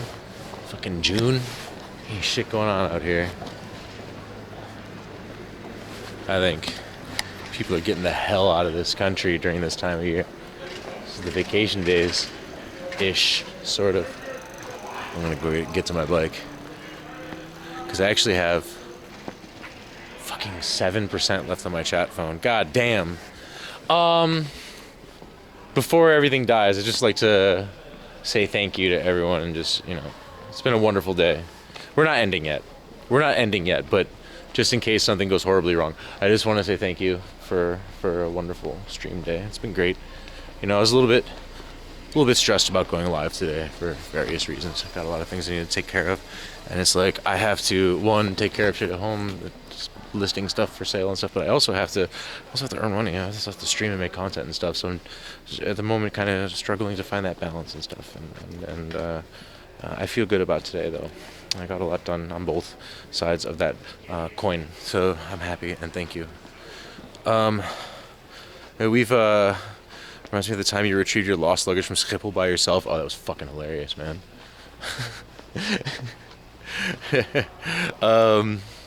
Yo, I haven't mentioned this at all today. 7 hours and 45 minutes, I didn't mention it once, so please bear with me while I mention this. I hope you'll stick around to listen. I have a goal at the bottom left of my screen, and it is move to Bangkok, ! Move. It is a interesting, different tip goal than what I've done ever in the past, and maybe what other people on Twitch have ever done. But this particular tip goal isn't really a tip goal. It's just more like a counting how much money that I'm raising for this trip to pay for my visa, you know, my condo, all this other stuff. So I'm also putting in the funds from everything I sell is getting added to that number, and portions of my payout I'm putting away each month, portions of my payout for this, and this is like going to be the grand total of what my budget that I'm working with moving over to Thailand. So that's what that goal is at the bottom left there. If you want to help, if you like this journey and if you want to see it succeed, you want to do something, if you feel you want to contribute in some way, ! Tip or ! Move will give you my tip link. And you can drop a tip there if you like. Always subscribing for yourself or something on my channel goes a long way too. I really appreciate that. And I'm doing continuous stretch goals, I guess you can say, for this goal. As you can see right now, there's one that says like full day guided weed tour. As if we hit 200. And this is actually, I hooked up with this person who started telling me about their they actually offered like a full-on like dab tour throughout Amsterdam, and you just like smoke weed with them, and like for less experienced people they'll like teach you how to roll, that kind of stuff. And it's like a real stoner chick who works in a coffee shop here. She's really cool, Irish girl. And will take us around for a whole day smoking in different kick-ass locations and shit like that. So we are actually like 74 euros away from doing that. This is a new contact, and there's someone who's actually in kind of like in the weed world a bit. Gasman knows who I'm talking about. Gasman knows exactly who I'm talking about, right? Yeah. Gasman knows. No, this is gonna be great. Yeah. So I'm actually really looking forward to this, and like we were like talking online. You know, we actually like started talking over one of our Insta stories was funny, and then we started a conversation about it, and then just started like talking about streaming and stuff. And I was like, what's your guided tours all about? Because that's like the name of their account. And they explained that, and I was like, whoa, maybe we can do something here. And she was like, yeah, totally. Let's you know. So in after we hit that stretch in the coming days after that, we'll go do a big tour. Gonna be dabbing the good stuff. Yeah, it's gonna be crazy. Yeah, I'm excited. Yo, Gas Man, that's gonna be fire content. Is Amsterdam like coming home now? Well, I've lived here for 15 years. It'd be really weird if I felt like an outsider coming home here. But,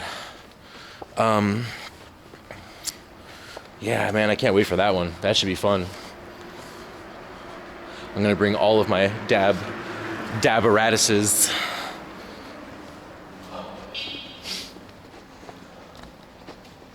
This is the haunted antiques district. Literally everything here is cursed. Literally everything they sell here is cursed. Is she Irish? Irish. Is there like a different Irish?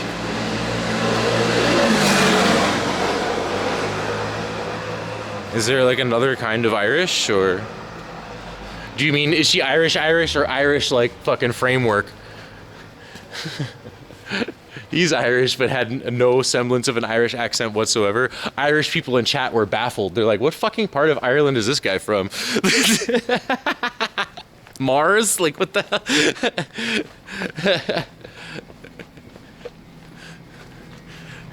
He's not Irish. No one from Ireland is this insane.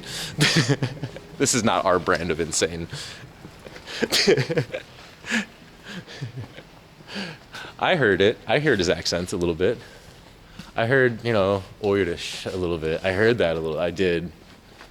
But he's international and he teaches English. You know, he like there was some truth in what he was saying. He was talking about living in Thailand for years, teaching English and stuff like that. And I think he's lived a lot abroad. You know, after 15 years in Amsterdam, I've noticed that I have a bit of an accent, but it's not like I don't sound like an Amsterdammer or anything like that. It's just that the way I say some things are different now. Just little things here and there, and it usually happens when I'm not conscious about it. I'm like talking fast and I'm not thinking about it at all. Then you hear it come out. What is going on today? We got him. Yo, Bike Curious. Wow. What up, dude? Bike Curious just raided with 179 views. Oh my goodness, welcome in everybody. How's it going? It's me, Raid Empto from before. Outdoor IRL streamer here in Amsterdam. Just got home from Bangkok a few days ago. Boy oh boy, 6 months gone. And finally back in Europe. Feels good.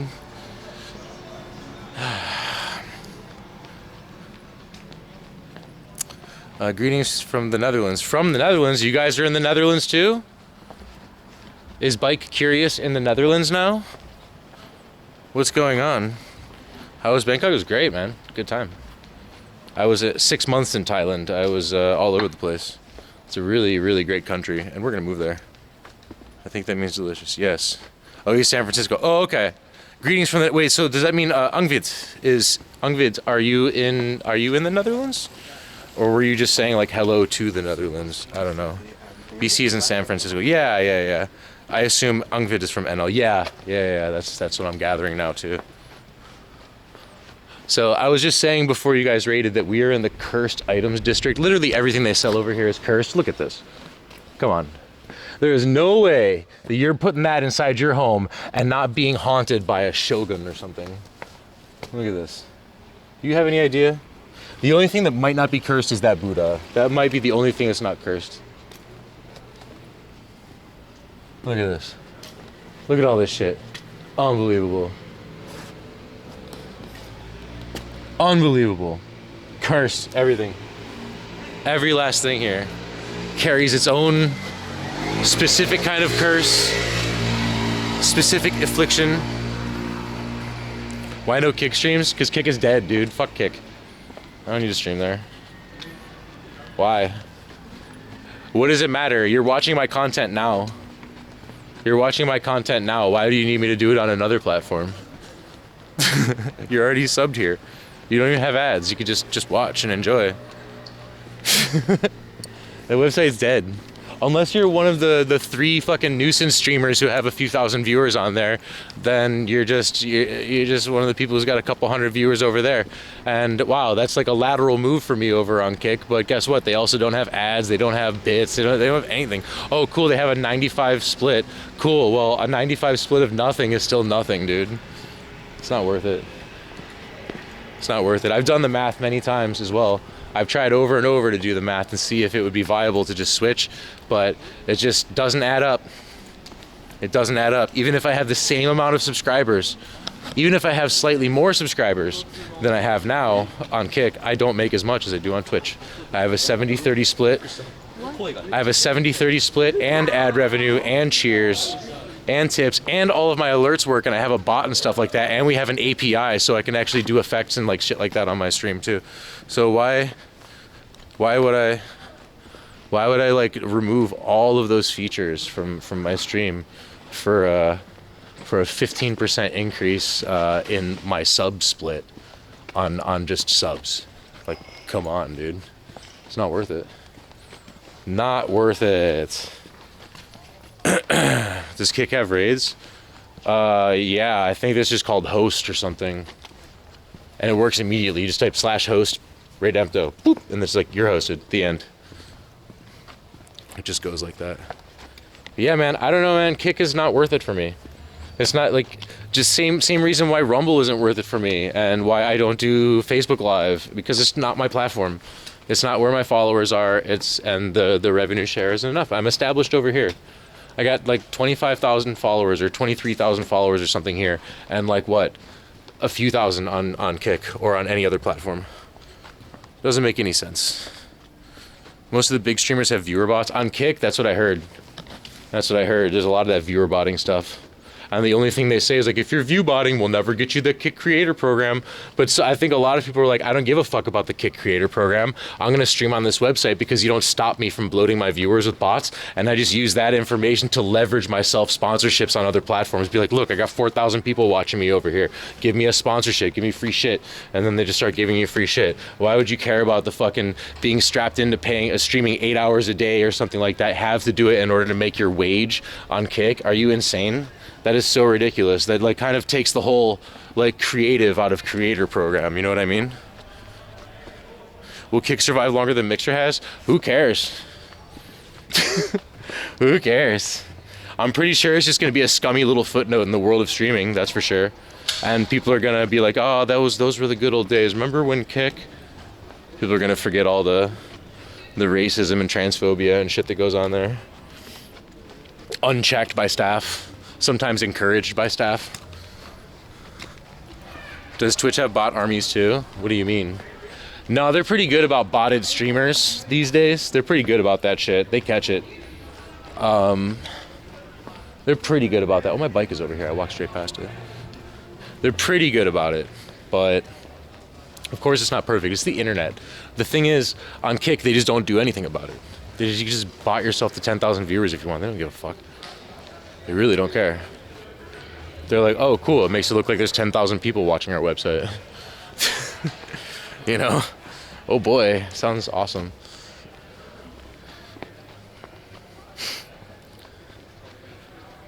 Did I hear bike? Yeah, this is my bike. The Silver Surfer. There she blows.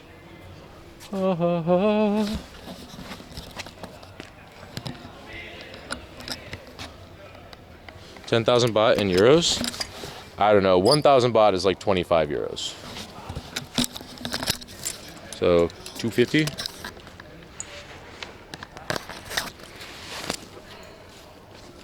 You can also, my convert command still works. You could just hit convert 10,000. TOS on Twitch is ass though. Well, it's funny that you say that, Champagne Poppy, because in my 3.5 years on Twitch, I've never had any run-ins with TOS content, like or the rules on Twitch being way too tight for me to be able to be myself on Twitch.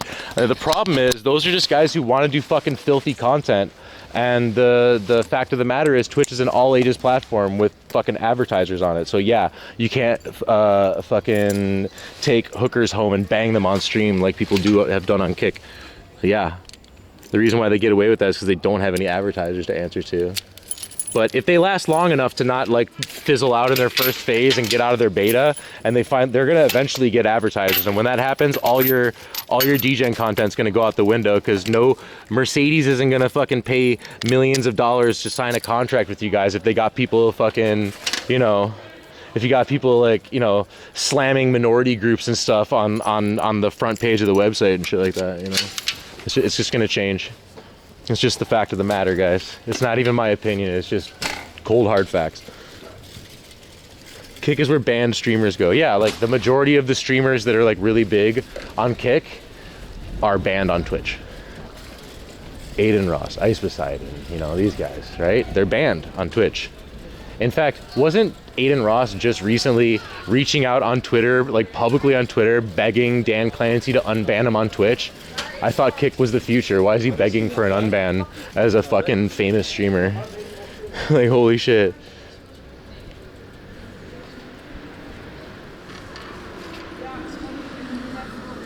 Kick has some toxic streamers. Well, so does Twitch. Believe me, so does Twitch. That's for damn sure.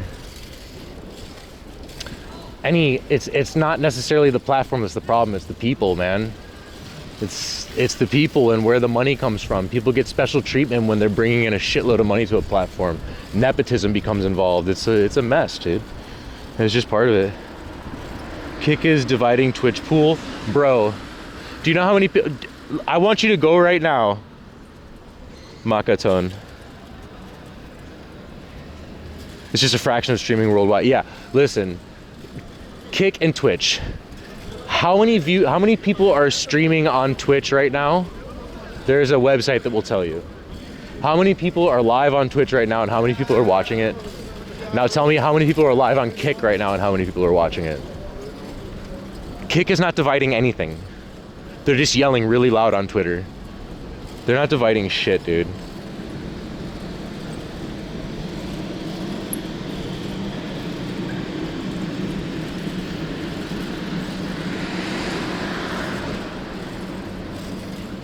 Well, I don't really care about what you think, who deserves a ban or any of that shit. I don't know, man. That's not what this is about.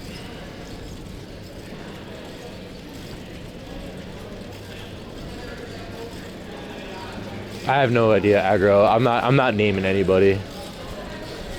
I'm not giving that shit attention.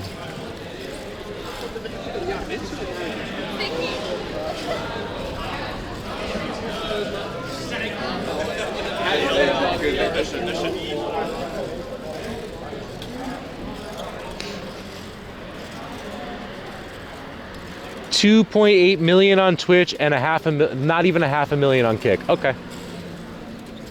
Is that people watching Twitch or streaming on Twitch, or it's got to be watching? And got to remember, by the way, that out of that 452,000, a good number of those have to be unchecked bots. Unchecked bots, of which there's definitely thousands. Live viewers, yeah, exactly. Like, it has been absolutely proven that they have a shitload of bots and they have a problem with it. They've admitted it on their Twitter, saying like, we know there's a problem, we're addressing it, and we're making sure that everyone who goes for the Kick Creator program gets like a manual review so we can tell if they're botting or not. You know, like, they know it's a problem. So there's definitely way less than 450,000 people watching Kick. It's just the same as when they changed the travel and outdoors category to IRL. They're like, oh, now you got a category. Like, everybody moved over there for like 30 seconds and was like, oh, wait a minute, this is a load of horse shit. Why? Because like 40 million people follow just chatting and not even 1 million people followed IRL. And already with Twitch having zero algorithm, it's just like you're taking this thing that you want people to see and you're shoving it in a back drawer in the storage in the basement of your house. You know what I mean? Like, you're by putting it in the IRL category, you're just shoving it in a corner that no one's gonna see. unless they're actively searching this thing that actually, if you take a look at the numbers, almost nobody on Twitch follows. 5.8 million live viewers on YouTube. Yeah. Yeah, okay, we'll take a look at those channels and see who's soaking up the most. Because really, like, dude, live streaming on YouTube is a whole nother fucking business. It doesn't work like it works on Twitch or any other platform. Live streaming on YouTube is shorter. It's shorter. It's not sporadic. It's highly planned and really pushed using the community tab and stuff. It's a whole different world. I've done the research. Good night, Soak. I love you, buddy. Why am I still up? Been working on a pistol and a rifle all night. Okay, good night, dude. Thank you for hanging out. Appreciate you, man. But yeah, dude, it's a whole different beast over there. And really, the people who are most successful with live streams on YouTube are people who already have an established community from their recorded content. And they tend to do live streams as like a monthly or bi-monthly bonus to their YouTube content, like as a supplement for it. Maybe they'll do a behind the scenes or a deep dive on this or that kind of, you know what I mean? Like that's kind of how it works on YouTube. It's a very different thing. TikTok Live is the way to go. Okay, right. It's the way to go for who? For you? For everyone? The point I'm trying to make here is that not every platform is just tailor-built for everyone. It's just like the other bad take that you had before, they're saying that like Twitch has bad rules and blah, blah, blah. It's like, no, Twitch doesn't have bad rules. It's just that not everybody behaves normal. And people who want to behave crazy, unfortunately, break rules on Twitch. You crazy Dutch so you have to go to Kick bastard. for that shit. Yo, Blaze, thank you so much for the tier 1. Welcome in. Same goes with TikTok. That content is very different, man. You're not only is it a different style of content, the overlay system that's built in is a very different thing. It's also a completely different, it's a generational thing too. It's a whole different audience. You know, if you take a look at, a good example is someone who I was observing for the past few months. It's Johnny Rakan Voyage. We met him over in Malaysia. Nice ass dude. He's cool. A little bit crazy. I think he told me a story about a hooker dumping in his mouth. I think. I don't know. My ear started bleeding and I think I passed out a little bit while he was telling this story, so I don't fully recall it. But he's fucking funny. But he splits his stuff amongst Twitch and TikTok. He does those two, but then he also has a huge Patreon following. So like his whole thing is like getting people to pay him to go live. Hey guys, I'm not gonna on your travels home. Oh shit, Blaze! What the fuck, man? Thank you so much. Yo! Thank you so much for the 50 euros. That is really kind of you. Thanks. God damn, that's very unexpected. Holy shit, man. Wow. Brand new guy comes in, subs, and then does that. That's so kind of you, man. Thank you, man. Thank you. Wow. What was I saying? Holy shit. Oh, right. Johnny Rakan Voyage, he does this thing where yeah, he kind of like gets people to like join his Patreon, and in his Patreon he gives them like extra stuff that he doesn't give on his TikToks and everything, right? And then he'll just like go make a TikTok video saying like, oh, if like 100 people react to this thing, then I'll go live. And then if he gets the reactions, then he goes live. It's like some whole he has like a whole system, and he's like kind of like bouncing people back and forth between these 3 platforms. And he says that he literally said it live on his stream. He's like, I'm training them, I'm conditioning them to know to go to all these 3 places if they want to see my information, blah, blah, blah, blah. I constantly talk about it and everything. And like I saw it and I realized like that might not really be the thing I want to do. From talking to so many different creators, one thing that I've learned is that there are so many different routes to success in this world. There's so many different ways of doing this. It doesn't always have to be just, you know, oh, you gotta make the YouTube videos and the shorts and then use that to drive to your Twitch. Man, I've seen so many different success stories. Honestly. I've seen so many, and it comes from so many different ways. Like, really. Can't you multi-platform all at the same time? Why? Okay, so I multi-platformed for several months while I was in Thailand, and it made almost no difference. It made almost no difference. Do you know why?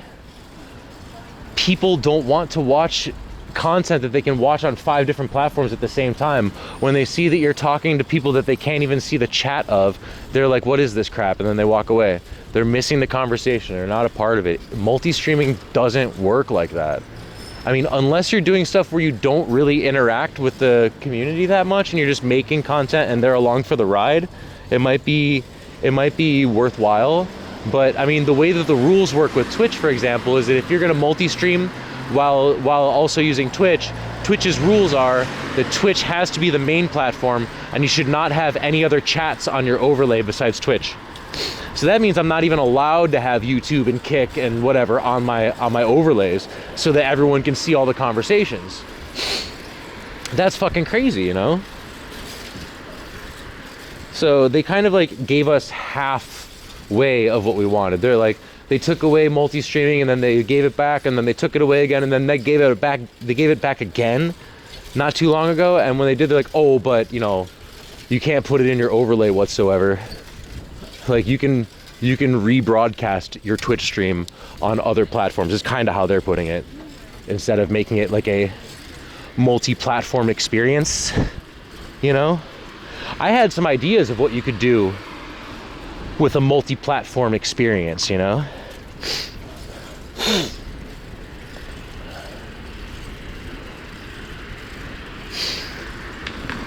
I have some ideas.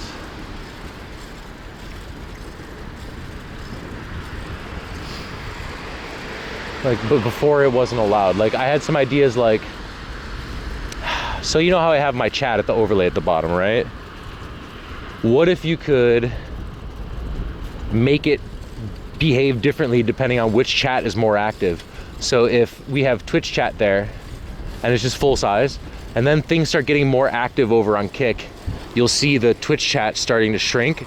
And then if it reaches a certain ratio of chat activity, one versus the other, then it just goes like, and then pops over to Kick chat, you know? So that means like people would be on a typing war to get their shit on the overlay. Not only does that encourage activity in chat, it's actually kind of a fun, unique thing that no one else has ever done. But because of the rules of Twitch, I can't do that. Sounds like a great idea. I know, right? It's kind of like a tug of war between different platforms. I've had a lot of ideas. I could totally program that instantly. It's not even hard. Just it's TOS, you know? Blue to green bubble kind of thing. Yeah. But it's not gonna happen. Because I'm not allowed to have other channels in my, or chats in my overlay. It sucks, but it is what it is. That's for sure. Those multiple platforms with YouTube and Patreon and their personal site is annoying and get expensive to be loyal. That's true. That's true. There's the bridge, man. Beautiful. We had ourselves another amazing evening.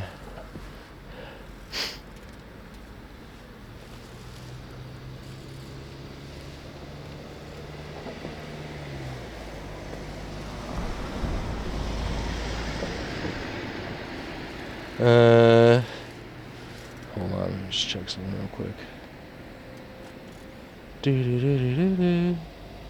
When you move to Thailand, I will get very sentimental over this bridge. Aw. Yeah, me too. Yeah.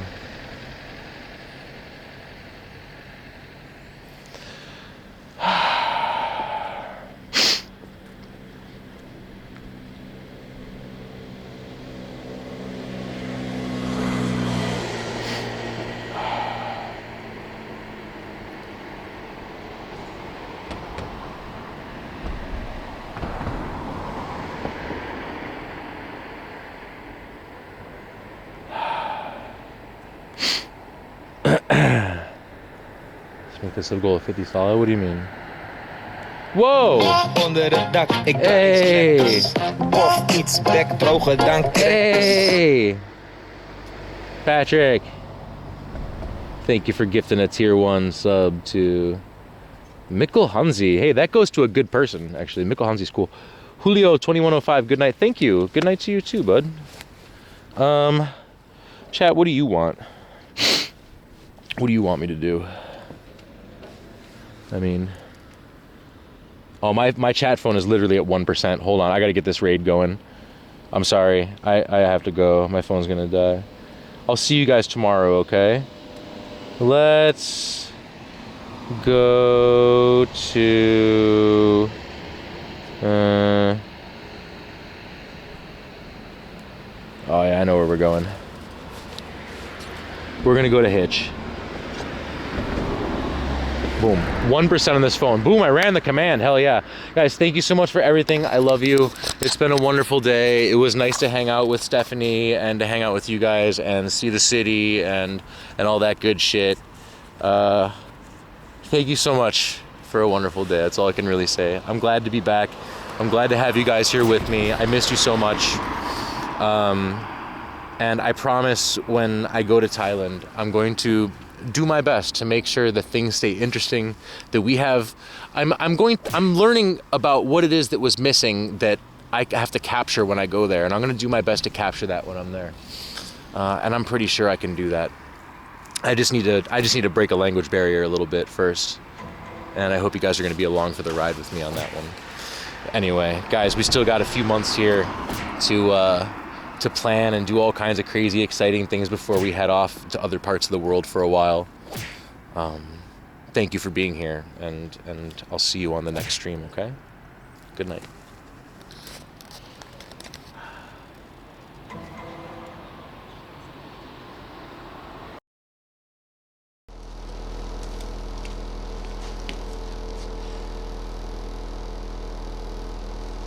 Not bad. I made cheese out of the guy.